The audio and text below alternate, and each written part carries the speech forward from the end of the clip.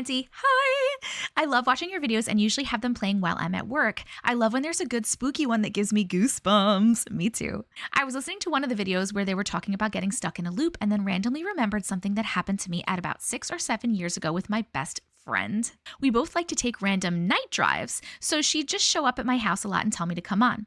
This time we ended up driving to some small town in Cumberland Gap, Tennessee. It's known to have haunted caves nearby as well. Also, on the way, most of the streetlights kept flickering or completely shutting off. Wait, can we talk about the haunted caves? That's really cool. Well, we weren't actually planning on stopping in this town, but we wanted to turn around and head back as it was now 3 a.m. We pulled into this little town and drove past a creepy post office and turned around. No matter what road we took, it came back out to the post office. Neither of our phones had signal, and the GPS she had in her car lost signal as well. We kept trying to leave, but kept ending up at the same post office, and every time we ended back at the post office, it was like no time had passed. Then the last trip we took, all of the lights in the town went out completely. We were both on the verge of a panic attack when she finally started to pray. Neither one of us are religious, but we believe in spirits and all of that. But as soon as she prayed, the lights came back on and we were finally able to leave. She ended up spending the night at my house since we were both freaked out. She thinks we may have switched timelines or got stuck in a loop. I would love to hear what everyone thinks about this. Love you. Love you too. You definitely got stuck in some sort of loop. I don't think you switched timelines. I think you were literally just stuck in a loop. I don't know if there was like a portal and you just kept driving through the portal and coming back out the other side. And I don't know if maybe all the lights in the town went out because it was like time to go, because it was already 3 a.m., right, when you started this loop. And I don't know how many times you went around, but maybe by the time you were done, the town was like literally just shut off because it was done for the night. But I don't think that's it, because they wouldn't just shut the street lights off. I'm assuming when you said the lights were out, do you mean the street lights too, or do you just mean the lights in the buildings and the businesses? I don't know, but either way, that is terrifying. These stuck in a loop stories really freak me out. I would have such a panic attack. Oh my God, I don't think I would survive purely because I'd be freaked out. I don't know. Hello, Auntie Matrix. Hi. My wife is a huge fan of yours and is always listening to your stories. On your live stream the other night, there was a story about a person who dreams about the same house and knows that there is a certain part of the house that they should always avoid because something is evil there. This happens in my dreams all the time. I mentioned this to my wife and she encouraged me to submit some of my interesting dreams. For as long as I can remember, I have always been an active dreamer. Much like your other listener, I frequently dream about the same places and can make decisions about where to go, almost like a choose your own adventure. Those were amazing books. One of my favorite examples of this involves a place that I have dreamed about many times. It reminds me of a Victorian England. Think narrow cobblestone streets and everything is in black and white. I immediately recognized where I was and thought to myself, last time I went this way, so let's go this way and see what happens. I walked through an archway that led down a dark alley. I look to my left and see something that looks like a vintage cigarette vending machine. As I approached, I could see something written across the top, Timeline of Death. Below it was your standard timeline, a line with alternating branches that have little circles at the end of them. Somehow I just knew how the machine worked. Each point of the timeline represented a famous death throughout history, and each one of the little circles on the timeline was a little peephole. You pop in your coin, choose a hole to peep into, and watch a little clockwork reenactment of that particular death. What? That is a crazy idea. The timeline had a bunch of the obvious ones, Marie Antoinette with the guillotine, Abraham Lincoln at the Ford Theater, etc., but there was one right at the end of the timeline that just had a big question mark above it. Intrigued, I popped in my coin and peeped in. There was immediately a bright flash of light and a feeling of warmth throughout my body. Somehow, as often happens in my dreams, I just knew that was my point on the timeline of death. Next thing I know, I'm in some sort of dark chamber. I am looking down on the scene as if I am floating above it. There's a large stone slab in the middle of the room that has smaller stone pillars of varying heights laid out on it. The table is surrounded by hooded figures like druids, and they are surrounded by mourning families, including my own. Again, I just knew what was happening. The druids were performing a ritual to bring someone back from the dead. Each stone pillar on the table represented a loved one that had passed away. The druids began chanting, and the stone slab lifted off the table. It raised above their heads, turned over, and started slowly coming back down. The first pillar made contact with the table and shattered. A mourning family in the corner started wailing. That's when I realized only one person could be resurrected with this ritual. The stone slab would continue crushing the pillars until only one remained, and that would be the person who got resurrected. As each pillar shattered, I watched with bated breath. As another pillar cracked, I felt an indescribable feeling of warmth and light and woke up in my bed. Interestingly, I have not dreamed of that particular place once since then. It's kind of interesting concept to think of that every time you dream, there is a version of yourself that dies within the dream. That's all for now, but I have lots of other interesting dreams to share, including one about having an after-church picnic with human-sized chickens that go find the first Christian church of KFC, and one where I was tasked with taking care of a deformed baby that I later figured out was actually the egg of an elusive bird. What are you eating before you go to bed, sir? Is my question. That whole stone slab resurrection ceremony is so supernatural. Those are some crazy dreams. I wonder if you actually did see, if that timeline of death was actually real and you actually did see your death. But wait, you didn't see your death, right? You didn't see your death. It took you to this thing where people were mourning you and were trying to resurrect you. That's interesting. I wonder if you didn't see your death because it's you. Hi, Auntie Matrix. Hi. I never have told anyone this story in full, just parts and pieces. When I was younger, my father's best friend, we can call him Chris, passed away from cancer. This was a total shock to my parents, considering that he was very healthy and often ran marathons. After a year passed and my older sister became pregnant with her first child with her husband. Once my nephew turned 3, that's when the weird things started happening.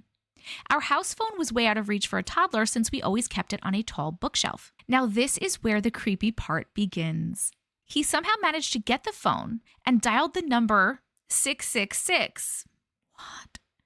My entire family got weirded out and just thought it fell when they weren't looking, but it usually made a loud thud if it dropped. A few hours later, my nephew went missing, but we finally found him in the garage. Now, we always kept the garage door locked, but he was sitting and talking as if there was a person there. My sister asked who he was talking to, very creeped out. He looked at my entire family and said, "Uncle Chris." I remember seeing the goosebumps and chills my sister had. Now no one in my family talks about it. My mother threw my sister a huge party for her birthday a few months later, and I was babysitting him. I went to grab some food for a few minutes, returned to her room, and almost dropped my plate when I saw visible bite marks on his arm.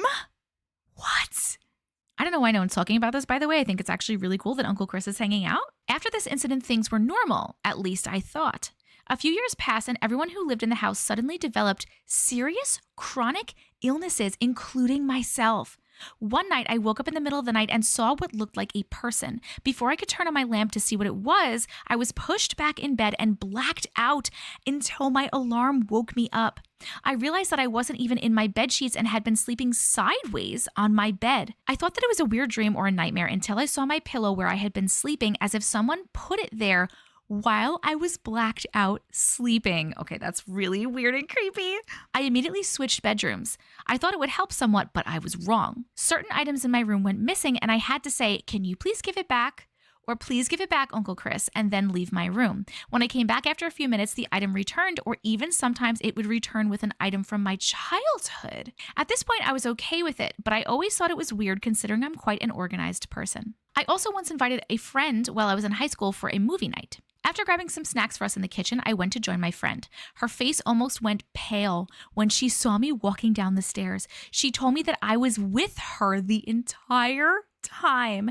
Even the seat was warm. That was my last interaction with Chris. Nowadays, I only hear gentle footsteps when I'm home alone, and my dog often stares at the staircase as if someone is there. All of my siblings have moved out. I only came back since I'm working on my master's degree, and it's quick drive to my campus. I have no idea what my parents have experienced, but they now suddenly want to sell the house. And I am too afraid to ask since none of us ever shared any strange experiences. I am now questioning if that was really my father's best friend or something else. Also, I have done multiple sleep studies and I do not have any sleep issues, so sleep paralysis has been ruled out. As for the garage door, we still don't know how it got unlocked. First, I was like, why are we not talking about the fact that Chris is there? Because that's pretty cool. Chris is hanging out with the family, right? That's a really sweet, this is like a sweet ghost story. And then this weird shit started happening. I mean, the missing items and that kind of stuff, that's not so bad. But the fact that someone pushed you down on the bed, that freaks me out. I'm honestly not sure. I'm not sure how I feel about Ghost Chris. And I want to say it was Chris. I wonder if he was bitter in some way about his illness. And so that's why he's giving everyone else these illnesses or if it's something that's posing as Chris. Like I'm honestly not sure, but whew. I've been physically gifted and have had visions ever since I can remember, but this was different. I struggle between wondering if this was a dream, only because it's such a crazy thing to have happened, or if it's real life. To this day, I still don't know. This happened to me when I was about 7 or 8 years old. My dad called me outside to our driveway and made me stand near the end of it by the garage door. I was facing towards the road so I could see my dad, who was standing in the middle of the driveway, the side door to our house, and our van that was at the other end of the driveway by the road. He then called out, "My mom's." Yes, that's right, mom with an S. But the thing is, it was the same person. Well, at least they looked identical. I've always only had one mom, but this day there were 2 of them. My dad then proceeded to say, "Pick your mom." What? I vaguely remember saying something like, "Well, I want my real mom, whoever that is." My dad then said, "That's part of the deal. You need to pick who your mom will be from now on out." I felt rushed, worried, and downright terrified, basically every emotion you can think of. I had no choice, so I picked one, and the other one left down the street. I have so many more stories. People tell me to write a book, but I honestly think no one will believe me because of how many I have. We believe you. That is part of our community thing. This is why people share stories here, because we believe you. Okay, no, that doesn't make any sense. I was going to say they were twins and the dad didn't know which one the mom was, but hello, Jessica. It was the person who would be pregnant, obviously, would be the mom. It's not like when you have 2 dads and you're not sure who the dad is. So that can't be a thing. That is really weird. Was one from another timeline? I honestly don't even know what to say about this. But I hope you picked the right one.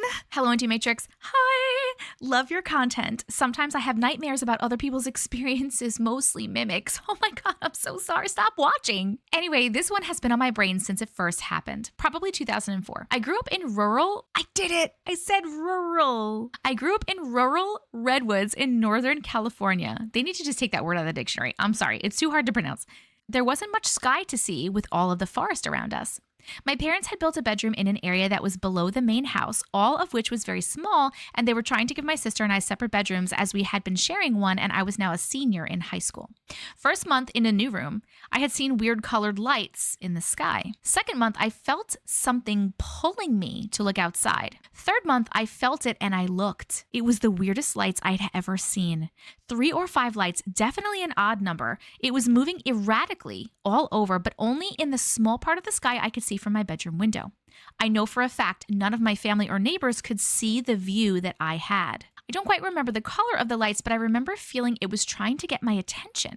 I remember meditating and trying to communicate with it because it was clearly getting my attention. Mind you, this was in the middle of the night, woke me up with lights in this new bedroom. I asked what or why it was connected to me. I had this feeling I knew it. Something weird and warm centered in my body. I didn't know what was happening. I called out, "I don't know what you are, and I'm not scared. I'm just not ready." And I cried my eyes out. I watched the lights get closer than they ever have before, and then the only way I can explain it is it went shoop, like it sucked something out of me and ascended into the universe. It was like the feeling of losing your breath and finally breathing again. I felt it physically. 20 years later, I can still feel it, and I wish I could describe it better. I actually wrote a poem about it that night. Maybe I can find it. It might explain it better, but I still have never forgotten that feeling like the air was sucked out of me. It never came again, and I still think about it, and I can feel the emotions that I felt that night. Wow, that is crazy. When you say you can still feel it, do you mean that you still feel the sucking feeling, or do you just mean like when you think about it, you can still feel it? What did they take from you? Clearly they knew you. Maybe they had taken you before then. I wonder what they were coming back for. And then you were meditating, right? So they were like, "Oh, okay, cool. We can go closer." Was it like a CE5 meditation, or you were just like meditating? That's a question I have for you. What did they take? Like, I just want to, like, what did they take from you? They didn't take your soul, right? That's what it makes me feel like, is that they took your soul, but they definitely didn't take your soul. Another thing I thought of, I don't know how old you were. Wait, does it say how old you were? I don't think it says how old you were. Were you old enough to have a child? because I've heard many stories of aliens taking human babies or impregnating people and then taking those babies. I don't know if it would be done like that, though. I feel like that's very interesting. I don't know. What do you guys think that was? I've only shared this experience with a few people because of how personal it is, but I feel like I need to share it with you. My mom was a single mother to myself and my little brother. I was 19 at the time, and my little brother was 9. It started off like a normal morning. My mom woke up and took my little brother to school and came back home. A few hours later, my mom came to my bedroom but never opened my door and told me that she was leaving to go to the store, which was like 7 to 9 minutes from our house. Okay, I yelled. We both exchanged I love yous as she was leaving. My mom would always kiss me goodbye even if she was going to check on the mailbox because she thought that you just never know what will happen. That morning, she didn't. As I hear my mom leave, I get up out of bed and run to my bedroom door because I wanted to go with her, but I had a strong gut reaction when my hand touched the doorknob to not go, to just stay home. So I did. Around 2 hours later, I had a state trooper at my door telling me my mom had been in a serious car accident. He needed to take me to the hospital. Without thinking, I go with him. On the way there, I kept asking details about this accident, but he kept the info minimum. He did tell me that the last he knew, she was still breathing. We get to the hospital and I am taken to the family room where a pastor was waiting for me. No, I start backing up. I hear the pastor say, I am so sorry. The doctors did all they could, but your mother passed away. I let out a loud scream and collapsed to the floor. The next thing I remember is being lifted up by the troopers. I turned to the one who drove me here and yelled at him, you told me she was breathing. You lied to me. I turned to the pastor and said, I need to see my mom. I need to see her now. They took me to her room where she was laying there looking so peaceful. I remember yelling out, Mom, please, no, please wake up. God, don't you dare do this to me. I need her. She is my mom. I need her. I see her eyes start blinking. I run out of the room and grab the doctor and the nurse and told them, but after going back in the room, feeling for a pulse that assured me that was normal for a body to do after passing. I thought I experienced the worst moment of my life until I realized I had to tell my little brother now that our mom had died. The next week was a whirlwind, planning the funeral, planning the service, having family constantly coming and going. After the funeral, my little brother reminded me, he said, remember, Mom told us if something ever happened and she couldn't say goodbye, she had wrote us each a letter. I promised him I would go in her room and look for it. That was the first time I had went into her room after her passing. Everything was just like she had left it. I started looking everywhere for the letter, the Bible, her important papers, her drawers, everywhere, and I couldn't find it. At this point, I was overcome with emotion from not being able to find it, being upset, and now I started getting angry. Mom, I said out loud, why would you write this letter and not leave it where I could find it? Why would you do that? I sat in her bed and all of a sudden I started getting so sleepy out of nowhere. It was like I had taken a sleeping pill. That is how fast I became sleepy. I lay down in her bed and drifted right off to sleep. The next thing I know, I am in this bright white room. I had never seen that color of white before. I turn around and there is my mom standing there in the most beautiful white gown, looking so beautiful. Without even thinking, I run up to her and just collapse in her arms. In majority of my dreams, I never could feel like the touch of others, but this was different. I felt my mom hug me. I felt her lift me up off my knees. I said, Mom, why did you leave me? And she looked down at me and said, my sweet boy, I have never left you. I have been by your side every moment. I felt your pain and your hurt and tried to come back, but I wasn't allowed. I looked up at her. You mean in the hospital? Yes, she said. I wanted more than anything to wake up and jump back into my body, but that wasn't the way it was supposed to happen. There is no way I could have ever said goodbye to you. The goodbye would have been more painful than the way that it happened. I said, Mom, I'm trying to find the letter you wrote to me and my little brother, but I can't find it. She told me that it was in her purse and she had taken it to the storage building. She told me exact directions.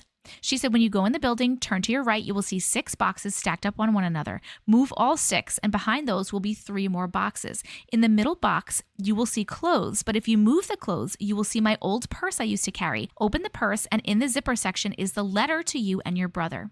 After she told me the directions, I woke up.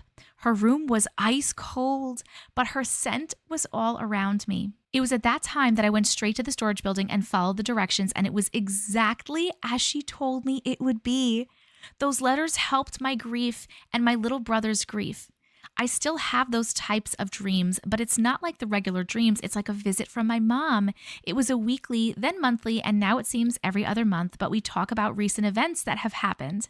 I still ask for her advice, and she still guides me. In her letter, she said, I will see you in your dreams. I will meet up with you in your dreams whenever you need me, I promise. And she has kept her promise. Every time I really need my mom, I get sleepy out of nowhere, and within 5 minutes, I am in a deep sleep. And every time that I wake up, it's so cold around me, and her scent is in the room. Oh my God. What a beautiful story. Terribly sad, but also beautiful. I love that your mom is still with you, and those are not dreams. You're right. Those are not dreams. They're not just dreams. Like, your mom is visiting you, and that is amazing. I'm assuming that she's coming around less and less because you've needed her less and less as time's going on, and you're still having contact with her. You're probably healing a little bit, you know? That is so amazing. I wish that I could have that with some of the people that have passed on in my life. Hello. Hi. My name is Myra Gonzalez. I've been watching your videos for a while and finally decided this is the perfect place to finally bring this up again. I always have it in the back of my mind, but haven't talked about it in over a decade. When I was 10 years old, I was playing tag with my 3 cousins and my brother. There was a party going on at my aunt's house. Everyone was outside, but the 5 of us were kind of just running outside and inside playing hide and go seek and tag. It was my turn to hide along with my cousin and my brother. We're all looking for a spot to hide, so we ran inside the house. When entering, to the left, there's a long hallway with 4 doors. One of them is a laundry room, another one is the restroom. The far end is one of my cousin's room, and to the right is a door that took you outside. My cousin, my brother, and myself ran down the hallway. My cousin ran past all the doors until the end to his room. My brother was right behind him and ran in there with him. They slammed the door and left me out. I was the only one out in that hallway and was going to choose one of the 3 rooms to hide in. I decided it was going to be better to open the door that took me outside through the back, because that way, if anyone opened it to find me, I could just run away. As soon as I opened that door and I was ready to run outside, everything looked fake. Everything had vibrant colors and it just didn't look real. It looked as if I was about to walk into a cartoon. I stood inside of the door and I held it open, just staring out into this weird cartoon looking world. Everything looked exactly how outside looks, but cartoon. I was in shock. I can't remember what I was feeling or thinking in that moment, but I just knew not to step into this world. I didn't know what to do. I don't remember if I left the door open or if I slammed it shut. I just remember running back down the hallway through the living room outside to where my whole family was. I ran straight to my mom and told her what I had just seen. My mom told my aunt, and the 3 of us went back to check, and when my aunt opened the door, it looked just normal again. I remember myself desperately trying to explain what I had seen, but they just brushed it off and told me I was probably just having a big imagination. They went back outside to sit where they were, and I just sat there with them the rest of the time. This happened when I was around 10 years old. I am going on 28 this year and can still remember exactly how that cartoon outdoors looked. I wish my parents would believe me or someone would believe me, but when I bring it up to my mom, she tells me she doesn't remember that ever happening, and my aunt doesn't remember it either. Till this day, I wondered what it was. What would have happened if I would have stepped outside to that cartoonish looking outdoors? Would I be here? Would I have opened something to a different dimension? I don't know. But till this day, I think about it and just wonder. This is so cool. Okay, first of all, I think your mom and your aunt don't remember because they literally brushed it off. So to them, that was a nothing event, right? That was a nothing to them. It was like, oh, okay, this little girl is just having an imagination, an imaginative moment and describing it. So that's and it happens all the time, right? So that's a nothing to them. So that's why they don't remember. What would have happened? I don't know. I feel like you definitely, for some reason, opened the door and there was a little portal there to another dimension where it's cartoonish. How cool is that? Who knows what's out there, man? And if you would have stepped through, I wonder if you would have stepped through, would you have also looked cartoon, right? Would you be able to look at yourself or look in a cartoon mirror and you would have looked cartoon? And would you have been able to get back? If you would have stepped through and then you would have came back through the door, would you have been able to go back through the door again? Would you have been stuck in the cartoon world? If you came back through again, would you turn back to regular? Or would you be cartoon? It's just, I have so many questions. This is so cool. I wish that are you an artist by any chance? If you're an artist, you need to draw what you saw. I'm really trying to picture it in my brain and I'm picturing it a little bit, but I don't know what you saw. That was really cool. Demonic encounter. Hi, Auntie Matrix. Hi! I've been watching your videos for a while now, and every time I do, I think of this story. I'm not sure what to call it. Maybe I'm over-exaggerating it, but let me know what you think. So January 2020, I used to live in the same apartment as my tia, which was a 2-bedroom. So me, my mom, and my stepdad all shared a room, which was pretty big. Basically, the night before winter break was over and school started, I literally could not sleep because what I thought was the anxiety for school. Now I just think I was meant to stay awake that night. It was around 2 a.m. I'm still wide awake and I heard 3 taps on the bedroom window. Keep in mind we were on the 2nd floor. For some reason, I didn't think much of it, so I just kept being on my phone. A few moments after I hear my mom start mumbling in her sleep. My whole family is strictly Christian, so she's praying as she sleeps. I thought she was just having a bad nightmare, so I try to wake her up after her doing that for 2 minutes because I was getting a little freaked out. She wakes up and she gasps as if she couldn't breathe, like how they be waking up in scary movies. I ask her if she's okay, and she explains her dream to me. In her dream, a man is laying on top of her and saying some demonic stuff, but this wasn't any type of man, and she was very clear on that. She said that his face was distorted, his whole body was black and very long. His nails were long and sharp, that kind of stuff. She said it's like he was trying to make her stop breathing. Then my stepdad wakes up and he says he has the same dream. But in his dream, it was a woman inside, yet with the same description. This woman was talking about some girl. I can't remember what he said happened, so I wouldn't be able to tell you. I then start to tell them about the 3 taps I heard, and they continued to say that they heard the 3 taps in their dream too. They literally wake the whole house up, LOL, and start putting holy water everywhere and praying. Oh my God, I almost forgot. We had moved out the summer of that year, and my tia apparently had some problems, like a gas or water or something. I don't know, which she called maintenance and blah, blah, blah. Turns out they find witchcraft in that water heater space thingy. Yeah, that place was crazy. Definitely have more crazy stories there, and this is only one of them. Let me know what you think. Okay, first of all, yes, as far as I know, threes, like 3 knocks or 3 taps, is a bad entity, maybe demonic. When you say witchcraft, do you mean you found a hex bag? Like, was there a hex bag inside the water heater? Because that would be just crazy. I want to know what was in it. Was it a hex bag or was it a protection bag because there was something crazy in that house? And it sounds like both your parents were having sleep paralysis and there was a sleep paralysis demon on them, which is so scary.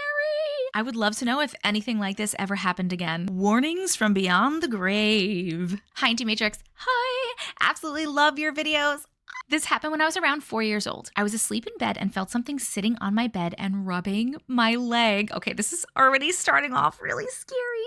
I woke up and looked and I saw this older woman. An overwhelming sense of calm came over me. Okay. As she kept repeating, everything is going to be okay. And as she was smiling at me, and then she disappeared. Okay. As soon as she disappeared, I started screaming. And my mom and dad rushed in. I told them everything that had happened, and my dad turned white as a ghost. I described exactly what this woman looked like, sounded like, and even what she was wearing. My dad turned around and said that that was his mother who died long before he even met my mom. And I had described exactly what he had buried her in. I have never seen a single picture of this woman in my life. Less than a year later, my dad passed away. I like to think she was warning me. Anyway, this woman started saying that I needed to tell my nan that she was so sorry and that she hoped she would forgive her before they met again. I thought this was really strange. When I woke up, I did my normal routine where I made my nan a cup of tea so we could have our morning chat. I remembered the dream and I told her about it, described the couple, and she said that it was her mother. Again, I have never seen a picture of this woman in my life. And my nan said that her mother wasn't a very nice woman, which I knew from stories already. Unfortunately, my nan passed 6 months later. I'm starting to think every time someone closest to me passes, a spirit contacts me first. It does kind of seem like you're having these dream premonitions because the first one, your dad's mom was saying everything is going to be okay, and then he passed away soon after that. And then the second one, she said that she hopes that your grandma could forgive her before they met again, and then she passed away 6 months later. Premonitions, man. They never left. Hi, Auntie Matrix. Hi! I love your videos and I'm glued every time you post a new one. I myself have a barrage of experiences I've been wanting to share, but your last post I saw helped me to choose which one to start with, mainly because I've been through similar. I'm going to try to keep it as short as possible, but this experience spanned years before I finally came to terms with it. Anyway, here it goes. My now ex-husband and I bought our first home together in a remote area in Western Maryland several years ago. Immediately, there were strange things happening in the house, which was 100 years old when we bought it. Well, that's why. We bought it off an elderly woman in her 80s who had raised her family there and was there until we bought it. The odd thing was I was told that we were only the second family to live in the house. The math didn't math to me when we bought it, but I thought no more of it. More about that later. Anyway, when we moved in, we already had 3 children who were all in school. I worked only weekends, so I had the weekdays to myself. I had a routine. Would get the kids and hubby up, send them on their way, and would sit on my couch with my coffee enjoying some peace. We were only moved in a few days when stuff got weird.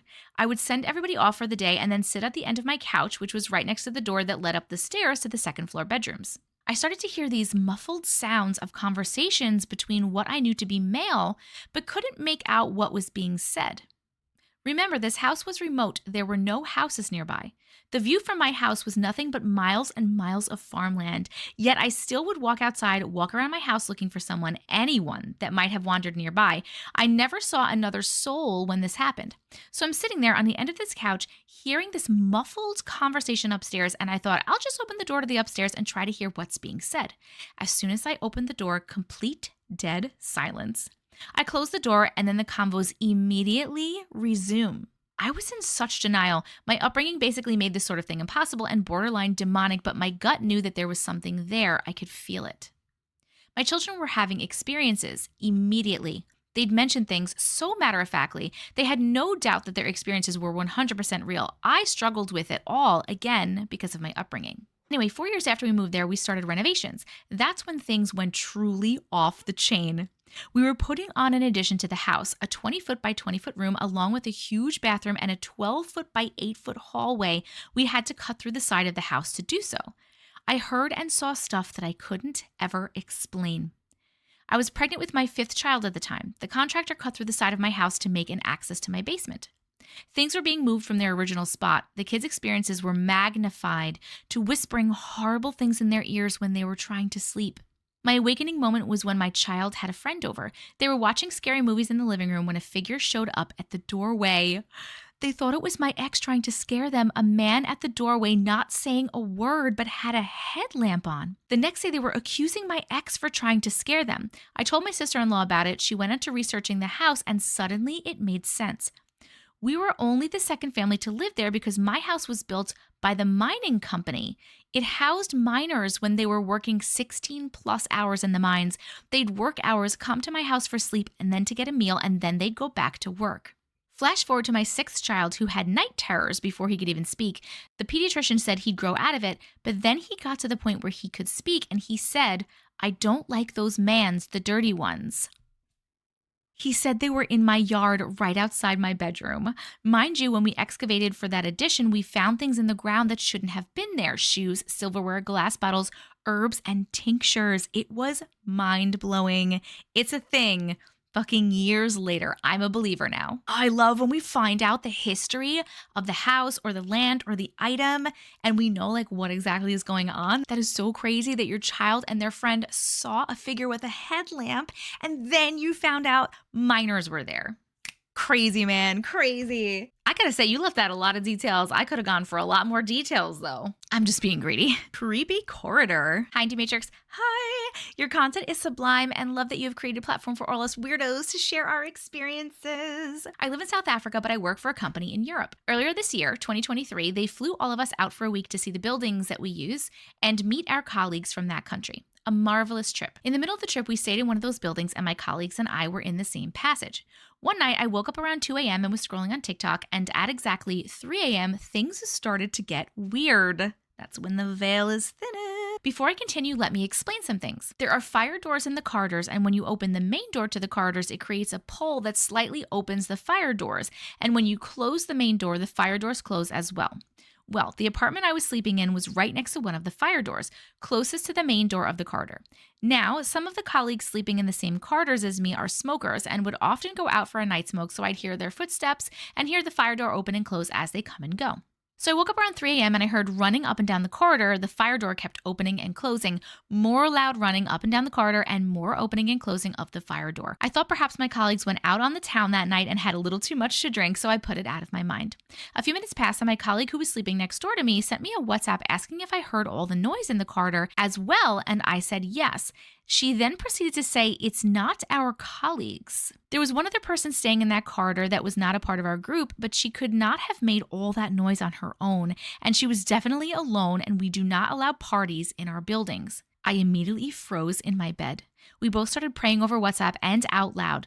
Let me just say that our bedrooms were not near the apartment main door or corridor, and my bedroom door was closed, so that should explain how loud the footsteps and the running was. After about 20 minutes or so, the footsteps stopped, and I took a deep sigh of relief and thanked God for ending it, as I was totally freaked out. I then spoke to my dad back in South Africa soon after and explained what had just happened, and my mom said that it was Ascension Day, when Jesus ascended to heaven after his resurrection. That day and the night before would irritate any ungodly entities. Gosh, that sent chills down my spine. In the morning, I naturally asked my colleagues if they were perhaps moving in the corridor at 3 a.m. to go smoke, and they said no, they were asleep and did not hear any noise, except one colleague who heard someone making an announcement in the building. He could not make out what was being said. He just heard a muffled voice over the speaker. Weird. As across the street was a car dealership that was closed, and he said it sounded like it was coming from inside the building and not outside. We never heard anyone making announcements at all. We stayed in that building for another 3 nights, and nothing like that happened again. Thank you for sharing. Love you long time. That's very interesting. I wonder what was running back and forth in those hallways. Flying baby. Hello, Auntie Matrix. Hi. Thanks for sharing all these weird experiences we have. Don't feel alone with my experiences anymore. Speaking of which, I have a story. My mom told me about something that happened when I was just a baby. It all began when I was just a few months old, but before I get into that, let me tell you about the place I called home. My mom and I lived on a really old farm with my grandparents. The farmhouse, a stunning red house, has been standing for about 140 years now. It's got this cool dragon carving on the roof. Fun fact, it used to be a school back in the day, but my great-great-grandfather bought it and turned it into a farm. Now let's just jump into when I was 4 months old. My mom shared this part of the story with me. I used to sleep in my little wagon right outside the kitchen door. Inside the house, there's this long hallway with 6 doors leading to different rooms like the telephone room, the bathroom, fireplace room, dining room, basement, and the kitchen. What is a telephone room? Literally just a room to make telephone calls in? This got to be like an old thing, right? I've never heard of that. It also connects to the bedroom upstairs. One day, my mom checked on me before going into the kitchen, and I was peacefully sleeping in my wagon. About 30 minutes later, she went back to check on me again, but this time I wasn't in my wagon anymore. You see, this was about 35 years ago, so there were no fancy wireless baby monitors.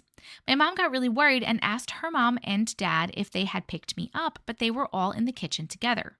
They searched every room, but I was nowhere to be found. Desperate to find me, they kept looking and finally discovered me at the top of the stairs that led to the bedrooms. Now here's the spooky part. I was only 4 months old and couldn't crawl yet. Plus, my stroller wagon was deep and way too far down for me to climb out on my own. It was a mystery how I ended up there. After that, I had many weird experiences in this house and always feeling that something or someone is watching me. Since I was little, I've had conversations in my dreams with ghosts talking to me, people that once lived in that house telling me stuff. This is going to be too long if I'm going to write about that too, so I'll leave it with this. No, don't leave it with that. It's never too long. That was crazy. You were a flying baby. How did you get from there to there? What ghost is touching a baby? I would be so pissed. That's where my scared would shut off and my mom anger would turn on and be like, nope, no ghost is taking my baby up the stairs. That's dangerous. I can see my lives in multiverses. Hi, Auntie. Hi. This is a long one. Yes. And it's insane. Yes. This just happened to me and I don't know what to do, so I just decided to tell you about it. I'm a 20-year-old from India. I always believe that my dreams are the leaking holes of my lives in the multiverse. I rarely get such dreams, but when I do, they are the most real. I have tried telling others that sometimes I get a sneak peek into my other self in other universes, but they don't believe me. I've developed a sense of awareness when I'm dreaming. It's not lucid dreaming as I can't control what is happening, but I am just aware that it is happening. I know this seems similar to one of the stories already read, but trust me, I am writing this only because there is someone out there who has been through something very similar. Let me begin. I went to bed this morning at 2 a.m. It has now become a usual time for me to go to sleep. I started dreaming almost immediately. I was aware that I was dreaming, but it felt so real. So I was somewhere in India itself, but it was not my city or my house. The dream started off as me meeting someone, a man a couple years older than me. Let's call him Alex. He had a little different appearance. He looked human, but he had slightly different features. This fact is important. But nobody could make out this difference in him except me. I don't know why. It seemed as though I knew this man and we had been friends and we had known each other for quite some time. Fast forward a few days in my dream, not in real time, Alex and I had been on some dinners and we had this spark between us. He told me something that left me thinking for quite some time. He revealed that he was one of the test subjects for genetic mutation between humans and aliens. He revealed that he had dominant human characteristics. He said that only his physical appearance was slightly alien and he had the ability to manipulate human brains into thinking that he was normal. He revealed that he has not used his manipulation on me, and that is why I could see the difference. He asked me why I had never questioned about his difference, and I told him that I simply chose to ignore that fact because I liked him. Note, he was handsome. Not ugly alien difference. He was handsome with just a few different features, which made him look extremely gorgeous. They say that our brains can't make faces, and every face we see is a person that we have brushed past in our lives before. I can't see their faces, but I know for a fact how they looked based on their emotions that hang between us. That's very interesting. I don't remember how they look when I wake up. I just know how they look. I don't know how to explain this more. I think I understand what you're saying. Now, a few months had passed by, and I'm dating Alex. Well, I'm in love with him, and I can feel that he's in love with me as well. We found out something we shouldn't have, and the ones who experimented the genetic mutation found out about him. We found out their secret base and planned to head there. We found many gruesome things I don't think I can explain, nor do I want to. We were going through files because he wanted to know his origins, his parents, and his capability of manipulating human brains. He has never used his ability for anything wrong ever. While we were going through things, we were caught when another inhuman being came in sensing Alex's alien part. The inhuman thing alerted others, humans as well as aliens. We managed to escape, but now they knew Alex and could sense him from miles away. He needed to hide, and I was not going to leave him. We decided to blend ourselves in among the village commoners and live among them using his manipulation ability. Fast forward 4 years. Is this like still in the dream? This is all still in the dream? This is crazy. Fast forward 4 years, I am now pregnant. I guess I was 28 to 29 weeks pregnant with Alex's child. We were living happily, planning to start a family.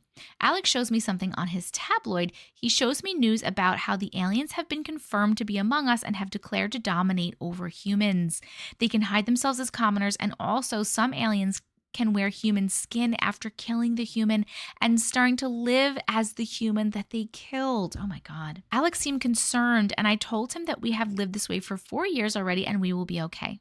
The next day, Alex and I went out for baby shopping.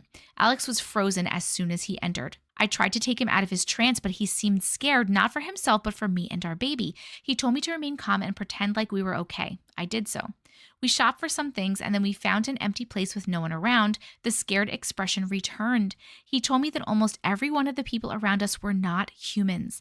He said he saw one of the things from the lab where they experimented on him there. He said he was afraid that they may kill me and our baby. He asked me to go back home, pack as much as I can, and leave. Alex stiffened as soon as he finished his sentence. I asked him what happened. He said there was someone close by hiding. I saw 2 men come out of hiding. They had sword-looking weapons in their hands. Alex tried to hide me and asked me to run, but one of them attacked Alex with the weapons. I saw Alex fall to the ground, and that is when my brother woke me up. I woke up in a cold sweat. He said I was crying and sweating. I told him it was nothing and asked him to leave. I checked the time, and it was now 2 p.m. in the afternoon. I slept for 12 hours and spent 4 years in another universe. I remember everything so vividly because it felt so real. I broke down crying because I saw Alex die, and I think the feelings were so real too. I know all of this feels real fictional, but trust me, I have never felt something so real while I was asleep. I miss Alex. I miss the baby I was carrying. I hope the other me is saved Alex and is hiding somewhere protecting her child and her love. Yo, that is so crazy. And I feel actually like really sad for you that you miss him and your unborn child. That's so crazy. This has been happening to like a lot of people where they say that they're like living other lives while they're sleeping, but I've only heard a few so far that were this crazy, where she spent 4 years in another life. Like, that's madness. Alien abduction. Hi, Auntie Matrix. Hi. Love your content. Love you. I'm usually very skeptical when it comes to the paranormal, but somehow I always believed in alien visitations, as if in my subconscious I know for a fact that it is real. And I think it has something to do with some events that happened to me when I was young at about 10 years of age in the 90s. Back then I was part of a Boy Scout group and went camping in this wild forest area for 3 nights. I slept in a small tent with 3 other kids. In total, there were about 20 kids plus 3 or 4 adult supervisors in the whole group. During the day and evening, we played all sorts of games and explored the area. It was fun, and by bedtime we were very tired. In the first night, everything went as planned, and the night was pretty uneventful. The weird stuff started in the second night. I remember clearly that as me and my tent mates woke up, we were in the opposite order to which we laid down to sleep in the previous night. In relation to the tent door, we laid down like 1, 2, 3, 4, but woke up 4, 3, 2, 1. Bear in mind that we slept in sleeping bags and it wasn't easy to simply move positions without making noise and trampling over the other kids. It was strange, but nothing bad really happened, so we eventually stopped thinking about it. On the third and last night, we all went to sleep as usual. I was exhausted and fell asleep pretty fast. In the middle of the night, I wake up and I'm in the deep woods all alone in complete darkness, and I mean darkness. I couldn't see a thing and had no idea where I was. Seriously, remembering what I felt like in that moment gives me the creeps even today. Instinctively, I tried to walk in the opposite direction I was facing, walked for about a mile until I spotted a light belonging to a nearby village and managed to triangulate my position in relation to the camping site. As my eyes gradually adjusted to the dark and after walking for what felt like some 15 minutes or so, I spotted the dying embers of a campfire we previously lighted up. Got to my tent and my colleagues were all asleep. I thought about waking them up, but since I had no idea what just really happened, I just laid down and eventually fell asleep. The next day we went home, and for a few days I started to believe that it had just been some sort of sleepwalking disorder, as I previously had a few minor episodes of walking to my parents' room and talking while sleeping. That was until one night a few weeks after the camping trip. As usual, I lay down in bed, covered myself in sheets, and fell asleep, leaving the TV on a timer. But in the middle of the night, I awake, sitting on the side of my bed, feet on the ground, looking straight into a shut-down TV. I then feel something leaving my side and walking fast into the hallway. I couldn't see what it was, but I still remember a white jacket I had hanged on a hanger in the hall bouncing as whatever it was went past it. I froze in fear, looking into the dark hallway, having no idea what just happened or what the hell that was. After what seemed like forever, I gathered the strength to get up and close my bedroom door and lock it by key. Went back to bed and stayed awake until dawn. I heard my parents getting up and finally out of the room and went to them. I asked if any one of them went into my bedroom that night, and they said that they didn't. After that night, I never had any more weird things happen to me, but get the spooks whenever I hear about encounters with aliens, UFOs, and stuff like that. That definitely sounded like alien abductions, and they were being real sloppy, because I feel like normally when people report abductions, they're somewhere and they've lost time, but they're normally back where they were, right? They've just like lost a bunch of time. Or if you're sleeping, you're normally like back in your bed sleeping. But first of all, first time they put you guys in the wrong fucking order. Second time, they left you in the middle of the woods. They let you wake up in the middle of the woods. Third time, you woke up sitting up on your bed as they were running out of the room. Like, oh shit, the person's awake? That is sloppy. Someone probably got in trouble up on the spaceship. Unless that was you. Unless it had nothing to do with them. Maybe it was you. Like maybe you, your brain, your soul, or whatever woke up, and you woke up when they didn't want you to wake up yet. Thank God you didn't wake up like on the ship, because there's a lot of people that have those experiences, and those seem to be rather traumatic. This was a really cool story though. Has anything else happened since then? Have you gotten taken anymore? My partner and I can interact with light beings in real time. I'm very interested in this one. Hi, Auntie Matrix. Hi. I've just come across your videos and thought that you might be interested in reading about my story. It's very long and complex, but so extremely exciting and could open up research into other beings. This is going to sound very out there and wild, but it's at the point now where we believe it needs to be studied, or at the very least documented professionally. Due to the nature of the story, I wish to remain anonymous. My partner and I can interact with light beings in real time, looking into talking to the scientific community for study. To preface this, I should say that the following events happened under substances, not visual substances like LSD or DMT. Also, the substances are not classically trippy, which makes the events even weirder.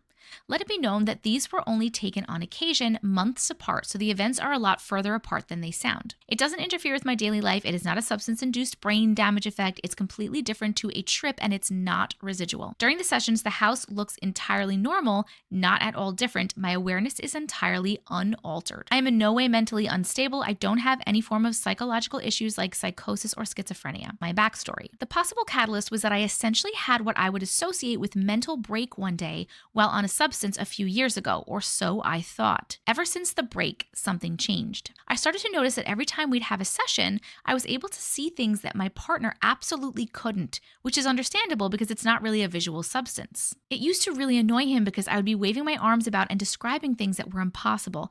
Honestly, I thought I was going crazy, and then I'd broken my brain. Every session, however, I'd still ask my partner if he saw anything, and every time the answer would be a resounding no. It was quite upsetting to me as I'm able to control things in the room and seem to be interacting with something that he couldn't see. Nevertheless, as time went on and sessions passed, I felt as if I was unlocking little key movements and abilities. It became so akin to magic that I felt like something was happening to me that has never happened to anyone before. It gets crazy from here. One evening session, I was playing with the air as usual when I asked my partner what he sees in the room, a little more insistent than usual. He obliged half-heartedly, but after some scanning, there was a gasp along with sounds of confusion, amazement, and then he began to describe something that I call the trip hairs. I was shocked. He described them perfectly down to the texture, movement, and color. He then went on to describe other things that I could see perfectly. Some things he could see, and others it took a bit of practice, almost like doing small puzzles to unlock a new skill, which is exactly how it began for me. Time went on. I would probably say a couple of months went by, and we had been interacting with whatever the stuff in the air was for a while. It's like energy that you can see. Also, it feels like static or tiny electric shocks. Sometimes it would even be hot. The thing that changes everything, possibly all knowledge we have about beings, brain connections, and our existence. I would just like to reiterate that what I'm about to tell you, I have no possible explanation for. Typically on substances, you can't see what the other person sees, and you definitely can't interact with someone else's trip for hours on end. Anyway, one evening we decided to have a session and we were just enjoying some music, having a chat when I noticed a really bright blue UV purple light shining on the wall near our wardrobe. It was self-illuminating and just staying there for ages, so we decided to try to debunk it. We checked the window, we checked under the bed, even in places we knew it couldn't possibly come from. After searching for sources and coming up empty, we were so confused. It was still there, unchanged. We stared at it for a while when all of a sudden it shot up into the corner of the room. We were like, what the fuck? Also a bit scared because what on earth? I was confused and convinced it was a laser or something, but it started to grow in size, change shape, get super bright, get really small, even hide behind things. We spent hours just chasing this purple light around the room. We were saying out loud to each other the exact location, size, and shape of the light as it changed. In real time, we both were seeing this thing fly around the room for hours. We are now convinced that it was scoping us out because it seemed curious. We are also sure that the first one that visited was intelligent because the room was chaotic. It was all over the place. And when my partner went to the bathroom, it became small and inquisitive, following him until the door and then waiting atop the door frame until he came back. The strangest thing was it would fly along the bed, and if it went onto your face, it would blind your eyes with this really intense purple beam as if someone was shining a laser into your eyes. Even crazier is that we can see it happening to the other person and they would react to it in an accurate way. It knew we knew it was there. We knew it knew we could see it. It was insane. It was like magic, and I was left with more questions than answers.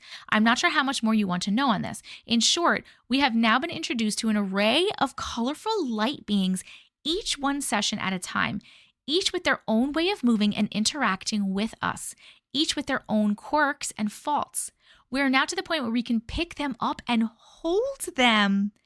They have their own way of reacting to us. Some are fun, others are super annoying, some are quite elusive, others are super shiny like metal, and some are super delicate. We are discovering new things as we go. It's a very exciting, confusing, and lonely existence for me, especially because I feel like I was given a gift, but I don't know how useful it is.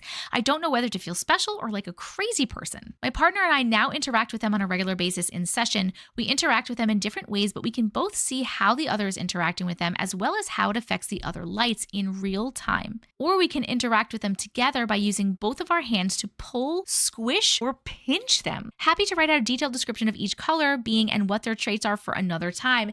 Yes, please, because what is this? This is so cool. First of all, I'm very interested in what this substance is when you're doing the sessions. What is this substance? You said it wasn't like LSD or DMT. I wonder if it's a mainstream thing, something I would know, or if it's like something I've never heard of. Second of all, this is crazy that you are now to the point where you're seeing different kinds of light beings, where you're able to physically hold them, squish them, pinch them, pull them, move them around. Can you communicate with them? That's a question. Can you communicate with them verbally or telepathically? Also, are you seeing them now like together? Have you ever seen, I know you said you've seen different ones like each session. Have you ever seen them together now that you've met a bunch of them? Will you do a session and then like see 3 or 4 different kinds in one session and like hang out with them? How do they feel? What does their energy feel like? It seems like it feels non-threatening, so that's good. I have so many questions. This is so cool. I would love if you would write out a detailed description of each color and their traits. I would love it. And I'm sure the audience would love it too. If you want this person to do that, put it in the comments below. Childhood memory that doesn't exist. Hi, beautiful Auntie Matrix. Hi. I've been watching your videos for a while, and a recent one I just watched reminded me of a childhood memory I have or thought I had. I'm a 35-year-old female, and I grew up in the San Fernando Valley, the suburbs of Los Angeles. Most of my life, I have recalled a specific memory from my childhood. It was nighttime, and I was inside the house with my parents. I first remember my parents looking through the giant windows from our dining room that looked out to our backyard. Commotion started to ensue as I followed my parents through our laundry room and outside into our backyard. I vividly remember an aircraft of some sort that was lowering itself into our backyard next to a building that we had on our property that my dad used as his game room when his friends came over. Our backyard was pretty big. We even had goats. Oh, I love goats. It was dark out, and I vividly recall being blinded by the lights so we couldn't see the aircraft itself, but it was obvious that it was lowering itself half onto our grass and half onto a walkway that we had on our property. I can still see this image in my mind's eye. My parents standing in front of me while I was little, ways back behind them, and us just wondering what was going on. Once the aircraft landed, I remember thinking, what's about to happen? I don't remember anything else after that moment. I had occasionally thought about this moment from my childhood, and a few years ago as an adult, I brought this moment up to my mother to discuss it with her. I was curious what happened. I thought maybe it was a helicopter, though I don't recall whether or not I heard any noise from this. Helicopters have a distinct sound. I expected her to say something along the lines of, oh, they were searching for a fugitive, or something along those lines. Instead, she was really confused and told me that that never happened. Definitely not the response I was expecting. She had no idea what I was talking about. This is a core memory that I have always had and can still remember to this day, yet she is claiming that this never happened. I eventually let it go, but I still wonder to this day, did this really happen? Or did I just dream this and took it as a factual memory that I've always had? To be clear, I can distinguish my dreams from reality, but I'm thrown with this one. This has always been a memory that I've had, not a dream. What did I experience? Friend, it sounds like you experienced an abduction.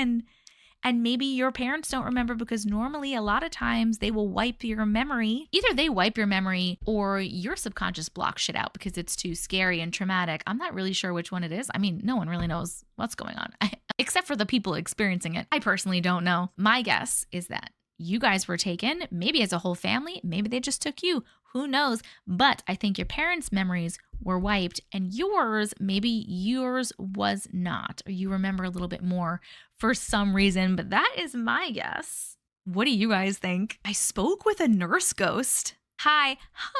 Just want to say I love your channel. Oh, makes me happy to feel like I'm not alone with all my weird, unexplainable events. Today I had another one of these crazy events that has really left me scratching my head. This past Wednesday, I took a pretty rough fall while trying to put my daughter's stroller in the trunk of my car. I fell backwards off the curb and the stroller fell onto my chest and my stomach. Oh my God. I honestly didn't think much of it. Yes, it hurt a little bit, but I just got up and continued with what I was doing. That's what us moms do, huh? That night I started getting bad cramping and decided the next morning to call my doctor's office. Now it's important to know that this is a completely new doctor's office. This is my first pregnancy at this office. I delivered my other babies with another office who recently retired. I have only been to this new office twice, for my first appointment and for my 12-week appointment. I did not know anyone in this office, nor did I make friends with anyone in the office during the 2 appointments. When I called the office to tell them about my fall, they transferred me to the nurse. The nurse picked up the call and knew me by name. She answered, "Hello, Jennifer, it's Barb. How are you doing?" As if she has known me forever and saying her name as if you knew her. I was a little taken back, but figured that she was just being friendly. Told her what happened, and she scolded me for not calling her sooner and said that I know she's always here for me and just a call away. It was slightly weird, but again, just chalked it up to her being super friendly. She told me she was making me an appointment for the next morning and told me to come in at 10 a.m. She even put me on hold to ask the doctor if he thought it was an emergency and if I should come in sooner. She told me the doctor said coming in the next morning was fine, but to come in at exactly 10 because they were squeezing me in between other appointments. I agreed and said it would see them tomorrow. At the end of the call, she said it was so nice hearing from me and she looks forward to seeing me tomorrow. Again, weird, but whatever. The next day, I woke up, got ready, and went to my 10 o'clock appointment, but to my shock, I didn't have an appointment. I explained that I did have an appointment, and the nurse made it for me yesterday when I called about the fall that I had. The lady at the front desk looked further into it and told me not only does she not have an appointment for me, but that she has no record of me even calling about a fall. I told her I spoke with the nurse Barb, and she assured me she put me in for 10 o'clock. The lady behind the counter's face turned white, and she said Barb has not worked here in over a month. She passed away unexpectedly a month ago. Oh my God, I have chills. What the fuck? How?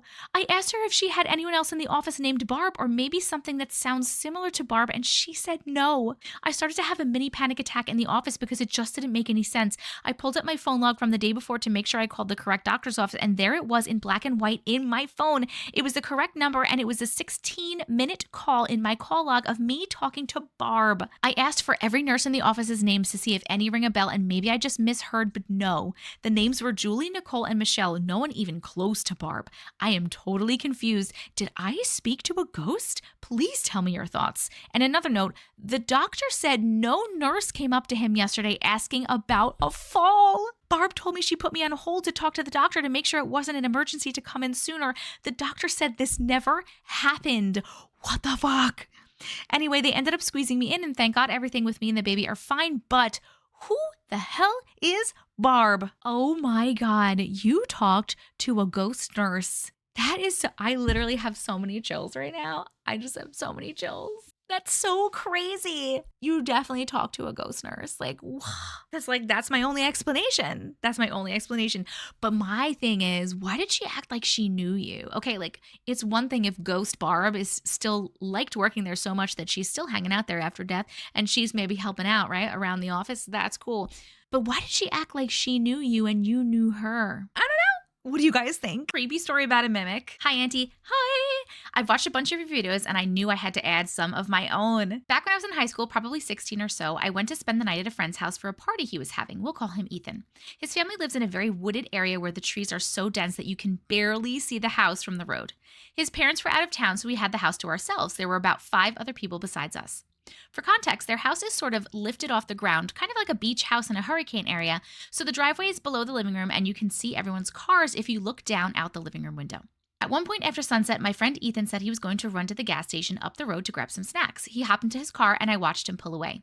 Not even 5 minutes later, there's a knock at the door. Immediately, I was inundated with this intense sense of dread and fear.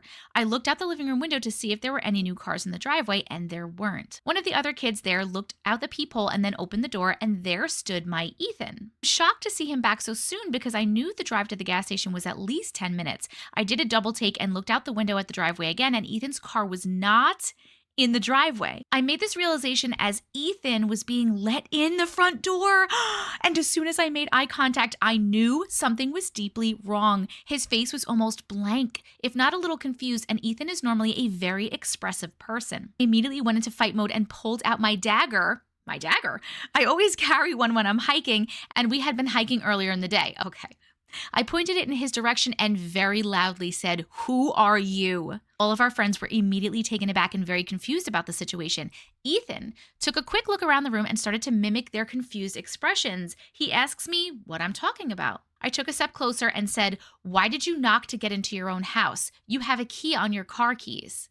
At that moment, Ethan's face went from confused to nervous. He didn't answer the question. I took another step forward and literally yelled at him saying, "Where is your car? It's not in the driveway. Where is it? Who are you?" At this point, his face went from anxious to completely blank expression. His eyes darted around the room for a few seconds, and then the lights went out in the whole house. It was pitch black as they live in the woods, and while everyone else was screaming, I heard the front door creak open but not shut.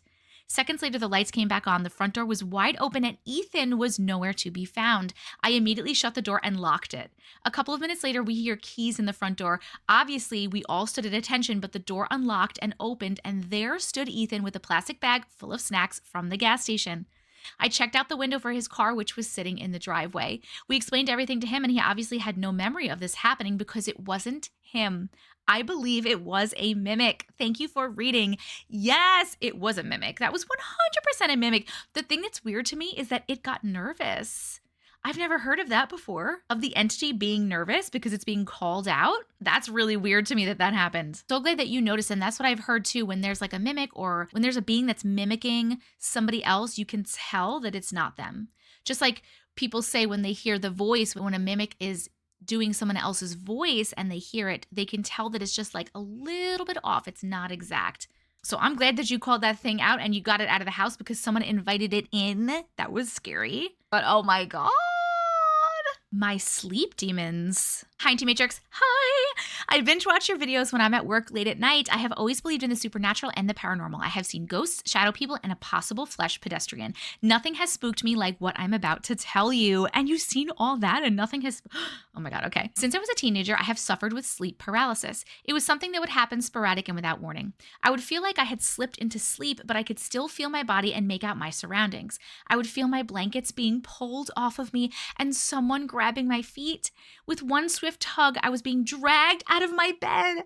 I would try to wake myself up, but I couldn't scream, yell, or make any sound come out. I could see my room around me as I was being dragged out of my room and down the hallway.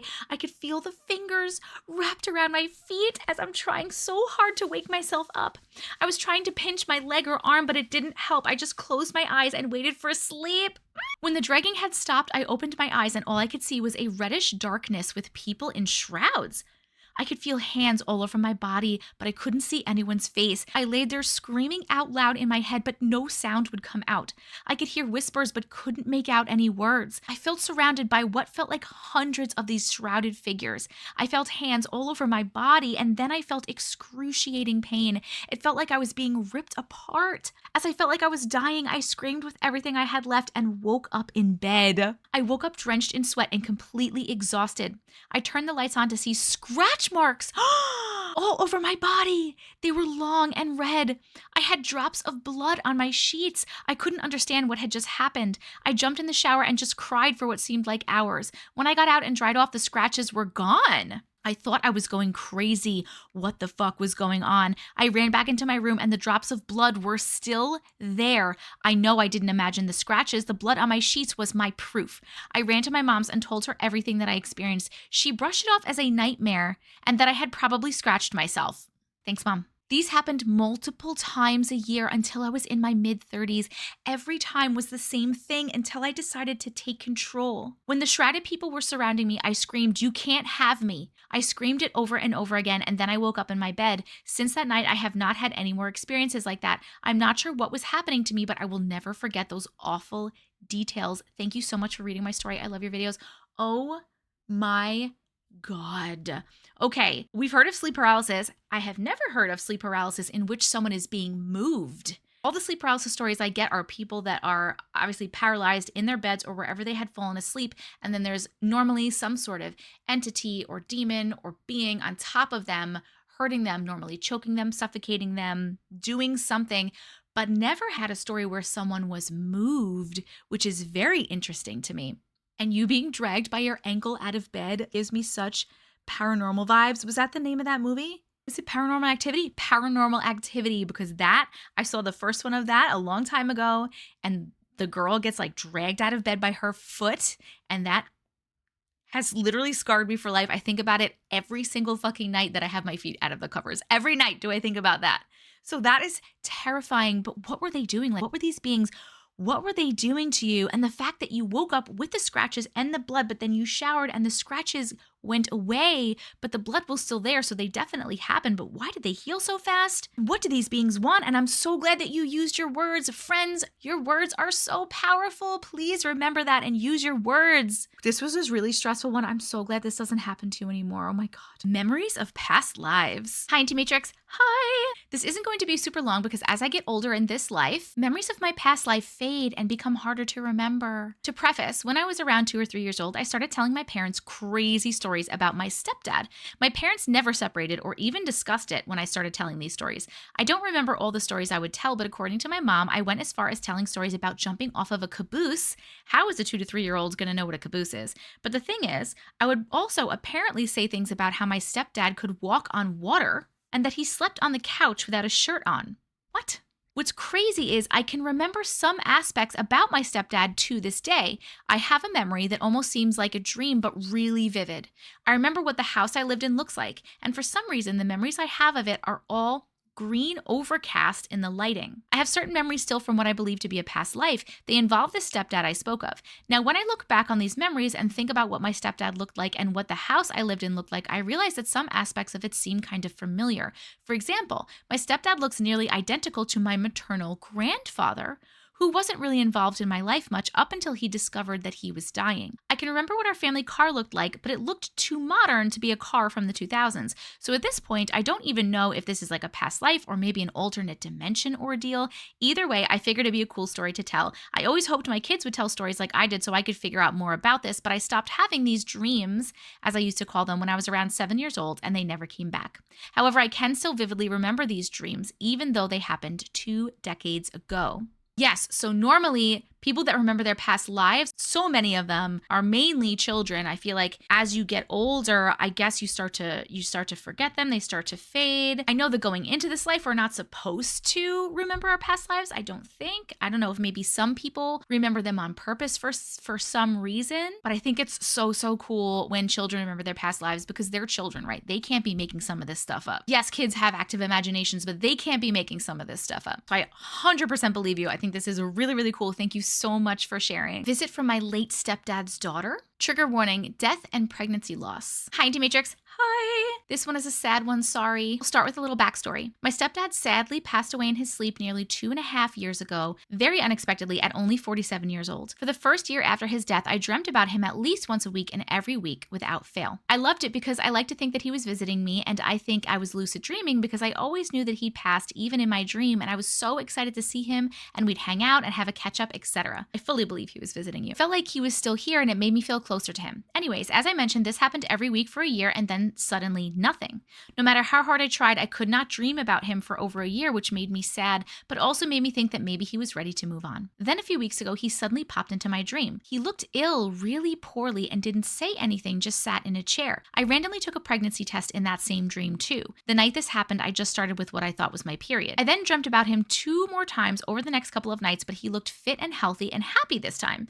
Little did I know at the time that my period was actually implantation bleeding and I was pregnant. So I didn't have any visits from him for over a year until the 3 days I had implantation bleeding, and he visited me 3 times and then no other visits since. Fast forward to the day I found out I'm pregnant. I work out my potential due date and it's my brother's wedding day. However, the day before his wedding is the 3-year anniversary of my stepdad's death. So I had these dreams about him while the baby was implanting, and it could have been born on the anniversary of his death. My mind was blown. However, on the day I found out I was pregnant, my 4-year-old daughter, who doesn't know about the pregnancy, out of the blue came up to me and said in my ear, "The baby is going to unalive." What? So naturally I was freaked out and I asked her about it a few days later and asked whose baby, and she said ours. Fast forward to this week and I start with sharp, unbearable pains in my tummy and back. So I go to the hospital to find out that unfortunately I have an ectopic pregnancy which needs to be surgically removed to save my life. My 4-year-old knew the baby wouldn't survive, but she didn't even know I was pregnant. Also, the day I found out that the pregnancy wouldn't be able to continue, the only thing that popped up on Facebook memories was the tattoo I got in memory of my stepdad. It all feels so strange and connected to him. Sorry for the sad content. It's been a long, exhausting, emotional week, but I thought I'd share this experience due to the strange connections. Maybe it was just all a coincidence. What do you think? Love you, Auntie Matrix. Oh my goodness. I'm so sorry about what happened to you. I'm sending you so much love. That is crazy. It is not a coincidence. I do not understand how your 4-year-old knew. I don't know if your stepdad somehow conveyed that message to her. Maybe he was trying to get it to you. But I wonder why your stepdad was ill in the first dream and then he felt good. He looked great after that. I'm not really sure what the connection is there. He was 100% visiting you, especially that year after he passed away. I'm sure he was there. Maybe it was time for him to move on and that's why he stopped. Or maybe like he knew that you were okay now and that's why he stopped. Maybe he did that for you that whole year to make sure that you were okay. But as far as him coming back and then the looking ill and then looking okay, that would make sense in a different situation, but in the situation that you have lost your pregnancy, that doesn't make sense to me. And how did your 4-year-old daughter know? Who told your 4-year-old daughter? This is all very crazy to me. It's very interesting. Thank you so much for sharing your story with us. I'm so sorry. I love you. Haunted farmhouse. Hi, Jessica. Hi. It's so weird hearing my real name. I've been very nervous to post about this. Although I've opened up to others about it before, it still leaves me with residual anxiety whenever I retell it. Oh my goodness. Back in 2008, my family, husband, and 2 boys at the time moved into an older farmhouse. We loved it at first, but on night 3 of living there, things started. My oldest son, who was about 3 years old at the time, was in his room, and I had went to read him a book before bed, our usual routine. Anyhow, as I started reading the book, he started gazing off in front of him and up. I didn't think much of it at first, but his eyes never moved. I felt a bit weirded out by it, so I stopped reading, and he ever so slowly, very creepily I might add, turned his head toward me and said, "It's okay, Mommy. The boy's okay now." What? Oh, chills. As he said it, he went back to his normal cuddly self, almost as if coming out of a trance-like state. I was shaken up by it so bad. The feeling that I had that night still sends shivers down my spine. Sending shivers down my spine, too. I decided him and his brother would sleep with me in my bed. After this incident, everything was quiet and no other talks about any boy or anything really at all. We fell back into normal routine until a couple of months later when I started having vivid nightmares about a young boy, maybe 14 years old. He was all cut up like he had been in some kind of farming accident, wearing a tattered baseball cap. So I asked my son to describe the boy, and it made my heart sink to my stomach. I asked if he saw him still, and he shook his head yes. I heard a noise in my bathroom. It scared me. Then added, "But the mean man in my closet won't let him talk anymore." I was immediately freaked out, not sure what to do. I knew that telling them it was our home and they needed to leave may help, so I tried that. It seemed to work for a few months. Then I gave birth to my 3rd and final son, and everything stirred up again, but worse. My youngest was about a week old, and I was trying to put him back to sleep when I heard, "He's mine." It was very distinctly a woman's voice. It was right in my ear. As calmly as I could, I put him back to sleep next to me and prayed. I have never prayed so hard in my life. I asked God to just let us live in peace, to stop anything evil from being around us, and to protect my babies. After this prayer, I felt a sense of peace, like everything in me relaxed, and I was able to fall asleep. Sadly, it doesn't end there, though. After all these things happening, my husband had yet to experience anything. It was centered solely around my oldest and youngest and myself. My middle son never seemed to have any issues. On this night, about 3 months later, after my youngest was born, we heard a loud crash in our kitchen. Not the kitchen. Both of us got up to investigate what it was, thinking maybe one of the older boys was up and trying to get something.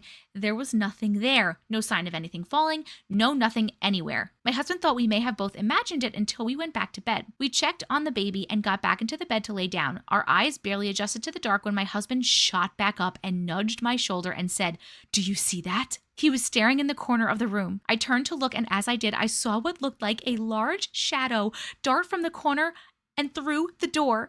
I told him it had to be the man that our son had seen. He was darker and tall, just had a very dark energy to him. That same night, after we both calmed down and fell back to sleep, it was and is probably the worst feeling and dealing I have ever had with any spirit/entity in my life. There are more things that happened while there, including a picture I captured of the ghosts, but I've written a book already. Thanks for reading in your time. Peace and love.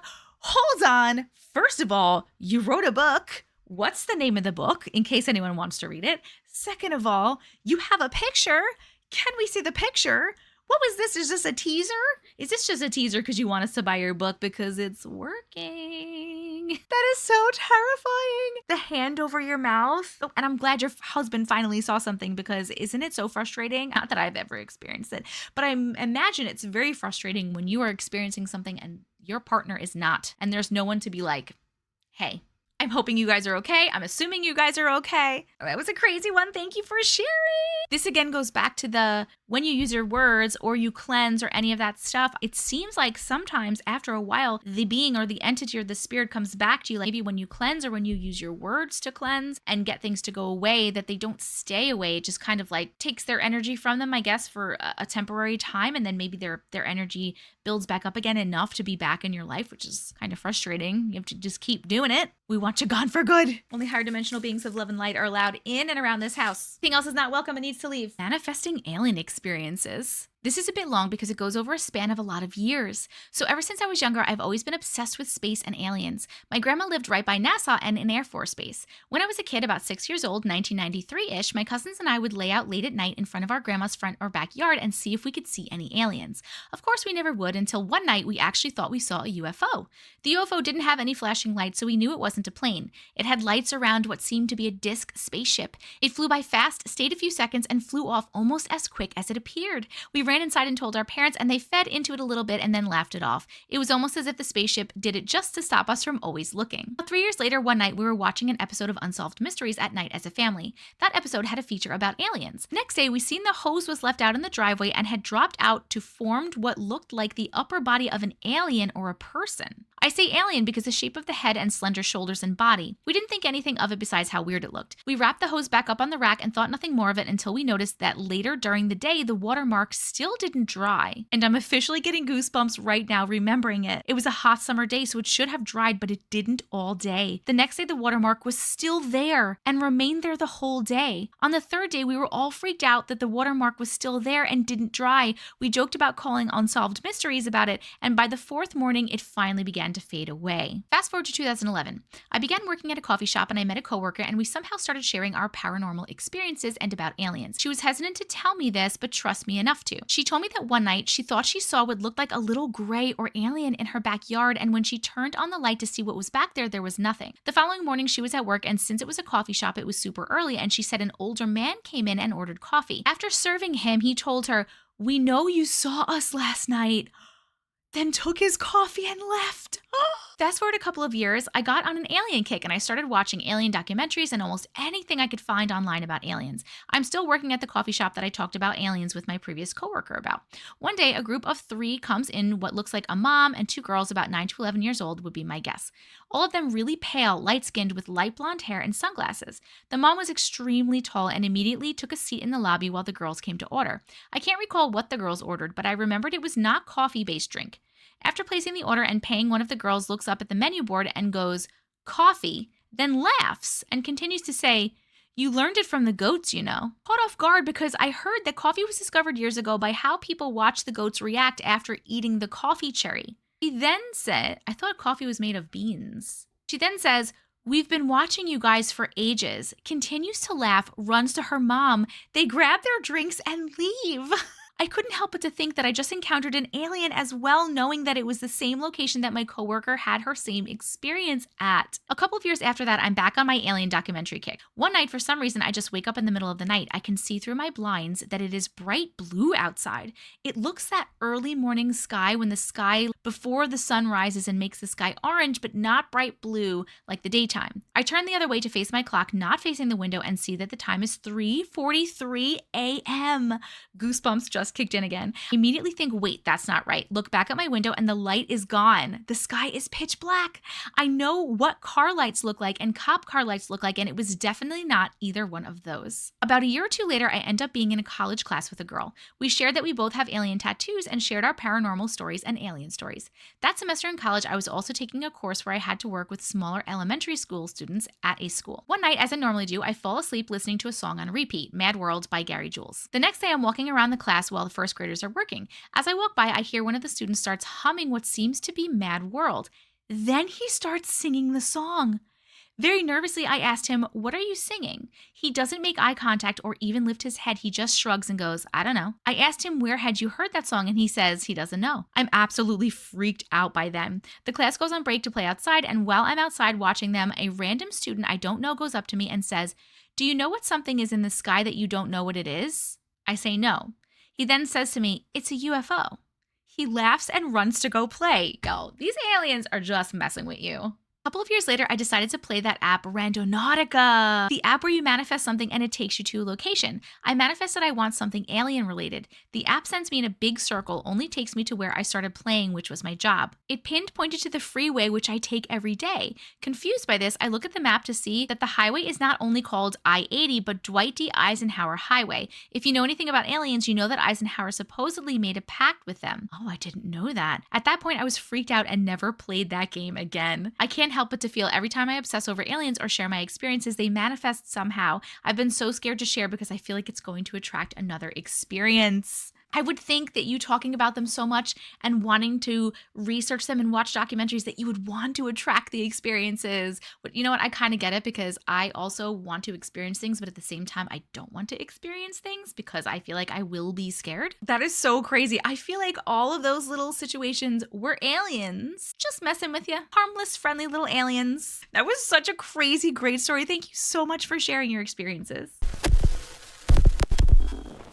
Disappearing keys and timeline shift. Hi, Auntie Matrix. Hi. I've been watching your Lift in the Matrix videos since pretty much the beginning. Woo! So here's my weird story. This took place about 20 years ago when I was 13 to 14, and I still have no idea what to make of it. One Saturday morning, my mom and I decided to go to IHOP for breakfast. The closest one to us was about an 8-minute drive from my mom's house.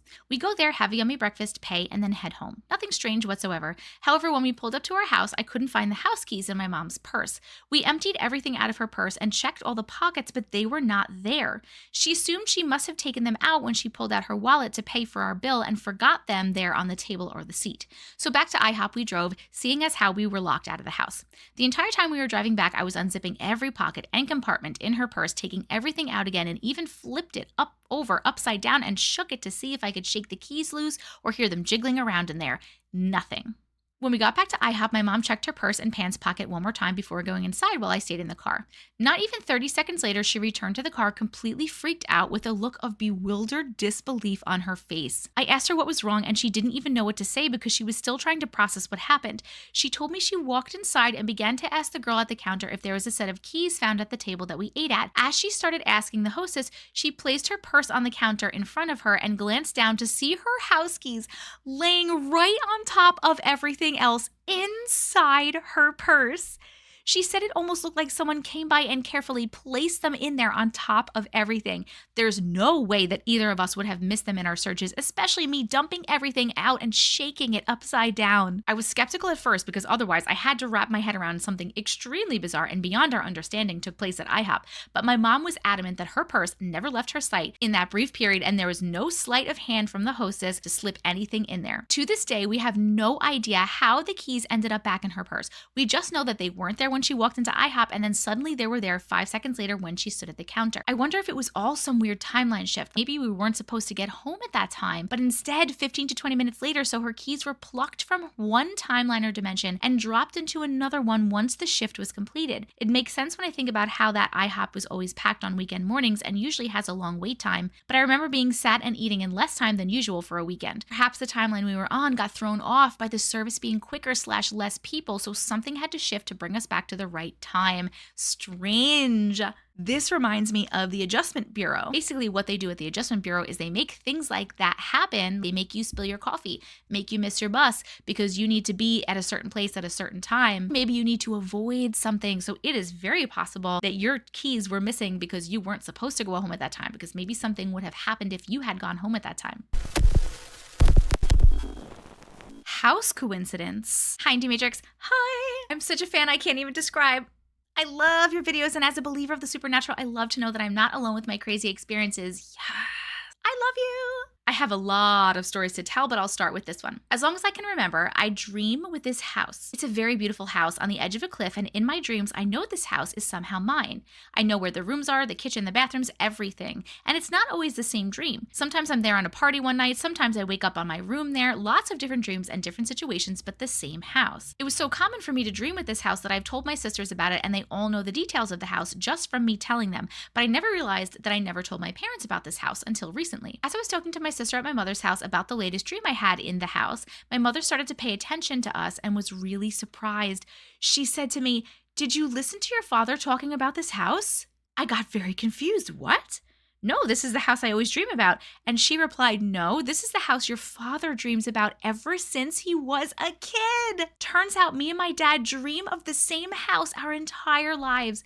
We started to talk about it, and there's no way that it's not the same house. Everything adds up. So what do you think? Did we live there on some other life or live there in another dimension? How could this be? And thank you for reading. I think it could be either. Those were my two ideas either.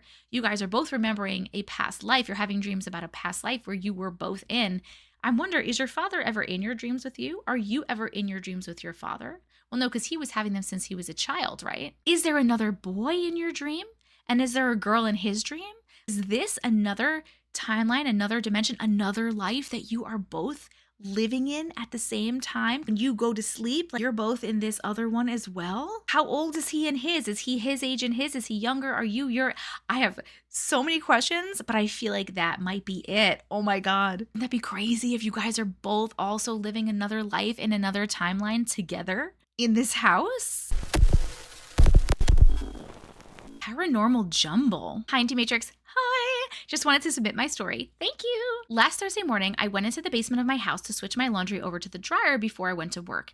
In the morning, I did not notice a smell down there or anything. When I got home from work that night, I went back down to grab my laundry from the dryer, and when I opened the door to the basement, I was immediately hit with the stench of death. Like there was a long deceased animal down there or something. I didn't think anything of it really other than that. I just went down the stairs, grabbed my laundry, went back up, put my laundry away, and then proceeded to go back down there and search the basement for some sort of carcass. Ooh. I noticed the smell was only in the stairwell, yet I checked the entire basement, including under the stairwell where the circuit breakers are kept behind a door. Nothing at all. So I think it must be in the wall, but something in the back of my head is telling me that the stench of death this bad takes a while to develop. There was zero smell this morning when I was down there. I thought it was odd, however, I pushed that thought out of my mind. Little did I know that that thought would be returning shortly. Roughly 8 minutes, give or take, after I had gone back upstairs from searching the basement, I opened the door again to see if the smell was there. It was, but it had began subsiding. As I was smelling the air, I noticed a shadow moving on the floor being casted from the light shining into the living room from the laundry room. I saw this clearly, directly, and not out of the corner of my eye. Mind you, I didn't see something, but I saw the shadow of something, and it really freaked me out. The next morning, the smell had completely disappeared, 100% gone, zero odor. I was left with questions. I thought someone had been down there for real. My dad refused to even acknowledge me when I told him to get his gun. Why?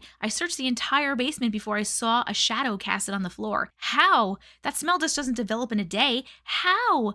That smell just doesn't go away. How? A shadow of a figure on the floor moving past a light doesn't just happen. Why and how? Fast forward to last night, I went into this lucid dream. I can tell I'm about to astral project or go into a lucid dream because when I close my eyes, I can still see my surroundings. So I go into this lucid dream where I leave my bed and I go into a hallway and I see my brother walking into the restroom and he leaves the door open. So I walk in there and I say, yo, and he jumps and looks at me and says, you scared me.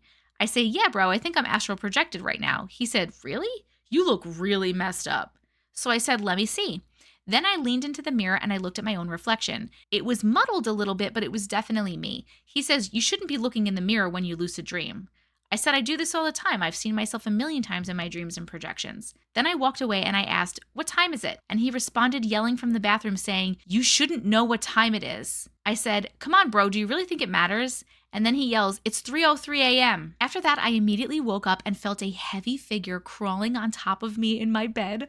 I grabbed my phone to check and the time, and it was indeed 3:03 a.m. Shortly after seeing that, I heard 3 distinct knocks. When I told my dad this, he said 2 nights ago he had woken up at exactly 3:03 a.m. too. Since I seen that shadow, it seems I hear more and more of people I know dying. And then my older brother almost died yesterday. I almost got into 2 accidents on the road frequently at work. Whatever I saw has been affecting me. My dreams and projections have been more lucid since then. If my dream last night was in fact an astral projection, I wonder what entity was disguised as my brother during that encounter because it did it so perfectly, yet subtly was trying to warn me about the things I have been doing in my sleep. I like to tell people in my dreams that I'm dreaming, and then when they don't believe me, I levitate in front of them. I look into mirrors all the time, and on a few occasions, I have read digital clocks. Also, I've gotten onto technology in my lucid dreams, and it's like there's a barrier guarding it because it's difficult to use. I've managed to send a few messages and stuff, but I don't know what the result of that was. Ultimate goal is to infiltrate someone's dream and have them reach out to me in reality. I've had one experience with a completely random person where I told them I was in a lucid dream, and then they told me they were in a lucid dream at the time too, and we just looked at each other in disbelief. I think I'm getting close to making that happen again, but I just need the confirmation in reality. Anyway, do you think all of this is possibly connected? Holy smokes, I don't know. This is crazy that you can like lucid dream and astral project to this level. It's also crazy to me that you've been asking the time, telling people you know you're dreaming, but bad things haven't happened because normally when that happens in a dream, bad shit happens. Maybe that's what that entity was trying to warn you of. I wonder if that entity that was disguised as your brother is like some sort of protector or spirit guide or something that's like trying to like make sure you're cool as you do your thing. This is all really crazy though. I hope that you are eventually able to do that where someone in real life is like, you were in my dream last night and this happened and you were like, yes, I did do that. How cool would that power be? So the thing is that you said that you have always do astral projecting and lucid dreaming and it has nothing nothing to do with what happened in your basement, but what was that in your basement? Why did you smell that smell of death and then it was gone? You're right, I don't know personally, but as far as I know, like, a very strong smell like that takes a little while, like a couple of days for it to get like really pungent, right? And then you had that shadow figure like running across. I am at a loss here. What do you guys think? A girl I played with never existed. Hi, Auntie. Hi. So I have a crazy story that till this day I can't get answers to because either my family doesn't remember or they're avoiding the question in a way that makes it seem like they are trying to hide something. When I was little, about 8 or 9 years old, I remember my parents and I visiting one of their old family friends pretty often. Whenever we would go over, I remember my parents' friends asking me if I wanted to go play with the little girl. I never thought of it until later on in life. Why didn't they say my daughter or niece or something instead of like the little girl? That is kind of creepy and sus. Anyway, I remember all of our time together vividly. The girl had a Barbie house in her room and a bunch of Barbies. I also remember there being a crib in her room, which was weird because I don't ever remember seeing or hearing a baby. Years went by, I'm now 30, and I never saw that family much afterwards until one day, about 1.5 years ago, I went to one of my aunt's birthday parties and saw my parents' old friends there. I honestly had forgotten about that little girl until I saw them there that night, so when they got there, I looked around to see if maybe the girl was there too, all grown up and whatnot, and I was eager to say hi and catch up. Then I told myself, of course she's not there because we are adults now and we don't tag along with our parents to birthday parties. LOL.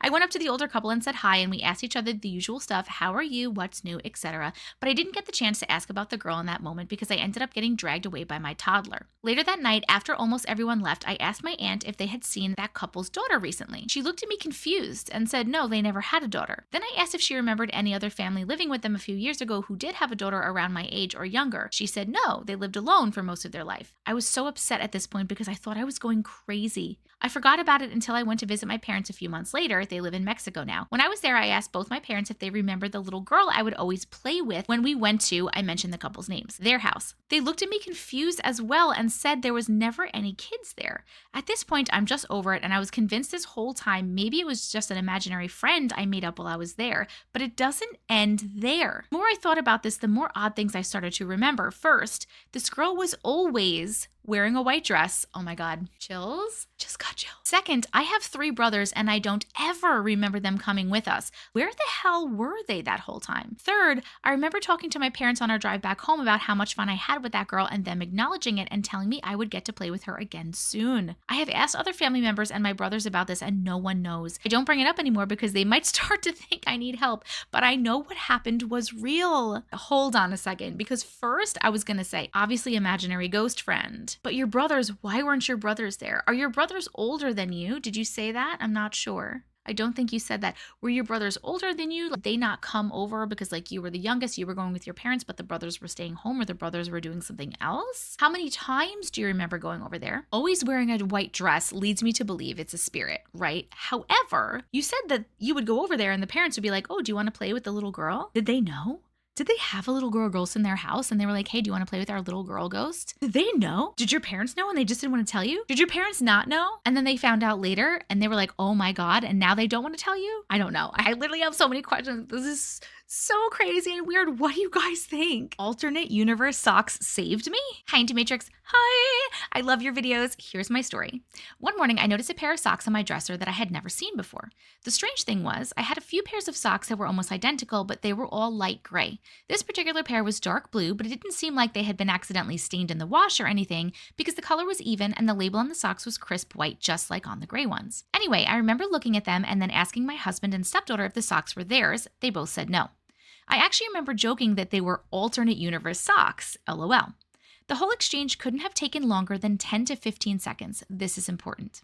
Right after that, I was driving to Walmart. What happened next still gives me chills. As I was approaching the traffic light, this black BMW turned and then started spinning out uncontrollably right towards me. I'm not exaggerating. This car came within inches of crashing right into me before the other driver slammed on the brakes. I was in complete shock. I rolled down the window to ask the other driver if they were okay, but all they did was speed away. Ew. I think it may have been a drunk driver.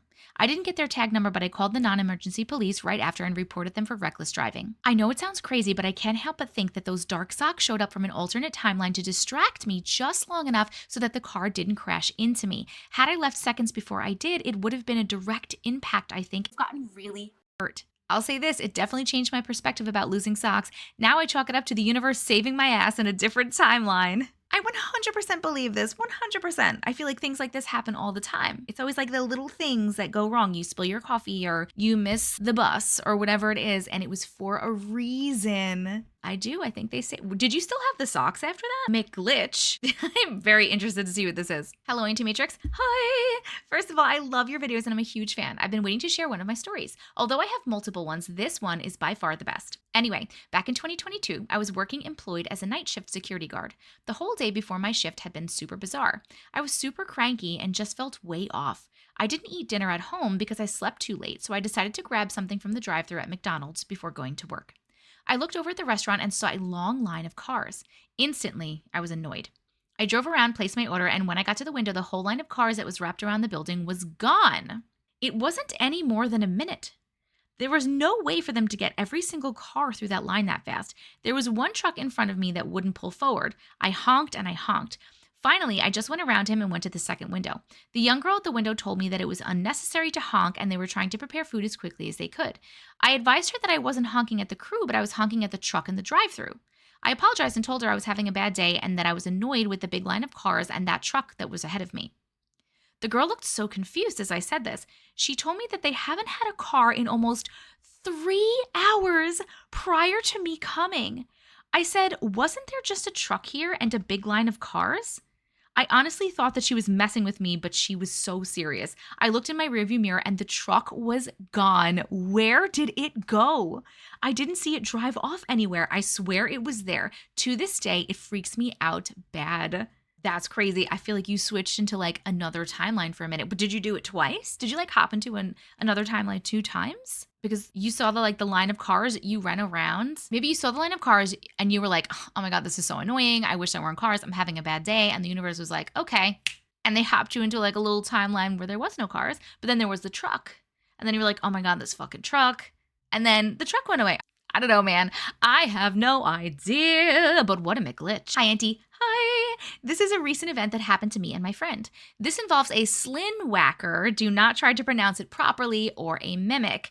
I'm not 100% sure if it is an SW, but from everything else that I have researched, it seems the most likely candidate. And through this research and trying to find people with similar encounters, I found your channel. I, 23, and my friend Jay, 24, live in the same apartment complex. We often drink together and just mess around. Our apartment complex is directly next to a heavily wooded area. Jay has 2 dogs and we often need to take them out to use the restroom. About 2 weeks ago, we had been drinking and her dogs needed takeout. We decided while outside, it sounded like the dogs needed to go eat takeout food. That was confusing. They needed to go out, okay. We decided while outside that we should go on a small walk in the woods.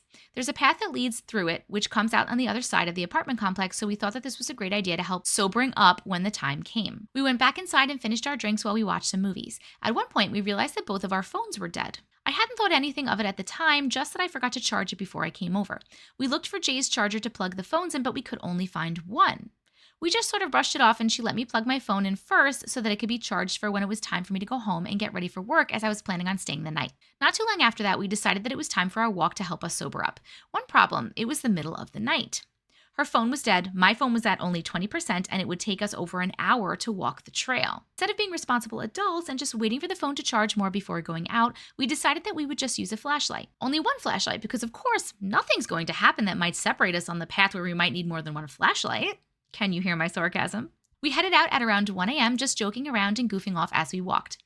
Around a half an hour in, Jay saw what she thought was another path that veered off to the left, farther away from the apartments. She got excited and started heading towards it, but I grabbed her arm. Something didn't feel right. I had never seen this path before, and I walk it all the time in the morning to help me get myself ready for the day on the weekends.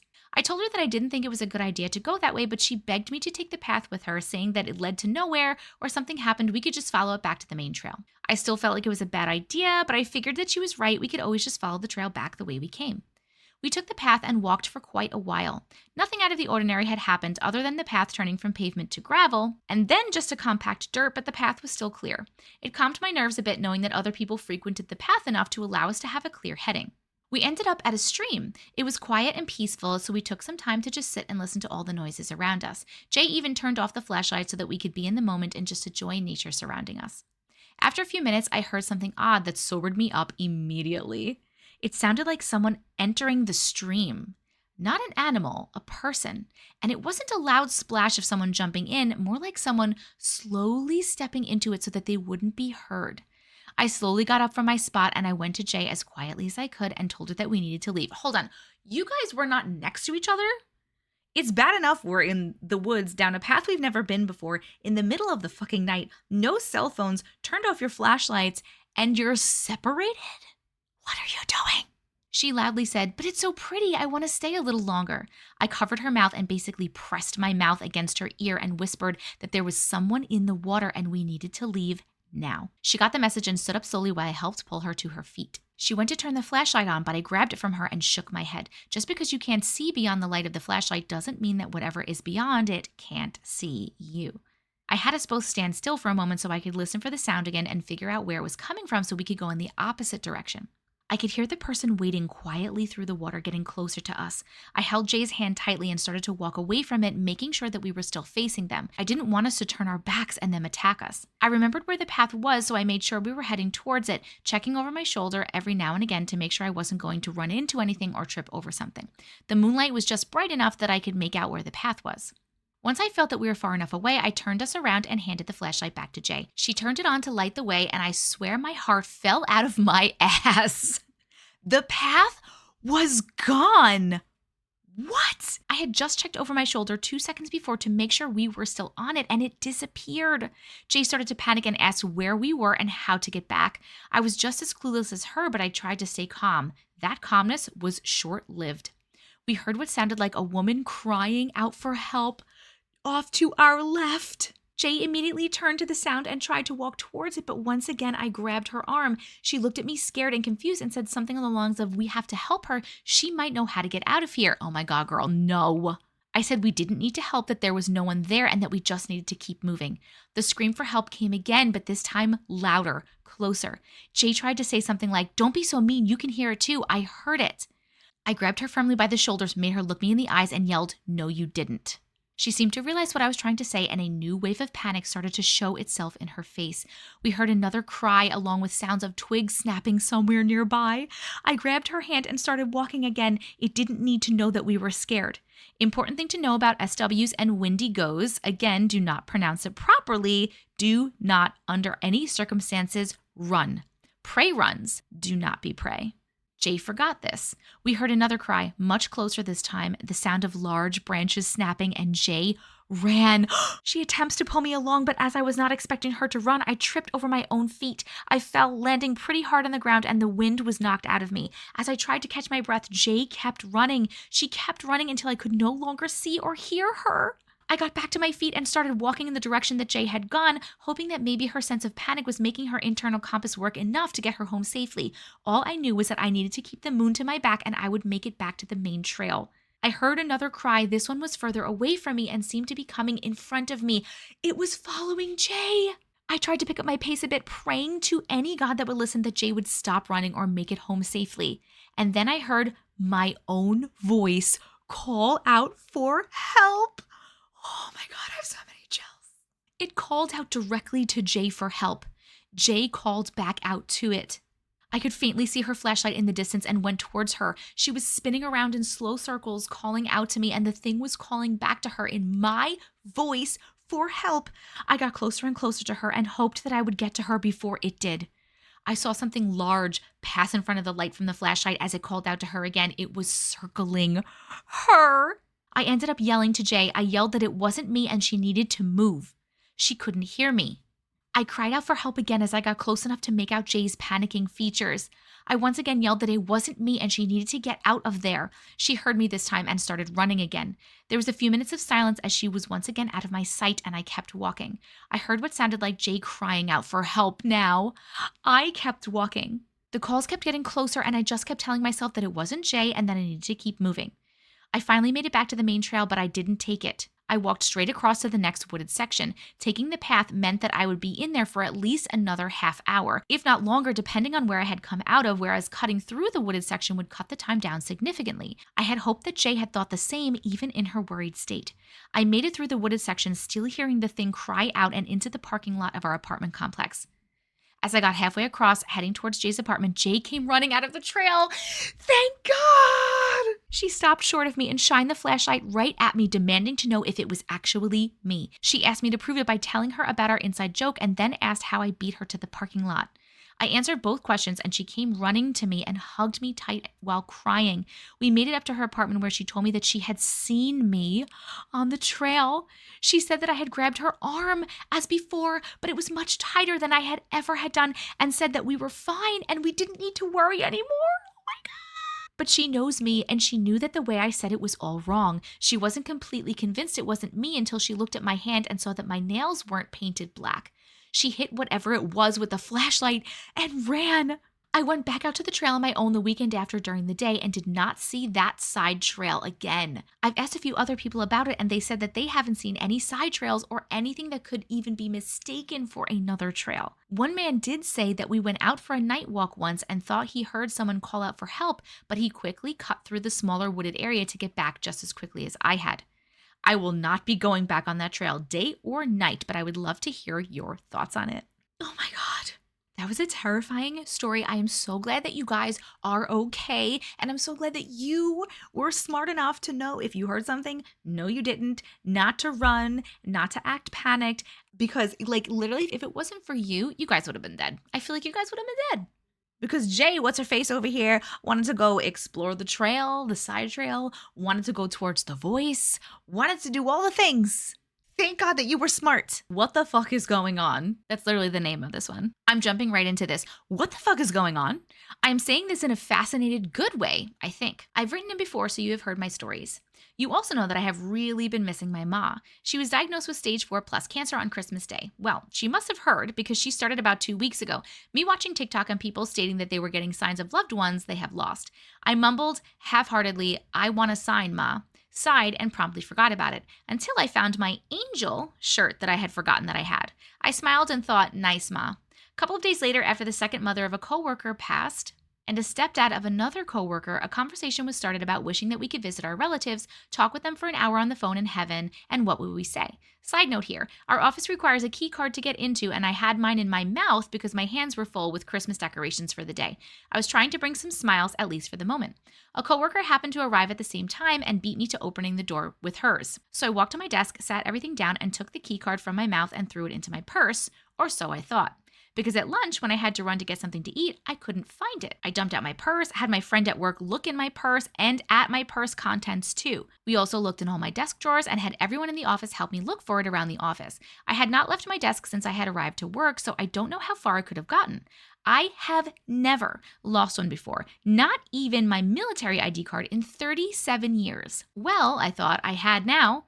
It just wasn't found. And I was issued a new one. This one had an orange mark on the back with the promise that if it was found, I would turn it in. Anyway, we went back to talking about our family members, about how some had seen them after they passed, some had been given signs, and one coworker's grandkid talked to her papa that she never met.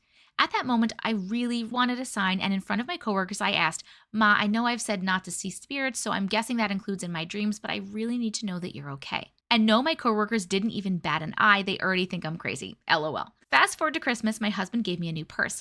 I transferred everything from my old one into my new one, but unfortunately still no key card. Christmas night, I was pulling things out to wear to work and halfway organizing my earrings. I had a pile of solo earrings where the mate had been lost. The one in particular I picked up, my husband had bought me that necklace to match. I had not seen the mate to the earring in about 6 years.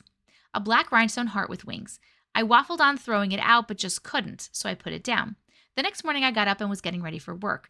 On my stand, surrounded by a bunch of mismatched earrings, were both black rhinestone earrings together. I picked them up and walked to my husband almost in tears. He looked at me and said, "Oh, hey, where did you find that?" I looked at him stunned. "I thought you found it." Needless to say, neither of us did, and we don't know where it came from. Half dazed, I drove to work, parked, and was walking up to my office. I reached into my new purse and pulled out my key card, only it had no orange mark on the back. No way. I stopped, put my hand back in my purse, and pulled out a second key card. This one had the orange mark on the back. Yep, I had both cards, the original and the reissued one. There was no way. That was a new purse. Where did it come from? Okay, I'm a believer. Got it, Ma. You are okay. The angel shirt, Ma's an angel. The rhinestone heart earring, well, it matches the tattoo that I have that represents my mom. And the key card, she got into heaven and she watches me. That's my plan. Here is a picture of her tattoo, and here are the earrings. Oh, I love stories where loved ones give us signs or visit us. I'm so happy that your ma came through for you. Thank you so much for sharing. Flesh pedestrian. For this story, I must tell you that I live in Appalachia. I live in a heavily wooded area, but there are many trees around. My boyfriend and I decided to go to the lake to spend some time alone together and watch a movie in his car since it was cold outside. We had our fun and it was dark by the time we were on our way out of the lake. The drive to the lake is wooded, but there are many houses around. My boyfriend was driving and I had my hand on his thigh. I was looking out the windshield, as was he, and we just drove along. The sudden cars that would pop out would kill my astigmatism. Since there are many deer in the area, basically no matter where you are, I was helping watch for them. So on our way back, my boyfriend brought up seeing weird creatures, aka flesh pedestrians. We were talking about how he sees this one deer in his way home from work in the same spot. I remember he brought up to me how to tell if something is wrong with it. Usually, it's just one thing that is off that sends you spiraling into thinking, wow, something is wrong with that deer. We both went quiet, and I remember calling out to deer on my side of the road, the right side. My boyfriend slows the car as the deer passes across the road. The deer watched us the whole time and continued watching us once it got to the other side. There was a strange feeling in my gut. I remember my boyfriend tensed up and he said, "Did you notice anything wrong with that deer?" I looked over to him and then looked back to the windshield. "Yes," I replied. I opened my mouth to speak about it, but he quickly shushed me. "Don't talk about it. Don't look back. We will talk about it when we get to McDonald's." McDonald's was back in civilization with lights and cars and people. We pulled into McDonald's and I had to run to the bathroom. I ran in and my boyfriend stayed out, so I got our food and brought it back to the car. When I got back, my boyfriend told me that he saw something wrong with the head and the eyes. I saw something wrong with the neck. We both easily stopped talking about it. I remember he dropped me off and I began walking to my house. From the driveway, I have to walk through the yard to a gate, cross the short side of the yard, get to my porch, and get inside. I ran inside. Ran, I tell you. I didn't look back to my boyfriend's car because it felt like someone or something was watching me. I didn't go back outside that night. This is an interesting one because you don't normally hear people talking about the fact that some of these things look like different animals, like the deer head. I'm pretty sure that the deer is more related to a Wendigo, but I'm not sure. But I wish you would have went into more detail about what was wrong. What exactly was wrong with it? What looked weird? I'm very interested. I still don't understand what I saw 10 years later. Hi, D-Matrix. Hi! I'm not even really sure how to tell this story, but here goes.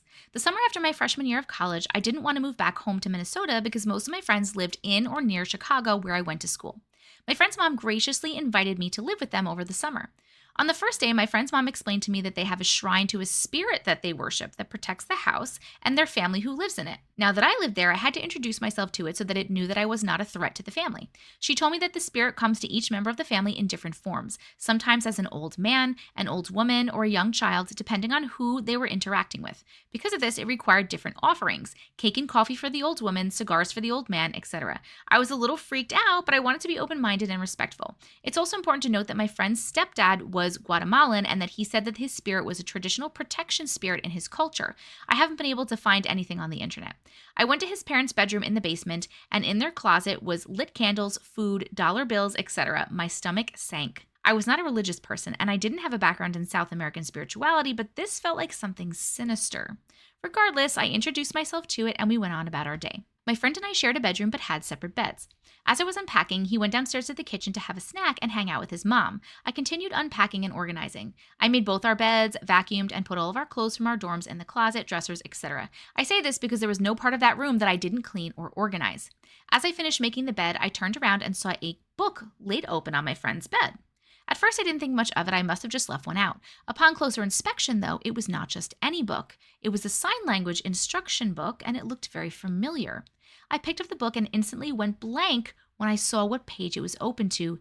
Cake and coffee. Stop. I flipped to the front and it had my sister's name written in the front. It was her textbook from years ago in school. How the hell did it get here from my mom's house? I definitely didn't take it with me. I dropped the book on the bed and screamed. My friend and his mom ran up the stairs and into our room asking what happened. I showed them the book and started crying. Neither of them said anything. I instantly thought that this was a mean prank, but they both were nowhere near our bedroom as I heard them talking in the kitchen downstairs, and the three of us were the only ones in the house at the time. My friend started crying too, scared about what he was seeing. I kept insisting that this was a prank that they had played, but they were very serious when telling me that they don't joke about this spirit. His mom was calmer, telling me, "It's okay, it's asking you for an offering, they're just trying to make contact." I was petrified. She insisted we make coffee and cut a piece of cake, and we offered it to the shrine in their bedroom. From that point on, I told it out loud when I was alone one day that I respect it and the family protects it, but I don't want to hear from them again. I didn't for the rest of the summer. Fast forward about 6 years, I had moved back to Minneapolis and was getting my hair done on a random summer day. I was chatting with my stylist and she was talking about how she was a medium and a ghost seeker as her side gig. I was super curious and she had some pretty incredible stories. I then brought up my experience and her face went a bit funny. She asked me to explain to her one more time about what I had to do, and she stopped doing my hair and just looked at me and said, "Honey, I think their family was worshiping a demon." What? Once again, my stomach sank. I told her I always felt like something was off, and she agreed that that was not a light spirit. I told her about how my friend and his other friend would discuss their protective spirits and all the things that they do to intruders, meaning unkind people or just people the spirits didn't like. She explained to me, a spirit novice, that good spirits are not as violent as these spirits had been towards outsiders, and that it may still be following me to this day. I didn't want a relationship with this being. She then told me to close my eyes and picture a stop sign circling around my whole body, and this would signal a lack of willingness to interact with spirit. She said it doesn't always work with dark ones, but it was worth a shot. I have not had an experience since and still close my eyes and picture that sign periodically. It's been 10 years since living there, and I still can't explain what happened. Was I imagining it? But then I remember the rest of the day, and it was very real. The rest of the summer, I was scared to interact with it and remember feeling on edge in that house, especially if I was alone. Love you and your videos. Oh my God, that is I have never heard that before. I have never heard of there's a spirit that we worship, it protects the house. I understand, like I've heard of, asking for protection and things like that, but I've never heard of we have a spirit in this house that protects us and our family, and you need to give it offerings at the altar so it doesn't harm you. That's kind of scary. Do you guys think it was a demon? Do you think they were worshiping a demon? Hello, Jessica. Hi.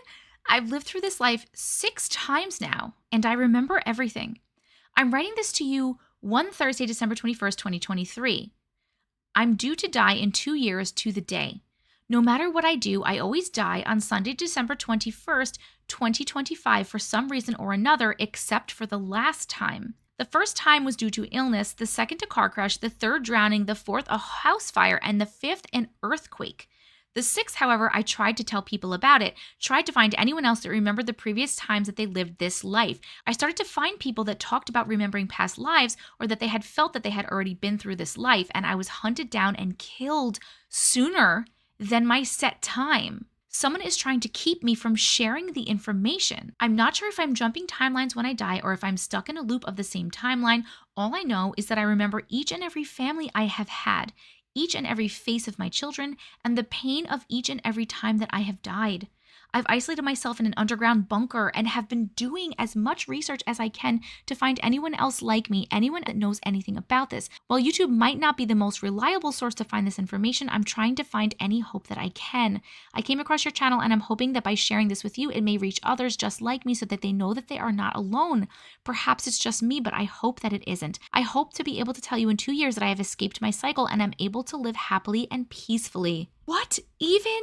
What? Okay, we've heard the stories about people who remember their past lives. We've heard the stories about people who are literally living multiple lives at the same time, like one in their dream life, like they go to sleep and they're living a completely different life. We've heard about people who have went into dreams and they're stuck there and this is the other life and they can't get back, or vice versa. I have not heard of someone who remembers this life over and over and over again. So since you said that you can remember each and every family that you've had and the face of your children and that you've died different ways, I'm going to say that it's not the same exact life, right? Because if there are different people in your life, it's not the same exact life you've just lived before. But you say that you always die on Sunday, December 21st, 2025.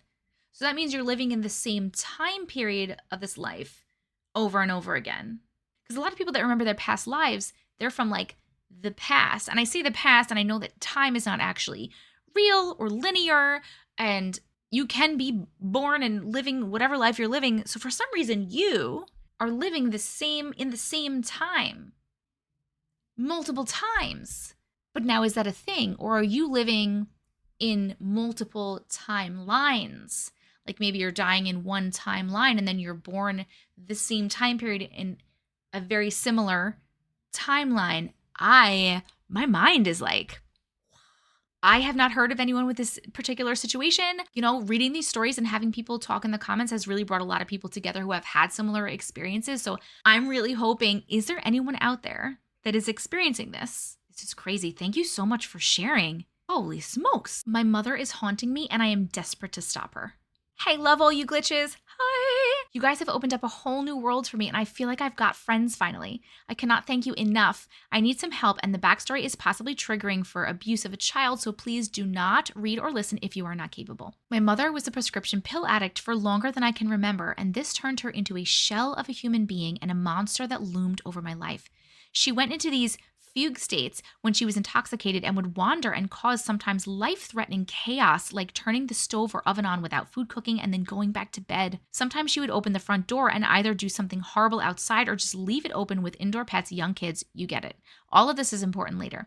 She was abusive in every way you can think of, including Munchausen's by proxy. She would use her 5 kids to get more medicine in probably more ways than you want to know about. Sending you so much love. After 24 years of this, I'll fast forward to when I cut her off because she punched my husband after accusing me of stealing her pills, and crazy story short, my parents were both arrested and I had a fractured skull and amnesia of that night. I still only know what I've been told and by the scars on my body. Oh my God. On Memorial Day in 2021, it was 2020 in my original timeline, by the way. In your original timeline, she literally just laid down right behind my brother while he was playing video games and just died. What? My brother is forever traumatized by knowing she was right behind him and then even tried to revive her once he realized this was really it. My dad refused an autopsy, but we all know what killed her. I was the only one who took charge and put together a service. Barely anyone even showed up to her funeral, and the speech I was forced to write was all lies, but whatever. Cut to my dad and brother moved out of that house a few months later and left a disgusting mess that my sister would have to pay for. Think rotten food and brown mystery goo meets hoarder's level of filth. My sister and her husband hired my husband and I to clean the place because they'd moved to Cali already, and it took me 2 entire days of nonstop going ham on this place. I did so well they got their full deposit back, but that's just me tooting my own horn and irrelevant. While cleaning, the air was so heavy and the aura inside the home was dark gray and a lavender purple, which didn't sit well on my chest, and my forehead was buzzing, but my husband and I fairly quietly just worked side by side these 2 days. Finally, as we were packing up to be finished, my husband looks at me and said, "Don't think I'm crazy. I don't think she knows she's dead," and walked outside. Then it clicked. Those fugue states she would go into, she was in a place between life and death all those times during her life. How would she know that this is different? I looked into the living room as I left and I said, "Mother, you are dead. You finally killed yourself and you need to go."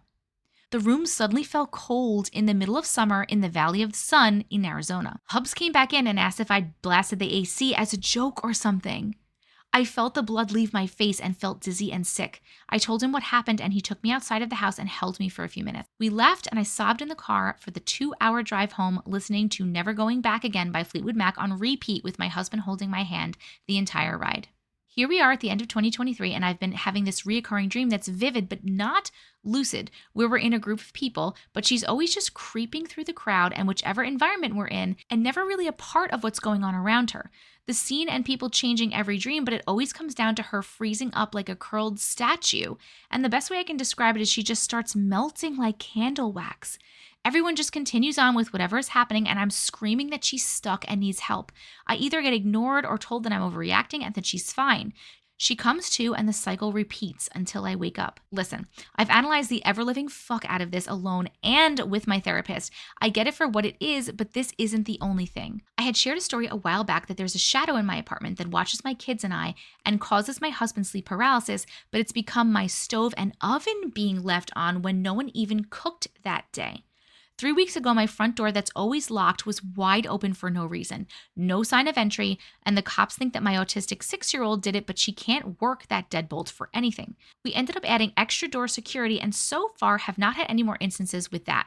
Random things being thrown in a way that terrifies my inner child because that's how my mother would behave in a fit of rage before she'd hurt me. And the one time I've seen the thing, it moved like how she does in my dream, and I felt the same freezing, panic, and nausea that I do in the dream. I want to get a reading from a medium or something, but I've been hurt so much in my life that I don't know where to start except to maybe come to you guys and see if you know what I can do. Is this her or something else? I cleanse and use my crystals, bells, and herbs, but this won't go away. I'm so sorry this was so long and not a heck of a lot of paranormal. I really feel like this is my mother, though, and I need you guys to understand why I need her to go away so desperately. I love you, Auntie, and all of you beautiful weirdos who have become so dear to me. We love you too.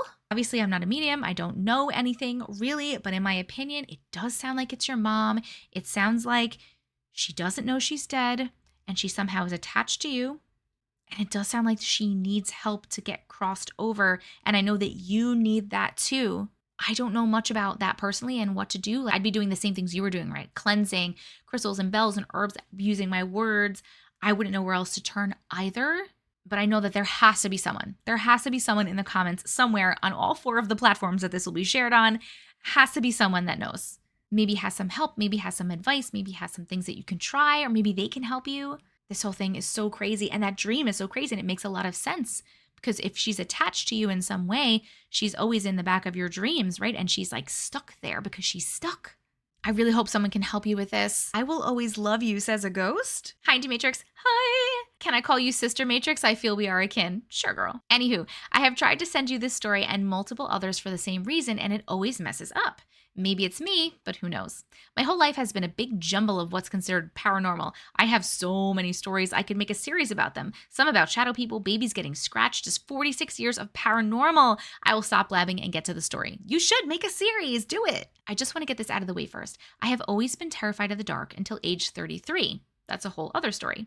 This incident took place many years ago when I only had one child at the time and was with my ex. We lived above an auto detailing shop. The building was old and made out of brick.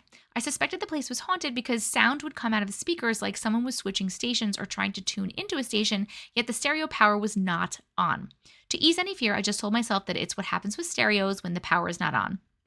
Needless to say that it's never happened before any other home or since I moved out of that place. So there was one night when my ex was out and about and I was home alone with our daughter. I would always keep the light above the stove on because I was terrified of the dark.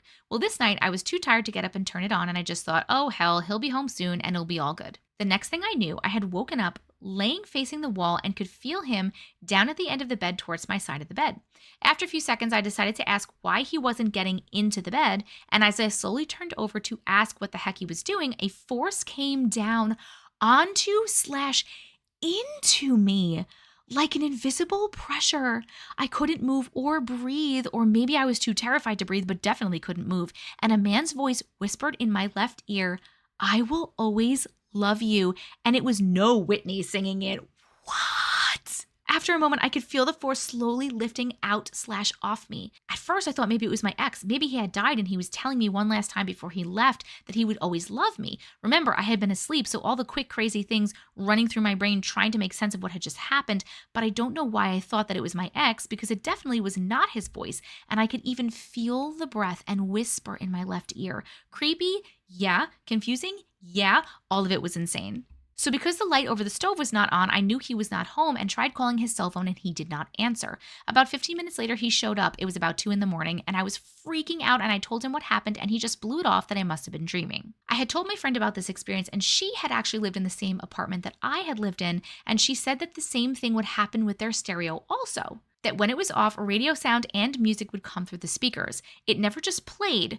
Would sound like someone was trying to tune into Tokyo or something. I didn't even tell her about my experience with the stereo yet. Oh my God, you weren't? Just the whisper. So who, what, why, what the fuck? I have no answers to my questions. My mom believes it was my dad who had died 3 months before I was born, but I don't know. I have always had dreams my whole life of someone I love deeply and loves me back walking away, and I am devastated. I am so heartbroken and devastated when I wake up. So who? I would really like to know if I have some long-lost twin flame that thought it would be hilarious to let me know I was loved in the middle of the night. Maybe if there are any psychics out there, tap into this and help a woman out. That's it for today. I will be sending more. Like I said, it has been a lifelong experience. I once saw a gigantic blue round orb fly over my house. Tell me about the orb! Until the next one, love you all, and Auntie especially. I love you too. Oh my God, that's so crazy. Oh my God, that's so creepy to have someone whisper in your ear in the middle of the night in the dark where you could like feel the breath. Nope, nope, nope, nope, nope. No, thank you. I have no idea. I have no idea who it was. You keep having dreams about someone that you love deeply and they love you back, but they walk away. But who is that person? Have you ever seen their face in the dreams? There's definitely a spirit in that house. You weren't the only person to experience the radio thing. I don't know, man. UFO experience. Hi, Auntie May. Hi. When I was about 12 years old, my uncle bought some land outside of our then little town in Oregon. He and my aunt built a beautiful home on the edge of a cliff with a river below in the high desert of Central Oregon. They also built a barn and a corral and bought horses. My mom and my younger sister and I frequently visited as we enjoyed riding the horses and hanging out with the family. We'd go out on a weekend day and leave in the evening. We have many fond memories of being there. One day, my mom and I were leaving the ranch just before dusk. The sun was about 10 minutes from setting. The dirt road out of this land was winding and long through many, many juniper trees. We were in my mom's little white Datsun truck. The make of the truck tells you how long ago this was, the late 1970s. As you come out of the juniper trees, there is still about a mile of dirt road to a paved road that leads to a highway that takes you into town. As we drove out of the juniper trees, we could see that the sun was about to set and it was still pretty light out. From where we were, you could see all the way to the Cascade Mountain Range and the skies were clear. All of a sudden, right in front of us in the sky, not directly over the truck, was a huge UFO about the size of a football field. What? That's like Independence Day huge. It did not zoom in from anywhere, it just appeared. It was a dark, matte metal gray. It was round and stationary, about 20 to 30 yards in the sky in front of us. We could only see the underside. It wasn't smooth. It had all kinds of things on the underside, like how the spaceship from Star Wars looks. Star Wars had not come out yet, so at the time we had no point of reference for how it looked. I flung myself on the floorboard in front of me and yelled at my mom to look at the time and to drive faster. I have no idea why I told her to look at the time. I was going to ask. That's interesting. We were both scared to death. Our family has never really paid attention to or discussed anything UFO related, but we knew what UFOs were, and this was a UFO, and it was scary. Probably because it was so close and so unknown to us. And so huge, man. And so huge. My mom kept driving faster and faster on the dirt road. Somehow we thought getting off the dirt road into the paved road would help. As we drove, it stayed right with us, hovering just above and in front of our truck. I stayed on the floorboard.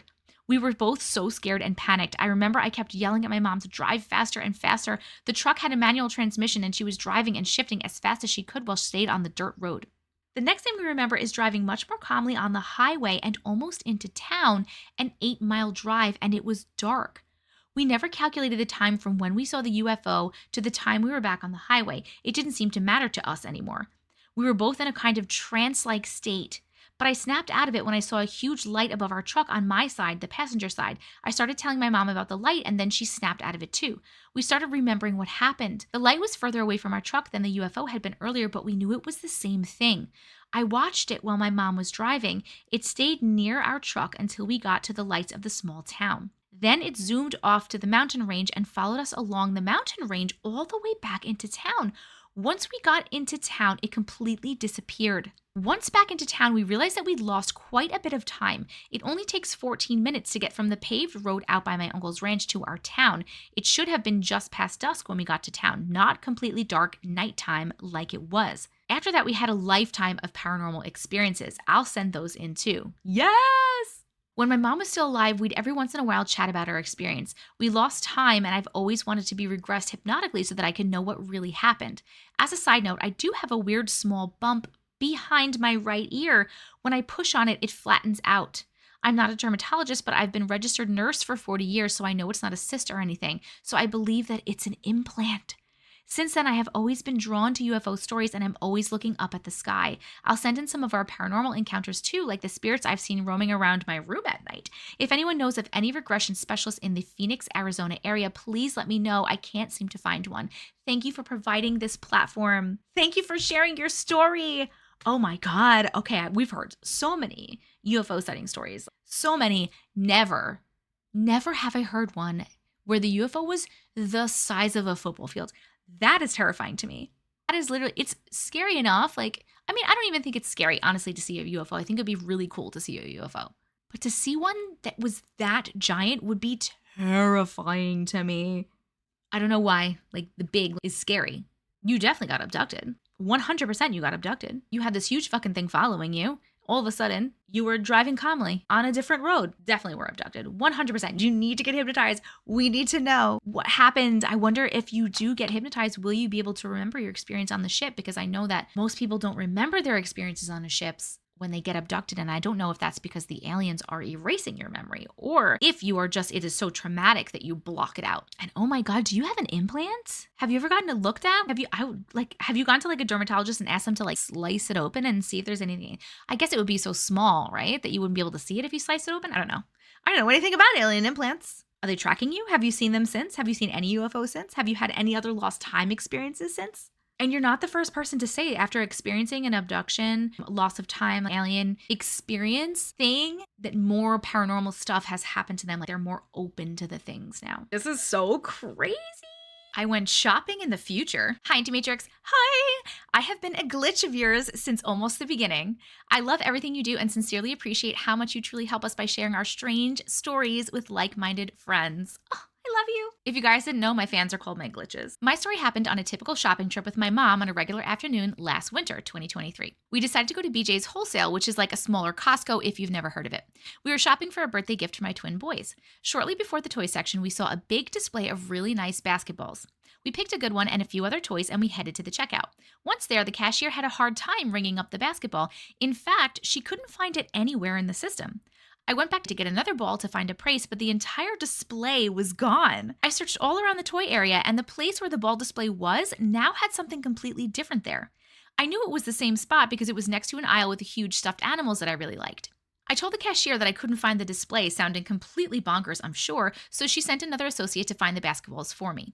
The other associate returned shortly after, looking bewildered, said that she couldn't find it either. The two women looked at us and asked if $20 sounded good, and we agreed. Thinking that was super weird, we shrugged it off and went along with our day. Fast forward 2 weeks, and my kids are driving me crazy fighting over that damn basketball. Why didn't I buy 2 basketballs?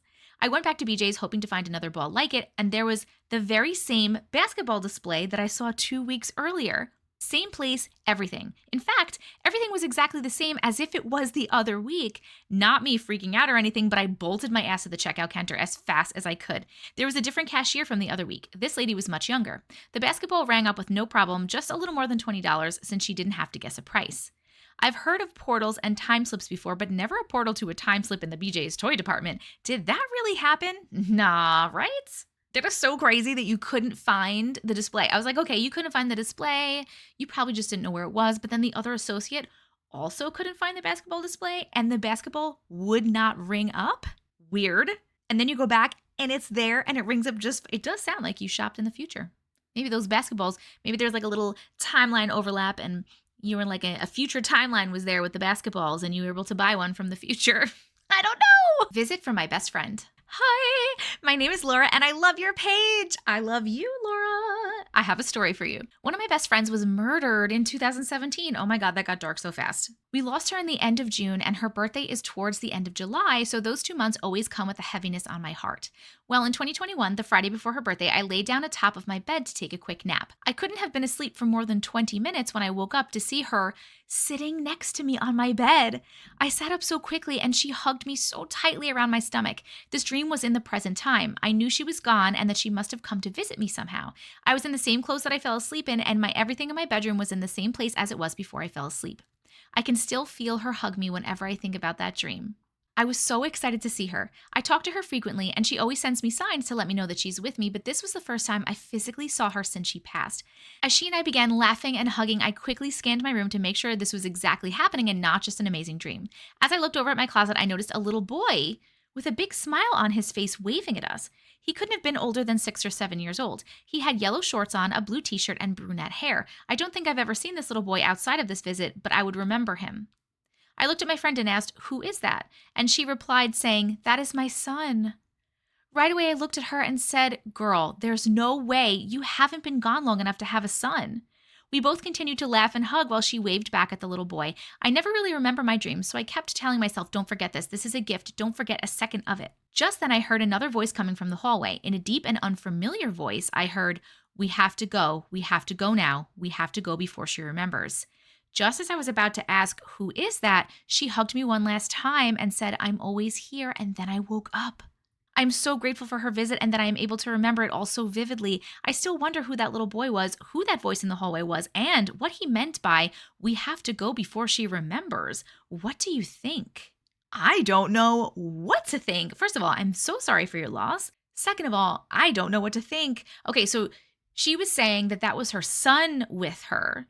Maybe that was her son in spirit who would have been her son in real life if her life had not been taken.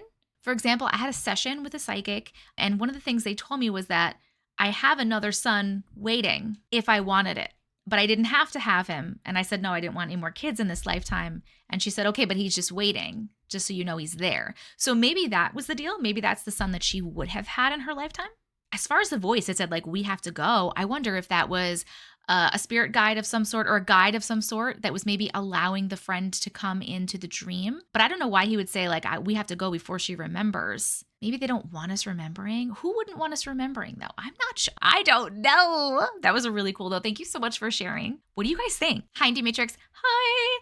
Love watching your videos and figured I'd finally share mine with you. This story may be a little long. We love the long ones. This experience happened to me when I was about 12 to 13 years old in 2008, back in the reservation I grew up on.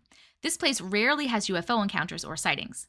During one night, I was sitting on the couch watching TV with my younger siblings while my mom was out on the back deck having a cigarette. She then suddenly opens the door and calls all of the siblings outside to look at what she's seeing and to come quick.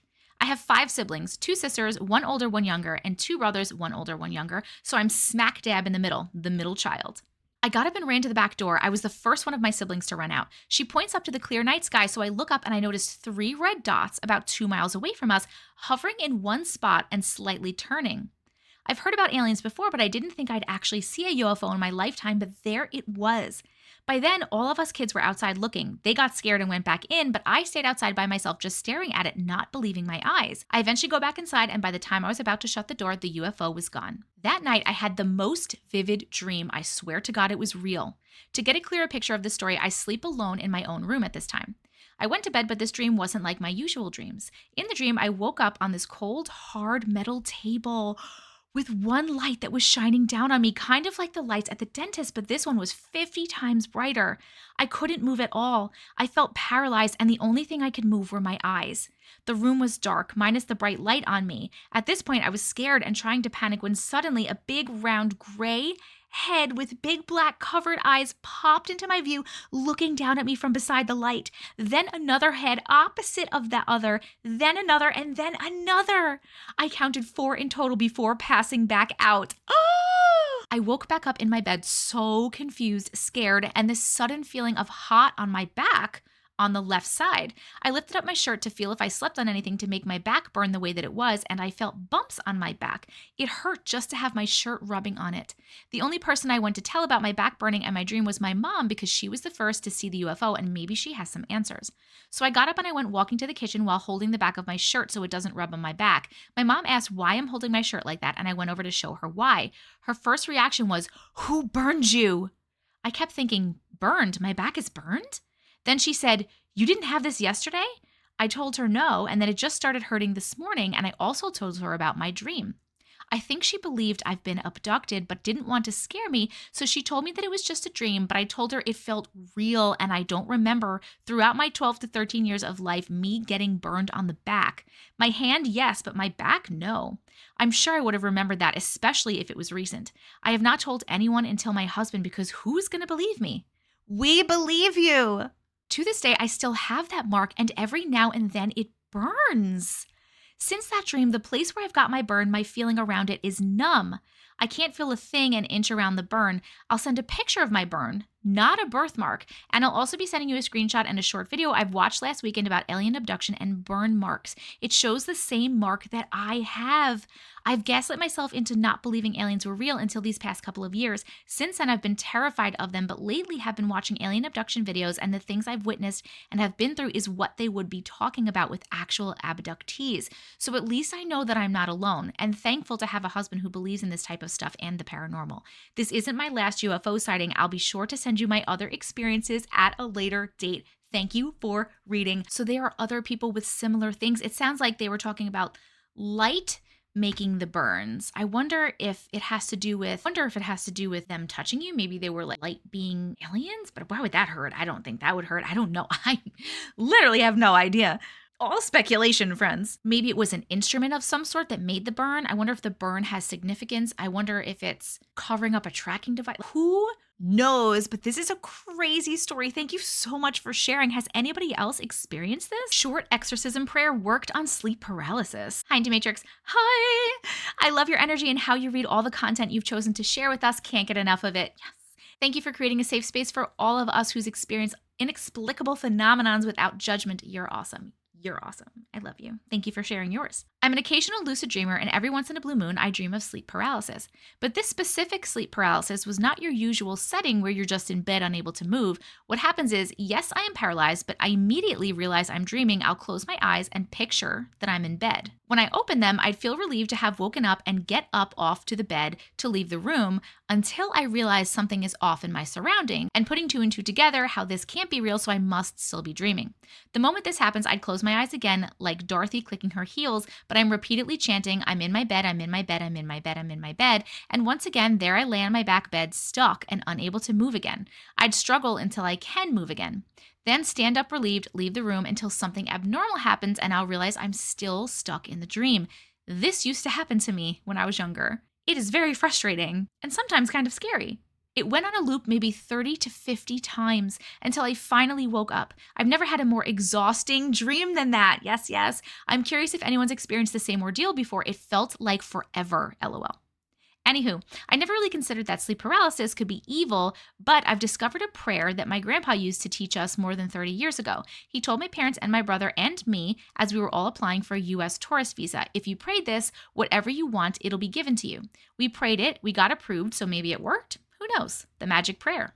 20 years fast forward, I start reading into exorcisms and actually got curious. Wait, that was the prayer that he taught us when I was only 5 years old? Because it was in Latin and we never understood what we were saying, LOL. It turned out it wasn't a prayer to get what you want. It was a short exorcism prayer. Now, I can't read Latin, so I don't know what this says. Vade retro satana, maybe? Step back, Satan. It dawned on me while I had sleep paralysis one night that what if this is evil? I could do an experiment to see if saying the prayer works, so I tried to speak it. However, I couldn't move my mouth. No consonant could be audibly pronounced. My lips barely moved, and desperate as I was, incredibly frustrated, I decided to just utter the vowel syllable by syllable. If you heard me, you wouldn't be able to comprehend a word I'd spoken, but I mustered on. P.S. I wouldn't read this without learning how to pronounce it right first, but this is the prayer and its meaning. I'm not going to attempt to read this in Latin because I don't know how to pronounce it, so I'm just going to read the English part of it. Let the Holy Cross be my light. Let the dragon be my guide. Step away, Satan. Do not tempt me with vain things. What you feed me is evil. You drink the poison yourself. I wonder if this is what Sam and Dean say. It's basically resisting evil, kicking it out, and actually ordering the evil spirit to go drink the poison yourself because I'm not taking that. The precise moment I spoke the last syllable of the prayer, as frustratingly bound and immovable as I was, suddenly I was free. I was already awake before saying the prayer, but I just couldn't move. After finishing it, I immediately stood up, completely shaken but relieved. I have no idea if the prayer worked or if this was all in my head where I subconsciously believed it would stop the paralysis and it was all psychosomatic, so of course I'd be free the moment I finished the prayer. That's a very real possibility, except I was skeptical starting it. It was an experiment. I didn't know if it was evil, but somehow this random thought crossed my mind that what if it is evil? And if it is, then it'll be susceptible to the prayer. Otherwise, it shouldn't be affected by it at all. I've also tried to say this prayer when dogs are howling in our neighborhood. It usually goes on for a couple of minutes when our street will have dogs howling in groups, gradually moving from the far left to the right, but it goes completely silent after I say the prayer. I did that only once though, and it was around 3 a.m. I was just curious if people could try to say it themselves, the ones who go through sleep paralysis and become aware that it's a dream, if they can say the prayer as an experiment to see if it works. I'm scatterbrained, so apologies for my messy email, but thank you for reading this. Thank you for sharing. That is really cool. So I don't know if sleep paralysis itself is evil, but I know that in a lot of cases, when people are experiencing sleep paralysis, they are also experiencing sleep paralysis demons or entities, either seeing them in the room, seeing them move around, or physically feeling them on top of them, holding them down, pressure on their chest. So I'm not sure if sleep paralysis, if that's always the case, and maybe you just aren't aware of the actual demon or entity or being that is doing it to you. Because you didn't describe feeling like anyone was holding you down, and you didn't describe seeing anything or experiencing anything like that, but yet the prayer still worked for you. And you're right, yes, it could have been in your head and it could have been like a placebo effect, but maybe it wasn't. And I think that's a great experiment. So guys, here it is right here. Take a screenshot of this, learn how to say it if you have sleep paralysis issues, and try it. Let us know if it works. 20 years later, I heard the truth. First off, I'm a huge fan. Thank you. I've had a few unexplainable experiences in my life, but this one hits hardest to me. I'm 29 now, but this all started when I was younger. My stepdad decided to join the Army, and we ended up moving to Fort Bragg, North Carolina. We lived in apartments on base, which was a huge life change for me considering I'm from a very small town in the mountains on the Virginia and Kentucky border. This was in 2001 to 2003, and I learned more as we lived there over the span of 3 years. Since I was young, I've always loved horror movies and all things scary, and always been a believer of the supernatural because my aunt and pawpaw always told me about all of their encounters they themselves have experienced. Now, my mom, sister, and dad not so much until we moved there. My dad was first to see it and told my mom, but they never mentioned it to me or my sister. Till the day my mom asked me to run upstairs and grab her pocket. I'm assuming it was our second year there, so 2002, I was 7 or 8. I went up the stairs past my room to end the hall where my sister's room was, and directly to the left was the bathroom, and to the right was my parents' room. As I turned into my parents' room, something caught my attention out of the corner of my eye. I took a step back and I turned to the left to see a little girl with long dark hair sitting on my sister's makeup mirror chair. And as I stood there, the hair on the back of my neck stood up and she turned her head and looked at me. I felt nothing but fear and hightailed it down the stairs, crying and telling my mom what I just saw. She turned and looked at my dad, and his face told me all I needed to know. I knew he knew, and he stood up and took her to the kitchen, and I just stayed with my sister because I was in shock pretty much. After that, I slept with them the rest of the time that we lived there. Now, I can't recall exactly when they told me the stories, but it was obviously after we moved. My dad was home alone one day, and he was in the bath and left the door open. Well, if you remember, the bathroom is directly across from my parents' room, and my sister's room would be directly to the left. He looked up to see the girl come out of his room and go into my sister's room. My sister and mom never saw her, but they did hear someone or something going up and down the stairs while dad was at work and I was in school. My sister was homeschooled. We were not the only ones to see or hear her. I was on the couch asleep, and a neighbor girl that I played with came to get me. But when she got there, my mom informed her that I was asleep, to which she turned her head and said, I was just waving at her from the window just then from guess where? My sister's room.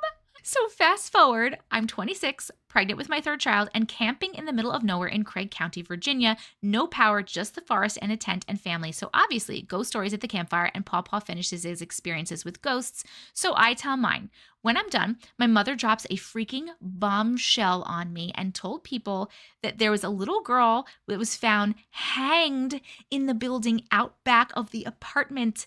I about fainted and told her she never told that to me, to which she argued that she had. So when we get back, and my sister and I visit my mom, and I ask her if mom ever told her that, to which she replies with a completely shocked no.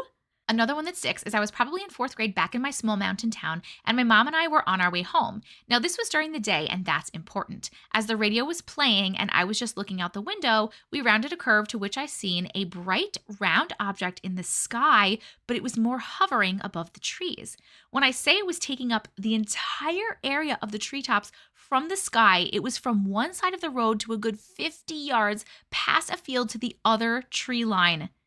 It was like a giant light, no visible openings, windows, or anything, but it was like staring at a light bulb until your eyes cross, and it's almost a bright blur, except I was fully aware that this was real and I was seeing it, and instead of freaking out, I was in complete awe of this thing and didn't acknowledge my mom at all until we got halfway around the curve, and it completely disappeared. So this literally happened so fast that if you weren't looking out the window or driving, you wouldn't have seen it. I slowly leaned back into my seat and waited a second and just looked at my mom and said, "Did you see that?" To which she replied, "Yes." I asked her what it was. She was completely shocked and said, "I really don't know." And that's the only time we talked about it until this year, 2023, when I was telling my nephews, which they thought I was insane until they asked my mom, to which they shut up. Because once again, my mom claims to be a non-believer, and she admitted to seeing and not being able to explain it. Okay, last one. All right, so this is really like 3 stories in one, you lucky ducks. I moved into my husband's grandmother's home when I was pregnant with our second child, and I always felt as though I was being watched, especially while I was in bed. I felt like something from the bathroom was looking at me, or doorway to the living room, but was never scared, just had that feeling, but never mentioned it or asked my husband about the past, especially because he is a true non-believer and believes none of my stories. Anyways, fast forward to October when our second son was still crawling and trying to climb everything at 7 months old. I had a baby pumpkin and he wanted it so bad, played with it for a little bit, but I took it and moved it into the kitchen table, which was across a little barricade I made to keep him in the living room. Very important. I decided it was okay to go to the bathroom, which is literally right behind my kitchen table and across the hall of my 2-year-old, which I can clearly see from the toilet, and let my 7-month-old stay in the living room to play because I just had to pee. Well, I heard a thump and waited for the cry. And not hearing one, I hurried even more and got in there, to which I see my 7-month-old son with the baby pumpkin in his hands in the living room. And the barricade was untouched. So I know for a fact that he didn't get it. And I know my 2-year-old had not left his toys because I watched him the entire time. We were the only people in the home. When my husband got home, I asked him if anyone had actually died in the house, to which he replied, his grandmother, and he asked me why.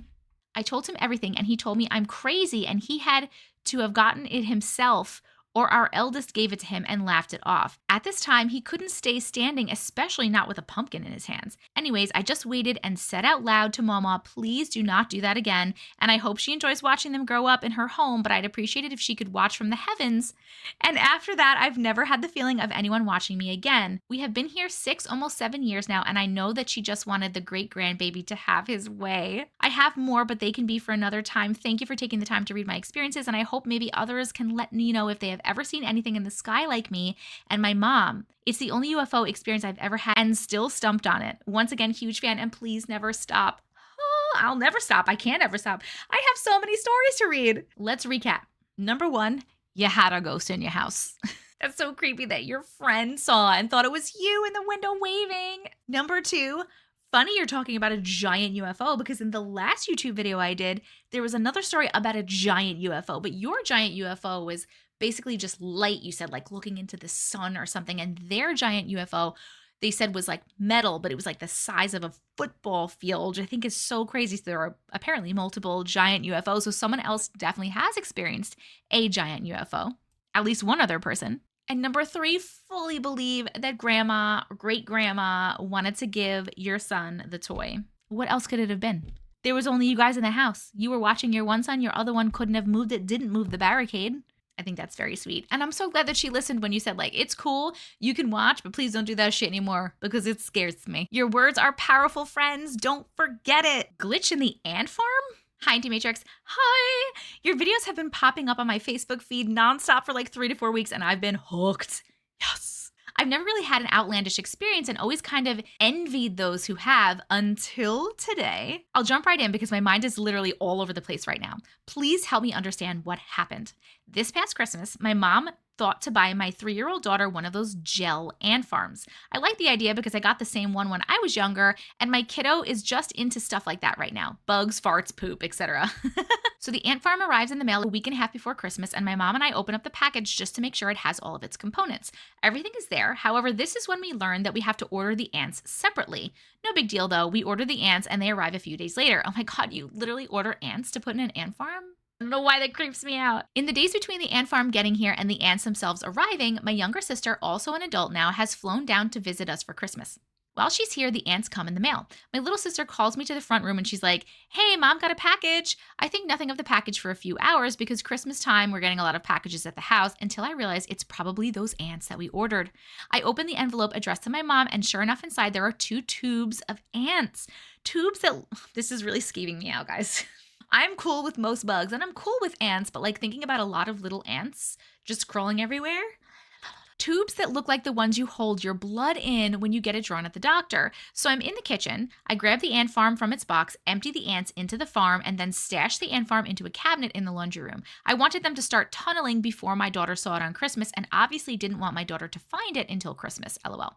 After I did this, my daughter comes out of wherever she was playing with my little sister, and I think to myself, whew, that was a close one. I almost got caught. I take my daughter out to the park and come back home like an hour or so later. When we get home from the park, my little sister approaches me and whispers to me, come look at this.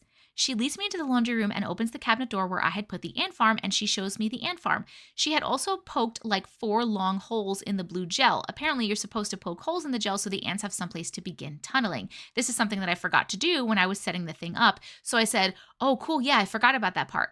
My mom then chimes in and goes, and some of the ants escaped. It almost turned bad. So I laugh, but I think to myself, that makes sense because I put a lot of ants in there, lol. So it's Christmas now, and my daughter sees the ants and is blown away, lol. Overall, she's very happy with her 40 new pet ants. My little sister leaves here the day after Christmas. Fast forward to today, same sister who visited and boyfriend call me on FaceTime and ask to see how much the ants have tunneled.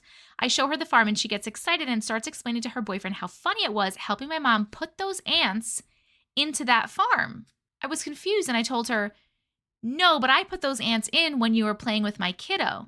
She looks even more confused than me and explained to me that while I was at the park with my daughter, her and my mom had opened up not only the envelope with the ants in it, but also the ant farm itself, put it together, added the ants in, and then took it to the laundry room where they had hid it in the cabinet. Stop. What? Her and I go back and forth for like 20 minutes comparing stories. She says there were no ants in the farm when she and my mom added them, and that the ant farm itself was sitting in the kitchen table in its box. I explained that I had taken it out of its box from the kitchen table, added the ants on the corner of the kitchen counter, and then put it in the laundry room cabinet. We then get my mom on the phone to try to confirm one of the stories. She confirmed that her and my little sister added the ants to the farm.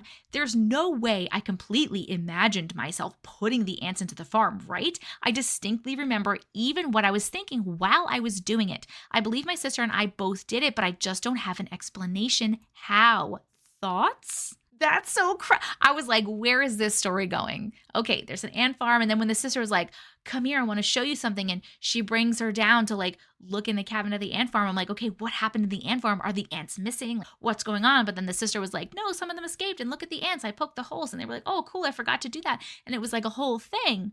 And I'm thinking, okay, what is it going to be? What's going to happen? This is what happened. This is what happened. Well, she did it, but then it was never done. And then the sister and mom did it again. They did it again? That's definitely got to be some weird timeline crossing right there. That's all I got for that. What else would it be?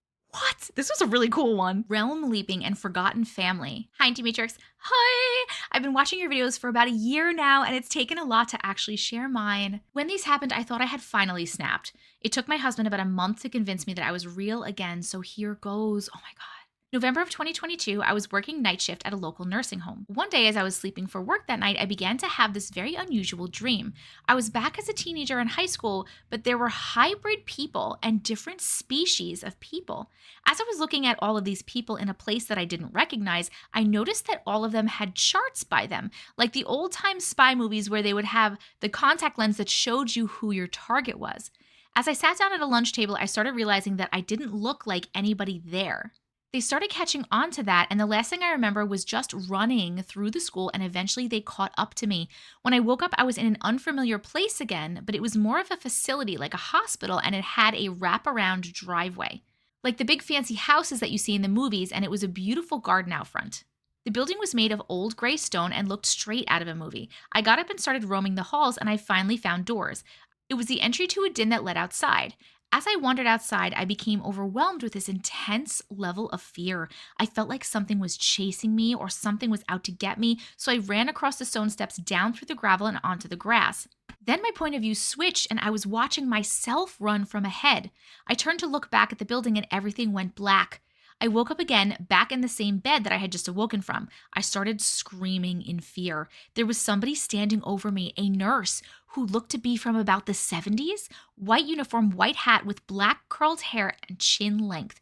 I kept yelling to her, I don't belong here. What am I doing here? They're not from here. I'm not from here. She whispered, shh, to me, then gave me a shot where everything went black again.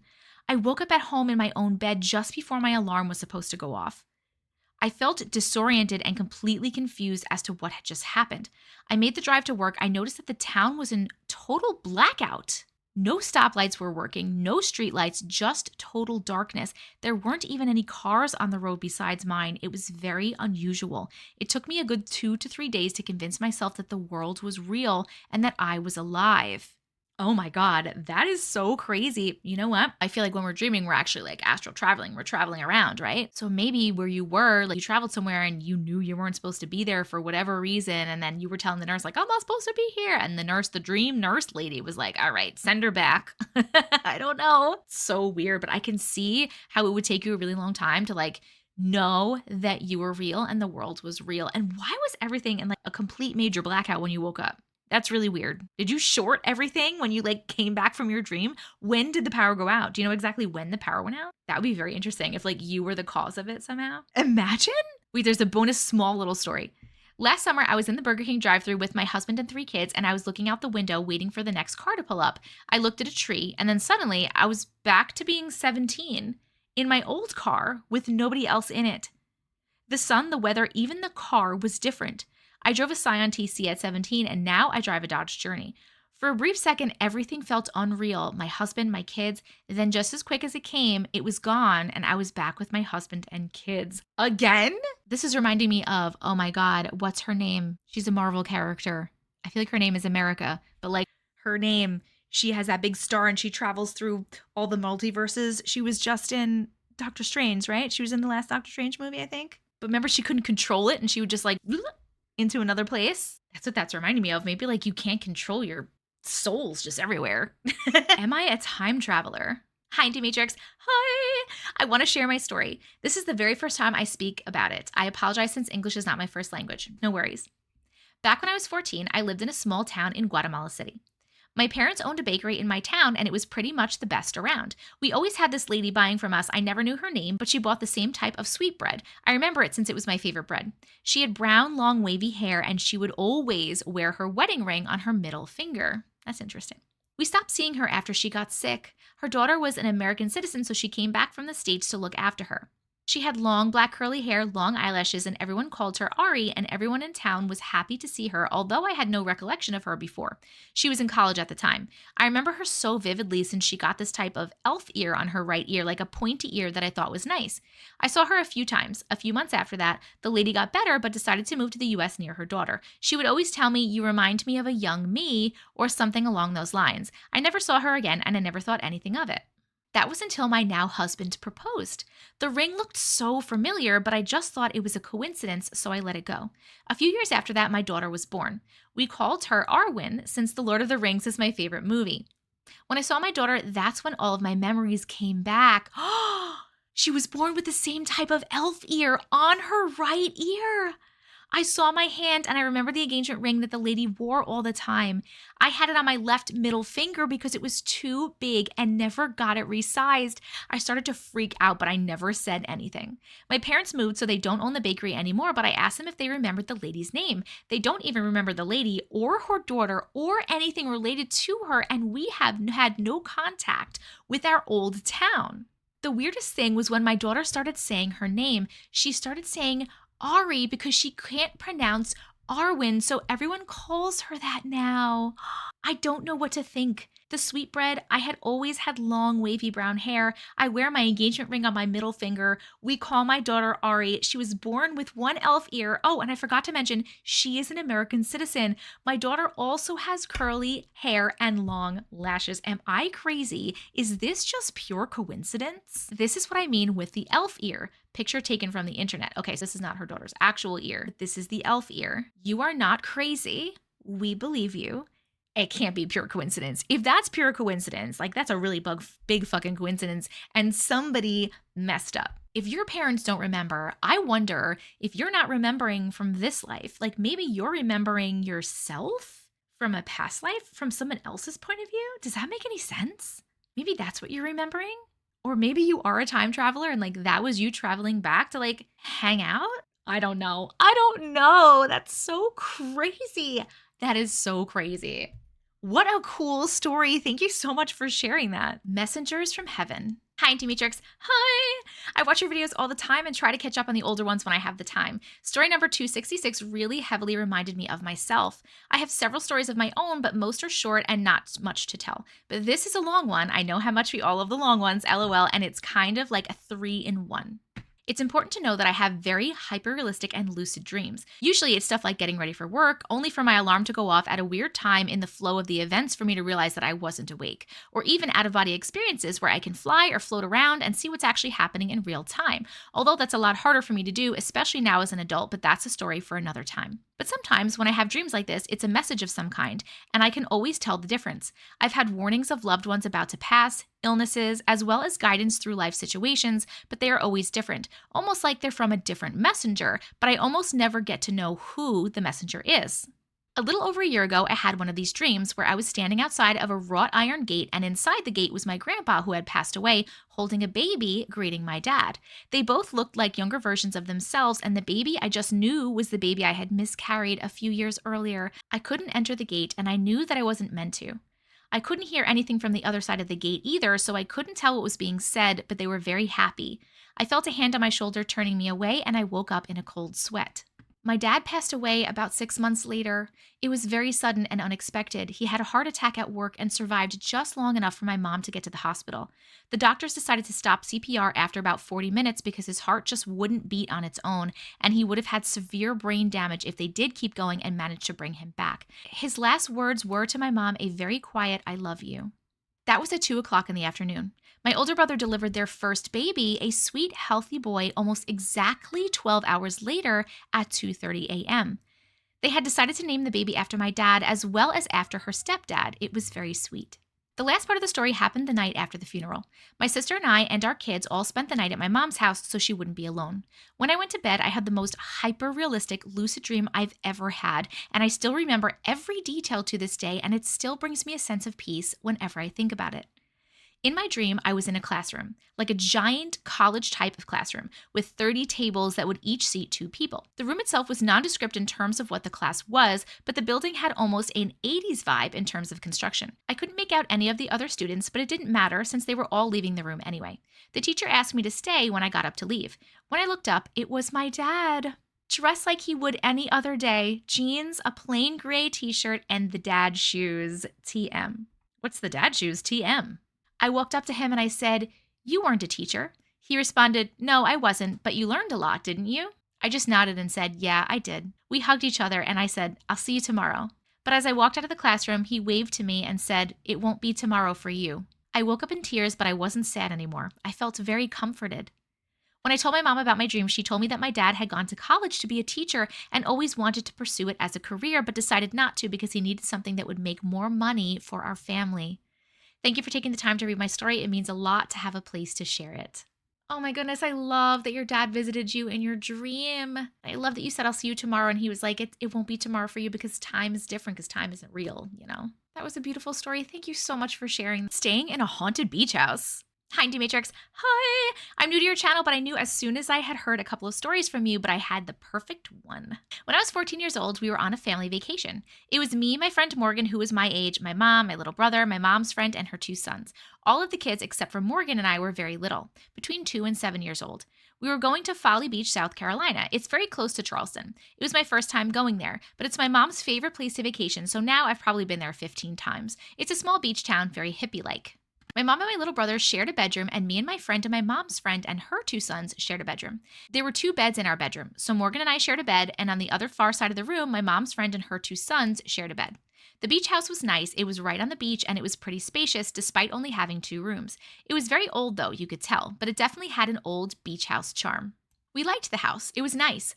On the very first night, Morgan and I stayed up later than everybody else, but we had to turn off the TV and be quiet because we were sharing a room with my mom's friend and her sons. So Morgan and I were scrolling on our phones and whispering, and as soon as we decided to go to bed, things started happening. We heard whistling right beside our heads. It was loud. Whistling? The whistling sounded like what an old sailor would whistle out on a fishing boat, an old sailor's tune.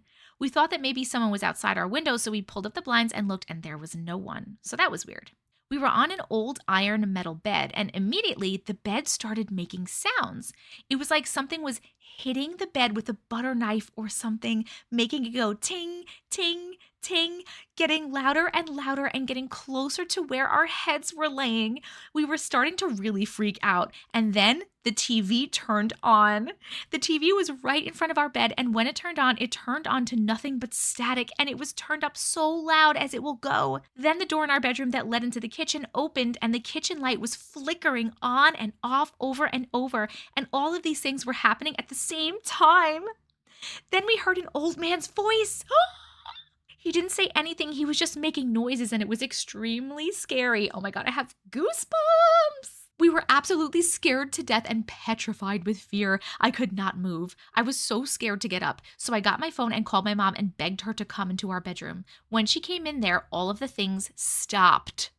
She made it clear that she did not believe me and she said I was trying to ruin the trip. Mind you, I was a teenager and my mom and I did not get along great at the time, so I can't fault her for thinking that. She told us to go to bed and to stop.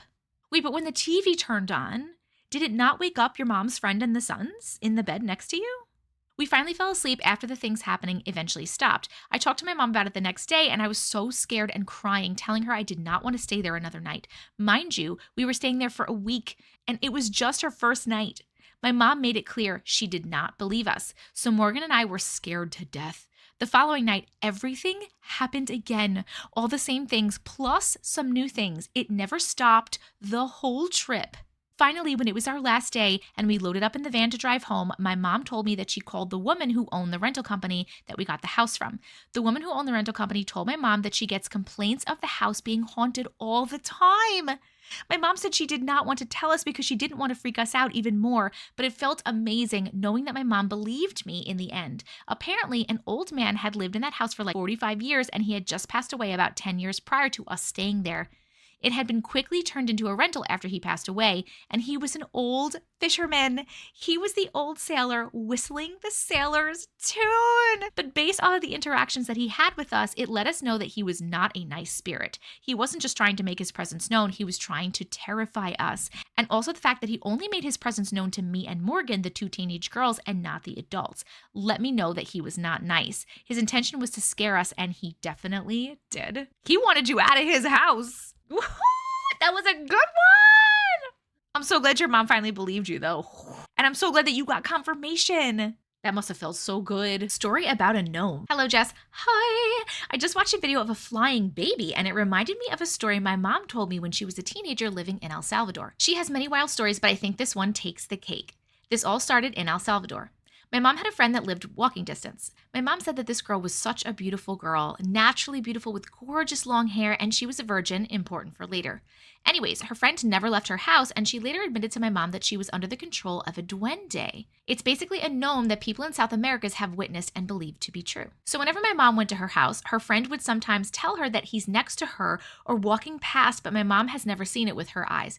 She would tell my mom that the gnome picked her because she was a virgin and loved her long hair. That's really creepy. She would feel him touch her hair, or she would wake up with her hair braided. What? She was so used to it that she wasn't even scared of him. My mom said that one time her friend decided to cut her hair, and the next day she woke up with a red mark on her cheek, never to see him again. Oh, he was mad about that. My mom has had a personal encounter with a duende before. Apparently, they will try to steal newborn babies.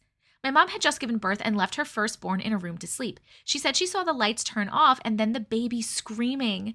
She ran to see the bed shaking, but it immediately stopped when she turned on the lights. After calming him down, she put him down for a nap with the lights on and the door open.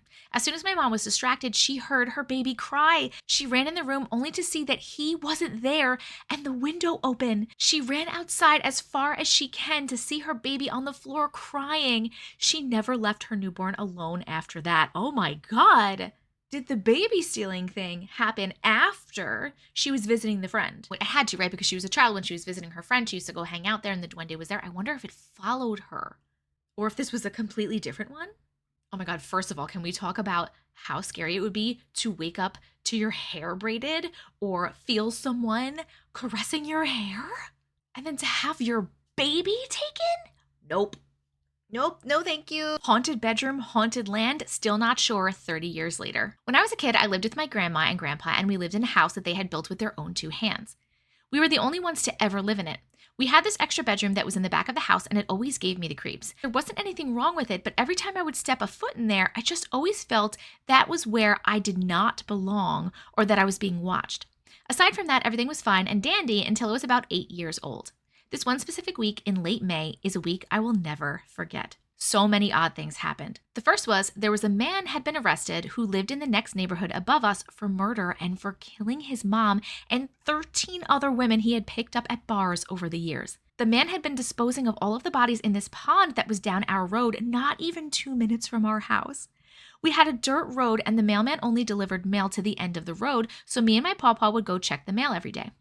That day, when we tried to, there were tons of cops, scuba divers retrieving the bodies from the pond, and news channels everywhere, so we had to turn back and go home. A few days later, Nanny and Pawpaw were going to get started planting their garden. Pawpaw got the tractor out and started plowing. That was my favorite time of year because we lived over top of a cave system, and when Pawpaw could plow, it would bring quartz to the surface, and me and Nanny would walk the aisles before planting with mason jars and collect all the quartz that we would find. Every now and then, we would even find arrowheads. I heard Pawpaw turn the tractor off, and he yelled for me to go inside and tell my Nanny to come out. This particular time, it wasn't quartz that had come to the surface. It was a human femur bone.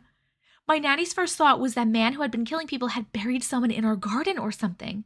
She called the cops immediately, but they assured her that they didn't think that was the case.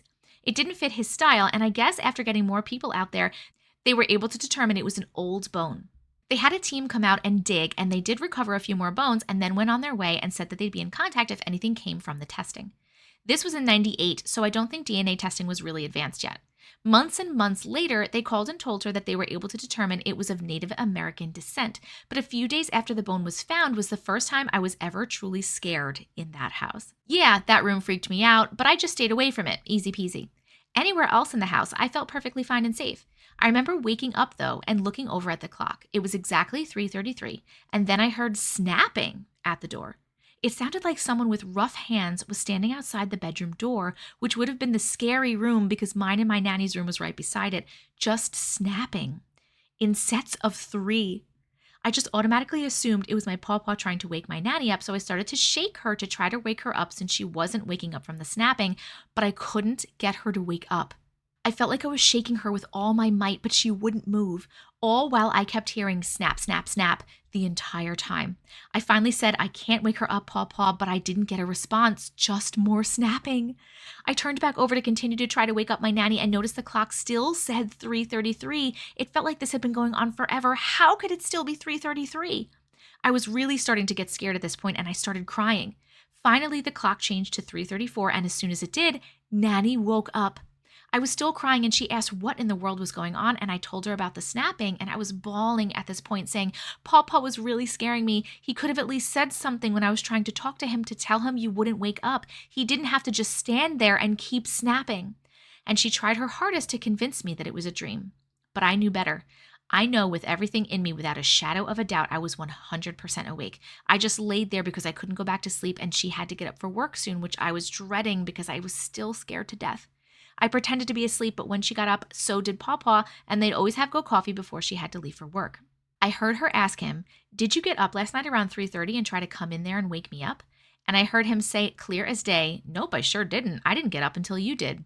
Okay then, so who was standing outside that door snapping? For the remainder of the time we lived in that house, which was 5 years, we moved when I was 13, I never went near that scary room again. Actually, I still slept in the bed with my Nanny until we moved. Judge me all you want, but what happened that night put the fear in me, and you couldn't have pried me from my Nanny's side after dark after that event happened. A few years ago, when I was talking to my Nanny on the phone, I asked her if she remembered that night, and she said that she did, and I was just telling her how I'd never forget it because it scared me so bad, and how I truly believed we had a visitor of some sort that night, and how badly I hated that back bedroom, and what an eerie feeling I would get when I went in there. My Nanny isn't a person who would tell ghost stories or even lead us to believe something like that was real. She didn't believe in ghosts, or so she made it seem, so I honestly expected her to just giggle at what I said, but her reply actually took me back because I wasn't expecting it. She said, no, I believe you. Why do you think I always kept that room closed off? I got the same bad feeling in there, almost like something was always in there watching me when I'd go in. I just didn't like the way it made me feel. It's not like I couldn't have used the space, but I'd used the attic before I'd want to use that room, and it only got worse after that bone was found. When your pawpaw wanted to move, I was ready to go that day. She told me some more stories of things that she had experienced after that. She said I always had believed in what I could see with my own 2 eyes. I really didn't think things like spirits were real. I still don't know if they are, but if anything could have convinced me, it would have been that house. One more odd thing is, if I ever dream about someone who's been close to me that's passed away, whether it be my dad, brother, or just friends, they all take place in that house. I can't recall a single time that I have dreamed about someone in my life who's passed and the dream took place anywhere besides that house. Maybe that's just a coincidence, I don't know, but I can't help but it feels like there's some sort of connection. I have another crazy story about a whole entire week straight. I dreamed of the house, but I'll save that one for later. This was already a novel. I wonder what was up with that room. Do you think like the veil in that room was really thin or something? Maybe that's also why this person dreams of all of their past loved ones in that house, in that room. The snapping freaks me out. I've never heard of snapping. Always when people talk about hearing noises, it's normally knocks. It's normally like 3 knocks or other kinds of noises. I've never heard of snapping. That's very interesting. And I love that her grandma validated what she had experienced, even though it was later. It's kind of like a hard line, right? When you have young children that are experiencing something like this, you don't know if you should tell them, hey, I believe you. I think this is probably a ghost. Or do you just be like, oh no, it's just a dream? Because you want to validate them, but at the same time, you don't want to scare them. You know what I mean? It's like a very hard line to figure out which side you should be on. I'm going to tell you right now, though, that was not her pawpaw standing up snapping. And I definitely feel like digging up those bones really rustled up the spirit or something. But they already felt weird about that room even before the bones were found. What do you guys think? Great story. Thank you so much for sharing. This thing has been following me for 15 years. Hi, Auntie. Hi. I love your videos, and you. I love you too. I have a ghost story for you and your followers. This is a very long and possible multiple parts if you are interested. Yes, we're interested. Years ago, my family moved into our new house. I was 9 years old and full of adventure. This house was perfect for my family. It was dad, mom, brother, and I. 2 stories. In the basement, we had a bomb shelter. In the living room, this thing always gave me the creeps. I could never put my finger on it other than it being a scary, damp room that led to nowhere. I often spent the entire day avoiding the basement. And that should have been perfect considering that's where my brother's room was and we did not get along at that time. One summer day, everyone was out of the house except for me. I had planned on snacking on junk food and watching my favorite cartoons. My mother had other plans for me. She gave me a list of chores to get done before she gets home. One of the chores was to do my laundry. So I started on my chores. I started with the laundry, drug it downstairs, loaded the washer with my clothes, put the soap in, and turned it on. I heard a knock from inside of the bomb shelter. Nope. Nope. At the same time, I heard heavy footsteps like someone was stomping, yet dragging their feet. Mind you, I was completely alone and no one would be home for hours. Oh my God, I have chills. So I booked it up the stairs when I heard something chasing me upstairs. I booked it out the door and to the garage. I ran to my friends and I made him sit with me until someone was home. This was my first encounter with anything spooky like this. Fast forward a few years later, I was now 11 and I had unfortunately lost my mother unexpectedly. I'm so sorry. My family was deep in grief. My dad started dating again. Let's call her Elle. I was sleeping in my room with his girlfriend's daughter and her B. Oh, okay, we're calling her B. Elle went to bed early, complaining of a headache and clouded vision. She's extremely gifted. She can see things that most people can't. And the vibe was just off that night. Everyone ended up going to bed early. Before B and I went to bed, I was talking about my mom and how much I missed her. B mentioned that she thought she felt her presence in the room. I went to bed with a smile on my face, embracing in what I thought was my mother's ghostly embrace. Around 2:30 to 3 a.m., all of my lights, my keyboard, like a miniature piano, it rolled out and everything. Honestly, miss that thing. Any and every electronic device in the house started flickering. The stomping and knocking from years before was present. The air felt thick. Time felt like it stopped. I saw a dark figure crawl from my closet over to me. Its face was inches from my face. I was frozen in fear. I remember thinking that it smelled like rotten meat. It stared into my soul and screamed, "You're next," and then disappeared inside of me. What is happening? Oh my God. Inside of you. I started coughing and I passed out. I seriously do not remember what happened next, but it felt as if I was living someone else's life with absolutely no control. Are you possessed? The only thing I could remember was hearing my dad, Elle, and B screaming and shaking me. I woke up the next morning and we immediately went to the nearest witchy store to get things that you need to protect our house. Elle mentioned that she felt this thing all day. She saw it crawling up the stairs and linger in the kitchen, hovering over me, and she smelt the rotten meat smell. A few months go by and Elle and my dad break up. I was very depressed and vulnerable. Filled with grief, I fell into my first deep depression. I barely remember what happened during this time. It literally felt like I was in a trance. We ended up moving back to our old house, and it gets even crazier from here. I'm going to end here, but let me know if you want part 2. Are you kidding? Of course we want part 2. I think this will be multiple parts because this will be very long. Otherwise, I don't care. We like it long. We love the long. Give us the long. The thing is still following me years later, and this was just the beginning. Thank you for giving my story your time. If you do, I did. Oh my God. Guys, what is happening? What was in the house? Do we think somebody died in that house? In the bomb? Do we think it has to do with the bomb shelter? All I know is it went inside of you, like literally, like it did it like possess you? What? Is it still there? I need more. We need more. We need more. We want more. We want more. I named my child after a little dead boy I used to talk to. Hello. Hi. I love hearing everyone's stories and knowing that I'm not alone. I have loved seeing and speaking to the dead since I could talk. But one person, child, that I have never met living has always stuck with me, and although I don't see or speak to him anymore, when it came to naming my baby, Rainbow Baby after 2 miscarriages, his name was the only name I could think about. So I have a baby girl named Charlie. The story of Charlie. I was working as a lifeguard at a hotel that has a water park. I was 16 at the time.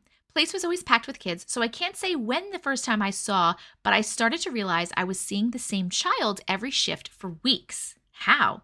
I would watch him and see if I could tell if he was with any family. Never did, he just wandered around. I was always stuck at my post and I couldn't leave to approach him. One day he caught me looking at him and he immediately perked up and smiled. Not like a creepy smile, but like a pure joy smile of a child. After he noticed me, he really started interacting and playing pranks. My locker would open after I closed it. He would watch me and peek around corners, but he really did it when he was in the water face down, and not realizing it was him, I jumped in to save him. Blew my whistle and everything. Try explaining to your boss jumping in to save someone that wasn't there. I was sent home early. On my drive home, I looked in my rearview mirror and guess who was with me? This is when we started talking. I would just start asking questions about him, and later on in dreams, I would get my answers. I asked his name, and I would dream of my childhood friend from when I was 5, Charlie. And I asked what happened next night, and then I dreamt of him in a car accident, and so on. About a month in, I was able to find out that he was 7 years old, name was Charlie, and he died by a car hitting him. I felt really close to him, and as time went on, I started seeing him less, and randomly he would appear in my dreams. Fast forward to finding out I was pregnant for the 3rd time. I spoke/prayed to whoever or whatever was listening to let this be a successful pregnancy and let me have my baby. Well, guess who came to me that night? Charlie. He told me the baby was healthy and him and my grandpa were going to make sure I got to hold my baby. I knew immediately my baby had to be named Charlie. Today, I have a beautiful baby girl that is in the 97th percentile in everything. She's my miracle baby that was sent down to me. Oh my God, I can't believe you named your baby after your little ghost friend. What I'm interested in is where Charlie came from, because I would think that a spirit is connected to something, right? So the fact that he was in the place where you were working, I would think, okay, maybe he passed away there, or he's attached to something there. But if he was then in your car, was he like attached to you for some reason? I wonder if he was some kind of like guide or something, because then he was coming to you in your dreams and he like even told you, okay, we're bringing you the baby. I'm not really sure about this, but this was like a really cool story. Thank you so much for sharing. What do you guys think? Let me know in the comments. Weird party glitch. Hello, Auntie. Hi. This is a bit of a strange one. Over the years, I've experienced weird glitchy moments, objects disappearing, seeing orbs, etc. But this sticks with me the most and I still remember it like it was yesterday. When I was about 16 years old, I had this crazy dream where I was at my pal's house with the usual group of friends. Folks were laughing, joking, and having a good time. I remember this strange person in the corner who wouldn't leave me alone, but just ignored him. Then this really cute guy I liked asked me why I was so pale. I explained I had anemia, so I had to take a lot of iron supplements. But I was nervous talking to him, so really over-explained it and embarrassed myself. Anyways, I woke up and thought, wow, that was a crazy dream, and thought it was even funnier that it felt so real. I had a night out, but was tucked up in my room at home. Fast forward about 2 weeks, I was hanging out with my friends when suddenly I look around and I'm in the dream. It was exactly the same. The same folks sat on the floor/sofa, etc. Even the strange person, he was a guy who had latched onto another person who came to my friend's house and just took a liking to me, and the feelings weren't mutual. Then the cute guy leaned over and asked why I was so pale. I remember the faff and the embarrassment of trying to explain to him. All I said was, I just am. And he went back to what he was doing. I turned to my friend and tried to explain to her, but she said it was just in my head and I was being silly. Even though I was able to say a word at the same time as someone in the room telling a story, same story from the dream, she still didn't believe me. Ugh. Ew. But I now know it to be true, even though it was 23 years ago. Yikes. I remember it as clear as day now. I have no idea why I dreamt that night in advance. Was it to warn me about the strange guy or to tell me to be cooler to the cute boy? LOL, no idea, but still my craziest glitch. Hope you enjoyed, and I love your TikToks. I'm just going through all of your YouTube videos to catch up on the ones I've missed. Oh, thank you! This was a cool little thing. You definitely had like a premonition. Why? I'm not so sure. Normally a premonition, not normally, but a lot of the times a premonition is to help you, like warn you of something or save you from something or help you with something. This seemed to not really be anything. So I feel like potentially this was one of those things. So I feel like when you're opening up to your abilities, you get tested with smaller things, see what you can handle and where you are. And then as you get more comfortable with that, then you get better things. So maybe you would start dreaming about these kind of things. And then as you believed it and you had confidence in it and you were feeling better about it, maybe then you would be given different premonitions that were more serious or more helpful or something else. Does that make sense? Maybe your friend, and I'm really sorry that your friend didn't believe you because that sucks when people don't believe you, but maybe your friend telling you like, it was just a dream. That didn't actually happen. Maybe that kind of discouraged you mentally. So then you kind of closed off to it a little bit. And unless it's happened again. I'm assuming it hasn't happened again because you didn't mention that, but I have no idea, honestly. Either way, I love that you were like cooler to the cute boy because of your dream. Visitation from the afterlife. Hi, Auntie Matrix. Hi. I absolutely love what you do. This world is full of unexplainable things, and I'm glad you created a platform where people can share their stories and not be judged. Thank you. About a year and a half after my father passed away, I found myself in a really dark place, questioning everything about our existence, God, and the afterlife. It's important to mention that my mom was killed in a car accident 10 months before my dad passed of diabetes. Oh my goodness. He had been struggling with his health since I could remember, but was a fighter. I truly believed Mom was his reason to fight all those years, as he passed shortly after. We were all so close, and growing up, my siblings and I became his personal nurses at a very young age. Anyway, that year and a half after losing him, I was still devastated. I had lost both of my parents and lost my purpose in life since they were my everything. I was angry at God, angry at life, angry at the universe, and even angry at people who still had parents. It was part of my grieving process. One night, as I cried myself to sleep, I begged my dad for a sign. I asked him if he could hear me and to give me a sign. That night, I had the most beautiful and life-changing visitation. It was weird because we had a picnic in what I could describe as a very busy corporate building with tons of people passing by us. We sat in front of these escalators that seemed infinite. Despite all the people, I felt as if we were the only ones there. I had 100% focus on him. I held his hand to make sure I could touch him. It felt just like in real life. I told him I had so many questions, so I began. I asked him if he could see us. He said, yes, we see everything. We are very proud. I asked him if he was with Mom. He said, yes, Mom and I are together. We both see everything you all do, and we are with a lot of people that we love.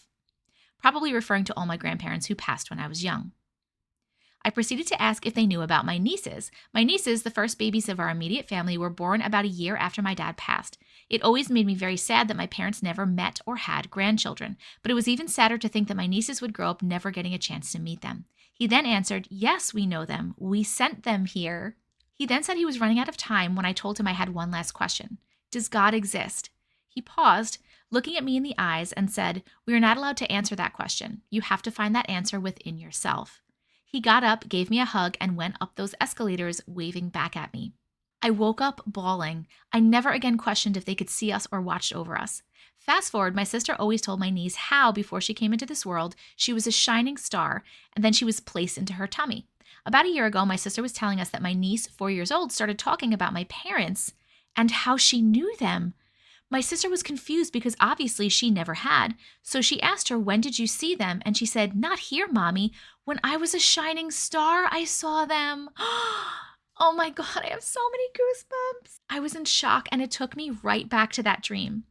Thank you so much for reading my story. It would be amazing if you could share it on YouTube, as I took a break from TikTok as a New Year's resolution, but came to follow you on YouTube. Oh my God, I did not even read that part, but here you are in my YouTube video. Oh my God, that was such a beautiful story. Thank you so much for sharing. I love those when we get visitation and confirmation from loved ones that they are here with us and they can see us all the time.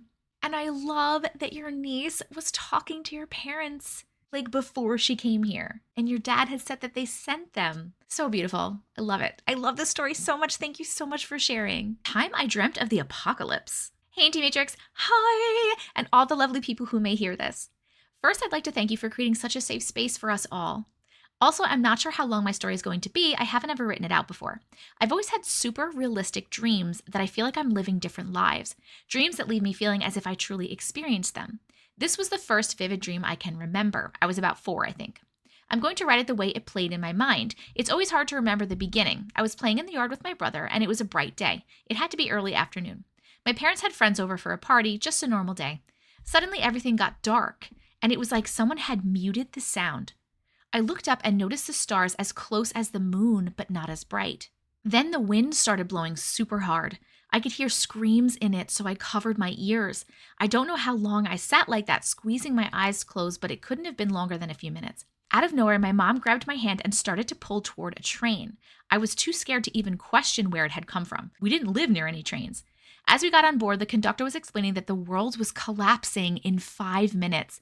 I could hear his voice coming from every car on the train, even though he was speaking softly in front of me. He looked down to me and I saw shadow and light dancing in his eyes. This is the last chance for us to move to a safer place. Once the doors close, there's no going back. My mom tried to ask what he meant and what happened to those who didn't get on the train. However, he just looked forward and repeated his speech again and again. We were pushed along deeper into the train after that. There were so many people inside the cars that I lost my grip on my mom. I pushed my way to the window, desperately watching for my loved ones. Slowly, they all got to the steps of the train and I started to breathe again. After an eternity, it seemed the conductor's voice sounded again. Last call, all those wishing to depart must now board. Looking around, I started to relax as I saw my siblings. I still couldn't reach them, but I knew they were with me. I heard the doors begin to close and looked back to the window. Just before the final click of the doors, I saw my mom jump out and start running back toward our house. I screamed at the top of my lungs, banging on the window, but no one seemed to notice. I begged for the doors to open. That can't happen, I heard. The train jolted into motion and I could see my mom waving as bright flames raised behind her. That's when I woke up. I felt disoriented and couldn't shake the feelings I had before I woke. I continued to have the same dream at least twice a year until I was 12. Always the same dream. The only thing that would change would be the person who was left behind. The dream finally stopped when I actually got to the safer place. I eventually did get there, but that's a different dream. Thank you so much for taking time to read my story. I love you and you're an amazing storyteller. Positive energies to all and have a wonderful night. Thank you so much. P.S. Let me know if you'd like to hear about the New World Dream. Yes, we would like to hear about the New World Dream.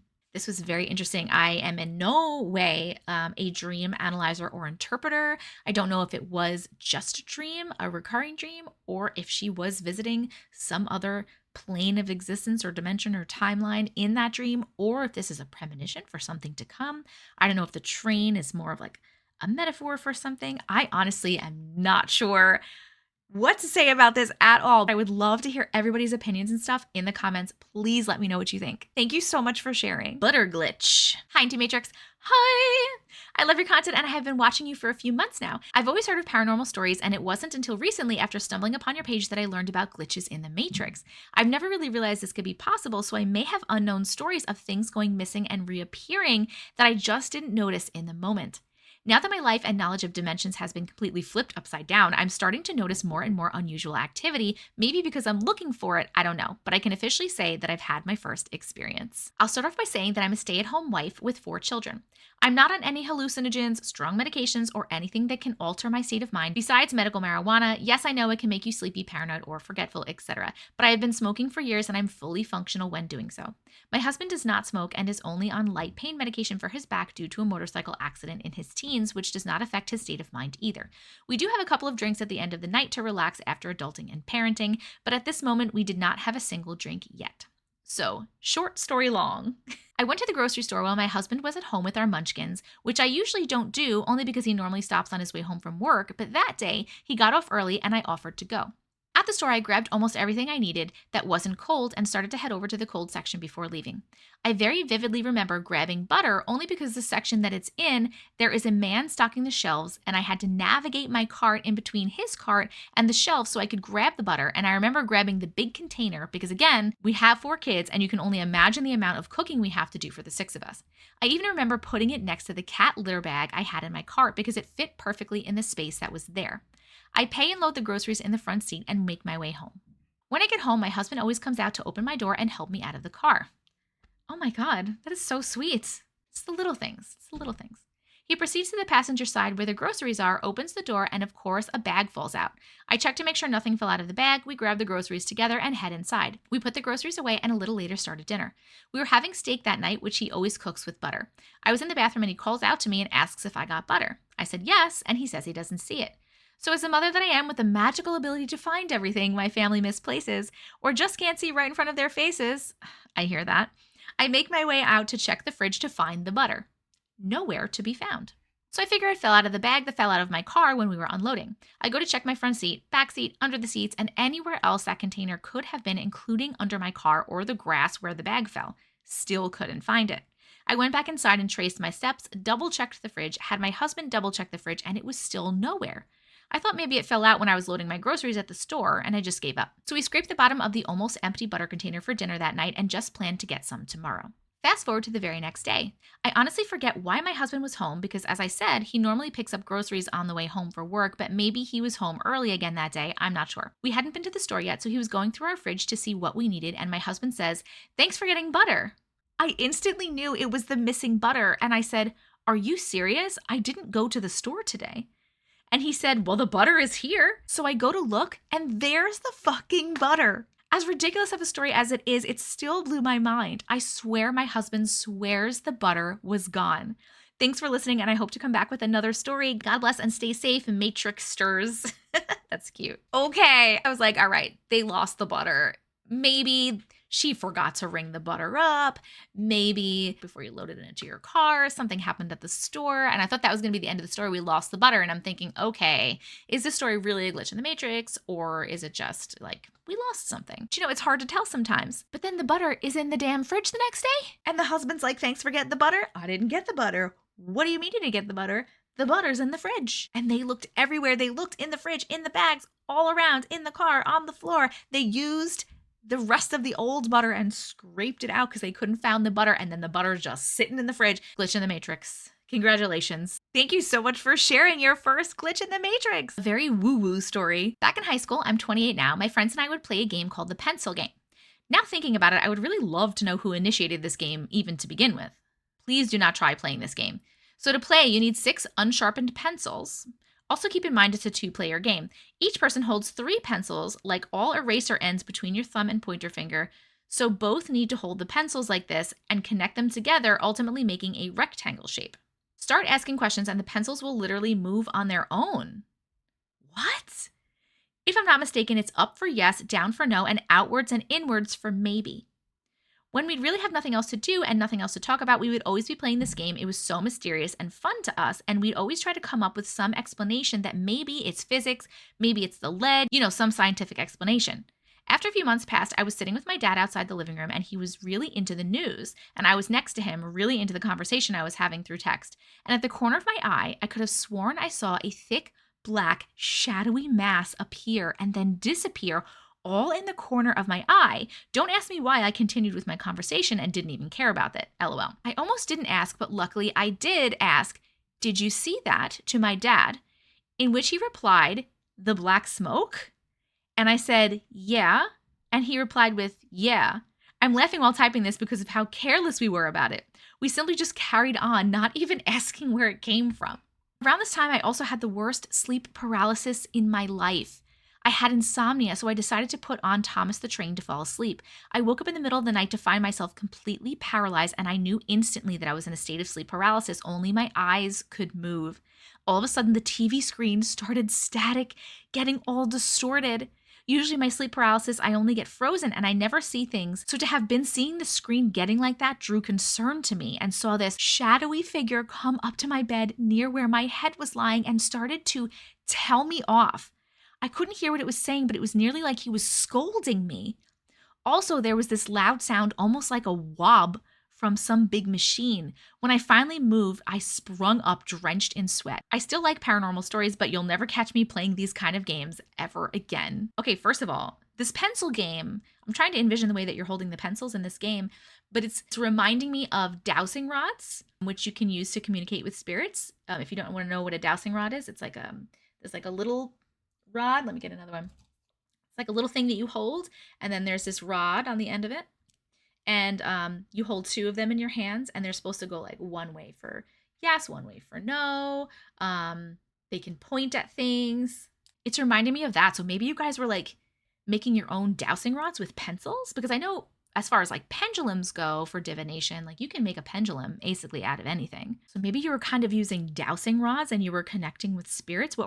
My question is, what were you talking about with the pencils? What kind of conversations were you having? Like, what kind of questions were you asking? So immediately when you said you saw a black figure and you referred to it as black smoke, I obviously thought of supernatural and I thought of demons. But the fact that you had sleep paralysis and something was scolding you, you felt like something was scolding you, maybe that was not a bad being. Maybe it was a good being and it was telling you like, hey, stop fucking with this shit or something bad is going to happen. Because, I mean, it worked. You never played with anything ever again, right? I mean, I guess whether it was bad or good, you still listened. Have you guys ever heard of the pencil game? This is a great story. Thank you so much for sharing. My body's soul is dead. Hi, Auntie Matrix. Hi. I haven't been watching your videos for a long time, but I'm hooked. The supernatural and unexplainable have never been something I was interested in, but I have started to wonder, and I thank you for this curiosity. As a warning, this will have mentions of psychological/emotional abuse, so bear with me.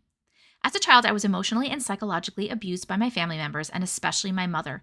She was relentless, and she always made my siblings gang up on me. Along with this, I was always bullied in school, and I had no friends. The only social interactions I had were with adults, and they would vent about serious topics to me. As a reminder, I was only around 7 at the time. Eventually, all of this collapsed on me and my personality shifted drastically. I went into a deep depression and I thought everything was hopeless. I began to have an immense fear of death and I would have panic attacks about it almost nightly. Things only got worse as I aged and became a teen. This is where the story gets interesting. At 13 years of age, I was the most depressed I have ever been in my entire life, and this eventually sparked my intriguing dream. The dream starts in blackness. Slowly, a feminine voice echoes and bounces in the voice, and as a light graduates into existence, I finally see who the voice is coming from.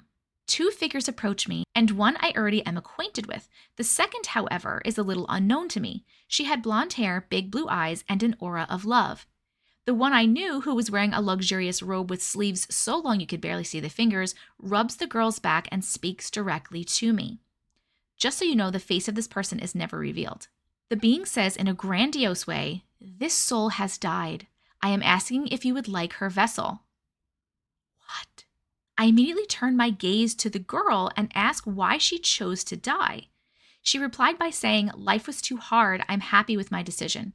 The girl smiled greatly and I could tell that she missed smiling. After I agreed to enter the girl's vessel, a blazing light shot across my vision and I was blinded. In an instant, and in a gasp, I woke up from the dream. However, there were some new oddities about me. I couldn't remember most of my memories, and the ones that I did seemed to only exist to add to a narrative or a purpose to keep hope. Another oddity was that I had prophetic dreams. I dreamt about people dying and having injuries and medical emergencies, and each one came true. I had a few visions early on that I relived in the present moment later. I had moments of deja vu in the past that happened within the last few years. However, the craziest change that I have noticed is my ability to know. I'll explain. Soon after the dream, I had an urge to know things that I couldn't possibly know. I found ways to get my answers. I did this by grabbing any object that contained words or numbers, closing my eyes and guiding my finger across the object, and finally stopping when I felt a tingling in my chest and fingers. When this happened, my answer was found. To my disbelief, this method works 99% of the time. The only times I have gotten things wrong is if I didn't feel the tightening in my body. My question to you, Auntie Matrix, and to others is, what do you think happened to me? Is this all a reaction to my childhood trauma, or am I in tune with something of higher power? I don't have too many stories of recent times, and I figured this is because I started to have happiness for the first time. But my ability of knowing persists. Thank you for reading this, and thank you for creating a space where people can feel seen and heard for their supernatural/unexplainable stories. Oh my goodness. Thank you so much for sharing this. So this kind of reminds me of a walk-in, I think it's called. I think Dolores Cannon calls it a walk-in. When a soul is in a body and they decide that they don't want to do it anymore, and the soul leaves the body, and then another soul steps into the vessel, but instead of the body just dying. I believe I'm saying that right. If I'm not, please somebody correct me. That's what this reminds me of. However, it's interesting to me that the person brought this blonde girl up to you and said, this soul has died. Do you want her vessel? And you say yes, and you're going into her vessel. Because if your soul went into her vessel, wouldn't you look like this girl now? Because the vessel is the human form, correct? So wouldn't you look like her now? And what would happen to your body? Would your body die? Your old body? It seemed like none of that happened because you didn't mention your appearance being different, although you mentioned some of your memories being messed up. I'm not sure exactly how any of that works, but this is the only thing that I can think of. This is very interesting. I would love to hear what people think in the comments. Please let me know if you resonate with this, if you've had any experiences like this, if you have any more information about what I'm saying. I'm very interested. This is very interesting. Thank you so much for sharing. Hi, Auntie Matrix. Hi. I love to watch you, and I thought I'd share some experiences with you as well. Oh, I'm excited. I'm a single mother living in one of the original condominiums in a small town. These condominiums were built as 2-story buildings with 2 separate apartments on each level. Although they are technically apartments, they were originally referred to as condominiums. As a cautious parent, I always reminded my 9-year-old son to be mindful of the noise and our neighbors below us. The walls in these old buildings are quite thin, so it's important to us to be considerate. On this particular night, it was a school night, and my son went to bed around 8 o'clock p.m. By 8:30 p.m., I was in bed, unwinding from the day. My bed was facing the hallway, and my son's room was right next to mine, sharing a wall. After putting my son to bed, taking a shower, and lying in bed for over an hour, I started scrolling through TikTok, completely engrossed. Obviously, that happens to all of us. Suddenly, I heard giggles and rumbling coming from the front room. I immediately yelled out to my son, telling him to go to bed. That's exactly what I thought would have been happening. However, I could still hear him running back and forth. He often liked to hide and try to scare me, but I was not amused that night, considering it was late and he had school the next morning. I leaned out of my bed and peered into the hallway, intending to tell him in a firmer tone to go to bed. But when I looked, I saw his silhouette leaning into the hallway. As soon as I saw him, he quickly bounced back and I heard him hiding. I don't think that's your son, man. Frustrated, I got out of bed and walked into the front room, only to find that he wasn't there. There were only 3 places he could have gone: outside, the coat closet, or the hallway where I was. I checked the coat closet, but he wasn't there. The front door was locked, so I opened it and checked outside, but there was no sign of him. Finally, I went to his room and found him sound asleep in his bed, snoring. He was not faking it then if he was snoring. I didn't acknowledge what I had witnessed and simply went back to bed, eventually drifting off to sleep. How? Thankfully, I haven't experienced anything like that since. However, I find it interesting that the figure I saw had the same height, funny personality, and everything that resembled my son. As a single parent, I just can't move out, so I hope that was my last strange experience. But then, more to come. More to come. You need to share them more with us. Wait, do you guys think if it was the same height, personality, and everything resembled your son, do you think he was like astral projecting? Maybe that was his astral projection. If it resembled the son, that's what I'm going to say. I'm going to go, he was astral projecting and he has no idea what he's doing. I know we're all fiending for the more to come stories, but don't worry, I have more for you. Let's do another one. In my culture, we have little people and spirits that talk to young children and animals. American Indian Mille Lacs Band of Ojibwe, Central Minnesota. I don't know if I said that right. I apologize, or if you guys know what that is. Trigger warning: death of a child and doctor and her puppy. They all died, or what? Let's see. I live in the Mille Lacs Reservation in central Minnesota. While growing up, we were told not to play outside at night because something is out there and may take you away. Fast forward to today. We have a homeless shelter on Main Highway through our reservation. One evening, a young woman was packing up to move to another place. She went outside to take out the garbage, leaving her 5-year-old daughter alone in the room. She has done so before, and the child has never followed her, nor has she ever left the room without her mom. At some point, the little girl goes looking for her mom. The doors are locked and monitored to the outside, and they are heavy, difficult for adults to open. Well, the little girl managed to get outside, walk down the hill approximately a half a city block, then was hit by a car on the busy highway. She couldn't have opened that door. Did something open the door?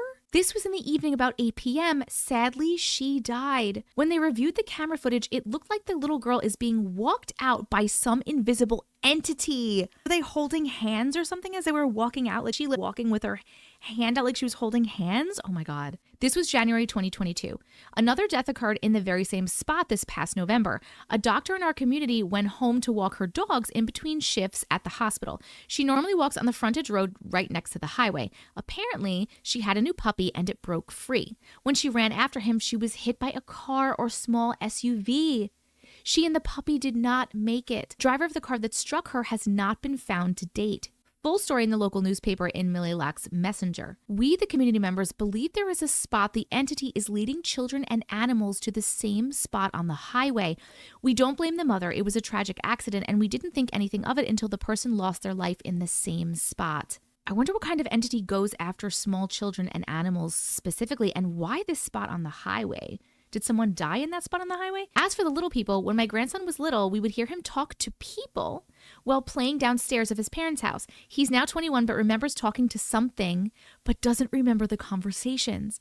The little people likes to play tricks on you. They will hide things or move things when feeling mischievous. He did remember that one wanted him to play outside, but his mother stopped him from going out because it was going to be dark soon. That is very sketchy. Playing tricks on you and being mischievous sounds like the Fae or poltergeist or something. I always thought my grandmother told us the story to make us stay in at night, but after the 2 accidents, I believe there are things out there. And when I can't find something, I say out loud, please bring my blank back or help me find it. And soon after, the item I was looking for shows up. So you're speaking with the entity and they're bringing it back. That's giving me Fae vibes, but I don't know if the Fae would lead children and animals to a spot to die.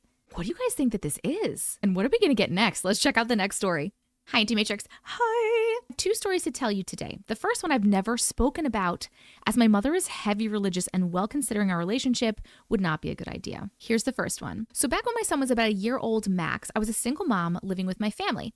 I've always been sensitive. I sense spirits, etc., empath and dreams and visions. Anyway, my room was basically part of the lounge converted to a bedroom. So one wall was actually a wall unit dividing the lounge and my room. My son shared my room with me, and in our room, I had my queen size bed in the center of the room against the wall and my son's crib right next to my bed. He used to climb out of the crib into my bed, and I always slept with my door closed. We also had wooden floors throughout the house. This is key. I battled with insomnia, and I have for many years, so one night at about 2 to 3 in the morning, I was lying in bed, battling to fall asleep. It was so weird because just as I was falling asleep, that space between being awake and asleep, I heard someone walking down the passage. Remember, wooden floors, so you hear everything, and everyone was asleep. I assumed it was my brother's. It was very heavy footsteps, and he is a very big guy, 6 foot something. I ignored it and tried to fall asleep. About 5 minutes later, I hear someone in the lounge behind the wall unit loudly say, Nadine. Oh my God, I hate when something says your name. I was concerned first. Immediately, I said, yes, what's wrong? And no answer.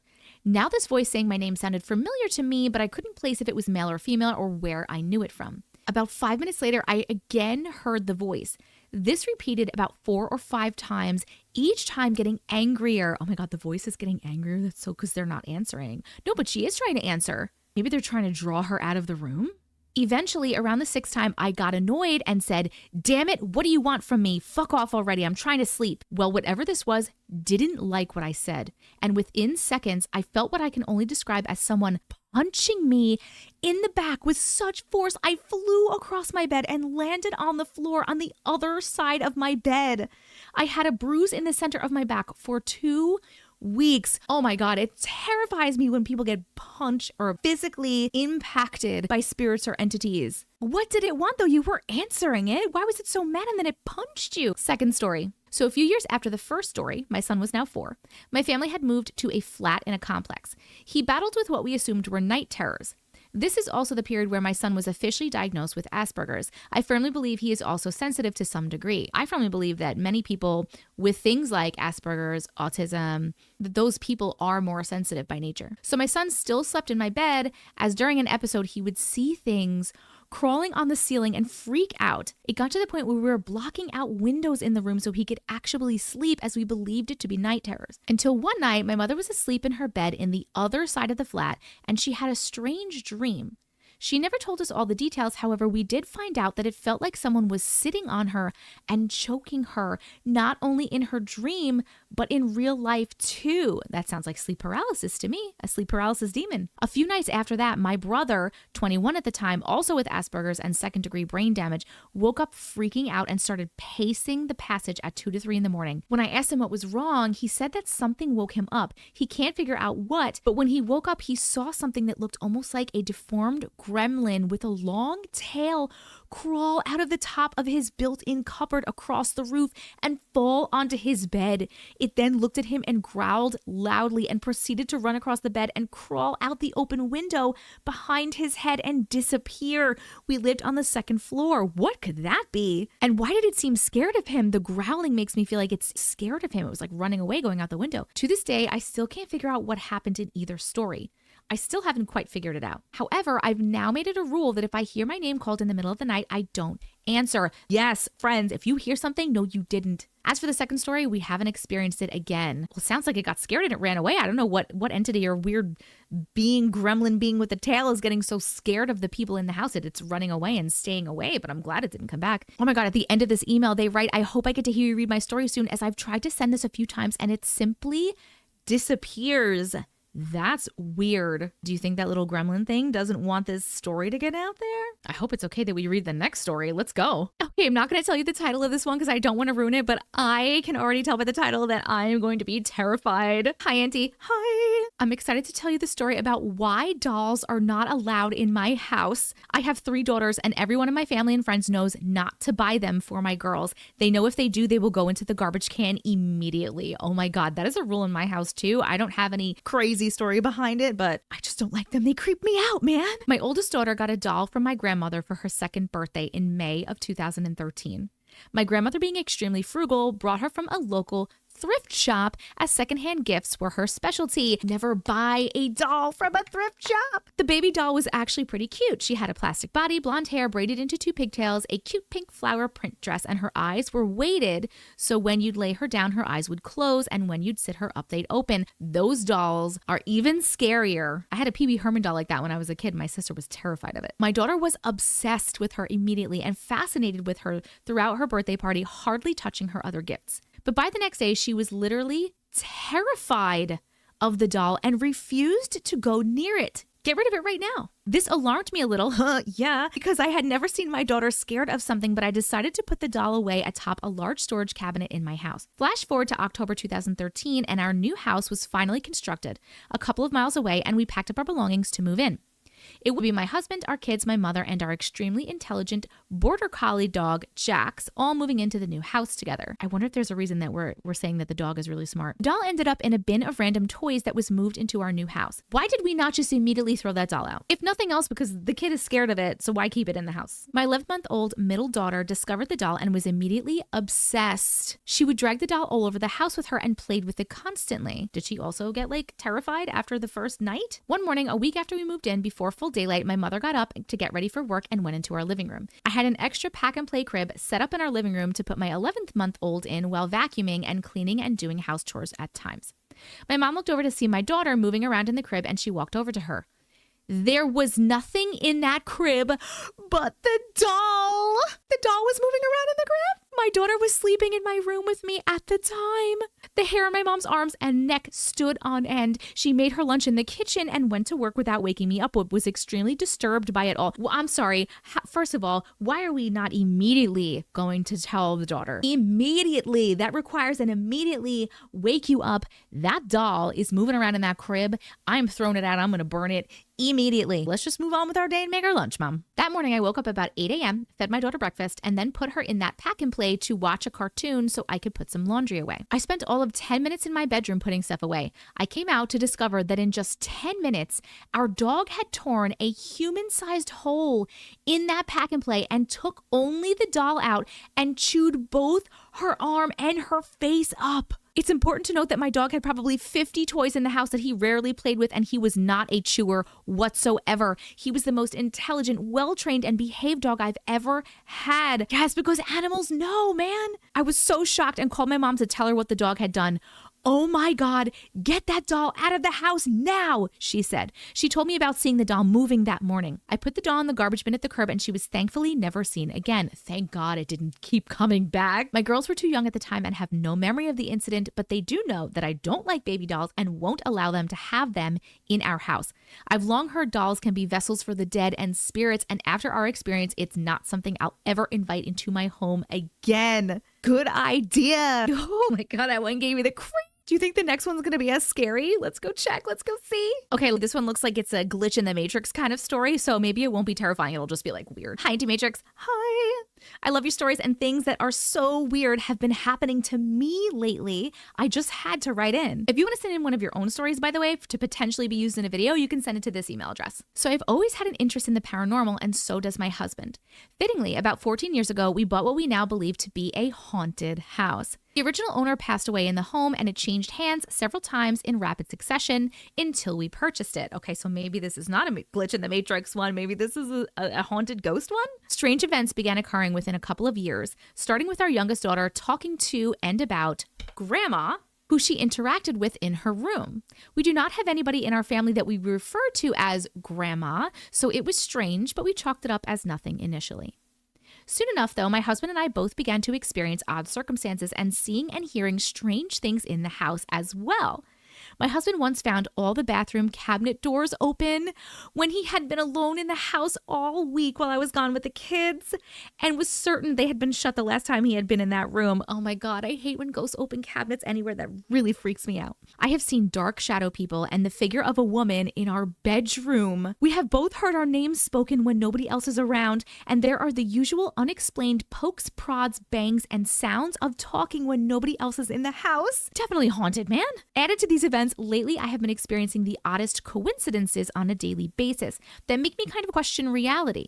Tonight, however, was straight up next level weird. I left the house this evening to go pick up— you guys are still living in this house. I left the house this evening to go pick up my daughter from a wrestling tournament. My husband was on the phone with his aunt the entire time I was gone and had only gone from the living room to the garage where the workshop is, remaining on the call the entire time. When I returned home, there was a slice of pizza, the last slice, in the toaster oven. It was on a timer and was nearly done. I knew I had not put it in there before I left, so I figured that my husband had either put it in there for our daughter or himself while I was gone. So when he got off the phone and came into the house after our return, I asked who it was for. He asked, "What pizza?" I told him the slice he put in the oven was ready and asked if it was for him because our daughter had specifically gone looking for a slice and was hungry. Again, he was confused, saying he didn't even know that we had any left. He was completely baffled and insisted that he did not put the pizza in the oven as he did not even realize that we had any. Is the spirit in the house like a nice spirit? It was like, oh man, I know this daughter's going to be hungry when she comes home from wrestling. Let's pop a piece of pizza in the oven for her. I figured maybe he had done it on autopilot while on his call and just didn't remember, but he was adamant that he had not. We even went so far as to call his aunt back and ask if she could recall at any point during their conversation if he had talked about pizza or if she had heard sounds of him putting it in the oven. She said she did not. We are stumped and a little freaked out. So what do you think? Was Grandma looking out for our hungry girl? Was there a glitch in the Matrix, or are we just losing it? It sure seems like a lot of strange things are happening more often lately, and I'm just not sure what to think. First of all, I was going to say Grandma could not be your grandma or like someone in your family named Grandma. My daughter actually used to speak to nobody when she was younger, and she called everybody Grandpa that she was speaking to. So I think it's just a spirit in the house that she's referring to as Grandma for some reason. Maybe they look old. It's definitely attached to the house because people have been moving in and out of this house, right? But you said because it was haunted. So I'm going to say it's a spirit in the house, and maybe it acts as a grandma and it's nice to this little girl and it knew that she was hungry and it heated up a piece of pizza. I thought this was going to be a glitch in the Matrix with pizza because it was named Pizza Glitch, but I was wrong. We are having so many like spirit ghost entity stories today. Let's see what's next. Are we going to get another one or something different? Oh my God. Hi, Auntie Matrix. Hi. I feel like I'm writing to a celebrity. Maybe one day. So I wanted to share my weird experience with you and see what you and everyone think. So back in the 1900s, my family lived in a brand new house in a brand new suburb, so you'd think that we'd be safe from any paranormal activities, but apparently not. Sometimes things can be attached to the land, not the house. I didn't know it at the time, but my mother was and had been dealing with sporadic paranormal events. From silly things like farting noises in the kitchen. What? When baby me and my toddler sister were in bed napping, wait, you have a farting ghost? And my mom would be alone in the kitchen, to objects straight up moving on their own. and many more I would come to find out years later as a young adult. I was a tiny first or second grader when this happened, but I remember it clear as day. I have no idea why I woke up, but it was early morning, still dark outside. I knew it was morning because the hallway light coming from under my bedroom door. My mom was and still is a teacher and woke up super early in the mornings to get ready. My bedroom door was on the same wall as a large closet with double accordion folding doors that I had left open the night before. My eyes catch something while I'm looking at the light from under my bedroom door. I look over and there are two perfect circles, balls of yellowish/green light, almost looking like a pair of eyes, but perfectly circular just in the dark of my closet. Nope. No, thank you. I shut my eyes immediately and put my head under the blanket, scared and not knowing what I had looked at. I peeked my eyes back out a few seconds later, hoping the glowing balls would be gone, but they weren't. I hid my head one or two more times, thinking surely this is my imagination and it will be gone. And each time I'd look back out, they'd still be there. I hid my head one more time and gathered all my courage and bolted out of my bed and to the door, not looking at my closet at all. I threw that bedroom door open so hard and fast, my mom came out of the bathroom where she was curling her hair to see what all the commotion was. I sobbed to her that there was something in my closet. She walked me calmly back to my bedroom where we turned on the light, and of course, nothing but all my clothes and a few random items were on the shelf in there. My mom tried to calm me down by saying maybe light was reflecting off of something in my closet, but there's no way that could be because it was still dark out. So it wasn't light from my window, and it couldn't be the hallway light under my bedroom door because my closet was on the same wall next to it. I just tried to shrug it off, but I still think about it all these years later. I'm 31 now, and to this day, I will still make sure my closet door is shut at night, and so is my daughter's. I had one more and final experience with these yellow-greenish balls of light again as a teenager, but I'll leave it here for now. Let me know if you'd like to hear it. Yes, we want to hear it. I was just going to ask, did you ever see them again? It didn't sound like you did, but you had another experience as a teenager. I need to know what they are. Something is. And was it in the house? Did it happen again in this house, or did it happen somewhere else? Because that would be very interesting. Something's following you, maybe? What's got yellow green eyes? Ooh. But yes, of course we want to hear it. Don't worry, guys. I have other stories we can hear now. Let's go to the next one. Hello, Auntie Matrix. Hi. I've been following your account on Instagram, and some of the things made me feel a lot of things. Some things just made so much sense, and it was creepy. I never believed in ghosts or that weird things happening could be paranormally related until something had saved my life, not once or twice, but a few times. It all started when I was little, about 5 or 6 years old. My mom once said that she saw my imaginary friend when I told her we were going to play. She could see ghosts, talk to them as if they were real, and I thought that she was crazy the older I got because I never saw anyone. But anyway, as a little child, I thought she was playing along. I can't remember much about that imaginary friend, only that it was a little boy with dark hair.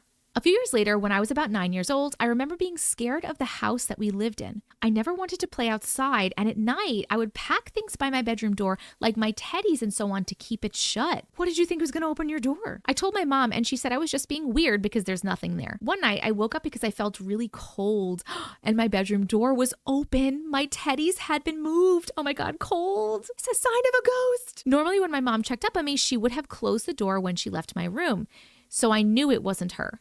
I was looking for my blanket and pillow, but nothing was in my room, not even the fitted sheet I was sleeping in. Everything was gone? Your pillow and blanket and sheets were gone? I went into the living room to see if it wasn't there, and I saw a little boy who looked familiar in the living room staring at the bathroom door. The door was open and I could see someone in there, and when the boy turned around, I can remember that he looked scared. That moment, I ran to my parents' room and told them someone was in the house. It was like a whirlwind and everything happened at once. The bathroom light went on and the door slammed shut. My dad grabbed a baseball bat and rushed to the bathroom. When he opened the door, it was empty except for my blanket, fitted sheet, and pillows that were placed in the bath like it was on my bed. We moved 2 weeks later. Oh my God, I have so many chills. What was that? What took all that stuff and put it in the bathroom like a little bed? This little boy right now, by the way, is sounding like maybe a guardian angel or a spirit guide. Let's keep going though. There's more. When I was 13, we lived on a farm. I kept seeing people walking about at night in the fields. And when I told my parents, my dad said it was probably the workers or the animals. I heard something in the spare bedroom and I asked my mom to lock that door. She agreed that the room felt strange. Our house was split in 2 even sides. Each had 2 bedrooms and 1 bathroom. My parents and brother slept on one end of the house and I slept alone on the other end with the empty spare bedroom. One night we were by the neighbors and I was playing with their daughter who was a year younger than I was. I remember saying that I wanted to grab a jacket and she asked if she could come with me. My parents said that we could go to the house, but to remember to switch all the lights off when we left. I wasn't scared of the dark. How weren't you scared of the dark after that first thing? I'm scared of the dark and that didn't even happen to me. So we went through the house in silence. She was scared and held on to me. We got to my room and I switched the small bedside lamp on and grabbed my jacket from my closet while she looked around my room. There was a loud bang in the spare bedroom and I knew that the door was locked. So I peeked out of my door to see if the door was still closed and I saw the boy standing there holding the door closed. He looked at me and shook his head frantically. We bolted out of my bedroom window and ran to our parents. I hope that was on the first floor. They ran towards the house, and when we said someone was in there, our dads went rushing in expecting a break-in. The only thing that was broken was the door handle and the window latch on the inside of the spare bedroom. My mom insisted that we move again. Inside the bedroom, the window latch and the door handle on the inside of the locked bedroom? Thank God this mom is smart enough to keep moving, but what is happening? That boy is definitely following you, and I don't know if this other thing is following you as well or if that was just like 2 haunted places. But wait, guys, there's more. I saw the boy again a few times afterwards, and I know this is strange, but each time I see him, he's a little older, as if he's my age, but I know that it's him. Okay, or maybe he's showing himself as older and older. He's taking that form to make you feel more comfortable. I moved in with my boyfriend and his parents on a small plot with 2 homes on it. They live in one and we in the other. My spare bedroom here feels scary at night. During the day, I can breathe in there, but at night, I feel sick. The door is always closed, and I've seen that boy in my hallway staring at either me or the door. I have cats and dogs. None of them goes into that room at night. Animals, no! My one cat keeps scratching at the door every so often, and when we open the door for her, she freaks out, runs away, and hisses. I wish I could tell you what he was or who he was, but my mom believes him to be my guardian. Yes, that's what I said. I think he's either a spirit guide or a guardian angel. Because when I brought these events up, my mom said that each and every time something strange has happened, she saw the boy near me and never once felt scared for my part. The mom saw the boy too. I have never been scared of him. If you're not feeling scared, you always have to go on your vibes, right? When something weird is happening. So if you're not feeling scared and you're feeling comfortable or you're feeling good feelings, then that's normally a good spirit and it's okay. A friend had come over for our girls' game night and I know he sees and hears things. After a few visits with the girls, he asked me who the man that was always around me was. I never told anyone what had happened when I was little, and my friend had never met my mom, but he described him on point like the way I always saw him. What do you think he is? Because I want to know. I've tried talking to him when I see him, but he just smiles and goes away. And no, I don't see him every day, just now and then, but I know that he's around. I am sticking with that this is guardian angel or spirit guide, 100%. And I'm also saying that either you keep moving to really terrible houses or something bad is also following you. And I don't know if that's because it's attached to you or someone in your house, or if it's attached to an object or a piece of furniture that you are moving from house to house. But thank God that you have that boy looking out for you, man. I still want to know why your shit was in the bathroom. That's freaking creepy. Do we think the next story is going to be this creepy? Let's see. Hi, Auntie Matrix. Hi. I love your videos. Been watching them for months. I have so many stories of the unexplained things that have happened to me and my family. Here are a few stories involving my ghost cats haunting us. I suppose I should start with my first cat haunting. Trigger warning, it's about losing a pet from a tragic way. So we used to have barn cats when we lived on a farm. I got this gorgeous fluffy orange Tom. We named him Garfield. He was an amazing cat, but he loved hunting mice by the highway we lived next to. One morning as I was waiting for my school bus, I saw him hunting by the road. I shouted at him saying, "Go back home or you will get hit." Then my school bus showed up. So I left for school, and as our school bus driver drove off, we hit a bump, or what I thought was a bump. After that, I knew something wasn't right. I came home after school and my father said he had some bad news about Garfield. I just knew that he had passed away. Turns out that my father watched my school bus hit him and he didn't make it. Oh my goodness. That was Friday. We buried him in our garden. Is this going to be a pet cemetery situation? The next day we were home. My mother was looking out the window towards the road and was asking if we were sure that Garfield was dead. There was an orange cat that looked just like him, crossing the road right where Garfield was hit, but towards our house coming home. The only other house was down the road quite a way. So it wasn't our neighbor's cat. Not only that, but it went straight over to where we buried Garfield the day before. This cat just sat there as we watched him for a few minutes and then he disappeared in thin air. My mother, brother, and myself all watched this happen right in front of us. Oh my God, that was so the ghost of your little kitty. At the same house, I had one of my friends over for a sleepover. Everything was normal until it was night. My friend started freaking out. Apparently, I had cats following me around all night, but as soon as she would blink, they were gone. We had no cats living in the house at this time. She could describe the markings on each cat. Every cat she described were cats that have previously passed throughout my childhood. Farm life, and we moved a lot. You have all these ghost cats just following you around the house. That is so cool. Why are like animal spirits so much less scary than human spirits? Many years went by without anything weird happening. My partner and myself moved into our first apartment together after shortly living with his mother. We had 2 cats. One kitten we got together grew up huge. He was up to your knee in height, orange with white thumbs. He was more like a dog that we could walk. Maybe it was a Maine Coon. I bet you it was a Maine Coon. Because of his big size, a normal cat litter box wouldn't fit him. We built one out of clear storage bins tied together, plus a smaller one inside because he had the nasty poops. We put this huge litter box in our bathroom. When you used the toilet, you could look straight into the litter box across the room. Many times, you would see movement plus a shadow in the litter box like the cat was using it. After quite a while, you'll look into the litter box again, and there was no cat ever there.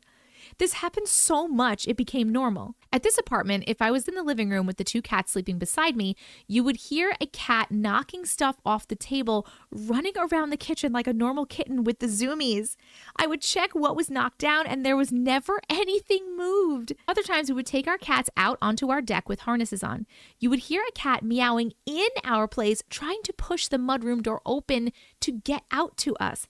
You would also see a dark shadow of a cat moving the door, but there was nothing there. One night as we were getting ready for bed, we had our light on, just watching videos on our phones. We tried keeping our 2 cats out of the room due to my partner having allergies. We had our bedroom door closed. We watched this dark gray cat open our bedroom door, walked in like it owned the place, walked past our bed, and then popped open our closet door, and this cat walked into the closet, and then the door closed behind it. We were just in shock for a few minutes. We finally saw Phantom. Yes, we named him because we always heard or saw movements of him. Until then, we hadn't seen him fully. When we finally went to check our closet, no cat was in there. We eventually moved apartments. We had less hauntings. This is very interesting because in the beginning, you weren't living in this place, right? But you had all your dead cats following you around. And now in the new place that you're living in, you have this giant phantom cat hanging out. What is going on? Why are there so many ghost cats following you? Phantom is the perfect name, by the way. We were looking after my brother-in-law's cat, Twiddles. He's also a huge cat. He is all black with thumbs. After a month of having him, he went back home as my brother-in-law was back home from his trip. I was coming home from work and I noticed what I thought was Twiddles through our apartment in the kitchen area and run into the closet. I just went into our apartment, dropped my stuff off, and then came back into the kitchen area. I realized we sent Twiddles home a week ago. I looked everywhere. There was no cat. It was Phantom the ghost cat at it again. Later that year in the wintertime, I would come home at night, the fresh snow on the ground. I would find cat paw prints from my car to the door, but would stop about 5 feet away from my door. There was nowhere else they would go. I asked my landlord if she brought any cats in from outside, and she said she hadn't. I could never figure out where that cat ended up other than it was Phantom. We then moved again to another apartment that we are now living in. We had only had our one cat at this place. We had the litter box in the closet in the hallway, the best place for it. Well, unfortunately, we had to rehome that cat due to some extreme jealousy as I was pregnant. Cat was jealous of the pregnancy? I've never heard of a cat being jealous of a pregnancy. Like, I've heard of animals being jealous when a baby is there, but not when someone's pregnant. That's really weird. So we didn't have a cat for quite a while. You would often hear a cat using the litter box. Why do you still have the litter box if you don't have any cats anymore? A very powerful smell hit you like a cat just went to the bathroom, but there hasn't been a cat or a litter box in our place in months. Okay, so there wasn't a litter box. Since my daughter had been born, we haven't seen Phantom like we used to, but we are in a way better place in our lives. We now have 3 cats. First of all, you have had so many cats in your life. That's crazy. I thought I was crazy over here with 5 cats. I am so baffled as to why you have all these ghost cats around you. This is really cool, man. Oh, I think this ghost cat wants us to read the next story. Let's check it out. Yes, I know I'm corny. Just go with it. Hi, Auntie. Hi. Oh my God, they actually wrote, yes, sing it, girl. Found you a few months ago. I've been a lurking glitch ever since. Hearing of everyone's experiences got my soul's memory flowing and has me realizing more of my superpowers. Little backstory. My dad passed when I was 2. Obviously, too young to remember him, and living with my mom, he didn't get the chance to see me. So there wasn't a chance for that daddy-daughter bonding. After his passing, I ended up being raised by his side of the family, his parents and my grandparents being a time. As a kid, I used to get dreams quite frequently. No big deal. They're dreams, and I'm a kid. After about age 8-ish, we'll say that I started to notice my dreams were actually happening in real life. Being young, I didn't know what it was, but still weirded out that I knew something was important. Going through my life, I began to notice sensations like another presence around. Jump to me being pregnant with my son. I'm only 19 at this point, and the otherworldly presence increases. I, along with my partner, would hear them walking down the hall into the room. I got to a point where I could say, "Do you mind?" You would hear the creaking / steps of them turning around and walking back out of the room and down the hall. Yes, your words are powerful. Use those words, people. I had friends ask if I had a dog in the house because they could hear someone walking up and down the hallway. One day, my son came screaming out of his room, terrified that the man with the dog wants to play and he didn't want to play. Man with the dog, so you have a man and a dog ghost? We got animal ghosts everywhere today. After that, I said enough and things went quiet, though I know that I wasn't alone. Hop forward many years later, I've had another kidlet. I love that you called it a kidlet. Moved provinces away and got my own house. Where, yes, I've got visitors. I've been touched on the back by a cold hand on a still hot summer's day while gardening. Ooh. I would hear someone walking up the stairs, even hear the chop, chop, chop slide of someone chopping vegetables, pinging of a spoon stirring coffee. Yes, I even got the picture of the ghost as it streaked. Hopefully, I've attached it. Oh, there's a picture. Let's take a look. Oh my God, wait, this is the streak? What is that? A lot of pictures and stuff. Things could be other things like lens flares and things like that. But what in the world is this? That is kind of crazy. Have you guys seen anything like this before? Back to the story. It seems the latter activity is always when I have a partner, few or quiet unnoticed signs when single.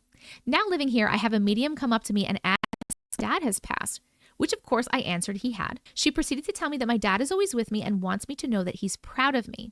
Insert instant tears. What does all this have to do with my dreaming? Yes, that's the best part, for I believe that the universe sends us messages even if we don't notice it. 100%. I 100% agree with that too. This dream shocked me back to realize that I haven't been listening. The dream starts out on a black night in the woods. One of the birch or poplars, there was an unknown source of light that illuminated the trees. The only light to the dream. As I began to walk, my dog joined me, who, yes, was my familiar, has since passed almost all black shepherd. He began leading me through the woods where he led me to the edge of a field. There was a dumpster. As we come up to the dumpster, my female dog, all white shepherd, comes up. Then the dumpster is illuminated by headlights and my body was instantly taken over with true dread, anger, anxiety, and tension. Then appeared a man that we'll call Aaron. I know of this man, for I worked with his wife, we'll call her Sarah. He comes out and I could tell that this is where these sensations are coming from. He raises his shotgun to my male dog and goes to pull the trigger when his wife appears pleading that he didn't need to do this. This I found odd because she was certainly not a submissive person in real life. Tension was so heavy, the fracturing was deep, I could hardly breathe. He then unalived my dog and proceeded to put him in the dumpster. All the while, all I can do is stand here, weighted down by the intensity of this dream. Confused as to this power dynamic I'm trying to understand, I awake. Launching myself from the bed, heart racing, body soaked in sweat, head soaked from tears, screaming out for my dog. Finally, I'm okay, right? No. All day, there was an uneasy feeling in the air, and again, that night, I had the same dream. Knowing what was coming, I tried to dive into what it all meant. Again, I wake up not as heavy, but still ending the same. Over the next couple of weeks, I studied this dream and what it could mean. Does that mean that it keeps happening over the next couple of weeks, or you were just thinking about it for the next couple of weeks? I happened to talk to a friend and she says, "Oh, did you know Sarah is working back at the old job?" I did not, and I asked why, because she left there to go work with her husband running his little company. Apparently, she got caught cheating on her husband, and being that she was working for him, it's likely that they are having a time. What does my dream have to do with this? I dreamed of the downfall of their relationship. I haven't seen her for a couple of years at least, and I don't know him. I went through their relationship issues full on emotionally and physically in a dream. And to that I say, universe, you are funny. All the power in the world and the helpers around me, and I get a dream of people I have no interactions with. This person in their email also wants all the witches and glitches to remember your quirky superpowers. We are not alone. Warnings from beyond the grave. Hi, Auntie Matrix. Hi. I absolutely love your videos. This happened when I was around 4 years old. I was asleep in bed and felt someone sitting on my bed and rubbing my leg. We're getting right into this. I woke up and looked and saw this older woman. An overwhelming sense of calm came over me as she kept repeating, "Everything is going to be okay," as she was smiling at me and then disappeared. As soon as she disappeared, I started screaming and my mom and dad rushed in. I told them everything that had happened and my dad turned white as a ghost. I described exactly what this woman looked like, sounded like, and even what she was wearing. My dad turned around and said that was his mother who died long before he even met my mom. And I had described exactly what he had buried her in. Oh my God. I have never seen a single picture of this woman in my life. Less than a year later, my dad passed away. I like to think that she was warning me. Oh my goodness, I'm so sorry for your loss. Fast forward till I was 19-ish and I had a dream that I was on a bus and the seats were facing each other with a table between them like on a train. I sat down at an empty table and this elderly couple sits in front of me and we start talking. Then the woman starts talking about my nan. I was extremely close with my nan. She lived with us and we talked about everything together. She was my best friend. I even sleep on the couch most nights so she didn't have to sleep in the room alone, which is what I was doing this night. Anyway, this woman started saying that I needed to tell my nan that she was so sorry and that she hoped she would forgive her before they meet again. I thought this was really strange. When I woke up, I did my normal routine where I made my nan a cup of tea so we could have our morning chat. I remembered the dream and told her about it and described the couple, and she said that it was her mother. Again, I had never seen a picture of this woman in my life, and my nan said that her mother wasn't a very nice woman, which I knew from stories already. Unfortunately, my nan passed 6 months later. I'm starting to think every time someone close to me passes, a spirit contacts me first. Thanks for reading. Love your videos. Did your grandma ever forgive her mother though? Thank you so much for sharing. Shadow Man that's followed me for years and weird blue lights. Interesting. First of all, hi Auntie Matrix. Hi. I'm a big fan of the stories that you tell. My story is kind of long but quite strange, but it would be great to get it off my chest. Since I was 14, I'm 33, I've had very lucid, terrible night terrors. The first happened when I was asleep in bed at 14 and felt unbelievable amount of pressure on my chest. I couldn't move, I couldn't speak, but I felt the urgency that I needed to wake up and get to my mom, who's asleep in her room. I didn't know what sleep paralysis was at the time. I was going to say this is sleep paralysis. I felt drugged and like I was going to die if I did not get up. After several attempts, I wake up. Then I'm in the same situation. I can't move, but I'm awake. I start screaming out silence for my mom with no avail, and then I wake up again to the same situation. Again and again and again. I can't remember how many times this happened until I was actually awake when I jolted up and was covered in sweat. I chalked it up to some bad dream. I hate when you get stuck in a loop like that. It's terrifying. Fast forward to college years, another town. I was roommates with my childhood best friend and started having similar dreams. A more prominent one I can remember. I was asleep and aware of being asleep. I saw a bluish light peeking through my window, which was to the right of me on the same wall as my bed was. We also lived on the second floor. I could feel that it wanted me. It wanted you. With the sudden feeling of enormous pressure on my body and feeling of being drugged, I tried to crawl to my door to get to my best friend's room. Laying on the floor, a sound became so high-pitched, I began to scream. Feeling like I was being pulled, I looked up at my door, which was now open, and a shadow figure of a man was standing there. Next thing I know, I'm awake. If you were being pulled, was this like an alien abduction situation? And when you woke up, did you wake up on the floor, like in the middle of crawling, or did you wake up back in your bed? Because I feel like if you woke up back in your bed, alien abduction. If you woke up in the middle of the floor and still in like crawling mode, maybe you were having like some weird sleep paralysis and there was a shadow person and then you woke up. Then what was that high-pitched noise? Fast forward to me about 21 years old now. I'm living with my boyfriend in another town. My boyfriend knows I have night terrors and who occasionally has to wake me up, to even sometimes me not knowing I had a night terror until the next day he would tell me. Now, I don't know if this has any effect on it, but the house that we lived in at the time, the guy we rented it from, his dad had died in the basement. Of course, it probably has an effect on it. And there were a lot of things old still in there. It was always creepy there, and you could just feel the strange energy in the house sometimes. And this is also when my dreams picked up heavily. 2 dreams in particular are still seared into my brain. I know I dreamt a lot of this shadow figure many times, but I've only really remembered a few. First one was, of course, asleep, unable to move, speak, the whole shebang. I'm laying flat on my back, and all I can do is watch this floating shadow moving along the outline of my bed. Back and forth. I can only move my eyes, and I just watch him watch me, like he was observing me, just staring at me as he floats above my bed. Second one, this one sucked. Once again, I'm in bed asleep, but it's early morning and I'm home alone. And this time, I felt that he was coming for me before he was there. Somehow I'm able to see through a POV style like fish lens, and I look all the way to my front door closed and knew he was there. So then I'm suddenly back in my room with my bedroom door slightly open. I'm feeling heavily drugged, and I manage with all my strength to get up. I grabbed a baseball bat and stand on the side of my door knowing he's on the other side. I'm going to open the door and start swinging. I have had enough. Soon as I open the door, I see him. I completely lost any control I had of myself. He was all black with a smoky outline and had these intense, bright blue eyes piercing at me. I couldn't move. My body started to rise in the air and I dropped the bat. I felt like I was choking, and then I wake up. Again, did you wake up in your bed or standing at the door? I'm feeling more and more like this is some sort of alien thing. Fast forward, married and have a daughter. I started to write a dream journal to help with the dreams, or at least have any control in some. One of the last ones I can remember. I fell asleep. I wake up in a black void. Nothing around me. I turn and see a door, but the outline of the door, bright blue light was shining through the door frame. Something was speaking to me like in my mind, but not just words, just a feeling of I knew what they were saying. Whatever it was saying to open the door. It's time for you to open the door.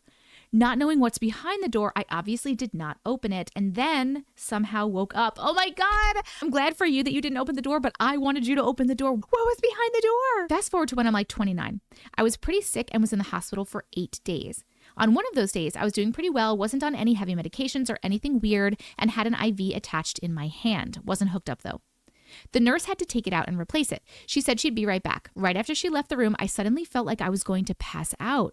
I reached for my emergency button on the bed mere inches from me and passed out before I could press it.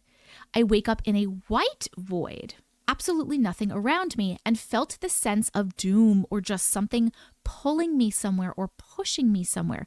I start to hear someone say my name, but this voice felt somewhat calming. I didn't see anyone, but then I see a door, a blue door.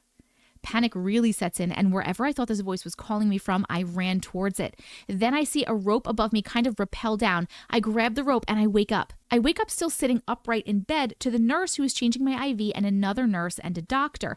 They called a rapid response. I told the nurse I started to pass out right after you left. I must have been woozy or something, and the nurse then tells me that I didn't pass out. She said I was awake with my eyes wide open, staring into space, and that she was the one calling my name. And I was replying back to her, "What?" a few times. She said I sounded irritated. She couldn't get me to respond or anything else other than that. She had to call the doctor and charge nurse to come in and to help. They thought that maybe I was having a seizure, but I wasn't, and I've never had them before. But it somehow was like I was conscious and unconscious at the same time. I told them what I remember happening, passing out and being in like a white void and hearing my name, but I don't remember what they told me I said and did because I wasn't technically unconscious either. And that's really the end of them so far. I haven't had any other dreams of the Shadow Man or Blue Lightning interacting in the same way, which I'm very thankful for. I still have night terrors here and there though, but I don't remember them the following morning. I'm not honestly sure what to think right here. The first two, I was kind of leaning towards like alien abduction. The last one, you were in the hospital. I don't know what's going on with that. First, I thought that the person that was like calling you to grab the rope and to like leave was maybe someone like a good spirit, like a spirit guide or someone that was trying to save you from whatever was trying to make you go through this blue door. And what is behind this door? I am honestly not sure here. What do you guys think? I need to know your opinions in the comments. Thank you so much for sharing your story. This one is literally called Glitch, Glitch, Glitch. Auntie Matrix, how are you? Hi, I'm good. So I've been following you for a few months, and although I've had paranormal stuff happen to me from about age 8 and up, I can't really recall anything to be a glitch until a couple of weeks ago. So it's morning, rush hour traffic, and I'm on the freeway. Now my car has something weird going on with it, so I have to literally pull off to the side of the freeway to do a scan, erase trouble codes using a scanner/coder reader. It doesn't take long, and when it happens, this corrects it, and I'm good to go. So I was meeting an old friend at his doctor's appointment because I really needed to talk to him. His appointment is at 6:30 a.m., so I'm driving there. That's a really early appointment. So I'm driving. There's a split. 2 lanes go to the right, which would be 70 east, and 3 or 4 to the left, which is 670. So I go past the split in the far left lane, 670. Realize my exit is coming up and I need to make my way over to the very right lane. Then my car starts losing acceleration. Lots of traffic. I put my signal on and I start moving right to make my way now to the berm. I don't know what the berm is. I'm assuming that is the shoulder. There's quite a bit of traffic, but I managed to pull onto the berm. Right before this happened, I looked at my clock and it was 6:27. So I pulled to the berm, grabbed my scanner, and tried to plug it in. It's always a bit of a challenge to get it plugged in because it's down kind of under the steering wheel in that location. I keep trying, but it will not plug in. I get frustrated and I say, forget it.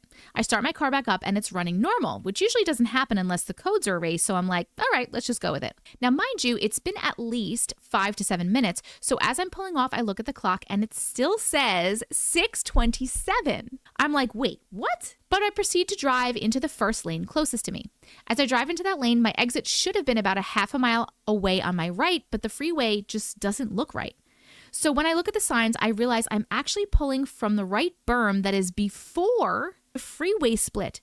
So I now have to make my way back over again to the left lanes to go 670 when I know without a doubt I should already be in the lane I need to be in to get ready to exit the freeway for my destination. So when I finally see my friend, the first thing I say is, oh my God, I think I just died in a car accident or something and it wasn't my time. So it took me back like 5, 6 or 7 minutes so that it didn't happen.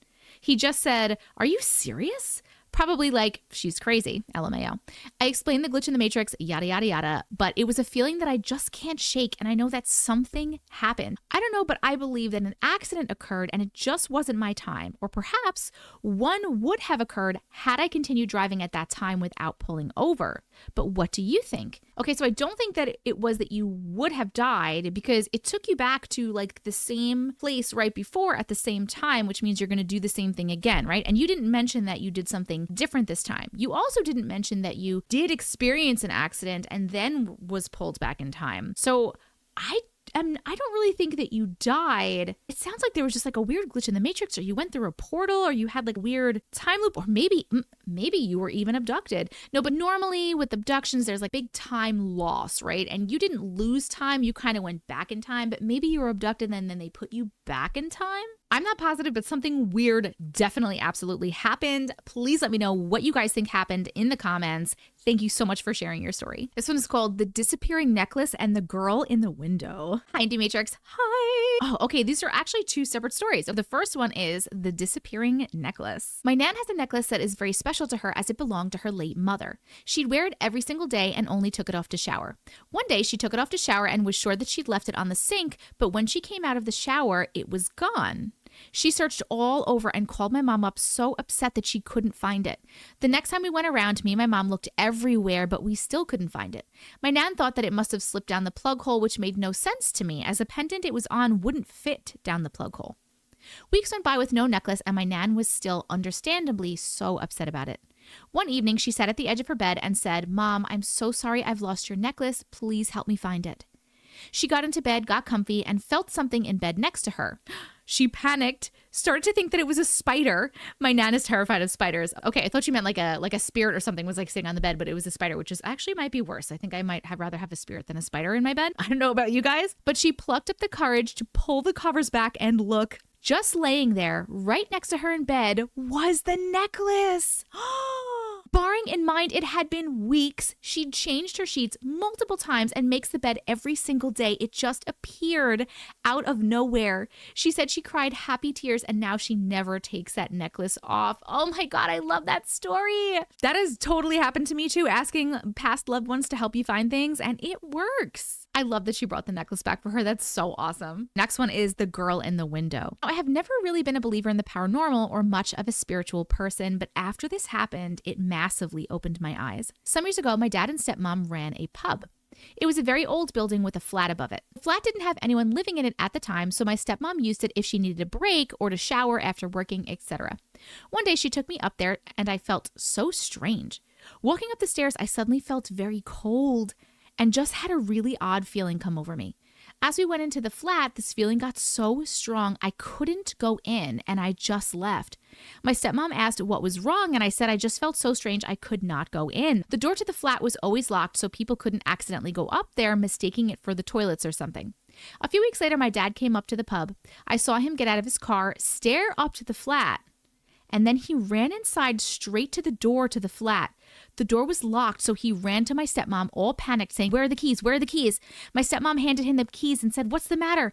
My dad, too panicked to stop and talk, took the keys and ran up to the flat. We could hear his footsteps running all through the flat, and then he said, "Is someone here? Where are you?" After hearing this, me and my stepmom looked at each other and ran to my dad. We met him as he was coming back down the stairs. Thank goodness, because I did not want to go back into that flat. He said he saw a little girl in the window, but this window was so high up she would have had to climb to get up there and could have hurt herself, but there was nobody there. And as I said, the door was locked so nobody could get in. My stepmom said barely anyone had come in yet, and the only people who had come in were regulars who did not have a little girl. One of the regulars overheard what was going on and went on to tell us that years and years ago, there had been 2 deaths in that flat.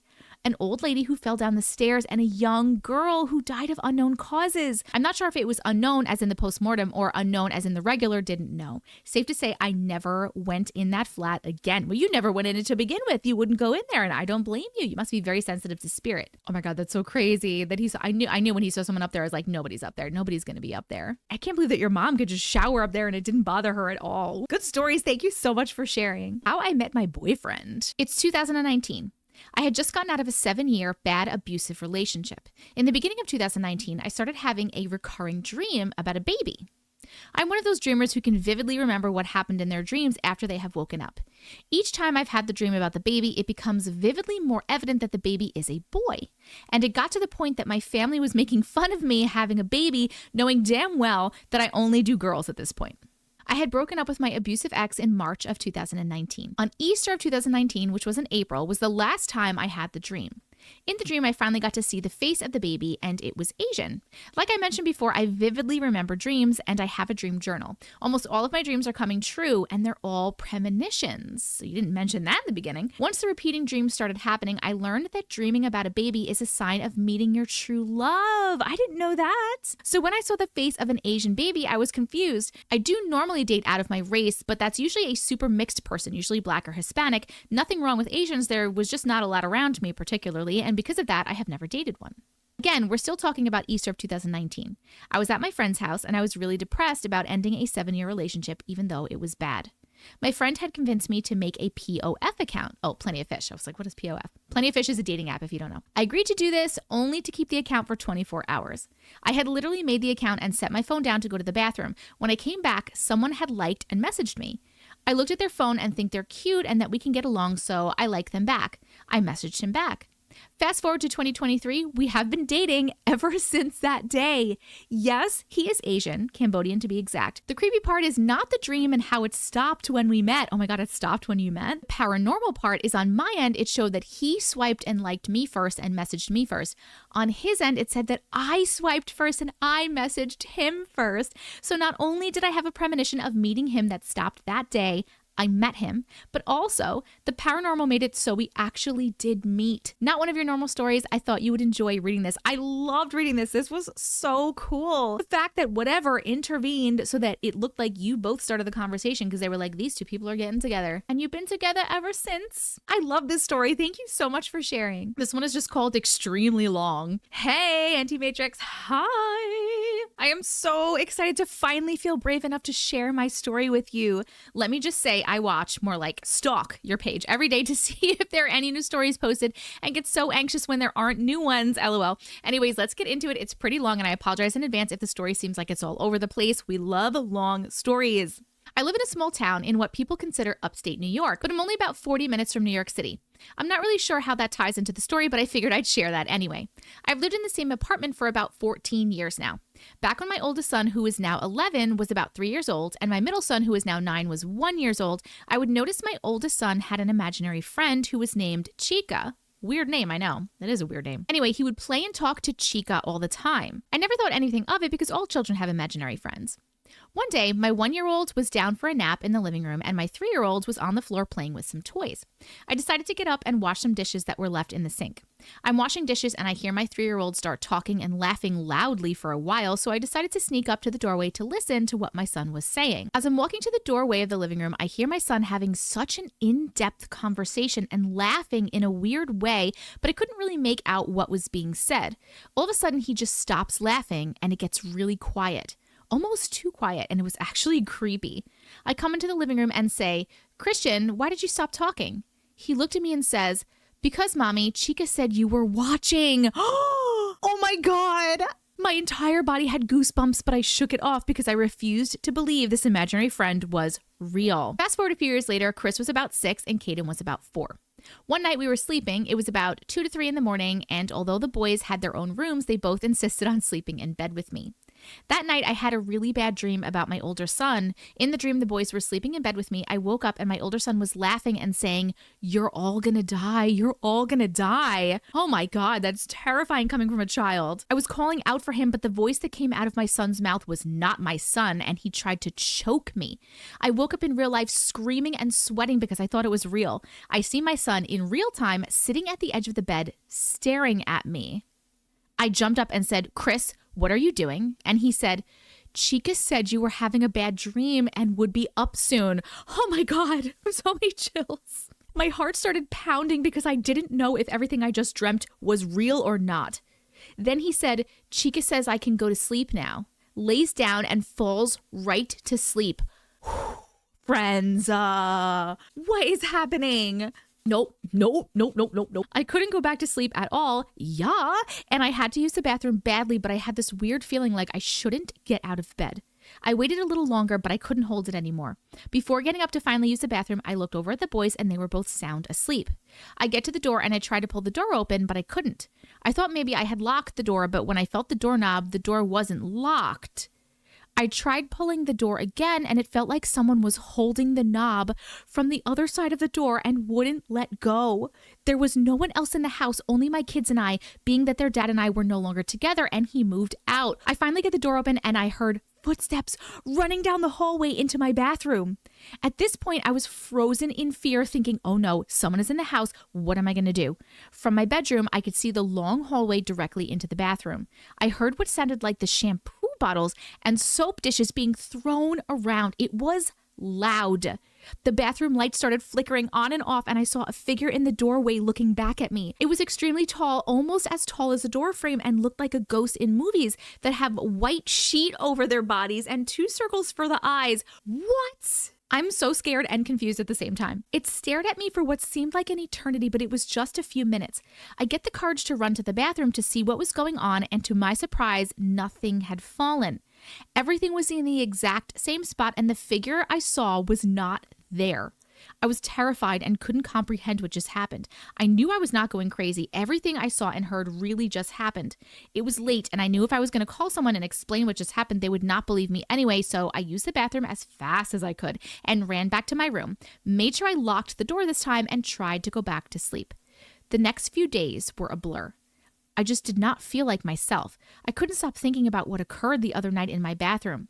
For the next couple of years, on and off, little things kept occurring. I would hear footsteps in my hallway, whispers, and the kids were just always on edge and scared. I got to the point where I had asked the pastor of my church to come and bless my apartment. After the blessings, things seemed fine. Fast forward to now. I met my current boyfriend and we welcomed my 3rd baby boy this past August. My boyfriend moved in and things were going great. One night we were up late just talking about our past and things of that nature. Somehow we started talking about the paranormal and I brought up all the experiences that had happened in this apartment. Of course, like everybody else, he did not believe me and just brushed everything off. We stayed up for a few more hours and around 4 in the morning, I was tired and decided I was going to sleep. He said he wanted to stay up and watch a movie, so I said goodnight and rolled over and went to sleep. A couple of days later, we were up again watching a movie and he said, "Babe, I need to tell you something." I don't know how, but immediately I knew it was something that had to do with the apartment. He said, "Remember the other day when we were up talking about ghosts and stuff? Well, when you went to sleep, I went to the bathroom and as I was walking down the hallway, I saw something run past the door frame. I didn't think anything of it because, come on, who really believes in ghosts? But as I got to the bathroom, there was a full figure standing in the doorway and I cannot lie, I actually got pretty scared. I flicked the light on as fast as I could and nothing was there. It scared me, but I didn't want to say anything to you because I didn't want to scare you or the kids. The next couple of days, his energy was just weird. He was very quiet, and when he did talk, he seemed like he was really irritated and everything I was saying was annoying him. We ended up getting into a huge argument. It was really bad. He told me he was moving out because he couldn't stand the energy that was in the apartment. He begged me to come with him back to the Bronx where he's from, but being that my older boys are in school, I couldn't just pick up and leave. We are still together, but he no longer lives here. He says he will never move back in, and as soon as my lease is up in August, that the boys and I are getting out of this apartment. He comes over all the time, but has a really hard time if he chooses to spend the night. It really bothers me, but I do notice a switch of energy when he does attempt to sleep over. Do you mean the switch of energy in him or the switch of energy in the house? I wonder if what's in the house doesn't like him coming in there. A couple of nights ago, I had just tucked the boys into bed around 8:30 because it was a school night. I went to my room and was trying to put the baby to sleep. An hour or so had passed, and all of a sudden, my middle son, Caden, started screaming, "Mommy!" I get up and I run down the hallway to his room to see him under the blanket. I ask, "Kay, what are you doing? What's wrong? I thought you were sleeping." And he says, "Mommy, please, can I sleep with you? There was someone watching me in the corner." I got scared, but pretended that I wasn't because I didn't want to make him more scared than he already was. Both of my kids have LED lights in their room, and I tried to convince him it was just a flashing of the lights when they changed colors, but he insisted that he saw something. I knew he wasn't lying because of how scared he was. My middle son is the tough one and never has a problem sleeping in his room. I told him he can sleep with his brother, and he jumped out of bed so fast. I get him comfortable in his brother's bed and he falls asleep. I went back in his room to turn his LED lights off and to turn off the ceiling fan, and it felt really weird in there, and I felt like I was being watched too. I went back into my room to check on the baby, and he was fast asleep in his crib. I stayed up as long as I could until exhaustion just took over. In the morning, as I was getting the boys up for school, my older son comes out to me and says, "Mommy, who the heck is Chica?"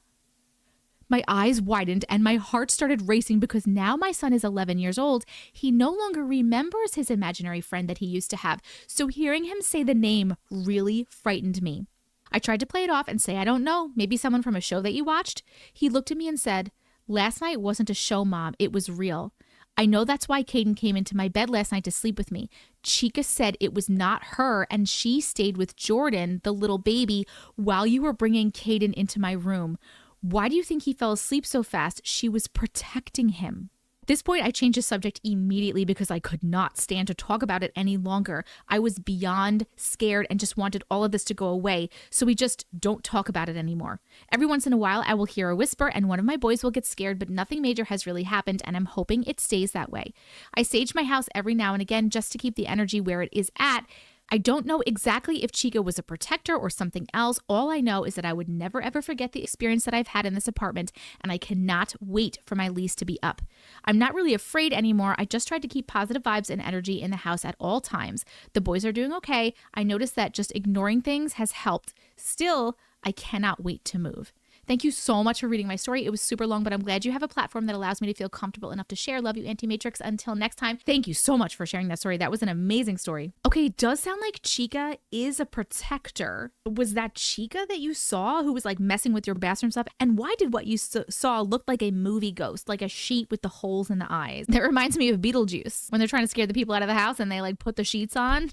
That's really weird. Was that Chica just messing around, or was that another spirit in the house that Chica was protecting from? And Chica seems to be protecting the kids, which is interesting. I wonder if Chica is a kid. Ignoring stuff, good. Maybe get the pastor to come back over and bless it again. Definitely move out. This whole story was so crazy. It's so good. Thank you so much for sharing. This one is called Demon in My Basement, and there's pictures. Hi, Auntie Matrix. Hi. I love all the stories you post, and I have a long one for you. Back in October of 2019, we started renting a house and nothing strange happened. Everything was normal, but this house was 120 years old, built in 1903. In January of 2020, we started hearing weird noises, like talking, coming from our basement, which was always a man and a young girl's voice. And at the beginning, we would go down there to see if someone had broken into our basement, and we never saw anyone. It always seemed to happen around 9:30 p.m. where we would start hearing noises. Something would hit the floor with so much force that you could literally feel the vibration on the ground with our feet.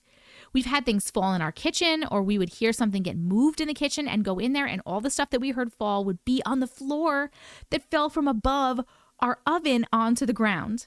We would hear things shift and move in the kitchen, go in there and see that nothing has been moved. We've had friends and family stay the night with us and experience similar noises like chairs being moved in the kitchen, like literally picked up and slammed down. What was weird is that my fiance and I did not hear it, but his father did. He thought one of us was coming into the kitchen to the living room and he waited and nobody came out. We've had tapping on our son's doors when we were standing right by the door. My fiance was home a lot during the night because I worked the graveyard shift at the post office and he would be sleeping out in the living room when I was at work. And he would be sleeping and in a dream, this dark, furry figure with odd looking feet, horns, and sharp teeth with all black eyes would be attacking me in the dream. And as soon as he goes to try to save me, it would turn on him. And just as it's about to kill him, he wakes up and then would start hearing banging coming from the basement. My oldest at the time was about 5, and we did not tell him any of the stuff that was happening. And one day at breakfast with my parents and my grandma, he was telling them about this brown, furry figure with horns and sharp teeth and all black eyes that he was seeing in his dream. He said that he wanted my son to invite him in the house so it could kill me because it does not like women. What? Also, his dreams always took place in the basement with this thing. When I was young, I was baptized and my fiance and kids are not baptized, so I always wondered if it did not like me because of that. We have also heard growling coming from our kitchen, from the basement, and from our bedroom in the darkest part of our room. We've also heard it breathing and walking up on us. Wait, but if your son is having dreams about it wanting to be invited in the house, then it's not in the house yet? But it is in the house because it's doing stuff. I'm confused about that part. Every time we would shine a light, we would not see a thing. One night, it was so bad that we actually got up and went to sleep in the living room for the remainder of the night. I do have a video and pictures with footprints that this thing made down in the basement and a video of something knocking on our front door at 3 a.m. and our front door has glass so you can see out the door and nobody's coming and knocking on our door at 3 a.m. And it did it several times. When I was at work, I was on the phone with my fiance and I can hear the knocking over the phone. I've heard the banging over the phone and I've had him hang up, record the video, and it always responded intelligently. We have cats as well, and if they were inside, they would be looking where the noises were coming from. So our parents' neighbor goes to church and they have their pastor come over and they did a prayer session for us and my fiance. I opened my eyes at one point and I could see his hands shaking. He said that after the prayer was over, he felt angry because of the praying, and the pastor said that he was feeling what it was feeling, and the thing was very upset. When we took the pastor to the basement, he felt what we've always felt, just that there's someone watching us. He could feel that something was down there, and ever since we had the prayer session thing done, it still will make noises and banging on the floor has gotten less, but the dreams have officially stopped for both my fiance and my son. Also, the owners of the house know there is something in the house/basement. They have experienced it as well. Oh, one more quick note. We have neighbors that are divided by a driveway, and they have also heard noises coming from our basement and once gave us sage to burn. And to this day, I have not been able to find that bundle of sage, no matter where I looked. If my kids have ever gotten a hold of it, I would have found pieces of it everywhere. To this day, we still have not seen it. Hold on, there are pictures. Okay, so these are pictures of the footprints. First of all, what is, like, why is it making footprints? Like, what is down here that it's making footprints with? Hold on, let's go to the next picture. There's a footprint, but what is that white stuff? Footprints? Just like sand or something? More footprints. It's an interesting picture, by the way, of like a thing with head separated from its body, but there's another footprint. Oh my God. Oh, what is this stuff that's there? Hold on, and there's a video. Let's watch.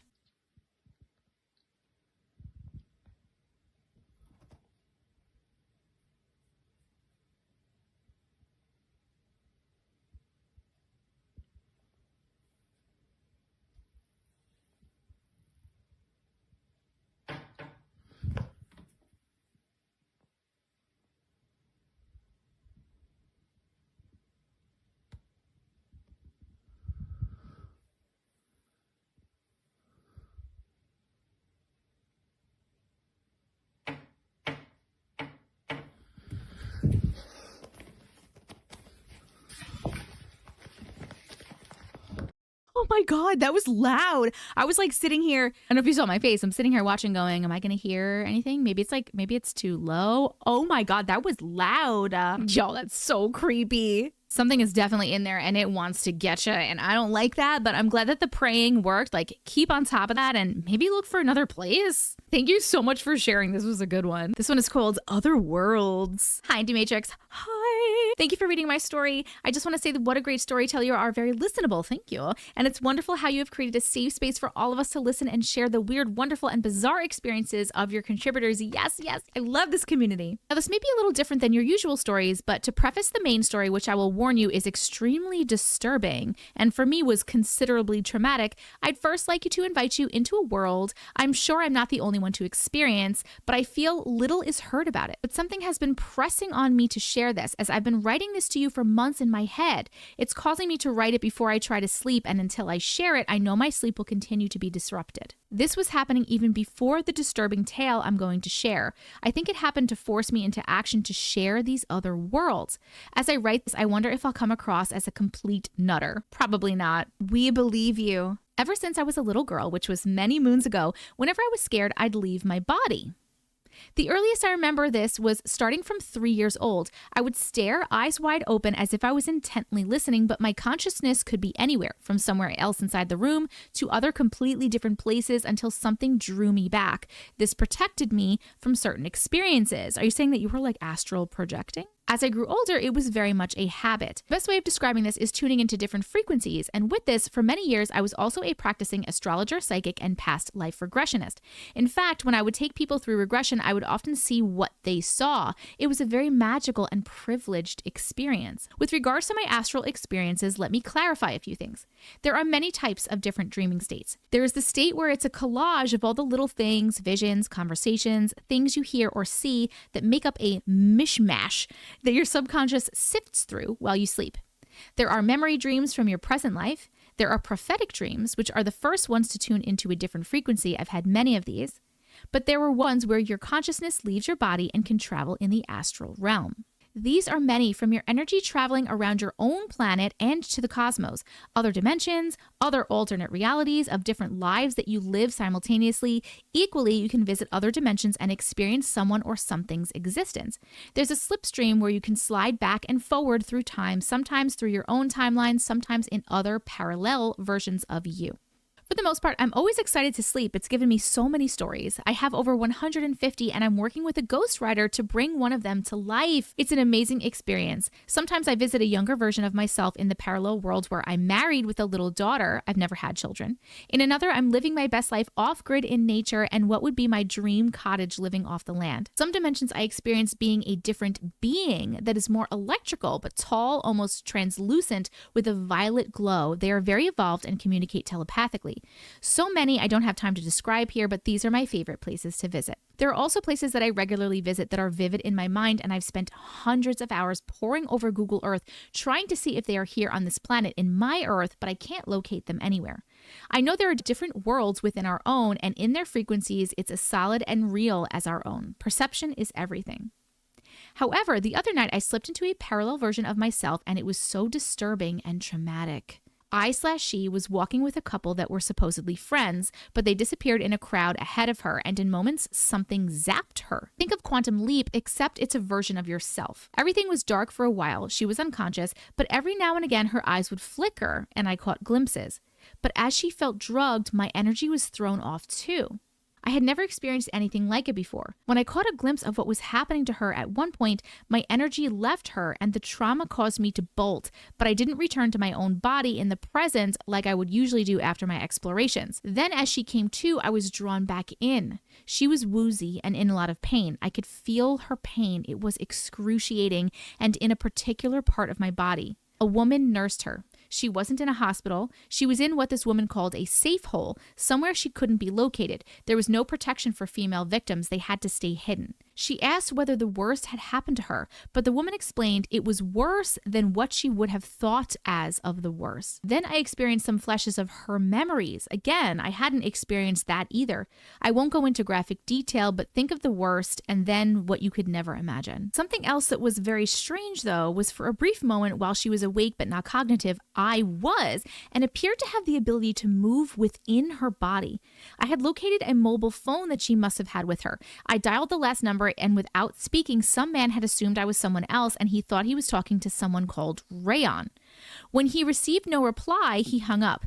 I could sense her coming back to consciousness and tried to write by scratching with my/her nail, as there was nothing to write with, but I vaguely scratched Ray before her consciousness took over. With her conscious and me just being technically a voyeur, she was unaware of me. There was no way I could communicate with her, and then I was pulled back into my body. What was awful on top of this, I could feel the specific pain that she experienced that doubled me up for what felt like ages, but was probably less than a minute, and then it disappeared. But a week later, it is all still with me. For the most part, my travels have been wondrous, but this one was horrific and frustrating because I think I could have helped identify the perpetrators. But I also think in that reality, it seems there is no protection for women and possibly no recourse or justice.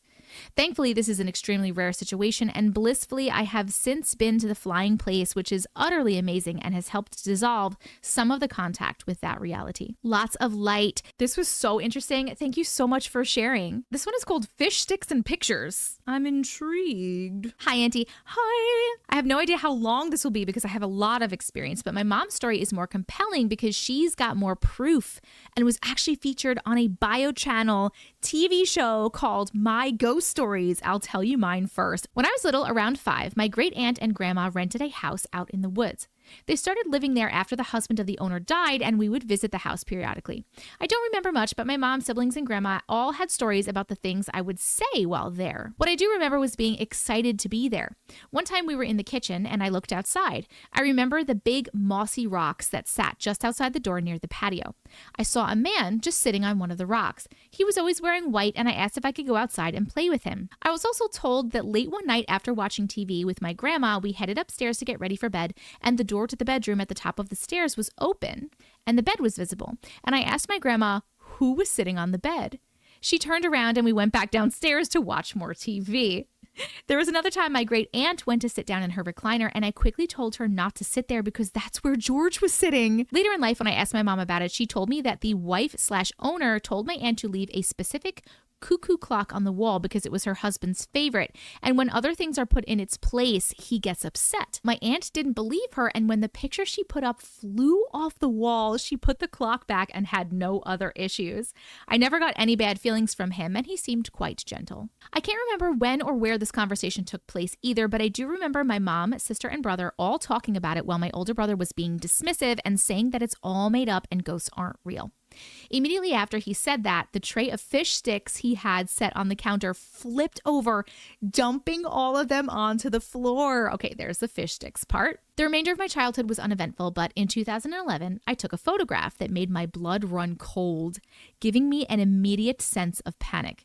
That year for my birthday, I was gifted a DSLR camera because I was taking photography as an elective in high school. I was out and about hanging out with friends on December 21st, which happened to be the winter solstice that year. I had no direction to what I was shooting that day, but when I went to download and edit the photos, I got to the aforementioned photo, which they have, by the way, we will show you. It's a picture of me and my camera pointed at the side mirror of the car I was riding in. I was with my boyfriend at the time, one of our friends. We were stopped at a four-way intersection in the downtown area when I took the picture. My ex was in the driver's seat, I was in the passenger seat, and our friend was in the back passenger seat directly behind me. This is important when looking at the picture itself. Directly over my shoulder, sitting in the back seat of the driver's side of the car, was another person. It looked like this person's face was positioned down and pulling a piece of hair away from their face. You can see the hand, the hair, and the forehead. If you look closely enough, it looks like the face drops off behind my shoulder. I immediately texted the friend we had been hanging out with that day, and he nonchalantly goes, "Oh yeah, that's the spirit that's been following me since Halloween." What? Yeah, we were playing with a Ouija board, and he's been following me ever since. Okay, so here is the first picture that she took. The second one is a zoomed in portion, but you can see right here. Look, it's literally a person touching their hair. Person, hand, touching their hair. Wait till you see the zoomed in picture. Hold on one second. This is the zoomed in part. You can see even better the person touching. To me, it kind of looks like this person is wearing a mask, by the way, which is really weird, or maybe I'm just imagining that part. Person touching their hair, right? Like right here. And here is the face that someone pointed out you could see above the person. Like, what is going on in these pictures? I love when we have picture evidence of stuff. This is so cool. Let me know what you guys think of these pictures, and thank you so much for sharing your story. This one is called Come Play. I already don't like it. Hi, Auntie Matrix. Hi. I absolutely love your page. I binge watch all your glitches and have finally decided to share some of my experiences. I have so many, but I'll start with this one. So this happened around 2004 to 2005. My oldest son was only about 1, and we had just moved into our first house, just me and him. When I viewed the house, for some reason, I was so drawn to it. I just had to live there. Boy, was that a mistake. Uh-oh. It started with a friend of mine going into the house one day to use the bathroom. I stayed in the car with the kids. Her daughter was a little younger than my son. When she came back out, she was very pale and looked extremely shook up. She was like, "There are spirits in your house." I laughed at her because at the time I didn't believe in any of the paranormal things. She then told me that she heard a man and a little girl talking outside my bathroom door. Again, I just laughed and brushed her off as crazy. Then I started hearing and seeing things. My son was terrified of the man in the basement, and all of a sudden had an imaginary friend named Nina. He would say the craziest stuff, like out of nowhere, he'd start screaming, "You're not my daddy," over and over to no one. When I asked who he was talking to, he would say the man in the basement. We would hear screaming down there and dogs barking. We were literally the only ones who lived there. Get out of the house! One of the creepier things that happened there was my same friend who I laughed at decided to bring a Ouija board over so we could talk to whatever was in my house. I was starting to believe there was definitely something going on, but still thought it was BS, and I played anyway. I don't remember exactly what was said on the board, but what I do remember was it kept spelling out closet and come play. Finally, I got up and opened the closet. Oh my God, you are a brave soul. Now remember, we just moved there, so everything was still pretty much boxed up, especially in the closet. Inside the closet, right on top of the first box, was a toy bowling pin that said, "Come play." I started freaking out so bad. I was crying. We did not own any toy bowling sets to have a toy bowling pin. So where did it come from? Not to mention, I had just been in that closet earlier putting some of the boxes in there to get them out of the way. I made her take that board immediately out of my house. I was so scared I had my son sleep with me in my bed and put my grandmother's cross in the bed with us. I do not blame you, friend. So many other things happened in that house. Let me know if you want more. I did eventually find out that years before we moved, there was a house fire that killed a father and a daughter. But I didn't look that up until I saw my son's imaginary friend standing next to my bed. That's a whole crazy story by itself. Thank you so much for reading and giving us a place to validate our experiences. Love you. Keep glitching. I feel like there was so much more to this story that I wanted to hear. I wanted to hear so many more details, but that's just crazy in general. And that makes a lot of sense. The father and the daughter, but the daughter seems to be like kind of cool. Doesn't seem scary because your son is like really scared of the man in the basement. Are you still living there? What else happened? Are you okay? I have so many questions, but this was a good story. The come play. Oh my God, that would have been so scary. Hi, Auntie Matrix. Hi. Before I relate this anecdote, I have to thank you for being you. Your energy is beautiful, and in the midst of the hardest year of my life, your content has been a much needed boost. Oh my God, thank you so much. So in 2006, my dad and I spent a month traveling through Egypt.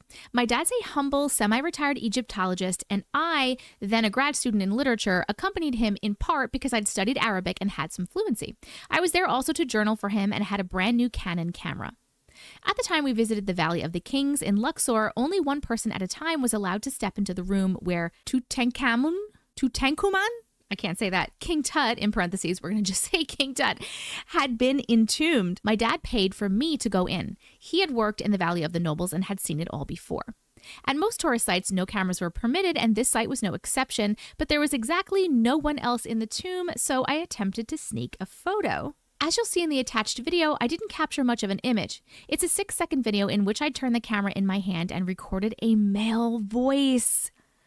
I hadn't heard anything for the 2 minutes I stood there, but it sounds as though the speaker was right next to me and speaking a language I have yet to identify. It's not Arabic. I had other supernatural experiences in my travels through Egypt, but this was the most extraordinary. We have to look at this video. All right, here we go.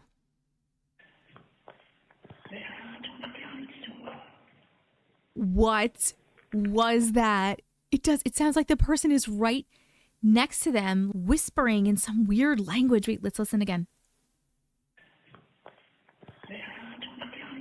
I really wish that they were able to identify the language and translate what is being said, because like, what is being said? That is so weird. What do you guys think about this? This one is called Demon in the Doorway? ?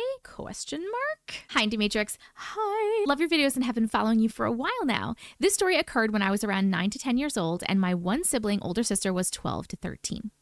One night, my sister had gone to a birthday party sleepover where her and her friends decided to play with the Ouija board. Always ends up bad in these stories. Whatever they had come in contact with told my sister it was her guardian angel. Nope. All she had to do to know they were around all the time was to tell them that they were allowed to come home with her. I don't know what she was thinking or how she could have believed that. Needless to say, she invited it home. Why? Oh my God. Do you guys notice my cat's fighting in the background, by the way? We shouldn't be playing with Ouija boards in the first place. But if we're going to play with a Ouija board, do not invite something home. Almost right away, our parents and both of us kids started hearing odd things around the house, like someone was walking in another room. The whole house had carpet, so the footsteps were muffled. No one paid it much attention because we had a couple of dogs and all of us thought it was one of them moving around. It never was the dogs. We lived in a Rambler-style home, and at the end of the hallway where it came to a T and split to go towards the bedrooms, my sister and I would see shadows moving out of the corner of our eyes, peeking around a corner. Little things started moving in my sister's bedroom too, like tags hanging off of things would start flipping back and forth, almost as though the string was being spun around someone's thumb and index finger. We got a label checking demon. This went on for some months and our parents never believed us, chalked it up to kids' imaginations. Parents never believe. Either A, parents never believe, or B, parents do believe, but they don't want to scare the kids, so they just... Until one night. I used to sleep with my bed across from the bedroom door and flush with the wall. My door would always be open. Across the hall was my sister's room, and she too always slept with her door open. This night would change all of that and begin my fear of the dark and unknown. I don't know what time it was. I was 9 to 10 years old, and this was 30 years ago. All I knew is that I woke up out of a sound sleep, startled by who knows what. As soon as I opened my eyes and looked across the hallway into my sister's room, in her doorway was a pitch black, hooded figure with glowing green eyes staring at me. I couldn't make out anything other than the fact that the space where the face should have been was even darker. The only features were the cloaked form and the glowing eyes. I started screaming. I felt like I was screaming for 10 minutes when it was probably more like 5 seconds. Why was no one hearing me scream? Why weren't our parents flying down the hall to check and see what's happening? Suddenly, behind the figure, I saw my sister getting out of her bed and moving quite slowly to her doorway. The figure finally looked away from me and at my sister. As soon as this happened, she had turned on her light switch and the figure disappeared. I came out of my hysterics and I asked her why she hadn't come help me sooner. She had no idea what I was talking about. She'd only woken up to use the bathroom. She never heard my screams, neither did our parents. Luckily, after this incident, our parents believed us and had someone come to the house for a blessing, or I don't know, as I was so young. All I know is that the person made it go away and we never had issues with the cloaked figure again. Thank you so much for reading my story. I wonder why A, no one heard your screams, and B, why you were able to see this figure and your sister was not, when she was like literally walking towards the doorway. Whatever that was, I am so glad that someone came over, blessed the house, and you guys are good. No wonder why you're scared of the dark. Now I'm scared of the dark, and this didn't even happen to me. Okay, I'm not okay with this one, obviously. It's not a doll exactly, but it is a toy. It's called Haunted Fisher-Price Telephone Toy. Terrorized me. I feel like this is not the first time I've heard a story about that telephone toy. I also used to have dreams, not about this telephone toy, but I used to have recurring nightmares of this little like toy piano that I had, and it would be literally chasing me around and trying to get me. And I would always go to my mom and be like, pick me up, and she would never pick me up. She was always like, oh, you're fine, everything's fine. I'm hoping that this is also just a dream, but I don't think it is. I think it's more than that, so let's see. Hi, Auntie. Hi. Your page is my favorite. Oh, thank you. Legit, instead of Netflix, I go on your page. Love your content. Love your personality. You absolutely rock. You guys are so sweet to me. Thank you so much for your compliments. I have a few crazy stories, but definitely one stands out as it's the one that always freaked me out. It occurred during my youth for years, starting when I was 8 to my early teens. Here goes my story that still haunts me to this day. To give some context to the story, I was born in a very conservative Christian home. My dad was a police officer and I was the oldest of 6 kids. We lived a sheltered life heavily built on religion. We were Christian reformed. We went to church twice every Sunday, catechism class on Tuesdays, and went to a private Christian school. We dressed a certain way and weren't allowed to do things normal kids did. We weren't even allowed to watch Disney films, as my dad said it's evil and brainwashing filled with demonic subliminal messages. Being so heavy into the church, we knew heaven and hell existed. We knew Satan was real. We didn't ever nor would ever participate in anything like Ouija boards. Although I remember growing up as kids, weird stuff always happening in our house, especially during times of stress or when we prayed. My dad said that if we ever saw anything paranormal or demonic, to hold our Bible and say, in Jesus' name, leave. So when events like cupboards opening and closing, or one day all of our flip-flops and shoes started flying all over the room, we didn't think much of it, but we would say the infamous line, in Jesus' name, leave, and it would stop. How did we not think anything of flip-flops flying all over the room? I would think a lot about that. All of my siblings and I have experienced paranormal stories, and we wouldn't even get freaked out by it because my parents made it seem so normal. We pray, it stops. All 6 of us would regularly play the chair game where we would chant a phrase, each one of us holding 2 fingers underneath the chair with one of us sitting on it, and the chair with one of us siblings would rise on its own. So like light as a feather, stiff as a board, except with a chair. I've never played that. Anytime my parents caught us playing it, we would get in massive shit, saying it was demonic and to stop immediately. We also regularly saw each other's doppelgangers, but they would never speak. In your home? How are the religious parents not having a priest come here and bless this entire house? Because clearly you saying in Jesus' name leave is working temporarily, but we need a more permanent fix here, it seems like. One story stands out by far the most. Because thinking back now, how terrifying, but I wasn't afraid at the time. I found it cool. We had this toy telephone.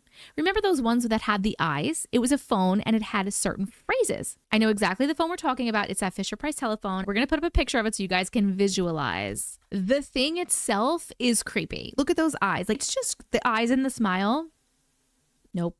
So now that we know what the phone looks like, let's continue. We had this toy telephone. Remember the ones that had the eyes? It was a phone and it had certain phrases. However, our phone actually talked to us, me in particular.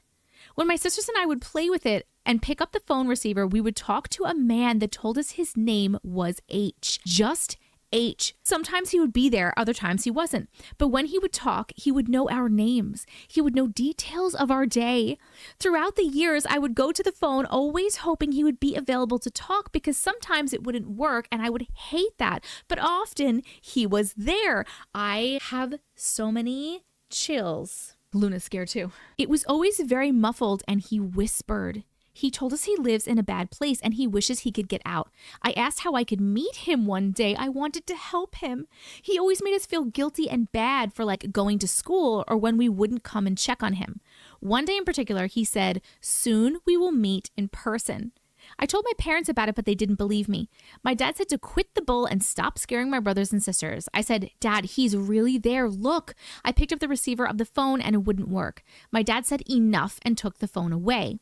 However, the next morning when I went downstairs to eat, there was the phone with all the other kids' toys. So I picked it up and I said, "If you're there, say hello." Right away, his muffled voice said, "Laura," my name.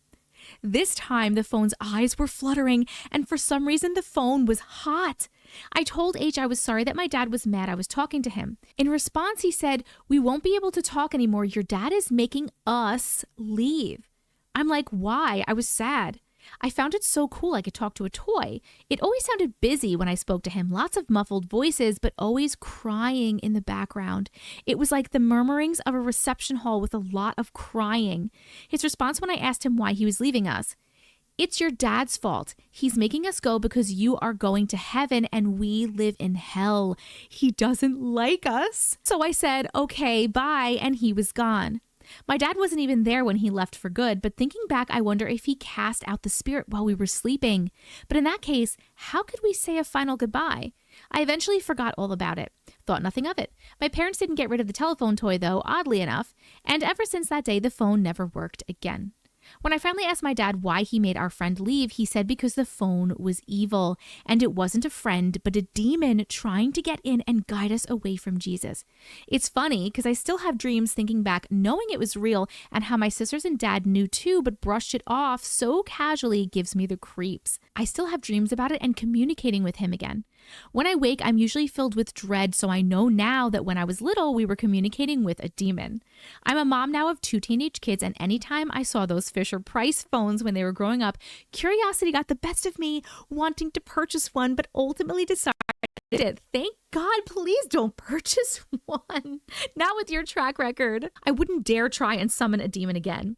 Although paranormal experiences will never leave me, this one can stay in my memories. I'm glad nothing bad happened and that it didn't go any further, and that whatever my dad did at that time to stop it, stopped it finally at that time. However, fast forward years later, I was married and had 2 boys. I'm 39 now. We had a landline and an answering machine. My husband was also from a religious background, but at the time we were very miserable and on the verge of divorcing. Lots of fights in the house, go figure, over religion. I was more religious than he was. I wanted to go to church and raise the boys going to church and reading the Bible. He was very much against it. Nothing paranormal happened in our marital home, nothing out of the ordinary, and if so, my husband never would have believed it. Going back to our answering machine, we had a terrible fight one day and both were in separate rooms. The phone rang one night and neither of us bothered to answer it, so the answering machine picked up the call. The next day, there were 5 missed calls, unknown number. I retrieved the messages and I was shocked. It was a muffled crying in the background, whispers and voices, exactly like when we would talk to H. Message after message had this. Someone had called and left it just recording until the 5th one. That one, a voice that sounded like an old man or woman. I couldn't tell the gender as it almost sounded like a male and female voice blended together. Whispered repeatedly, "Laura is fucked. Laura is fucked. Laura is fucked." Sorry for the language. Over and over and over until it ran out. Oh my God. I literally have so many chills. I showed my husband. He had no words. I had a BlackBerry at the time, so recorded it and showed my sisters and friends. Everyone confirmed that it indeed was saying Laura is fucked, and how creepy. Many just blamed it on a prank caller, but I knew it was the demon from when I was little contacting me again during a really terrible time in my life. But that was it. Nothing else telephone-wise has ever happened again. Thank the Lord. Excuse me, Laura, where is the recording? Do you have the recording that you recorded of this? Because you know that we want to hear that. If you have it, please send it in if you have it. I guess the demon was like coming back to try to like get you to flip over to the dark side because you were in a bad spot. Why? I'm assuming you're not living in the same place. So like, why is this demon seems to be attached to you particularly? Oh my God. This one is called Bloody Mary, White Mary. I don't know what White Mary is. I've never heard of that. I've only heard of Bloody Mary. Hey, Auntie Matrix. Hi. Thank you for creating such a wonderful space for people who have lived, seen, or believe in all the in-between. You're so welcome. Thank you for being here. So I wanted to submit my story as this is kind of piggybacking off the submission I saw a few weeks ago. This story is about Bloody Mary / White Mary. I come from a very big Hispanic family and was very close to aunt and cousins growing up who were always around and actually lived in the same apartment complex as we did. As they were a bit older than me and my sister, they would babysit when my mom and dad would have an occasional date night, which is why my cousin Alma was at our house on the night everything happened. She agreed to babysit me, my brother, and sister for the night.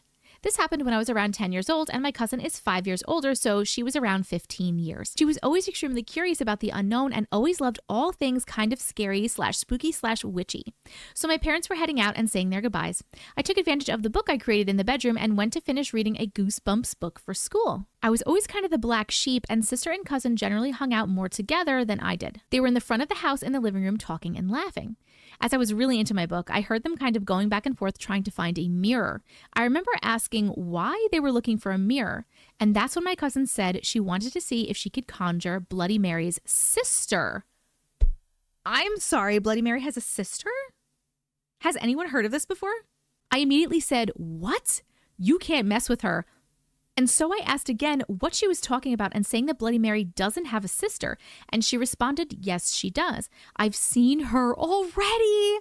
Me and my sister looked at each other and looked back at our cousin and all laughed and told her to stop trying to scare us. Alma was a huge practical jokester, always popping out, scaring us or telling us scary stories. So of course we thought that she was messing with us. But then she said, she is the nice one. She is the one who will grant you a wish. I remember laughing and telling both of them they were dumb and went back to reading my book. A typical 10-year-old me response. Fast forward an hour to my sister and cousin finding the mirror my cousin thought would work. Wait, what do you mean thought would work? I thought that Bloody Mary you could do in like any mirror. Is that not true? Do you need like a certain kind of mirror or something? Fast forward to an hour to my sister and cousin finding the mirror my cousin thought would work, and my sister and cousin went into my parents' closet. I have to note this closet was between the living room and master bedroom. It was a long walk-in closet and across from my reading nook. I could hear them faintly talking and whispering for a few minutes, and then remember it got really quiet. A few minutes later, my sister started screaming, and not a playful scream. She was screaming like she was terrified. But my 10-year-old self thought that they were just playing a joke, so I slowly got up and walked to the closet to open the door, and as soon as my hand touched the doorknob, the closet door flew open. I distinctly remember thinking I didn't touch the doorknob. As the door flew open, my sister bolted past me and ran into my parents' bathroom, and my cousin came running out a little after my sister did. Generally, she's always laughing and saying we're a bunch of scaredy cats, but she looked white as a ghost and visibly shaken. My knee-jerk response was to check on my sister, so I ran into the bathroom, and the second she saw me, she started screaming, saying her chest was burning. I said, "What happened?" And she started pulling at her shirt and asked me to help her take it off, and that's when I saw it. There was a huge M scratched into her chest. It was blood red and looked almost like it broke the skin. When she saw that, she was inconsolable. So I called for my cousin who was in the living room, and as she came into the bathroom, she saw what happened and freaked out. At this point, I was super frustrated that neither of them would tell me what happened. So of course, I threatened to tell my mom and dad everything if one of them didn't say what happened. And that's when my sister started telling me. She said she walked into the closet with my cousin with the mirror, and they both had a flashlight. She said my cousin started chanting for White Mary to show herself and come out and play. My sister said the mirror got really blurry and foggy, like something was trying to come through or form in the mirror as it was on the floor between them. When this happened, my sister got scared and told my cousin to stop and tried to get up, but that's when she saw the outline of a woman fully appeared. She slowly sat back down, and that's when my cousin started chanting again. My sister said the lady looked older with a black lace veil with black eyes. She said nothing happened for what felt like a few minutes, but then she saw the woman trying to reach out towards my sister. My sister immediately fell back and got up and ran towards the door. She said she thought I was holding the door shut because she was pushing on the door and turning the knob, and the door wouldn't open. And the closet door didn't have a lock on it, so there was no way it accidentally locked. When she was at my door, my cousin stayed sitting in front of the mirror, and she said it looked like the woman started screaming and thrashing around, and the mirror cracked in half. And that's when my cousin tried to run for the door too. When I opened the door, I did notice the air feeling cooler, but I didn't think anything about it at the time. We spent the rest of the afternoon hanging out and not talking much. We were expected in bed by the time my parents got home, so the next morning I checked on my sister and the M was gone. Neither my sister or cousin brought this up again. Even later in life, they won't talk about it. I still wonder if that's all that happened. First of all, who knew that Bloody Mary had a sister named White Mary? I thought that the cousin said that White Mary was like the nice one and she would grant you wishes and that she has seen her before. Clearly, something went awry that they're not talking about, because why, if she was the nice one and the cousin had seen her before, why was there an M scratched into her chest? That is like so terrifying. Oh my God. Thank you so much for sharing that creepy story. Has anyone else heard of White Mary? This one is apparently an abduction story. The person says, this is going to be a short and sweet one, but I'm so curious if other abductees have felt what I have felt. Has anyone felt this? So let's get into this. And if you are an abductee, please let this person know if you have experienced this sensation as well. I'm 100% positive I was an attempted abductee. I was sleeping. I woke up because all of a sudden my bedroom was as bright as if there were no walls, sunlight glaring in, but even brighter. Like so bright it was almost like a baby blue iridescent brightness.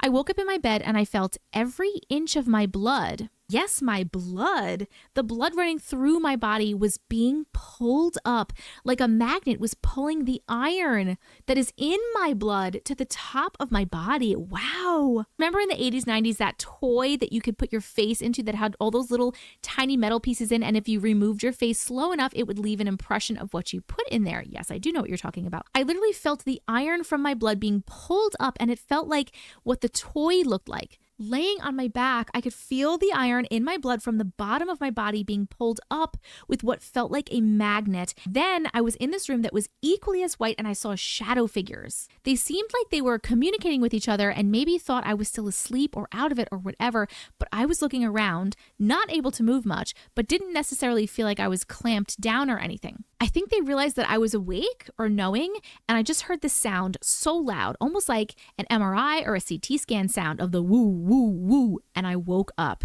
Woke up in my bed, husband next to me, but my body literally felt so heavy, like sand in my bones or blood or whatever, because it was every inch of my body that just felt so heavy. Never had anything before that or after that, but I kind of have always felt like I could have been somewhat susceptible to other realms, stuff, life, spirits, etc. And I think that whoever or whatever took me that night didn't expect me to wake up or be conscious while they were going to be doing something. But that feeling of the iron in my blood being pulled and lifting my body, I can still remember what it feels like, and it scares me to this day. That is a very unique experience. I have not heard any stories of people feeling this when they were getting pulled up. Maybe people just don't talk about that part. Or maybe people are like knocked out or whatever before that feeling happens and you just happen to experience that feeling. But that is a really weird and interesting feeling that you felt. Is there anyone else that has ever had an abduction experience that experienced something like this? Please let us know in the comments. Thank you so much for sharing your story. This one is called Self-Exorcism When Finally Dumping Abusive Ex. Hi, Auntie Matrix.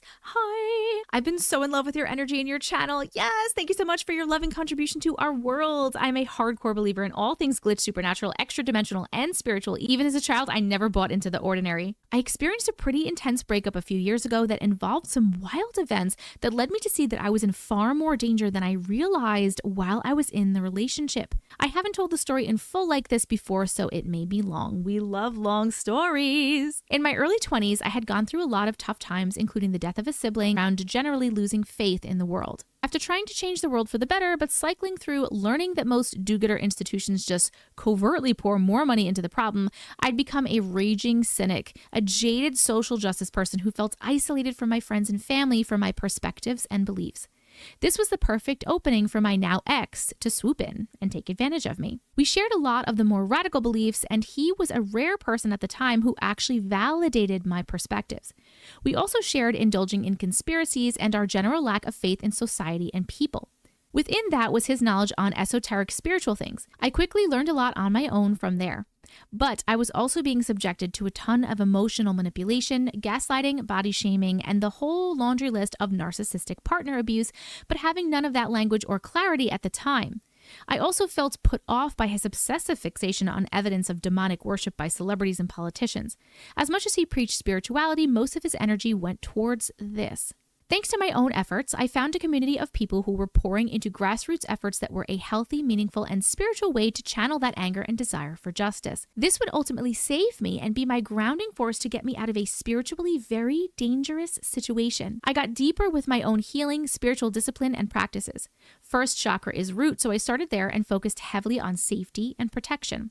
Even though I had already begun to smell a lot of the bullshit and feel checked out of the relationship, it would later shock me to find out the person I needed to protect myself from the most is the person I'd allowed to be closest to me. I then rather suddenly developed painful uterine fibroids that made sex impossible.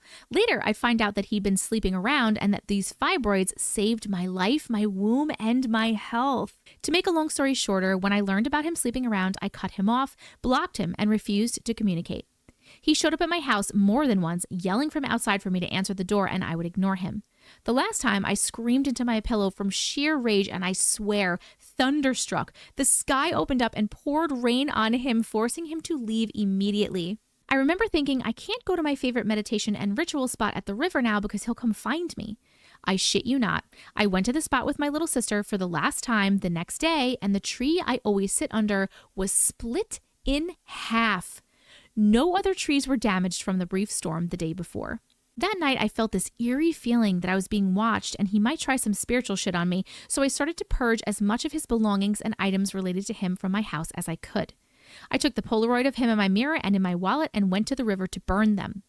Right before, I looked at them one last time, and in one, there are literally 3 women peering over his shoulder looking at the camera, and in the other, there is a shadow with red eyes peering over his shoulder.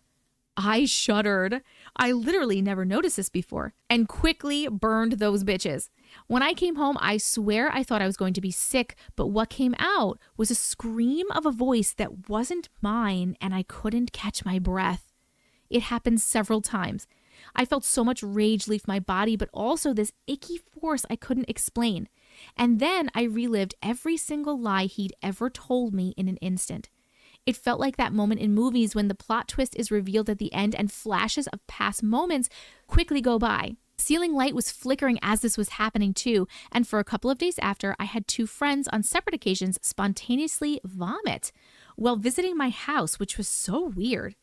I saged the shit out of my house, played the sound bowl in every room, washed my floors with hot salt water, and sprinkled protection herbs in every corner. When I finally agreed to meet him in person to end things in the most clear way, I protected myself as much as possible energetically. I gripped the wooden figure my closest friend had given me, a Brazilian divine feminine protection amulet.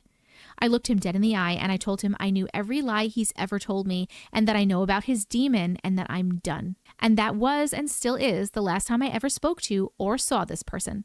The figure was no longer in my pocket when I got home.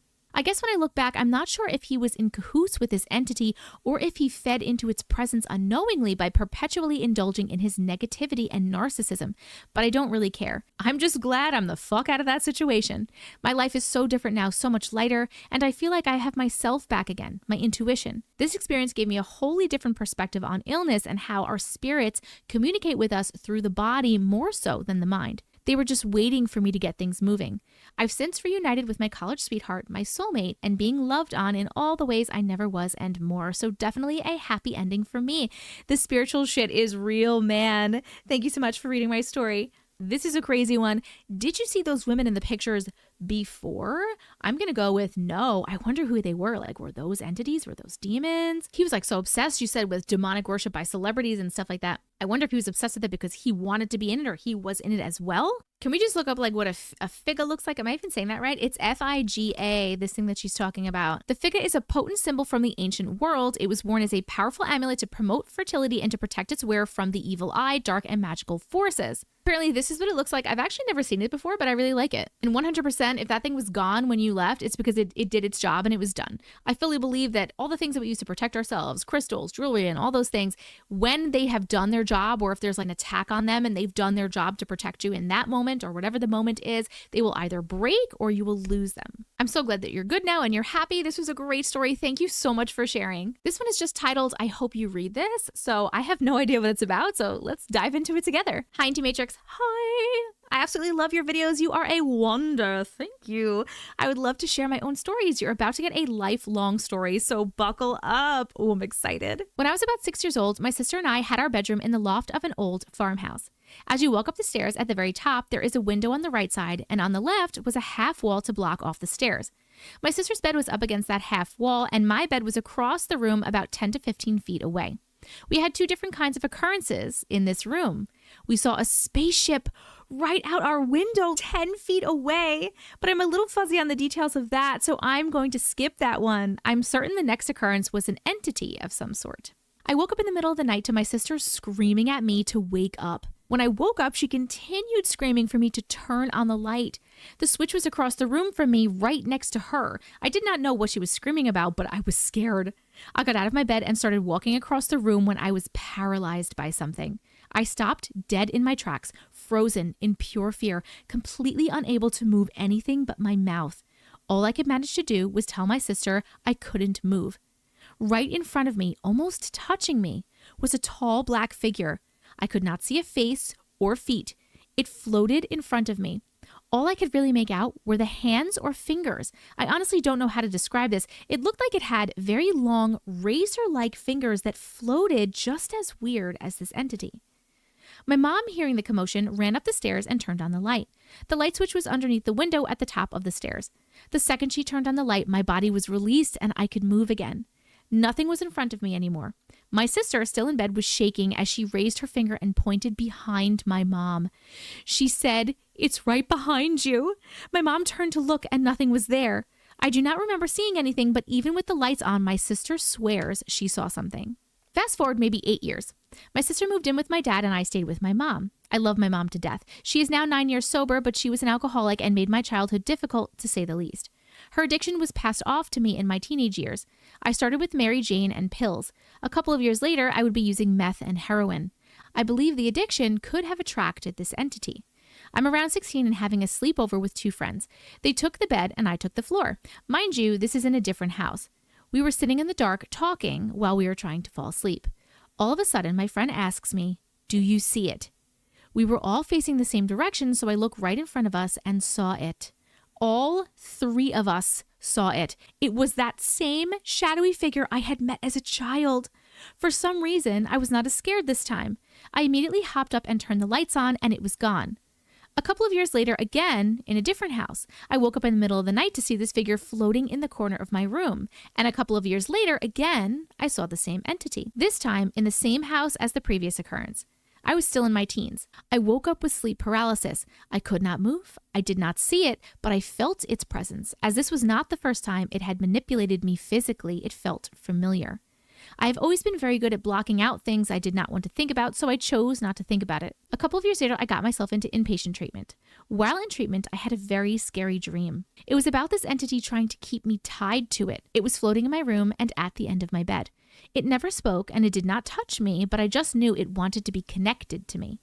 I shared this experience with the other ladies in treatment, and I think I know what was happening. I do not know if it existed already or if I or my mother manifested this entity with our addiction. A spiritual and insightful woman explained to me addiction is a demon. It feeds off of the depression, misery, hate, and any negativity that is formed during addiction and fuels the spirit. Whether it already existed or we gave it life, I do not know. This lady made a medicine bag and placed it under my mattress. She also wrote something in her native language on the bed as well. I am almost 8 years sober and grateful for every moment of my sobriety. I have never again felt or seen this presence in my life. Can we just take 1 second here and applaud you for being 8 years sober? I am so proud of you. That is a hard thing. I have one more story I would like to share. I didn't even think to share this, but I saw another video of yours about similar experiences. This one is very hard to share. I'm about 6 months into my sobriety and I'm 22 years old. I met my fiance while working at McDonald's. My entire life, I knew what I wanted most out of this life was a family, a child, and a husband to call my own. After being together for about 6 months or a year, I had the strangest nightmare. It felt so real, it messed me up for almost a week. I had a dream that my fiance was murdered. It was only the aftermath that I dreamed of. A friend of me came up to me and told me that he was murdered. It felt so real. I screamed, I cried, I grieved. I was so relieved to wake up and find out that it was all a dream. About 4 years later, we decided to have a baby. I had been on birth control for over a decade, so we expected it to take some time. After the first month of trying, I got scared and decided we weren't ready and I wanted to wait longer. Come to find out a couple weeks later, I was already pregnant. Our little miracle was already growing in my belly. After 1 month of trying and after being on birth control for a decade, the chances of that are rather low. I knew in my heart, in my soul, this was meant to be. He would be the father of my child and all my children to come. It was always going to be this way. I just knew it in my bones. Fast forward, my beautiful baby girl just turned 2. My fiance woke up for work one morning and told me about a nightmare that he had just had. He worked for an internet company and often had to climb very tall rooftops. He told me that in his dream, he fell off a roof while working. He was so frightened by this dream, he did not want to go to work that day. I reminded him no job is worth his life and no one can make him do something he does not want to do. After talking and some good hugs and kisses, he relaxed a little bit and went off to work. Unknown to me, many OSHA regulations were regularly violated by this company. A few days later on Friday, he fell 30 feet at work and passed away in the ambulance. I have always feared this and losing my child more than anything. I lost the love of my life that day, the father of my beautiful baby girl. I was contacted by his coworker who gave me hope that he would be okay. He said he was conscious, talking and moving his arms and legs. I did not comprehend how bad it could really be. I filled my head with positive thoughts of me nursing him back to health from whatever injuries he sustained. The whole 45-minute drive to the hospital, I thought no matter what, we would be okay, we would make it work. When I got to the hospital, my sister greeted me. She was already there working and my mom called to let her know that I might need her. I walked into the family room and saw the chaplain. Immediately I thought to myself, this must be really bad. I sat waiting to talk to the doctors for maybe 15 minutes while the chaplain made small talk with my sister and I. The doctors finally opened the door to come in. They opened and closed the door 2 times before finally opening it a 3rd time to walk in, adding to my terror even more. They sat down and I immediately asked what's going on. One doctor started talking and said, well, I don't want to leave you in suspense. Kenneth died, giving me an ounce of hope before telling me there was none. They continued talking, but I don't remember what they said. I looked at my sister with a look she could only describe as stupefied. I remember looking at her. I remember saying, no, no, no, and then dropping to the floor to cry. She said the scream I let out will never leave her memory, but I don't remember making a sound. I thought to myself, doctors are idiots and liars, and I snapped out of it and I told them to take me to him immediately. They walked me into the room right across from where I was. My baby was right there, dead, and I didn't know it. When I walked in and I saw him, I lost it again, and I cried, and I said, this is where my babies come from. I don't know if you can understand the pain of knowing your entire future and the future of your children was completely rewritten without your consent. All the stability I had only known with him was gone. The next week was a complete fog. I'm so proud of myself as a mother. My baby didn't lose me for a second, even though I'd lost myself. Anytime I cried, I would try to walk away, but sometimes I would let her see me. I still say, I'm sorry, baby. Mama has the sads right now, but it's okay to be sad and I will feel better soon. Mama just misses daddy. She usually gives me hugs and tries to comfort me. There is not a word for what a wonder my little girl is, my angel. I am so sorry for your loss. This one got me. I had to stop. A few days after his death, I had a dream. The biggest mindfuck of my life. In my dream, I woke up in bed next to my love from this dream. My real life was the dream or the nightmare. I cried and I cried and I held him and I told him about this dream. He held me tight, he kissed me, and he told me, it's okay, baby, it's just a dream, I'm right here. Waking up from that dream felt like he died all over again. He has only visited my dreams a couple of times since then. I think he knew it only made it harder, and no matter what I want, I have no choice but to move on. The world keeps spinning even when your world stops. It's been a little over 5 months since he left us. It's just me and my little girl now. Thank you for being you and giving so many people a safe place to share their life stories. Thank you so much for sharing your story with us. Since his death, I have learned some things. There is indeed a great awakening happening in the world right now. I believe that we choose our lives and the trials that we face. I believe the answers are all within us, but we all have different lessons to learn at different times in our lives. We all have a road to walk. Some of it is destined and some of it we choose. I used to be scared of dying and what may come next, but now my love is there waiting for me. It kills me that I was not able to help him on his journey beyond, but I know that he will be there to help me. I always had beliefs, but now I pray every day. I am so grateful for everything in my life. I am a very, very lucky woman. I have known great love. I have overcome struggles that some could not. I have the most kind and beautiful girl I could have ever dreamed of. I'm sorry for the long letter, but thank you for the safe space. The difference between these stories was like astronomical. The first story was a creepy, scary story about like a demon and addiction. And then the second story just hit me out of nowhere. I was not prepared for it. So it's called I Summoned a Ghost. Hi, Auntie Matrix. Hi. I've been wanting to share the story for a while, but I'm not very articulate with my words, so I guess I'll try my best. This was a few years ago, so I may miss some details, but here we go. Around 2 years ago, I and an old friend had a sleepover. She suggested playing with the Ouija board, and we had some protective candles from a witch store that she had gone to. So we collected our items, I got in my car, and we drove to a cemetery. Not only are we playing with the Ouija board, but we're going and playing with it at a cemetery. Really, people. Initially, we ended up at an indigenous burial ground, but I was extremely scared because it was night and we were nowhere near the road. So I decided to find a cemetery closer to civilization. Good idea, I guess. We ended up at a 200-year-old cemetery in Amherstburg, Ontario, which they say is one of the most haunted cities in the world. Just the Two of Us by Grover Washington was playing in the car when we got out. Just the two of us, you and I. Who else thinks of Austin Powers with Mini-Me? You and I. Just the two of us. Back to the story. We took out the Ouija board and the candles and lit them right on top of a flat memorial tombstone, which is very disrespectful. Looking back at this, do not do this. We opened the Ouija board as you would, spoke to it and asked if any spirits wanted to come through, and we were being very respectful, letting them know we just wanted some insight and we weren't there to cause any trouble. For a few moments, nothing happened. I was singing Just the Two of Us because the song had been on in the car, and I asked Spirit if they liked the song, and slowly the planchette moved to no. My friend and I looked at each other, and I think we both thought that each other moved it. While we were staring at each other in shock, the planchette kept circling no more forcefully, coming off the word and immediately jumping back onto the no as if the spirit was upset. I quickly asked if we could sing them a different song or if they'd like us to do something else so they weren't upset. The planchette quickly moved to yes. I asked what we could do, and the planchette moved to the R, then U, and I was honestly confused, wondering what could come next. And before I could even guess, the planchette moved to N. For a split second, we waited expecting more, but then we realized it said run. Without saying goodbye, we closed up the Ouija board, blew out the candles, got over the cemetery fence, and ran into the car. Big mistake. You need to say goodbye and close out the board, friends. In the car, we were freaking out, asking each other if we moved the planchette. We both realized that it was neither of us. We ended up finding some random bench, put the Ouija board on the bench, and left it there. We wanted nothing to do with it, and when we went back in the morning, it was gone. Now weird things started happening. My car radio would glitch. My car had never done this before. The music would stop working completely with no possible way to get it back on. Then miraculously, 20 minutes into your drive, just the two of us would start playing. After the first time, this becoming more frequently, happening twice a day for about 3 weeks before the next weird things started happening. I knew once just the two of us had started playing, it wasn't a car issue. It was getting very frustrating, and one day the music completely cut out and was making very weird static sounds, almost like a warped voice. I decided to open the sunroof and I started screaming.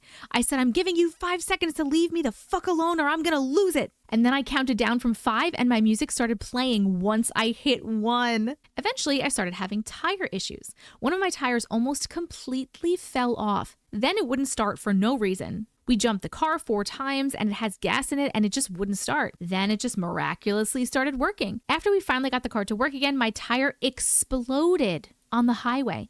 I cannot find the photo, unfortunately, but it looks like a demon poked its nail into it and just slid it down the tire with its nail. Oh my God.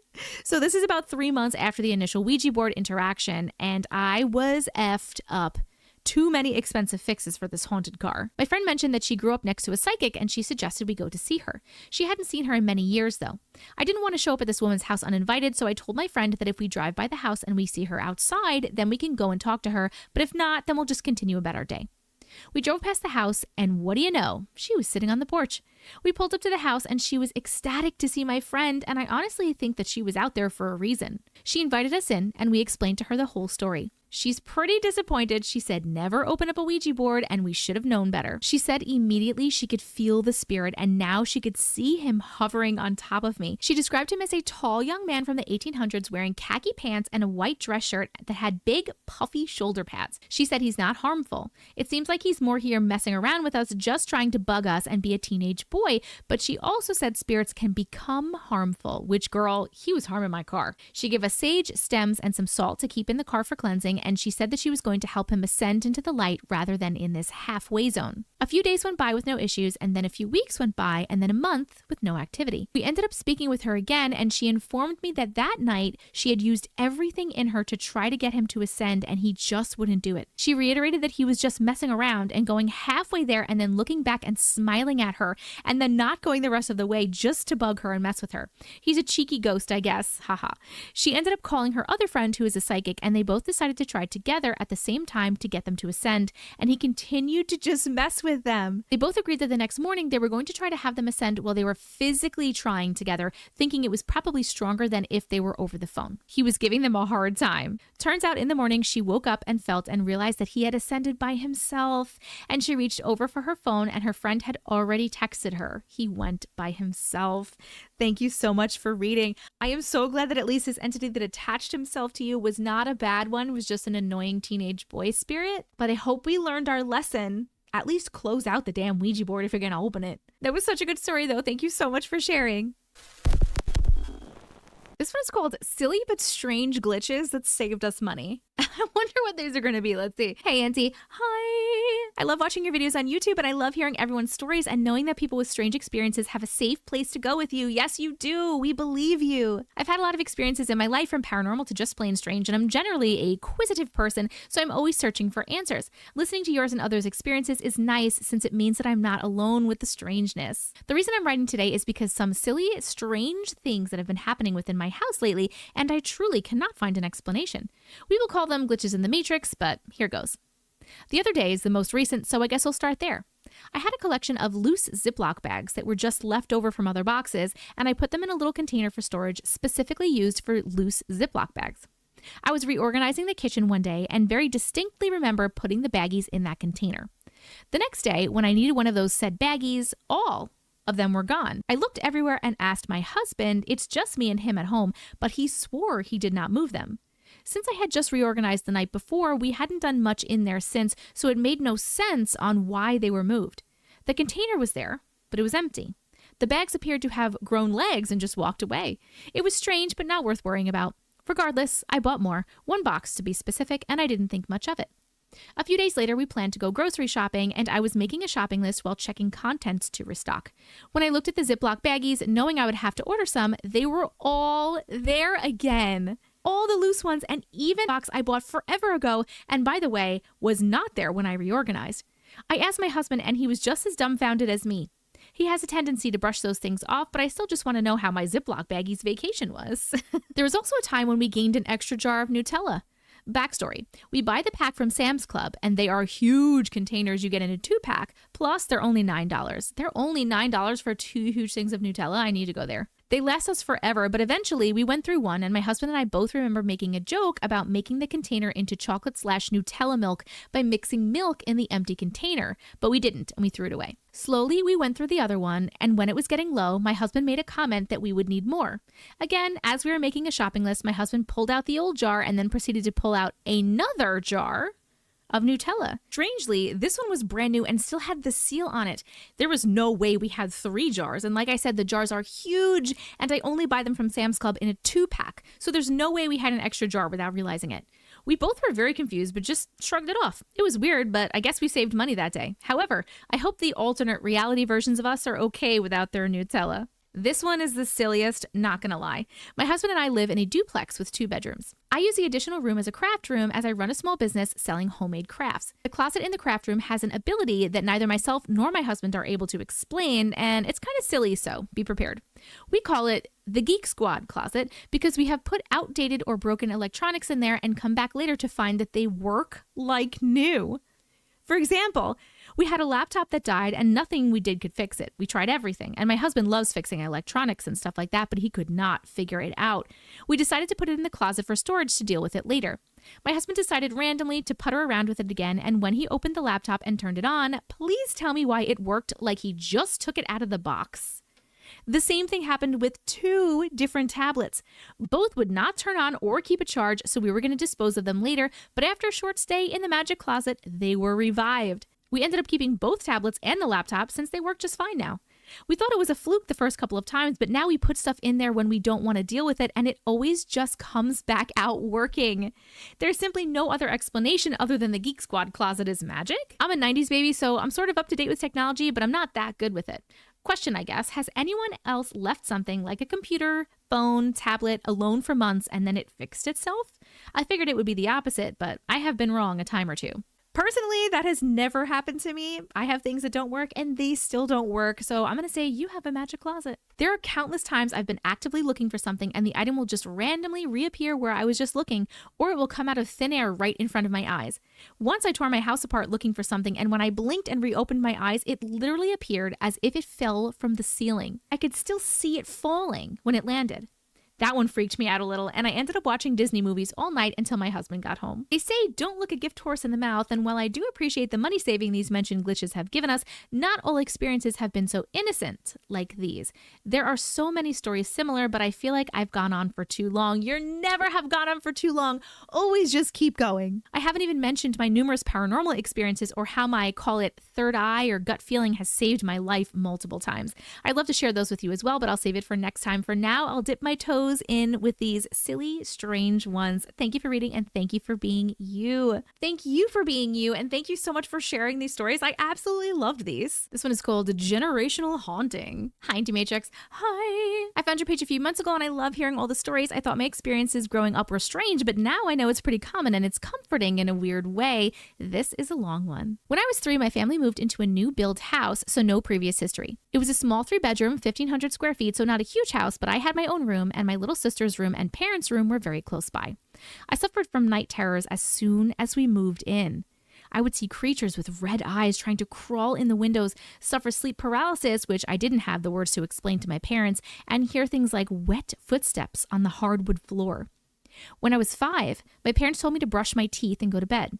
The hall bathroom and my bedroom door were about 5 feet from the living room where they were watching TV, so they could see me the whole time. When I walked across the hall from the bathroom to my bedroom, my room stayed dark after I flipped the light switch, so I looked over and told my parents.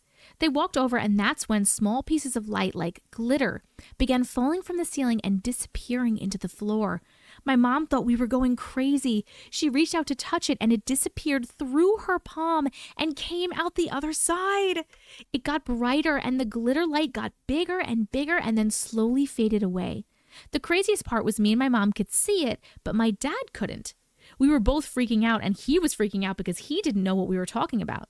He only saw a dark room. I'm glad that your mom could see it because I was assuming you were going to say that she was like, there's nothing there. What's going on? We closed that door, and I shared my little sister's room for years until my brother was born. We closed the door and didn't enter a whole bedroom in a tiny house for 2.5 years. When my brother was born, they reopened the room and moved me back in because nothing else weird had happened and we needed this space. I suffered from nightmares and sleep paralysis as soon as I moved back in and slept with the lights on and my door open for years. Fast forward to my teenage years, and I had an additional younger sister, so now 4 kids total. My next younger sister and I shared the haunted room. My nightmares became kind of a joke between us because we had bunk beds, and every night I would thrash and scream, and my little sister would kick the bottom of my bunk until I woke up enough to stop. So every day I'd ask how many times she had to kick the bunk. I rarely remembered my dreams, but I knew that they did get violent. I once broke a tooth and would regularly wake up bruised from hitting the walls with my body. Oh my God. Oh, you mean you broke a tooth from like thrashing around? My family decided to move when I was 17, and when we were getting the house ready, things really ramped up. My nightmares increased, and my sister and I would wake up to the sounds of shattering glass. Since we were moving and the house was staged for realtors, it wasn't like it was something falling off the bed and breaking. We would wake up and look for anything that could have broken because we needed to make sure the room was perfect for people looking at the house. We never found anything. Over time, it got louder and louder until one night we were sure the entire window in our room was shattered. It hadn't, and we slept with the light on the rest of the night, and we were 14 and 17. It culminated one night right after the house sold. I was having a nightmare, and my sister kicked the bunk until I woke up. She started asking me when I climbed down, and I was super groggy, saying, "What? You just woke me up. I'm still in bed." She started panicking, asking me to stop joking around, and why was I standing in front of her, not moving? It's worth noting that we had a street light right outside our bedroom window, so our room was never really dark. We had mini blinds, but no blackout curtains, so there was fairly bright orange glow in our room all the time. I realized something bad was happening, and I told her, "Listen to my voice and where it's coming from. I'm still above you in bed." She started screaming and shoved herself against the wall. I felt the bunk bed shake when she did this and could hear her right below me. She was shrieking that there was a shadow person that was standing over her, which she assumed was me. I tried to talk her through reaching out to turn on her lamp, but the shadow person was still there and she wouldn't move. So I had to climb down and turn on the light. It was the scariest freaking thing I've ever experienced. I cannot explain how badly I did not want to climb down and deal with it, but when my poor little sister was terrified. I turned on the overhead light, avoiding her bedside lamp, and there was nothing there. We slept with the full overhead light on the last few nights until we moved. We had assumed it was our old house that was haunted, so we weren't worried when we moved. It was a much bigger house, and we all had our own rooms. It was a huge entrance with double doors. Pretty soon after we moved in, we would all be woken up in the middle of the night by something slamming into the front doors. We dismissed it over and over that maybe it was just kids playing pranks on the new neighbors, until one night it sounded like a giant boulder was smashed against the doors. It was so loud, it shook the entire house, and everyone rushed out of our bedrooms in the middle of the night. We turned on all the lights, checked for damage, looked for the rock, but there was nothing. A few weeks later, every photo frame flipped face down like dominoes, and then nothing happened again. Fast forward again to now. I have 2 daughters who sleep in bunk beds in my husband's childhood home. We lived here for years with no experiences, but my older daughter started having night terrors and weird experiences that she would have a hard time explaining. I started seeing shadows moving out of the corner of my eye and several experiences of being touched. One time my right arm was lifted and dropped. Another time I thought my husband was rubbing my back, but when I rolled over, no one was there. So they weren't scary experiences for me, but still not very normal. How were those not scary for you? The final straw was my older daughter having a panic attack, screaming that there was something in her room. I immediately did research on someone to do a spiritual cleansing in our home. Since then, things have been calm. My daughter slept through the night for the first time in her life at 7 years old. She's now 8 and she's doing so much better.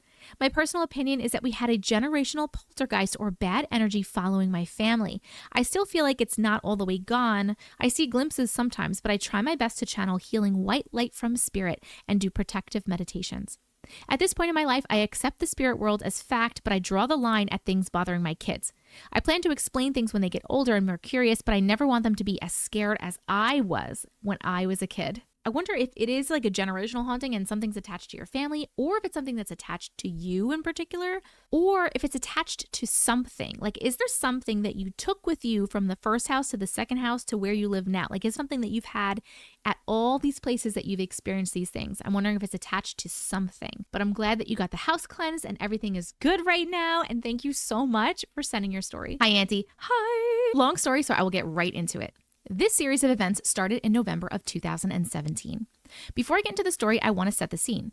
We live on a few small acres on the edge of town. Across the street to the left of us sits 3 houses, 2 of which are abandoned. The last one is occupied by a sweet old lady. We keep an eye out to make sure no one messes around her house.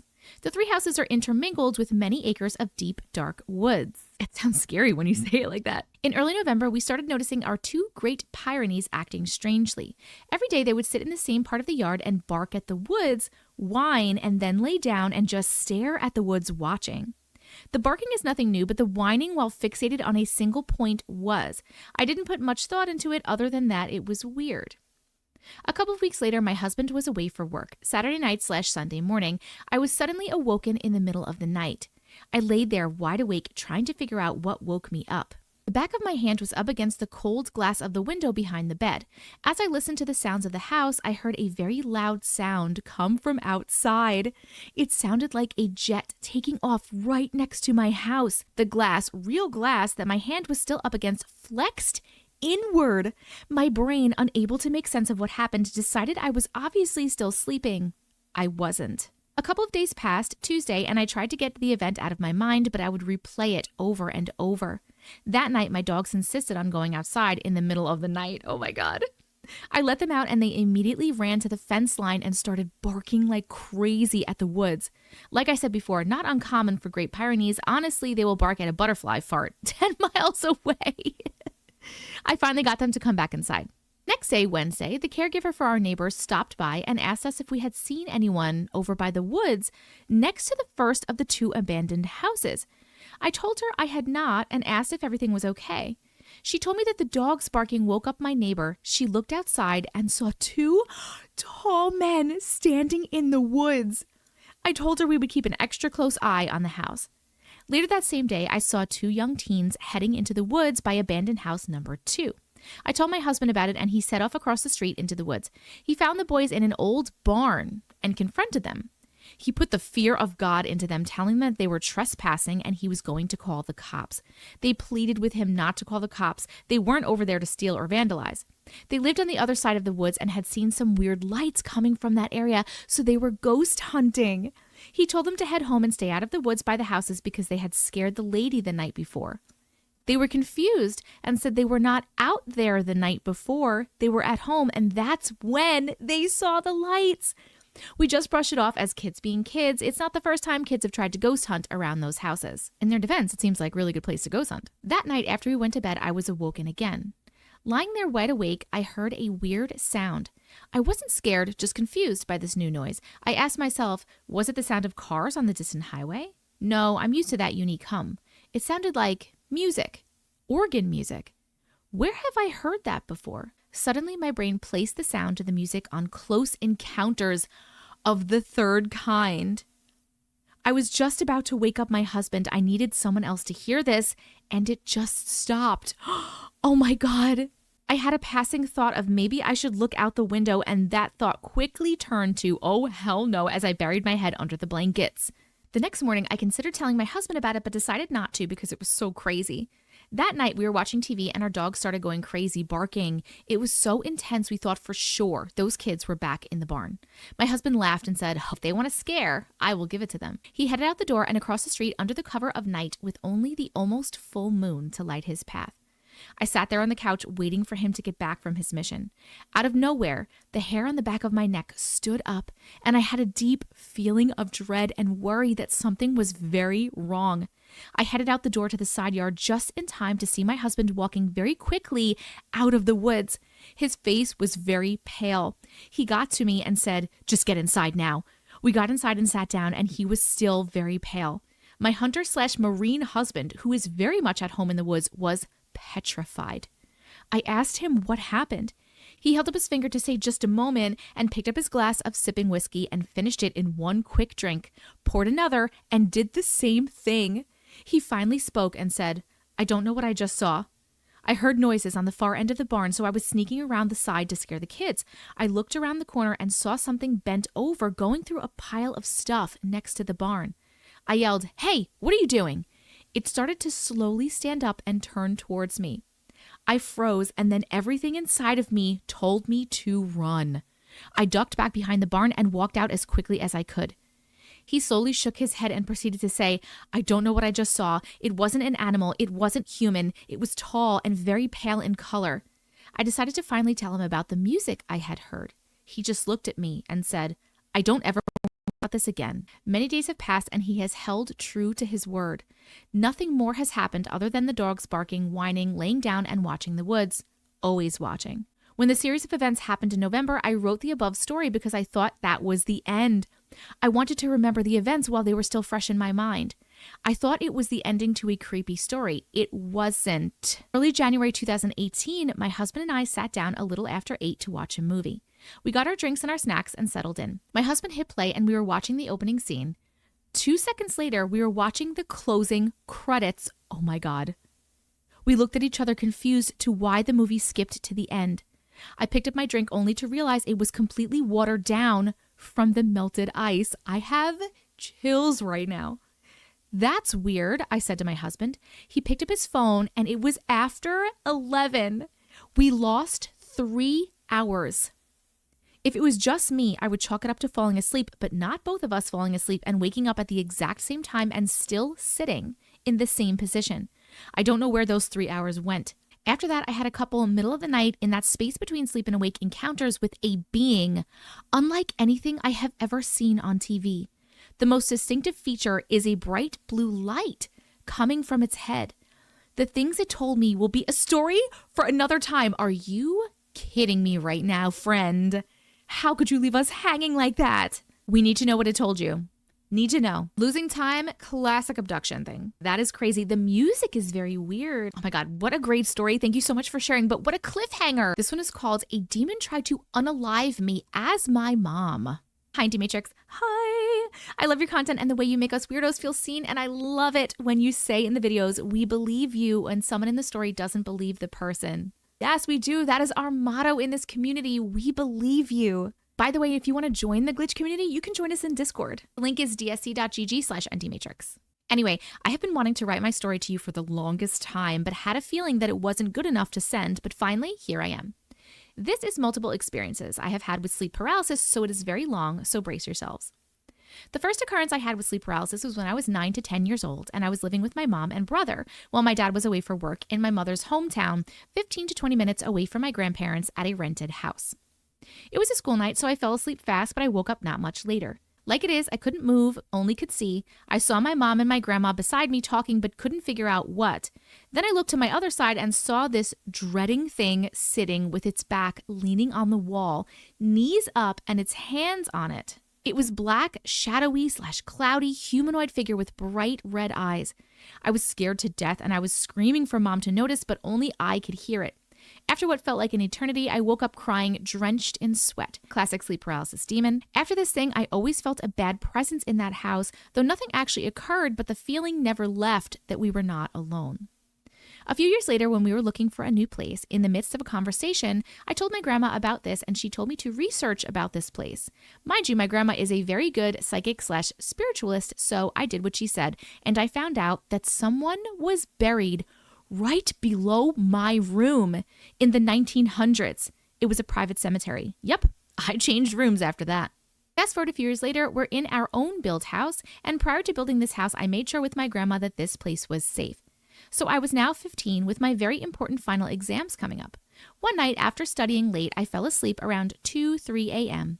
Soon after, I felt this heavy weight on my body, especially my chest, and this very bad feeling all over my body that I can't even explain. I tried to wake up, but I was paralyzed, so remembering the prior incident, I looked around, scared, but nothing was present. After a few minutes, this passed away and I fell asleep. Next day, I told my mom about it, and she said it was because of stress from the exams, maybe. This kept happening for a month or two until my exams were finished. But the thing is, I would know beforehand that this will happen that night before I fall asleep. Just like before I fall asleep, that dreading feeling would come over me, but less intense, so I sometimes just tried not to sleep to avoid this. Again, fast forwarding a few months, this happened again, but was way more intense. It started with the same thing that I would know it before it happened, but I brushed it off because it hadn't happened in a while, but boy, was I wrong. I fell asleep and very soon that feeling came over, but it was way worse. The heavy weight I felt was even more worse. Usually I would keep my eyes closed because I knew nothing was there, but this time I had this urge to look and I saw a tall black figure standing right beside my bed, hovering over me. This figure was so bizarre, I couldn't even tell its shape, like it was humanoid, but not at the same time. The next day, same thing would happen, but I opened my eyes earlier this time and I saw it again, but this time coming from the living room through my door and standing right beside me. This was horrifying, so I tried to wake myself up from this, but I couldn't. With continuous weight and that terrible feeling, I wished this episode to be over. After this frequenting for the next few days, I decided to tell my grandma, and she said that something was on to me. Excuse me? What? She explained that some demon or something was sent to me by witchcraft. I asked what I could do to get rid of it, and she said try swearing at it and telling it to go away and praying. So that day, same thing rolled on, and this time I did what she said, and boy, it was angry. The pressure I felt got so intense, I thought my ribs and spine would break, and that feeling got so bad that it led me to having constant migraines. But it truly would end sooner, like it would punish before having to leave. So after this continuing for a few more days, I couldn't take it any longer because it was making me physically sick. I got bad dark circles. People would ask me if I was okay, always feeling tired and irritated, those migraines all the time, etc. Like I would actually look sick. I talked to my mom and grandma that this had to end, and she told my mom to prepare a few things to get me cleansed. Now, it took a few days for my mom to prepare this because it was a list of out-of-season things, and meanwhile, it got angrier, like it knew what we were trying to do. That same night when grandma said that, it got even worse. At first, it was the same pressure, the feeling, and it coming into my room and me swearing and praying, but this time, it was something different, as I realized I wasn't in my room. Like I was, but not. It had this dim red light that I did not have, and the mood felt different, almost as if I was in a different state, almost as if I was lucid dreaming. After it realized that I knew something was wrong, it touched me. It fucking touched me. It grabbed both my legs and lifted them up so high and down multiple times, and I could see it as if it was punishing me for something. In the midst of this, I swore at it to go, and I prayed, so it slammed me one last time so hard before going away, and I would wake up, but not quite, because that lucid dreaming feeling would not go. But I brushed it off, so I sat up, put my feet on the ground, and as soon as I stood up, I was right in bed, laying down. This time I knew that it was not over yet, so I tried to fall asleep and I tried to wake up for real this time, and it worked. The next day it was the exact same thing, but then it tried to choke me. The next day it levitated me up into the air and slammed me back on the bed. The next day my mom came into my room to tell me that all the items were ready and we could do the cleansing that day, and I was relieved. That night it happened again, but nothing came. I was kind of at peace, but the next moment I saw my mom come in. Like it was her, but not her, obviously. It was the exact same nightgown my mom wore that night. It wasn't my mom in HD quality, it was black, almost like it was a silhouette of her. Her curly hair and everything was spot on, but it was angry, way more angry than before. It came and berated me for something that I did wrong. It was threatening me, and it carried 2 huge knives in its hands in my mom's form.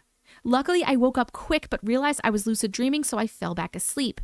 The next day we did the cleansing, and fortunately it stopped. but the lucid dreaming had me thinking that maybe it could not touch me in physical form because I have a lot of protection on me, like rings, armlets, wristbands, etc. So maybe it took me to another state where only my soul would go, and that's why there was no physical signs of the abuse.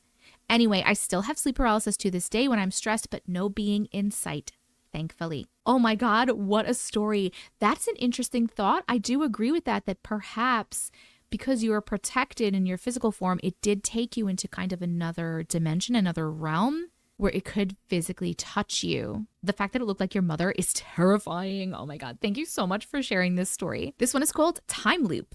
I'm not sure if this was a glitch in the Matrix experience or a weird dream experience, but I'll leave you to decide. To this day, I'm still unsure. This happened around my sophomore/junior year of high school. I'm 25 now, but it's the one experience that significantly stuck with me ever since it happened.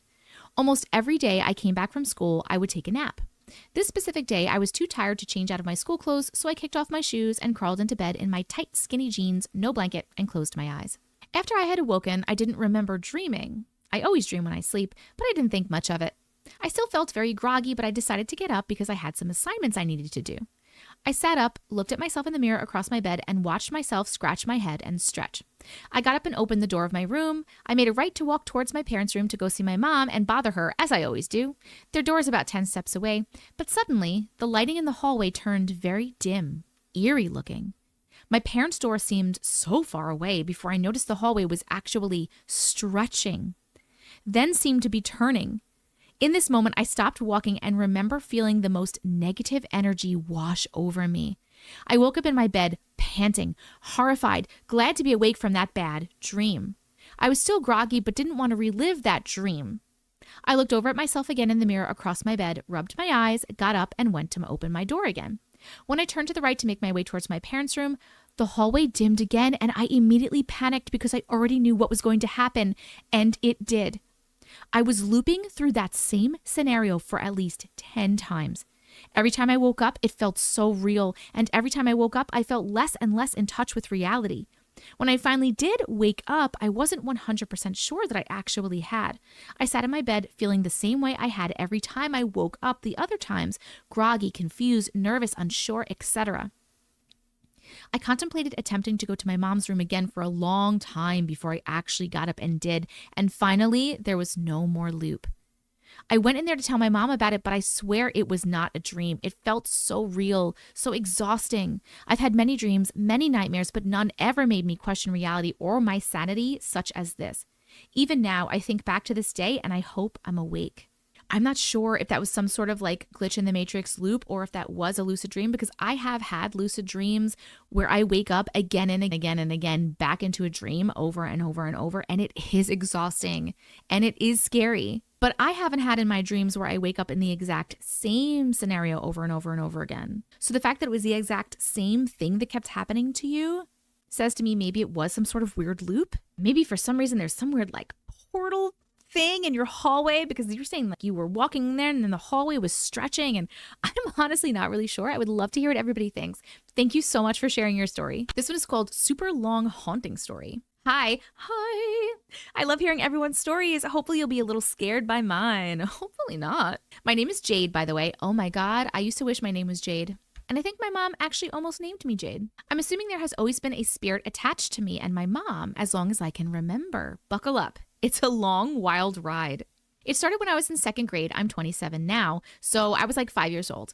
My mom had just gotten married and we were looking for a new house. We were on the way to pick up my brother one day and we see this gorgeous 2-story yellow house with a brown roof.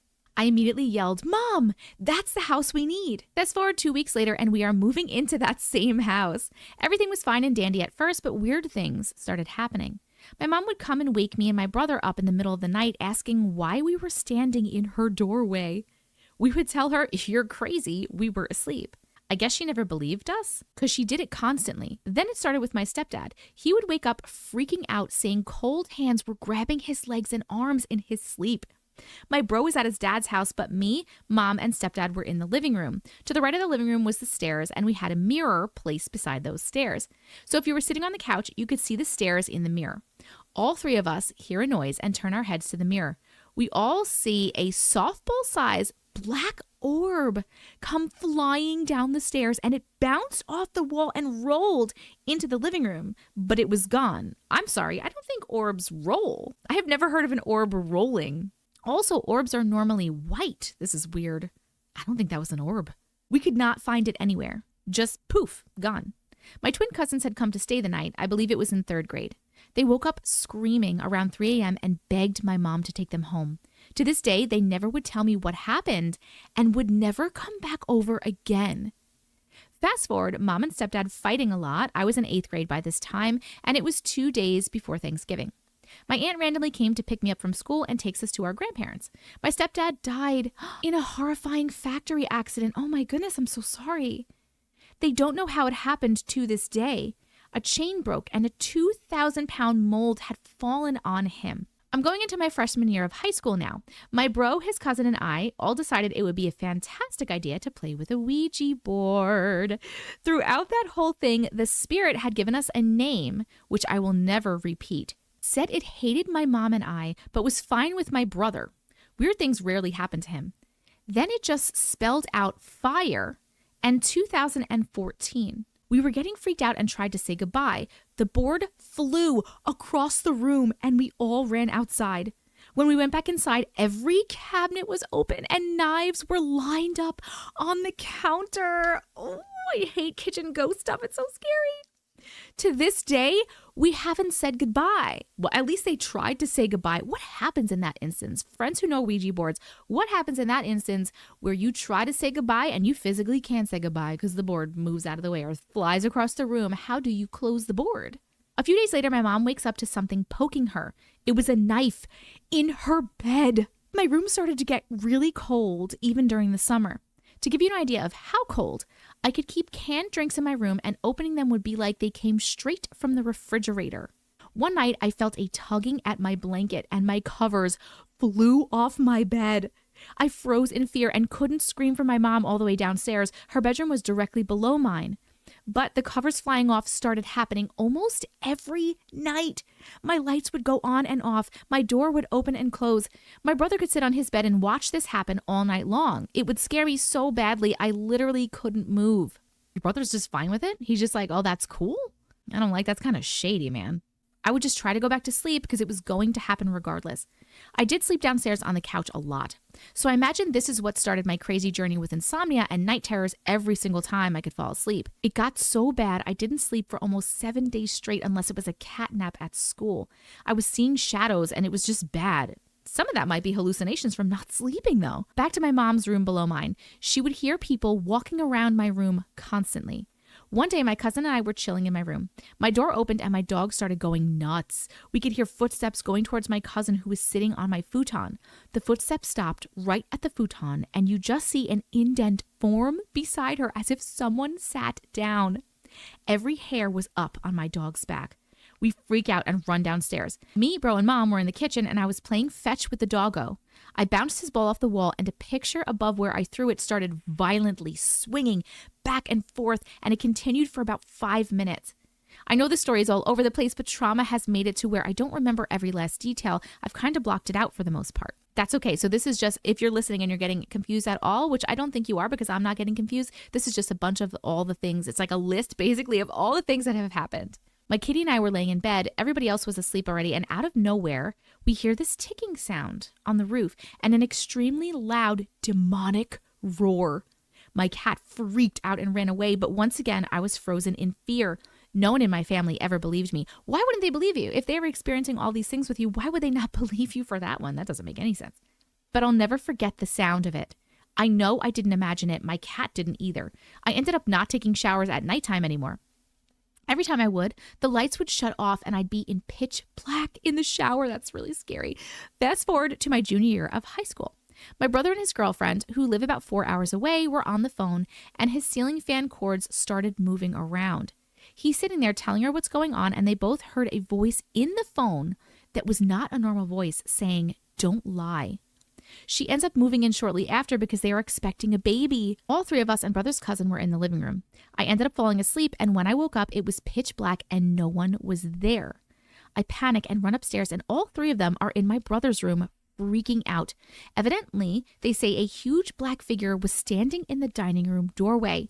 They left my ass down there for real. Always thought that was so nice of them. In that same week, my brother's cousin ran upstairs to cut the hallway light off. He went to go flick on the light switch, but it happened before he even touched it. Never heard someone run down those stairs so quick. My boyfriend at the time had come over one day. Keep in mind, he said he doesn't believe in ghosts or anything along those lines. He went to the bathroom, and next thing I hear him slam that door open and run outside. He said something lifted his shirt up while he was peeing. That sure made him a believer. I know I'm putting little laughing faces. There are little laughing emojis, but I was kind of used to it at that point. I was always so scared to be at my house, I started staying with my friend every other night. Weird things started happening at her house too. It would follow me. Her dad was home alone one day and the front door opened. He went to go see what it was, and their youngest daughter's tricycle was rolling down the hallway. That is so scary. He stopped letting me come over, and all the weird things stopped happening. Let's fast forward again to the year 2014. I just graduated, I was 17, and from where my stepdad died, I had SSI checks coming every month, and I was able to buy a condo about an hour away from where I grew up. My boyfriend and I had left to go pick up one of our neighbors from work. We were gone maybe 20 minutes, and the roommates I had living there definitely were not there. We pull up and we see orange in the window. We run to the door, and my bedroom was on fire. Oh my God, the fire 2014 from the Ouija board. My 2 dogs suffered from smoke inhalation but were okay after a while. Sadly, my chameleon died in the fire. My whole bedroom, everything I ever had from my childhood, bathroom, and part of my kitchen were completely destroyed. Not a single thing of my roommates got ruined. Just her stuff. Fire investigators never found out what happened, especially since it only spread to my things. Remember, Ouija board had said fire in 2014. I had to move back home. At this point, my mom had ditched the house that we grew up in. She had built me a little tiny home in her backyard. My boyfriend and I had said goodnight to my mom, and we were walking to our little house. She had already closed the door and shut the lights off. Clear as day, we both hear Jade in a low voice, and we thought it was my mom calling my name. It sounded just like her. A few months later, me and my dude were no longer together, and at nighttime, always around 3 a.m., there would be knocks all around the tiny home. I would wake up with a dark figure standing at the foot of my bed. Eventually, I dipped out of there and moved into a trailer. Every night around 3 a.m., I would wake up to my front door wide open. I would make sure to deadbolt it, but it didn't help. I ended up getting a guard dog, but she was just as freaked out as I was. At this point, it didn't scare me as bad, but it definitely bothered me. Fast forward to 2019, I believe, I ended up moving in with this woman I met from work. She had an apartment for rent that was built onto her extremely old house. It was built in the early 1900s. This is when things would really start going nuts, and I would be even more terrified than before. How is that even possible? I believe I was 22 at the time. My bathroom messed up, and I'd have to go into the main part of the house to shower. Every day in the shower, there alone, I would hear people talking and footsteps. I'd shut the door off and yell, "Who's home?" but never got an answer. I would kind of brush it off, but it got to the point that I'd bring my dog with me or my roommate because I was too scared to shower. I also used the shower upstairs sometimes. One day I get home and everyone is throwing a fit because the upstairs bathtub randomly got plugged in and water came on and built up so bad it started coming through the ceiling, and it was a mess downstairs. My roommate was up there by herself and was coming down the stairs and got pushed. It happened about 3 times to other people too, so we had a rule that no one was ever allowed to go up there anymore. My 2 roommates and I were in the kitchen. I was standing at the bottom of those stairs talking to them. One of them was standing at the island and one was doing the dishes. There were wine glasses on top of the fridge. I had said bye to them and was about to walk back to my apartment. I turn around, but I see something out of the corner of my eye, and I turn back around towards them, and a wine glass came flying at me. Luckily, I moved before it hit me, but its shattered glass was in my leg. Then it starts getting really bad. I can't understand how this keeps getting worse and worse. How is that even? I don't even know. My dog and I were in my apartment. I'm sitting on my bed reading a book and she's beside me. My leg was hanging off the bed and it got super cold out of nowhere and I felt something poke my leg. Doggo looking beside me, growling. I brushed it off and got onto my covers and we went to sleep. I always slept on the outside of the bed and the dog against the wall. I started to get poked every night. Eventually, my dog made me switch spots with her so it wouldn't bother me. What a good dog. She also started getting poked. She would jump up and look at her ass and just stare at me like, that wasn't you? I always slept with the TV on, so I had some source of light. Then every night around 3 a.m., my TV would shut off and I couldn't get it to turn back on for about 20 minutes every time. Me and my dog would be freaking out. It got so bad I would wake up with more and more bruises every day, finger-sized bruises. Someone was poking me aggressively in my sleep. I eventually went to go talk to my roommate about it, and before I could get the words out, she says, "You've been getting poked, haven't you?" And I'm just looking at her like, bitch, what? At this point, all 3 of us and their kids are scared as fuck every day, and we basically had a buddy system to go around the house. One of them got scratched. I'm sorry, did this stuff happen before you moved in, or did you bring this stuff with you again? One of them got scratched. Then one night I was texting one roommate telling her how scared I was that I was frozen in fear and couldn't come to her, basically begging her to come back to my apartment. She said, "Okay, I'll come." Then everything goes black. About 12 hours later, I wake up, not really remembering what happened. Read all the texts and she's like, "Hello, where are you? Are you okay? What's going on?" She told me that she ran and got my other roommate and they came into my room to make sure I was okay. They said I was asleep. My dog was cowering in the corner of the bed, but I was gripping my phone as tightly as I could and I was gritting my teeth and they watched me start convulsing. Both of them were shaking me, screaming my name, but I wouldn't wake up. The convulsing finally came to an end and I started snoring like I was peacefully sleeping. 12 hours later, I'm awake and okay. Later that week, my TV had shut off again, and instead of trying to turn the TV on, I threw my blankets over my head and pretended to be asleep. I hear a demonic voice in my head. "I know you're not fucking sleeping. You will be soon enough." And I fell asleep. I'll never forget that voice. My roommate also had a similar experience where she would hear the voice in her head. After some talking, we decided to try to get help. Oh my God, it took you long enough. We found a Native American guy and he was going to come investigate and see if there was any way to help us. He came around 7 p.m. the next night. There was a sunroom in my apartment and all 3 of us were sitting out and waiting for him. He pulls up and both of them leave to greet him. I stayed back with my dog. I started hearing rusting outside the window to my left. My dog was on high alert. Then I hear the same demonic roar I heard as a kid. Again. My dog yelped and ran whimpering into the apartment. I ran with her. I was too scared to go outside then, so I tried calling them. Both of them had left their phones on the table in the sunroom. About 30 minutes go by and they finally come back into the apartment with the dude. I'm in tears and they're confused and I tell them what happened.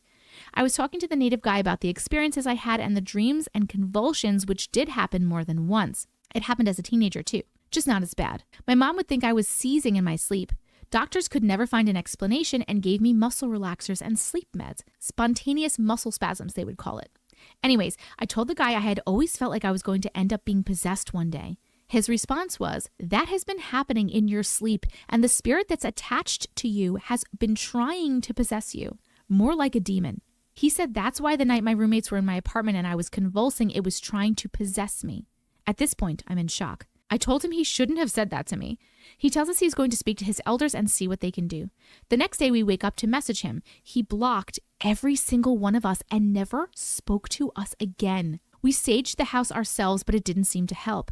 A couple of days go by and my roommate and her husband are starting to argue more and more. I get a call one day and she's crying, saying she got home and her husband was in the basement and had hung himself.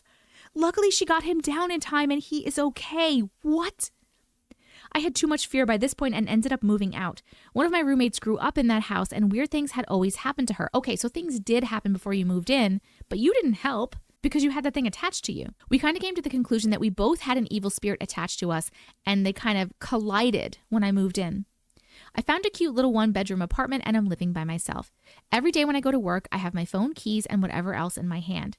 I would get to work and one of these objects would be gone. I started dating a guy and he's like, "Nah, you're crazy."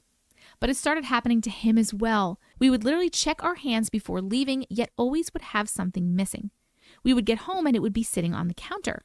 I know I haven't said this part and it's all over the place, but all my life since this started happening, I would take my clothes off in the same exact spot, yet some material of clothing would just disappear. Objects constantly moved around. At some point, I had become so used to all of this, it doesn't really bother me anymore. It kind of just died down one day. I still have nightmares, insomnia, cabinets opening, and randomly things disappearing, but not how it was at that house with my 2 roommates and their kids. When I say nightmares, I could literally write horror books from those extremely vivid, gory, repetitive dreams. One I had as a teenager was my grandma sacrificing my cousin, to give you some context. That's basically it for this story. Sorry it's so long and all over the place. During all of that, I was extremely depressed and isolated myself because if I didn't isolate, it would also happen to the people around me. Thank goodness over time I learned how to deal with it. I don't let it control me anymore and my life is pretty great. It still messes with me and my mom sometimes, but we are used to it. To this day, I will not take a shower at nighttime. We still have not said goodbye on the Ouija board. I'm trembling as I write this. I hope you enjoy the story. It is 100% true and authentic. There are probably some things I'm leaving out, but I know it's a jumbled mess already. If it ever starts happening to a crazy extent again, I'll be sure to send you another email. Thank you so much. Much love. Holy smokes, was that a ride? Have we tried any more times to cleanse ourselves, get the thing detached from ourselves, cleanse the places that we're at? Because I would be hard on that until this thing went away. It needs to go away. And I'm glad that you're in a better place than you were previously, but still, oh my God. What a crazy story. Thank you so much for sharing. This one is called Alaska Ghost House and there's pictures. Hi, DM. Hi. That makes me feel like I'm in Wizard of Oz. I've been around for a while now. Original OG. You're an OG glitch. Woo. Love your videos and watch them all the time. Little backstory. About 7 years ago, my then boyfriend and I lived at my parents' house while my mom and dad were down in Washington because my mom was sick and had to have a kidney transplant. So we took care of their home. Our house was built in the 1960s and is pretty much located between two cemeteries. One is a military cemetery and one regular but very old cemetery. And sadly, lots of children graves. I have always felt that this house has spirits. Our bedroom was downstairs, and it was an old hot tub room, so it had two closet doors instead of a regular door. So it had those little slots that you could see through when the doors were closed. To the right of our doors was a wall. Many, many times I would see someone or something walk by the doors, but walking right into the wall. So many times this would happen that I asked my then boyfriend that was good with carpentry to take out the closet doors and make them a regular door there. Before that could happen, one night I had closed the closet doors and I had hung up a large blanket over the doors to stop seeing these things walk by. As I turned around, something grabbed the bottom of my pants from under the door. As I turned to see what it was, a face was pushing itself by my face through the blanket. Oh my God. I turned to look at my boyfriend. His eyes were wide open. I freaked, screamed, and jumped in bed. We were so scared, pushing each other to go see what it was. I wanted to make sure that the door was closed, so I got up and I pushed the blanket back, and yes, the door was closed. The next day, he started working on the new door, LOL. I have also walked past my dark laundry room many times and heard, "Mommy?" Nope. Oh, hard nope. One time it sounded just like my daughter. When I go ask her if she called, she hadn't. Remember, many children died and were buried in that cemetery. As my daughter got older, she too had many stories to tell. I will have stuff taken, and when I get frustrated enough, it will show back up, like the TV remote. I looked everywhere for it. I pulled all my blankets off my bed, nothing there. I walked out in the living room and checked everything and then walked back in my room, and there it is, sitting in the open on my bed, right where I had already checked. I have caught a face on camera as well and will attach it to this email. Now, I used to party a lot and my life wasn't as stable as it is now. My parents moved back after my mom had a successful kidney transplant. So thankful. She also had a heart transplant 23 years ago now. She has very strong faith as well. When they moved back in and my life got more stable, it seemed that the activity slowed way down. That makes sense 100%. When I took this picture I'm attaching, I immediately saw the face, and when I checked that area, there was nothing there that could have made it. Nothing. You can even see on the left side the blanket I had hanging up before the new door. I'll attach a close-up picture of the face too. Thank you so much for taking the time to read this and for the safe space you created for all us glitches. Thank you for sharing it. Let's look at the picture. This is the picture. Here's the blanket that she hung over here. This is the face. Look at that. Wait, there's a close-up. Look at that. That definitely looks like a face. It looks like an eyes like this, right? And like half the mouth with teeth. And this looks like an ear. Like that legit looks like a face. That's really weird. And why is it like so low to the ground? I don't like it. Nope. Thank you so much for sharing your story, but nope. This next one is called No Manned Car. Hi, Auntie Matrix. Hi. I've watched so many of your videos. I wanted to share my experience to try to gain some sense of what happened. For context, I'm 18. I live in a somewhat small town about an hour away from Austin, Texas. That's important. I never was a full believer of the paranormal or anything like that until the accident. The accident? What accident? So I'll start from the beginning. I worked 2 jobs for a long while to buy myself a motorcycle, 2015 Suzuki 250. After getting my license at 15, I got my driver's license at 16. And yes, you get your motorcycle licenses in Texas at 15. That is crazy. I drove that bike quite often to the restaurant I worked at when the weather was nice and my car when it wasn't. I was still in high school, 17 and a senior at the time, and would usually work a 4 to 11 shift and then drive home in the dark. My town was pretty safe, so me driving my bike home wasn't a problem.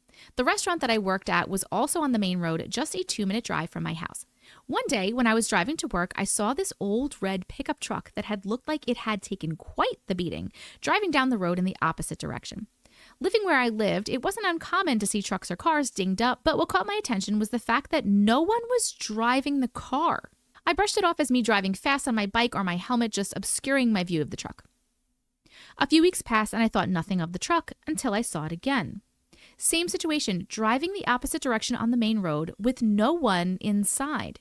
That's when it freaked me out. When I got to work, I asked my manager at the time if he's ever seen the car with no one inside. He laughed and accused me of lying. I don't really blame him, saying that I was just going crazy. After that, I kept it to myself, but then I kept seeing the old red truck more and more, always going in the opposite direction of me and only when I'm riding my bike. I would be going to school or anywhere else and I'll see it, but no one else seems to notice the no-manned car. I thought I was just going crazy for months, but still never told anyone out of fear that I would be laughed at. We believe you. I'm a huge fan of the show Supernatural. Yes, me too. And wanted to go to a convention they were at in Austin. I'm going to one in New Jersey. I remembered that I pleaded with my parents to let me go to that convention to see them, saying that I'll do anything to go. And after a while of begging, my parents finally let me go by myself. One of my arguments is that I'm 17 and will be going off to college soon, so I gotta learn to go long distances on my own. My car at the time was in the shop for routine maintenance. I had a crappy old car, and my parents were both at work, so that left me with my bike. Driving into Austin in the middle of the day was fine, and I managed to make it to the convention safe and sound. I had a blast there and stayed for the whole convention until it closed. It was quite dark out when I left, but thought nothing of it as Austin is always really lit at night, and just drove home on my bike. Driving out of the city, the road that led to my hometown grew dark and windy. I've driven on that road multiple times and know it like the back of my hand, and with the help of my headlight, I was able to safely zip down the road. There's one particular sharp turn you can't really see if something is coming in the opposite direction because of the angle and the hill that blocks it. Right when I was turning, a car had ran into me, going I don't know how many miles per hour. I never saw his headlights and never heard him coming around the corner. I can't remember a lot of what happened in the crash, but I do recall how the car that hit me had driven away in a hurry, leaving me to die on the side of the road. When I was about to lose consciousness, the last thing I remembered seeing was an old red pickup truck pulling on the side of the road where I had crashed. The next thing I knew, I was in the hospital with multiple injuries and no idea how I got there. My parents told me that the nurses said someone had driven me to the local hospital in an old red pickup truck. I remember my heart dropping the moment my parents mentioned that red truck. I begged for my parents to grab a nurse that was there when the truck dropped me off. It caused a little concern for my parents, but they got a nurse anyway. The nurse that I spoke to described the truck exactly as I remember seeing it. Pull up in the area the ambulances usually drop off patients, and that an older looking man had carried me in. According to the nurse, he never spoke a word and seemingly disappeared when he knew that the doctors would take good care of me. I don't understand how I was seeing a no-manned car for months, only for the driver of the car to bring me to the hospital in my time of need. To this day, I haven't seen the truck and no one could identify the man that had saved me. I don't know if he was some kind of guardian angel or something else, but I hope you can help me make sense of everything. This is what the truck kind of looked like, only solid red and busted up. We're going to look at it real quick. So basically like an old red pickup truck. I'm 100% going guardian angel or some higher being, ancestor, angel, whatever was protecting you and took you to the hospital so that you would live. The weird thing is that you were seeing this truck with no one in it for so long, because I feel like normally they'll show up when they're needed. It seems like in this case, he wasn't sure when he was needed. He knew that something was going to happen, but he didn't know when. So he just kept driving around past you whenever you were on your bike, which is really weird. So maybe it's not like an angel or something. Okay, wait, stick with me. Maybe it's like you from another timeline or the future? Or something? I don't know. I'm totally making that up, but that's a cool theory, right? This was a great story. Thank you so much for sharing. This one is called, What Does This Mean? Hi, Matrix. Hi. I don't know who to ask this question to because it's insanely odd, but I need to know what this means. All right, we'll try. I'll start by saying I'm a very organized person who is extremely vigilant about maintaining awareness in my life, including the organization of all things in my home and vehicle, even down to what I have in my pockets and bag at all times.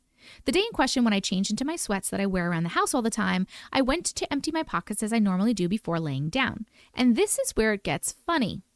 I felt something crunchy in the large lower cargo pocket, and I thought, that's odd. I don't recall putting anything in that pocket. Not to mention, it's Velcroed shut, and I never really use those pockets. But lo and behold, I pull out a small wreath of dried lavender. I do not own a wreath of lavender, nor have I ever seen one before, and I wear these sweats all the time. Now, I'm sure you can imagine I was very freaked out about this. I asked my landlord if anyone was over to my unit and maybe left it behind. She said no. My parents are the only ones with my door codes besides my landlord, and they were with my grandmother all day. The night prior, I patted down all of my pockets as usual before laying down for bed and put the contents of it on my nightstand, so I know they were empty the night before. The next day, I just went to work, came home, grabbed the sweats from where I left them neatly folded on the beanbag corner beside my bed, and put them back on. My unit was locked the whole time. Then when I went to lay down for a nap, I patted my pockets down again and made this discovery. I can't seem to think of why this possibly could have appeared in my previously emptied sweatpants, but I have a few thoughts. When this occurred, I had just recently started a new job after being unjustly fired from a truly toxic employer and have really turned a corner with my life and my sobriety as well. I am frequenting trauma therapy and working through my past traumas. So many things I've wanted are coming to fruition with me. I started a good paying job at a wonderful company, and I was just thinking as I was driving back home just before donning these sweatpants that I'm so happy to see the energy I've been putting out into the world coming back to me. I was thinking all of those things, and then I came home to this gift of a lavender wreath in my pants pocket that I do not own, nor did I put there. What on earth does this mean? Also, that same day happened to be the date of the Ring of Fire eclipse. Please note, I did not get a bad feeling about the wreath and have kept it in my room ever since. Any thoughts would be appreciated, though. I have included a picture of the wreath and exactly how it looked at the moment I pulled it out of my pocket. Many thanks. Okay, look at this wreath. Okay, this is a wreath. That 100% is a wreath, and it does look like lavender. It also actually kind of looks there's a pentagram in the middle. Does that look like a pentagram to you? Look, like this. It kind of looks like a pentagram, right? I wonder if this is a symbol for something, and what would leave a wreath of lavender? I'm gonna try to look it up. Okay, so apparently lavender has protective properties, and making a lavender wreath is one way to help ward off evil spirits. Okay, I'm also seeing that a wreath with a pentacle in it is also used for protection. So that was put there for protection. I don't know who put it there, but I wonder if they put it there to help you, since you are really working on yourself and you're getting rid of a lot of things and you've really leveled up. And because you've leveled up, all the good things are coming towards you. Maybe someone put it there to help protect against anything from deterring you from your path. Or perhaps because I do believe that when someone is in a really bad place emotionally, it could have to do with something being attached to them, or maybe you're doing so good and maybe someone or something is trying to protect you from anything that might try to mess you up. But who put it there? I am honestly not sure. This is very interesting, but the good news is it's a good thing. That's why you didn't get a bad feeling from it, right? It's for protection purposes. But where did it come from? Does anybody have any ideas on this? I need to hear the ideas in the comments. Thank you so much for sharing your story with us. And I wish you so much luck. I hope things keep getting better and better for you. This one is called I Died and Came Back to an Alternate Universe. Hey, Auntie Matrix. Hi. This is a bit of a long one. This happened in 2018, and it is by far the scariest, craziest experience I ever had in my life. I truly thought I was losing my mind, and it was little things that accumulated over a short period of time that convinced me I died and came back in an alternate universe. I always thought about the multiverse theory growing up, but I never imagined I would experience it firsthand. One day I was at a woman's apartment that I didn't know very well. I remember getting into an argument with her over something small, and she threatened to, shoot me. I remember calling my mom while having a panic attack and telling her I needed her to come get me immediately because I was terrified and this woman was threatening to kill me. She was at work and said she couldn't get to me until she got off of work, and the woman I was with apologized and told me to come back into the apartment and wait for my mom. I didn't hang with the best crowd when I was in my early 20s, and I don't remember what happened after she gave me some food to eat and something to drink. This was around 8 to 9 a.m. Around 6:30 p.m., I woke up in the hallway of her apartment building with only my phone that had less than 10% battery on it, no ID, and about $10. No idea how I got there. I tried finding the woman's apartment to find out what happened, why I passed out in her hallway alone, but I called my mom again and begged her to come because my phone was almost dead and I was stranded without my car. Sounds like she drugged you. I was so confused and disoriented, and after that day, I started noticing huge differences in my life. I tried going to a gas station I went to for years, down the street from my parents' home, but it wasn't there, and neither was the Ulta store next door. It was on the opposite side of the highway. I was so confused because I grew up in the city and I knew all the street names, so it made no sense to me. Even my Google Maps said it was where I thought it was until I got to the light, and then it disappeared and told me to go to right across the highway. That previous day, I remember going into my bedroom and nothing was right/in the place I knew they were supposed to be in. The light switch was on a different wall. The outlets were in different spots. This also made me panic because, again, I grew up in this house. My family would always say I had baby feet because I wore a size 5 and could fit into kids' shoes even at 20 to 21. And about a week later, an old friend of mine brought me some Nike shoes that didn't fit her that were a size 8. And I laughed when she gave them to me and said that they would be way too big because I wore a size 5 in Nikes. Nope, I was wrong. I wore a size 8, and my parents said I always wore a size 7 or 8 and that my sister was the one with the baby feet. Even the moon looked different. I would spend every night looking up at the sky trying to see if I could spot UFOs and constellations like the Big and Little Dipper lying in the trunk of my dad's car growing up in front of our house. I even have memories of trips to New York and seeing the Statue of Liberty and going all the way to the top only to see the photos were gone. And my parents telling me we never went up the day we visited and that people weren't allowed to go up to that area for decades now. Both my parents are history majors and I loved history as well. I remember learning about the Lindbergh baby, how he was kidnapped and never found, and that decades later people were claiming that they were the missing child, and learning about it my senior year of high school in 2014. I remember thinking how awful it must have been not to know where your baby was for decades, and then I found out that he was found soon after and the kidnapper was caught. This is when I kind of lost my cool. I broke down to my mom and dad about what was going on. My mom looked at me like I was insane, but my dad believed me. He said something very similar happened to him when he got into a motorcycle accident in his early 20s, where one of his best friends died and he almost died as well. I still have the messages between me and my dad the day that I told him about all of this, and his messages were so reassuring. He told me even if I did in fact die in another reality, that I've been given another chance in this one and to make the best out of it, which I intend to do 100%. Now I have a wonderful husband and a daughter, but man, does it freak me out when I stop and think about all the different things and my memories that are so vivid in my mind that never happened. Another weird thing is I used to have a great memory, but I feel like my memories from before that date fade more and more every day, almost as if my life hit the restart button hard that day in 2018 and wiped out a lot of the past except for a few things. I even tried finding my high school boyfriend, and it's like he never existed, even though my parents remember him, but there's no trace of him anywhere. It's all very weird and scary and definitely feels like a huge glitch in the matrix. That's my world. Yes, I definitely agree that this is a case of quantum immortality, that you did die that day and you hopped over into a very similar nearby timeline. What things are different? I guess it wasn't close enough for it to seem like nothing happened. Like it was far away enough where things were different enough where you were noticing them. And that has to be really scary. But I am so glad that your dad actually went through the same thing and he could reassure you that that probably is what happened, but just like make the best out of your life. I'm so happy that you had your dad for that. Well, it sounds like you're enjoying your life in this timeline. So welcome to this timeline and thank you so much for sharing your story. This one is called Glitch in the Matrix or a Tear in Space. Okay, do I have a story for you. When I was in university, I had the strangest experience that I still can't explain 9 years later. The building I attended my classes in had this huge concrete spiral staircase that connected all 4 floors of the building. I will include a picture for reference. Let's look at the picture before we continue. Okay, here is the spiral staircase. So huge concrete spiral staircase. Got it. Let's continue. I commuted to university, so I often tried to compile my class schedule into as few days as possible to save myself gas and mileage. This often meant long days with large gaps of time between classes.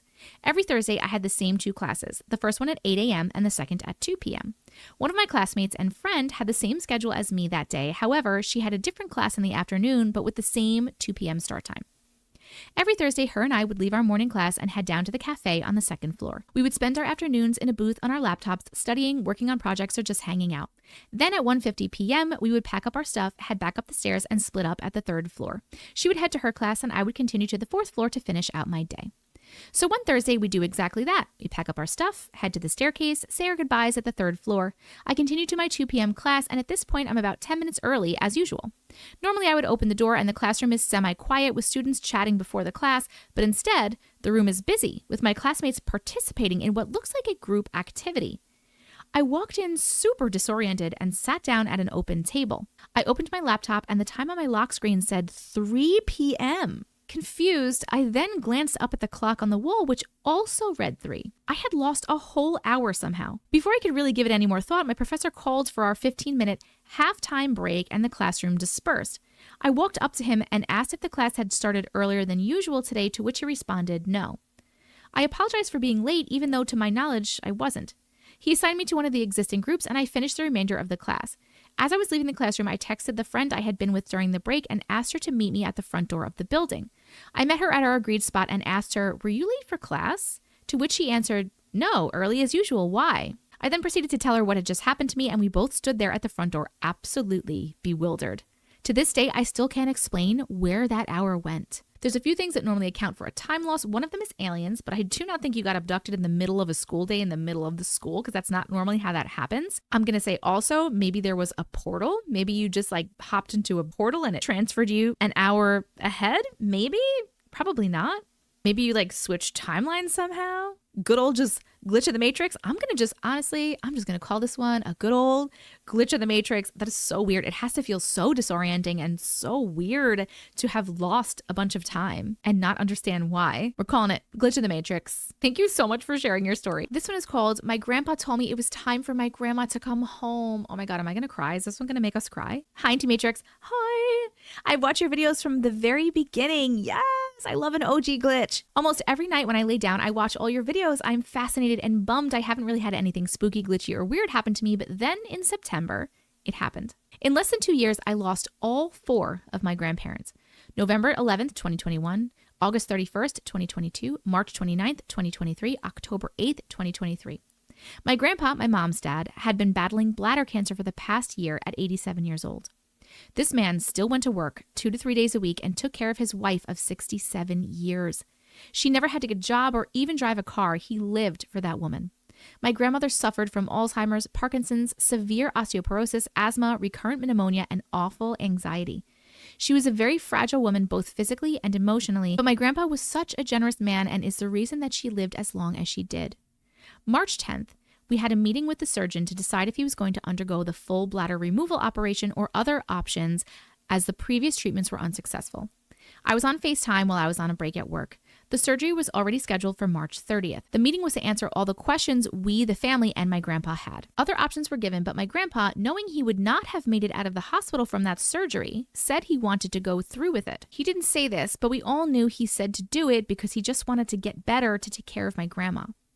He had 2 back surgeries and both knees replaced in 2019 and 2020 so he could continue to care for her. That night, he got very, very sick. An ambulance was called in the early morning hours of March 11th. He was in septic shock from his catheter getting lodged into the right ureter, the tube that delivers pee from your kidneys to your bladder, from the tumors in his bladder. He was in the ICU for about a week on continuous dialysis. He had a heart attack while this was going on from the stress of the infection. His body was done. Fortunately, he never went on the ventilator, which was a big concern. I myself am an ICU nurse, and I know the outcomes of someone his age and deteriorating health coming off the ventilator. I FaceTimed him daily as he was slowly slipping away. I was coming home in a few days, but I moved it up a day because it was touch and go. I made it there and he was out of the ICU and in a step-down room until he was ready to go home. I finally arrived, and when he heard my voice, he opened his eyes and smiled.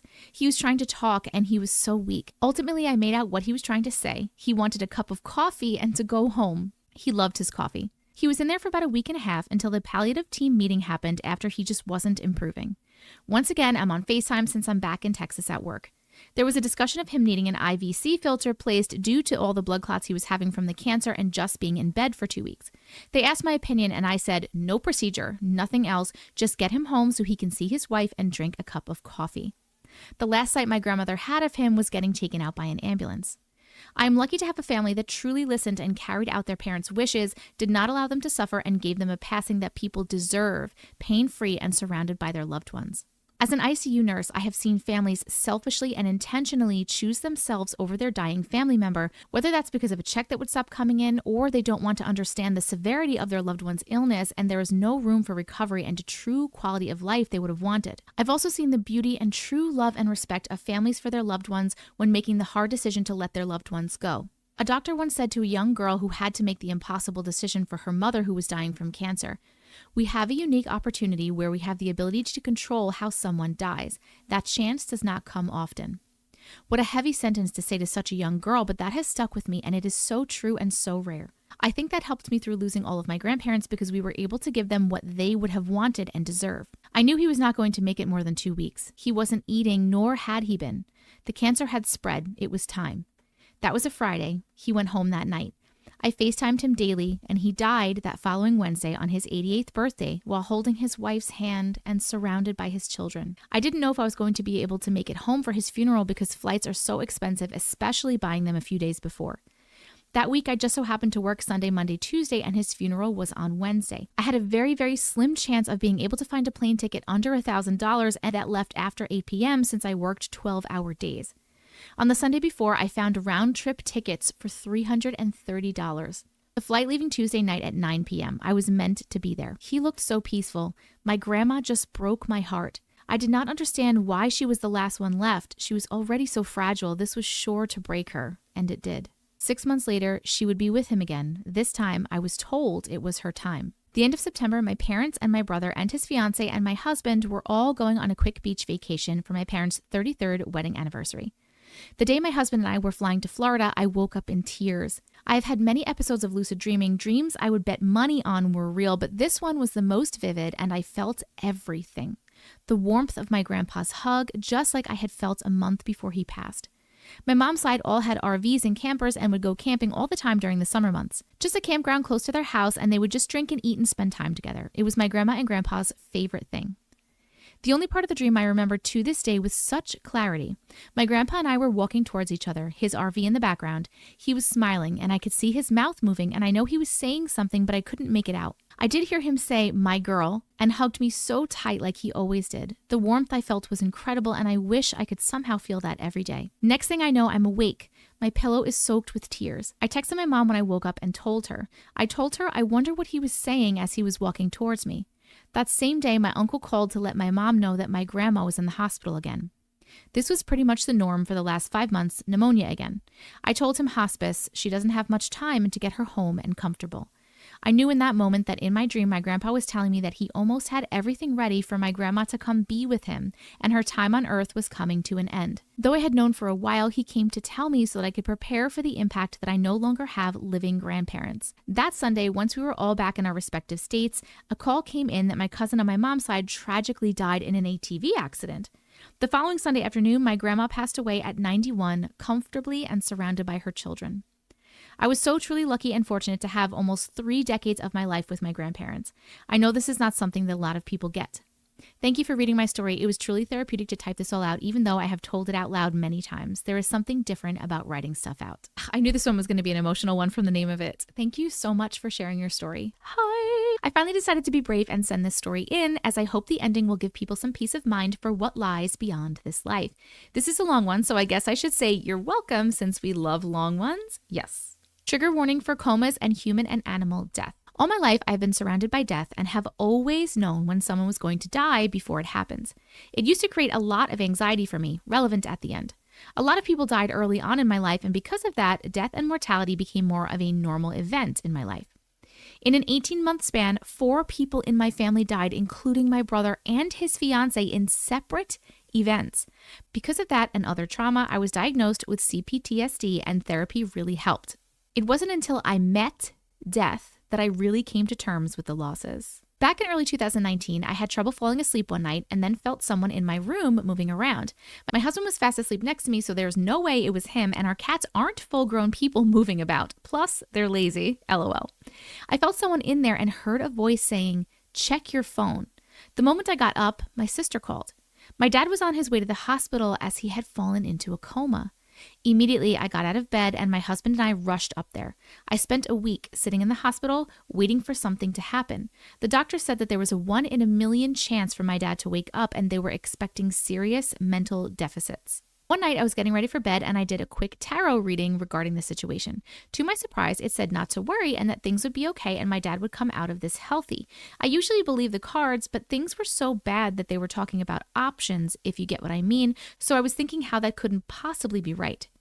So I went to sleep that night, and when I started to dream, I immediately recognized that I wasn't in a normal dream, as I've had prophetic dreams my entire life. I was in an all-black space, as if out of time itself, and I saw a faint glow in the distance. I approached it, and I came face to face with a white dragon with 4 claws on each hand. White and the number 4 is associated with death in some cultures.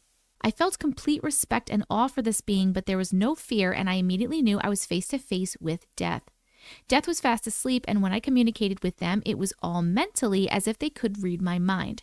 I asked Death to please wake up my dad, and when Death opened their eyes, they looked at me and understood. Death said nothing, but I knew they were going to do something. Death got up and flew away, and then I was out of the dream, and my dreaming became normal again. That morning, I woke up and felt different. There was something different in the air. I asked my sister if we should bring something that my dad likes, and she said, "What's the point? He's not awake." I found it odd that I even offered because the entire week I said it was absolutely not going to make a difference if we brought these things to the hospital. I was the practical one, so bringing something was really strange for me to propose. We got to the hospital, and as we were sitting there, my sister said something and my dad moved. We got to the hospital at 9 a.m. and he was awake at 10 a.m. Even more than that, there were no cognitive deficits. He was completely awake, recovering physically and entirely functional mentally. The doctor said that this was impossible and this never happens. Everyone in the ICU was celebrating. That's how much they were planning for the opposite to happen. Even the janitorial staff came by to congratulate us. It was literally a miracle. Later, my dad said an old man with a cane and a lantern came to him and gave him a choice to stay or go. I believe this was Death honoring my request and going to my dad to offer him a choice. Later on, my dad often said he smelled death following him, and I believe that what he didn't say was that he was on borrowed time. You'll see why. 10 months later, my dad went into a coma again. The night that he did, I had a dream that Death was working on something very intensely while another dragon came over to me and cradled me, telling me that everything would be okay. It was during the new moon, where it was said to be a moment of huge, substantial life changes. This is also right as COVID was hitting, so the new moon heralded in a warning that COVID would happen, but that's a different story.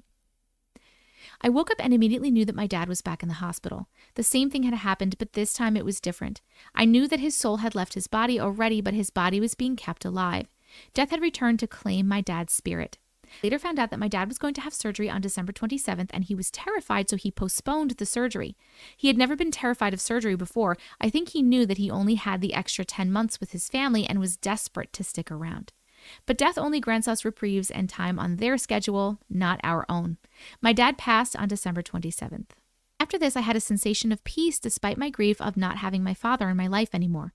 Death is not something to be feared, nor is it something to run from. If you face death with respect and awe, not fear, Death will be kind and respectful. Death appears in a form we are comfortable seeing and can recognize them. Man, woman, dragon, possibly a potato, it is all the same entity, and I found a peace knowing that Death had been there to comfort me in my moments of grief. The next time I met Death was when I had a kitten about 6 months later, Shoto, who was sadly diagnosed with FIP. We had him only 47 days, and his decline happened so fast that we were unable to get the off-label medication to try to treat him. It would simply take too much time to get it in. It left my husband and I devastated. A couple days after Shoto passed, I had a prophetic dream that I was in the same black space. Shoto came out of the darkness and we went on a walk together, communicating about how he was grateful to have us in his life and how he knew we were the best people for him because we loved him so fiercely. I was crying and telling him that we loved him and made sure that he was okay on the other side. He was very happy, healthy, and wanted to repay us for the immense amount of love he had experienced in a short time. I tell people that for every day we had him, we loved him as much as if that day were a year. When we came to stop, there was a wall of darkness in front of me. It was the veil, and Shoto had to go back. I could feel Death on the other side calling him back, and I knew that Death had let Shoto come to say his goodbyes. Before he went back, he communicated to me, "Go back to the shelter. There's a black kitten with white paws waiting for you. Her name is Mina." And then he said goodbye and hopped back across where Death and he went home. I woke up and told my husband that we absolutely had to go to the shelter. He wasn't sure he was ready, but I told him, just trust me. We went there, and there we saw so many kittens that it was dizzying. But as we were looking around, my husband kept getting his heels nipped at by a kitten. He picked her up and said, "What about this one?" Sure enough, it was a black tuxedo kitten with white paws, the only black kitten there. I held her in my arms and she immediately fell asleep and claimed me as hers. We adopted her, and on the way back, I suggested a bunch of bad names for her. They were really awful. And then I said, "What about Mina?" Naturally, the name stuck. Mina is a happy and healthy 3-year-old cat now who is extremely attached to me and has bonded with me very strongly. I told my husband about the dream I had where Shoto came to me after we got her at the shelter, and he understood that it was just something that was meant to be. Shoto had given us this gift to help us with our grief and to learn that it's okay to love again. Ever since these experiences, I have helped family cross over and have felt peace with the world, knowing that death and life are both out there. They are kind and loving, and if we do not fear death, we can be assured that death will be kind to us. Despite these tragic events happening, I have found myself better able to grieve my lost loved ones and know that someday I will cross over and be with my beloved kitten and family again. Thank you for reading my story, and I hope this brings some comfort to people to know that we are not alone and death is nothing to fear, but something to embrace as a natural part of the cycle of life. What a sad but heartwarming story at the end. Thank you so much for sharing. That was beautiful. This one is called My Son Has Memories from Past Life and Heaven. I love these. Hi, Auntie Matrix. Hi. This is a story about my 3-year-old son. Let's call him Tom. One day I was feeding my dogs breakfast and doing normal morning chores, and Tom says, "Hey, Mom, did you know I used to be big like you?" I asked him what he meant. He repeated, "I used to be big." I asked him how he was bigger if he started out as a small baby. Tom said, "I was big when I was a doctor." I can't wait to be big again. So I'm thinking he's using his imagination now and just being a cute little person. So I asked if he helped people. He said, "Mom, don't be silly. Don't you remember when you were sick, when you were a baby and I took care of you?" This was freaky because he doesn't know this, but I was hospitalized from a severe case of the flu as a baby. I just stared at him and tried to decide if this felt like a made-up story or something more. I asked him if he was already big, then why is he small now? He said, "I don't know what happened. I fell down and went to sleep, and then I went up through the ceiling and I woke up in the playground in the sky." I told him that's silly. How could there be a playground in the sky? Tom goes, "Oh, Mommy, the playground in the sky is so, so beautiful, and everyone is always happy and never sad. I can't wait to go back, and I want you to come too." I can only imagine he was trying to describe heaven with his limited terminology. He also is very obsessed with John and Sarah. We don't know any John or Sarah, though. He tells me all the time about his friend John that he used to go to school with. I'm a stay-at-home mom, and he has never been to school. He's only 3. He tells me that he misses riding the bus with John. He told me once that he's so happy that John and him made up after the big fight that they had on their way home from school. He misses John and Sarah, but he says he knows he will see them again. He makes every toy or stuffed animal Sarah. Everything is Sarah. He loves Sarah. I don't know much about her, but I don't dig because I don't want him to make up stuff to be able to answer my questions. I am confident that this is not his first life. I 100% agree with you. This is not his first life. He is definitely talking about past lives. And I love that he was your doctor when you were a baby and then he died and came back as your son. He's part of your soul family. That's so cool. Thank you so much for sharing this story. This one is called Haunted Airbnbs. Hi, Auntie Matrix. Hi. I love your videos, and every time I watch them, I think of a few stories that I have no explanation for, but what happened yesterday made me have to share. Sorry this will be long, but I love the long ones. So I am an Airbnb cleaner, and this one particular house is 3 stories, probably 2,500 to 3,000 square feet. It's big, but I clean it myself. In this house, the keys to the restocking closet are in the basement's water closet. Every time I open the door to the water closet or to the bedroom right next to it, I just feel like something is watching me. But I've been cleaning this house for so long, I've just accepted it. I always leave the door open though. Though it freaks me out, I feel better about it being open for some reason, but it's always all the way open.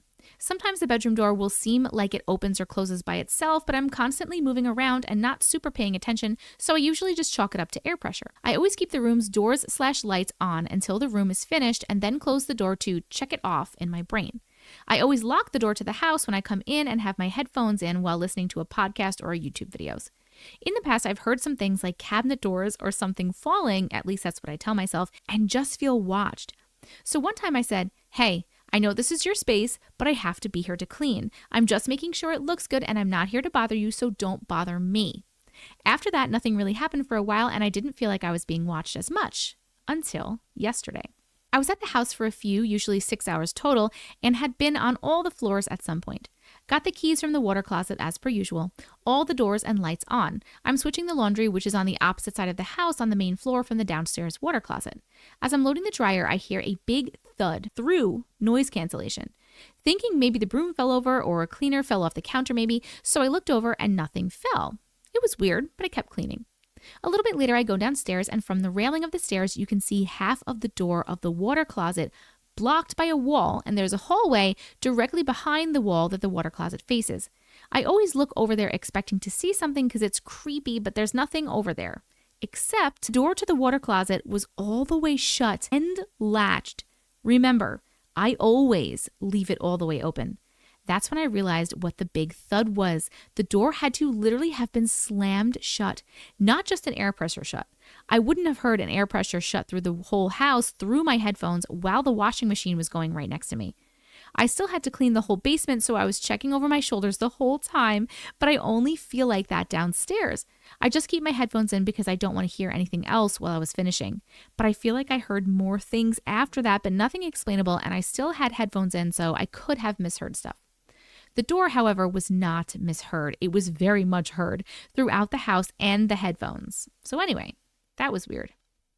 Another story was from a different Airbnb. The people had checked out the day before, and the checkout list at this place had guests load the dishwasher and start a load of laundry. Side note, with all the drama about Airbnb's cleaning fees, I get it. I greatly appreciate when people start the dishwasher and a load of laundry, but I get that you're on vacation, so if people don't do it, it's not the end of the world. I'm a cool cleaner, LOL. Anyways, I couldn't clean it until the day after they checked out, and no one was checking in, so I could go the day after. I'd been at the house a few hours, and this house has 2 full kitchens, one upstairs and one downstairs. Downstairs kitchen seemed like it's all older appliances that they replaced with newer appliances on the main floor. Hardly anyone uses the downstairs kitchen, so when I saw a green light on the dishwasher, I thought, oh, maybe they had a lot of dishes and they loaded both dishwashers. So I opened the dishwasher and steam comes billowing off of it. It had just finished washing, but no one was there for like 27 hours. No dishes in there either. It's an older model, maybe early 2000s, even late 90s, so I don't know if there's a delay start for 24 hours, but it had me baffled. The property manager doesn't come to the house unless I tell him something is wrong or something needs restocking that day, or if someone is checking in that day. In that case, they don't come until right before check-in at 4 p.m. It was only noon, maybe 1. I told my properties manager about it and we were both so confused. I still don't know how to explain that. Thanks for reading. Thank you so much for sharing. There's no way that door closed from just the wind because it was also latched. It was not only closed, it was latched, you said. I think it's great that you used your words and it kind of left you alone for a little bit. The second one with the dishwasher, that was my first thought was like, okay, maybe it was a delayed start, but the delayed start in dishwashers are like a couple of hours. They're not 24 hours. So I don't know. That's kind of weird. This one is called Neighbor's Haunted House. Hi, Auntie Matrix. Hi. I absolutely love your videos. I wouldn't say this is a glitch, but it's definitely creepy. It's pretty long. My apologies. So for a little background, I live in a historical neighborhood in SoCal. My house was built in 1904. Oh my God, that is so old. My neighbor's house was built just a few years after mine. My parents moved in our house in 1997, and my neighbors moved in about 4 years later. There are many ghost stories that have been told about that house over the years since my neighbors moved in. My neighbors Eric and Susie went on a vacation and had 2 of their friends, the friends were dating, stay a couple nights to watch their dogs. The man was downstairs on an important business call and he heard a really loud stomping and walking around. The girl walks in the house from the backyard after smoking a cigarette and the man was in shock because he thought that she was upstairs. They walked upstairs and saw the blinds on the balcony door window swaying and like people do in movies, they asked, "If there's something here, show me a sign." The blinds flung up in the blink of an eye. The couple left with the dogs and haven't returned to the house since. Inside the pantry, there is a small door. I know it already sounds creepy. Yes, it does already sound creepy. Why is there a door in the pantry? A lot of things tend to go missing in this house, and anytime they would go missing, the items would always end up in the door. What is in the door, though? If you open the door, what is in the door? Is it another room, or is it just like a small little thing? Susie even told me this story herself. She had a matching jewelry set. 2 necklaces, one necklace longer than the other, a bracelet, and a pair of earrings. The whole setup went missing. The whole set went missing for months, and she checked in the door and there was nothing there. She looked everywhere around her house and couldn't find it after she had just bought the set. Months and months go by, and when she came home from work, the set was placed in perfect circles on her bed. The necklaces were set so perfectly, one inside the other, with the bracelet and the earrings placed perfectly inside the bracelet. Eric and Susie had 2 boys after this, and Eric was scared that whatever spirit was in the house was going to harm his children. So one day he screamed, "If you ever fuck with my children, I will burn this house down to the ground." For better understanding, when you walk into their house, the staircase is directly in front of you, and halfway up the stairs is a bathroom. And if you keep going up, straight ahead is the balcony door, to the right is their son Jake's room, and to the left is their son Gunner's room. To the left of the front door is the parents' room. To the right of the front door is their living room. When sitting on the couch, you can see the bathroom up the stairs. One day in 2020, Jake and his best friend are sitting on the couch watching TV when they see a shadow pass from Jake's room to Gunner's room. They looked at each other and both thought that it was probably just one of the dogs. Both of the dogs were lying on the floor by the couch, and Jake said that it's probably just their cat, DJ. Jake looked out the window to the front yard, and DJ was laying in the grass outside sleeping. They called me and asked me to come over to my house. About a year goes by, and their family had me dog sit as they went on family vacation. I'm on the couch with both of the dogs when I get a weird chill on the back of my neck, and I felt the need to look up. I saw a shadow pass by from Jake's room to Gunner's room, and my heart started to race. I also just thought, it's probably DJ, just trying to calm myself down. I start to look around, and DJ is downstairs in the parents' room. I pretty much froze in fear, considering this was my first paranormal encounter. I got up, leaving the dogs because I was so scared. I will never forget about that. I haven't dog sat since that day, and I get chills anytime I walk by that house. I don't understand why people in these situations aren't cleansing their houses or trying to get rid of these things. They're just like living with them, and everyone is too terrified to go over there. Sounds like your neighbor's house is a big nope. Thank you so much for sharing your story. This one is called 1960s Postcard Glitch. Hi, Auntie Matrix. Hi. I'm a big fan of your videos and got reminded of something that happened to me in 2019, which no one has ever been able to explain. So I was emptying out my pajama drawer. I just have the basic white Malm IKEA drawers. I had them for about a year, and I periodically went through my drawers/wardrobe just to make sure that I was keeping them clean and had nothing to donate. On a day in November 2019, I went to look for a pajama set, pulled the set out, and a postcard from 1968, pictures attached, pictures, fell out of this Primark pajama top, which I had worn before too, so I had not received the set with the postcard, just in case anyone would have thought that. This is weird, as our house was completely knocked down and built back up only a few years prior. No one really goes in my drawers apart from my parents doing the washing, who had no idea about it, and no one in my family goes by the names on the postcards or knows anyone by the names or has even been to the place the postcard came from. The postcard was addressed to E.M. Kenny. My family names are Wright and Turton, and it was addressed to someone in St. Albans, UK, 3 hours away from where I live in Yorkshire, and was talking about a holiday in Wales. I have never been to Wales or St. Albans. To make this even weirder, there's a date stamped on the postcard and a very old, authentic stamp from the time it was written. To this day, no one has any idea of where it came from, who the people are, or just anything about how it got there. We tried searching up the names, but it didn't come to anything. Again, love your vids and hope you enjoyed my weird glitch story. We need to check out these pictures. Hold on. Okay, so this is the postcard. Dear Graham, having a lovely time. The weather is beautiful. We have seen some lovely views and have been up some very tall mountains. One was 3,000 feet tall. We are all fit and well enjoying the holiday. We are now heading for the Welsh Valleys. Hope you are having a good holiday. Does it say Jewel? Julie, Paul, Tom, and Ethan? Who are these people? And then look at this stamp right here. Look at the stamp, Berkshire. 11:45 a.m., August 29th, 1968. Mrs. E.M. Kenny, St. Albans Hurst, but 1968, where did that come from? This is a really cool story. I don't understand where that came from. If this was like a newer house, like they rebuilt the house just a couple of years ago, and all of a sudden this random postcard, and they have no idea who it is. It's not like a relative or anything, just this random postcard. Did that pop in from another timeline? I don't know how else to explain it. What do you guys think? I need to hear in the comments. What do you think about this postcard glitch? Please let me know. Thank you so much for sharing the story. It was so cool. This one is called Wet Floor Sign Man. Hi, Auntie Matrix. Hi. I love watching your Glitch in the Matrix stories and sometimes share with a couple of clients of mine after their sessions. I'm a personal trainer. They love it too. I love it. So my story is more of a ghost story than a glitch in the Matrix, I think. When I was pregnant with my son over 20 years ago, my husband at the time and I bought a small house near my parents. The house was nothing special, but we were happy to just finally own our own home after years of apartment renting. I was home alone a lot with my baby while my husband, we'll call him Jay, was working. I always had a strange feeling of being watched, but I thought it was probably postpartum or mommy paranoia. After a while of living there, I remember sitting on my couch and seeing a black shadow in the hallway. The way the house was set up was the hallway was just like a small square or the size of a walk-in closet, and there was a bathroom in the middle and a bedroom on either side. I would see the shadow often, and sometimes it had the shape of a person. I know this sounds crazy, but I chalked it up to seeing things that weren't there. I convinced myself that it was a trick of the lights or headlights from a passing car, even though there weren't really any way for headlights to show up in that spot. Another key point, I never told Jay what I was seeing, or anyone else for that matter. I thought that I'd sound insane. We believe you. Fast forward to years later. My son was 3. Let's call him D. D comes out of his room one night and says, "Mommy and Daddy, I'm seeing something. It looks like the man on the wet floor sign at the store." The wet floor sign, you may know, has a black silhouette of a person on it. Jay and I looked at each other and then back at D. I quickly said, "It's nothing, D. It's just shadows from the headlights of cars going by. Don't worry." D went back to bed. Okay, so that's what you mean by the wet blind man. That's actually a very good way for a child to describe what they're seeing. As Jay and I return to our room, we are looking at each other puzzled. I say, "Do you need to tell me something?" Jay says, "I don't know. Do you need to tell me something?"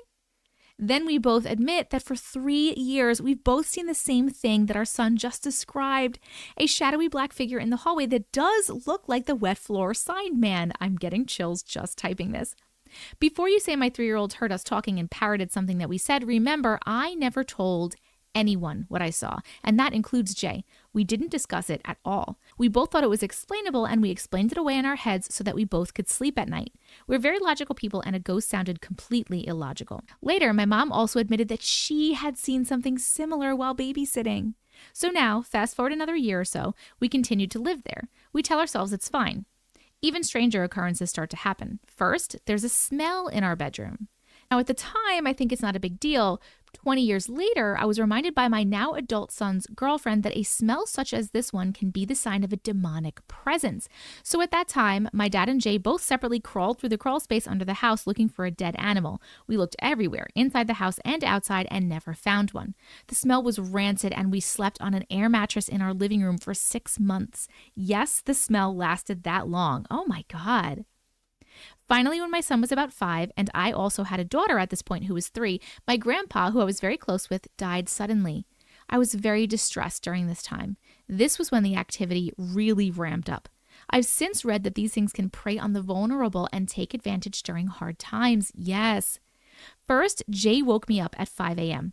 He always got up early for work, but he never woke me. He looked terrified. He told me that an icy cold finger touched his face. The look on his face was pure terror. Next, a few weeks later, he woke up to something biting or clawing him on the chest. I also experienced just an overall feeling of dread and being watched constantly.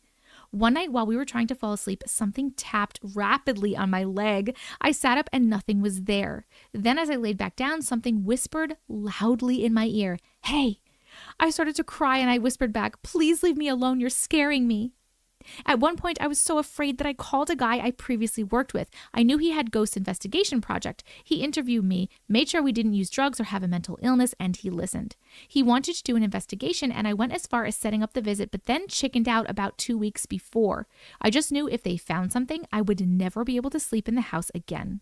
Finally, we sold the house and moved away when my kids were about 5 and 7. I was so glad we were leaving, and while it wasn't the sole reason for moving, it definitely was one of the reasons. After the house sold, I went back to grab the sign for the real estate agent to make sure that we got everything out. I called Jay and said, "Do I need to go inside for any reason?" He said no. I was so glad.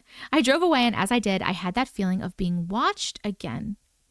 While this wasn't a dramatic haunting like a poltergeist, it really was quite terrifying to live through. Since moving, we've never experienced anything like it again, so I assumed that it didn't follow. After mine and Jay's divorce, I even moved into a house in another town that was built in 1915, and still nothing but good energy. Sometimes I think back and wonder if it was all in my head, but then I'm reminded that even my 3-year-old saw it. My son really wants to drive back and ask the current owner if they experienced anything, but I told him that's not the best idea. My mother, to this day, still says, there was something wrong with that house. There was definitely something in that house. The fact that you had that smell, that's definitely like a sign of a demonic presence. I don't know why it left. I wonder why the smell left. Clearly the presence didn't leave, but the smell left. I wonder why it was there in the first place. Was the smell and the sightings, were they connected at all to, because I see that you are divorced, to your relationship, like to the energy that was in the house to general for your relationship with your ex or anything like that? I wonder if it had anything to do with that. Either way, I'm glad you're out of there. I'm glad you're in another place, even though it's from 1915, but apparently it's good energy, so that's good. And thank you so much for sharing your story. This one is called There's Effing Aliens on the Roof. Hi, Tess. Hi. First of all, I love your storytelling and your voice. It's so soothing. Thank you. Okay, I have many stories, but this one takes the cake. This takes place in Yorba Linda, CA, 17 years ago. Let me start off by telling you that I've always believed and known that there are aliens and other worldly things that visit our realm, and my family always thought I was crazy. We don't think you're crazy. We believe you. Also, that my mother is a diehard Christian and would never admit something crazy like paranormal or alien activity ever happened to her. But this time, she did. Ooh. We lived in suburb homes on a big hill that backs up to a huge national park. Oh, national parks are notoriously haunted. My parents lived on the top of the hill, and I moved in with my brother at his house that was off at the base of the hill. So we're literally a straight shot down the street from each other. One night, I'm in bed like normal and went to sleep. I had my wolf dog Sitka with me like I do every night. In the middle of the night, he woke me up with this crazy low growl that I've never heard before. I said, "What is it, boy?" He's staring out my window, growling. It's like 1 a.m. All of a sudden, I heard this claw-like sound on the roof and then more scratching from a different area. I was thinking it must be possums or raccoons or some sort of animal. No big deal. Then I heard a loud thud, followed by something running with 2 legs and claws across the roof. My dog is now looking up to the ceiling, growling. Now I'm curious as to what kind of animal this is. I take my dog outside with me in the backyard. We're looking up at the single-story roof lit up by the moon and streetlights. We should see something, but there's nothing there. I don't think much of it. I go back inside, grab a cigarette, and come back outside so my dog can do his business while I smoke. I'm sitting down, leaning on the back door under an overhang. My dog comes and lays next to me, and I'm just sitting there petting him, enjoying the moment. All of a sudden, my dog gets up really slowly and stands over me. His belly is over my right shoulder, his back legs behind me, and his front paws spread out in front of me with his head down. Mind you, he is a wolf dog, so he's huge, and they act much different from your everyday normal barking dog when something is not right. He isn't making a sound, but I now know something is out there, and he's protecting me from it. All of a sudden, I hear what sounds like bubbles popping, clicking and clucking above me. I then realize I'm hearing it from 3 different areas in 3 different tones coming from the roof. I'm listening to these weird sounds for a while, trying to figure out what the heck this is. Then I realize that I've heard this exact sound before. In that movie Signs, when the aliens are talking to each other on the baby monitor, my stomach dropped, my blood ran cold, and I booked it inside with my dog. I woke up my brother and told him, "We have effing aliens on the roof." He called me crazy and of course didn't listen to me. I went back into my room and didn't sleep the rest of the night and didn't hear anything the rest of the night either. 6 a.m. rolls around and I start getting ready for work. I get a phone call from my mom. I'm thinking, well, that's weird. She never calls me and definitely not this early in the morning. I answer, "Hey, Mom." She replies, "You'll never guess what happened to me last night." Not expecting anything crazy from her, I replied, "Bet I could beat it." She replies, "No, I had 3 aliens in my room last night." The whole room was lit up with light coming from behind them. I couldn't move. I couldn't scream. All I could do was repeat Jesus' name in my head, trying to fight whatever was keeping me from moving and screaming. They kept coming closer and closer to me where I could see age-like brown spots on their elongated heads, the reflection of myself in their large black glass-like eyes, their little mouths, and their skinny long arms and fingers coming towards me to touch me. I was so frightened and terrified, I was able to push out of the force keeping me down, sitting up and screaming Jesus' name right in their faces. They rapidly retracted and disappeared with the light. Your dad woke up scared half to death, and I told him everything that had just happened, and he said I needed to call you right away, but I wanted to wait until morning. I, of course, am beyond shocked at what I just heard, and I told her I believed her and proceeded to share my experience from the same night. We believe the aliens must have been working their way down the hill, going house to house, because her experience was at 11:30 p.m. and mine was around 1 a.m. This was enough proof for our whole family that aliens are very real. It makes it that much better, too, that you and your mom both had alien experiences the same night. That had to feel real good to have validation that it did happen, that you weren't dreaming that and you weren't crazy. And it had to be great validation for her as well. Thank God that your doggy was protecting you. That was such a good one. Thank you so much for sharing. This one is called Hotel Floor Glitch. Hi, Auntie Matrix. Hi. I just found your account. I knew immediately that I had to share this story with you. This happened in early 2020 before the pandemic hit. My family, which is me, 15 years old at the time, my younger sister, 9, and my parents were on a weekend trip to a big city a few hours from our house. We'd gone out and done stuff all day, then went back to the hotel. My parents had friends in the city and they decided to go out with them for some drinks, leaving my sister and I in the hotel room to have pizza and watch TV for a few hours. My sister was always fascinated by looking at all of the city lights at night. Since our hotel had 8 floors and we weren't staying on the top floor, I suggested that we take the elevator to the 8th floor and look out the window to get better view of the lights. She agreed, and we went. When the elevator door opened, the floor looked completely deserted. It looked like it was undergoing some kind of renovation. The carpets were all ripped out, the wallpaper was gone, etc. The weird thing was that it looked like it had been that way for a long time. There were no tools laying around or anything that would indicate that they'd been working on it at all recently. Also, there weren't any signs in the hotel that you'd normally see during that kind of repair/renovation, like, sorry for the mess, we're upgrading, or anything. My sister got kind of freaked out. I did too. And we went back to our floor and just watched TV. Our parents didn't get back until after she had fallen asleep. The next morning, I got into the elevator to meet my dad, who was already downstairs for the hotel breakfast. I decided to quickly go back to the 8th floor before heading to the lobby to see if there were people working since it was daytime.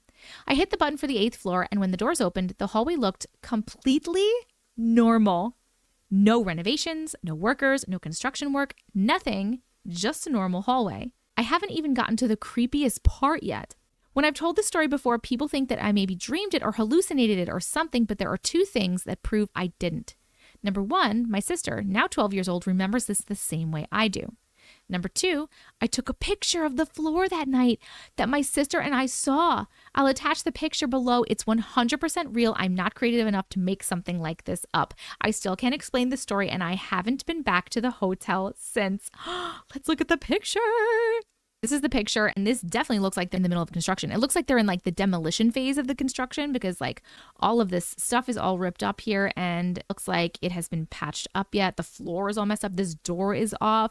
That is so crazy that you have a picture of it and your sister. That's like 2 validations that is what it looked like when you went up at night, which is so weird. I don't know if maybe you went through some sort of portal or something into a different time or what happened.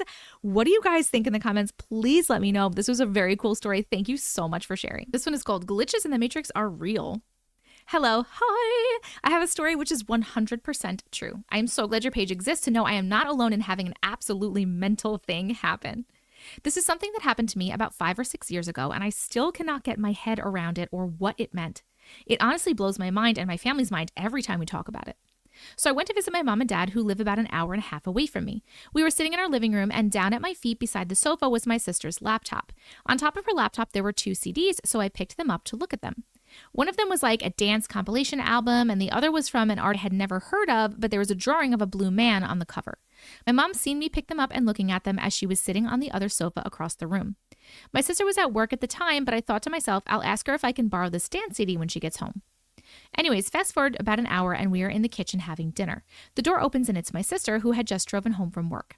We were chatting just about general things when I asked her if I could borrow her CD that's in the living room. She says, "What CD?" I said, "The dance one that's in the living room on top of your laptop." She instantly looks completely shocked and replies, "It isn't in the living room, it's in my car." I said, "No, there's 2 CDs of yours in there, a dance one and one with the drawing of a blue man on it. Even mom saw me looking at them." At this point, she's getting freaked out and she told me she was listening to the blue man one on her drive home in the car minutes earlier, as both of the CDs are currently in her car and have been all day. My mom then says, "That's impossible. I saw Lindsay," me, "pick them up and look at them in the living room." I'm honestly thinking to myself, what is going on? They can't be in her car if I have held them in my hands in this house and had my mom witness this. So my sister then proceeds to go out to her car and bring them in. As she was correct, they weren't in the living room. She had them all this time in her car. My mom and I were completely confused, freaked out, and just utterly baffled as to how this was possible. The most maddest thing about this was my sister told me the CDs had been in that exact same spot where I'd seen them the previous weekend. as she had been burning them onto her laptop. So that means that my mom and I had seen them at a time when they weren't actually there, but they had been a few days before. What does it mean? Did we go back in time? Honestly, it still just totally blows my mind to this day at what actually happened, completely beyond our understanding, I think. I mean, best guess, it's some sort of glitch in the Matrix. Maybe you guys hopped timelines. Maybe CDs hopped timelines for a minute. That's what I got. That's what I got. That is crazy. And again, we have your mom who also saw you looking at them. So we have validation from someone else. Super crazy. We got some good glitches in this video. Some good glitches. What do you guys think? Let me know in the comments, and thank you so much for sharing. This one is called Little People in the Woods. Hi. I've been binging your episodes and I thought I'd send some of my own if you're interested. Yes, we are. This is my 31 female story of when I saw little people. In 1999, I was 7 years old, playing in the woods with my friend Charlotte. For reference, our location was in Connecticut, US. We were standing at each end of a big log in the woods when I noticed movement in my peripherals. I tried focusing my periphery to catch a detailed look. I see similar movement often when we're in the woods, and it always just disappears, more like scatters before I turn to look at it.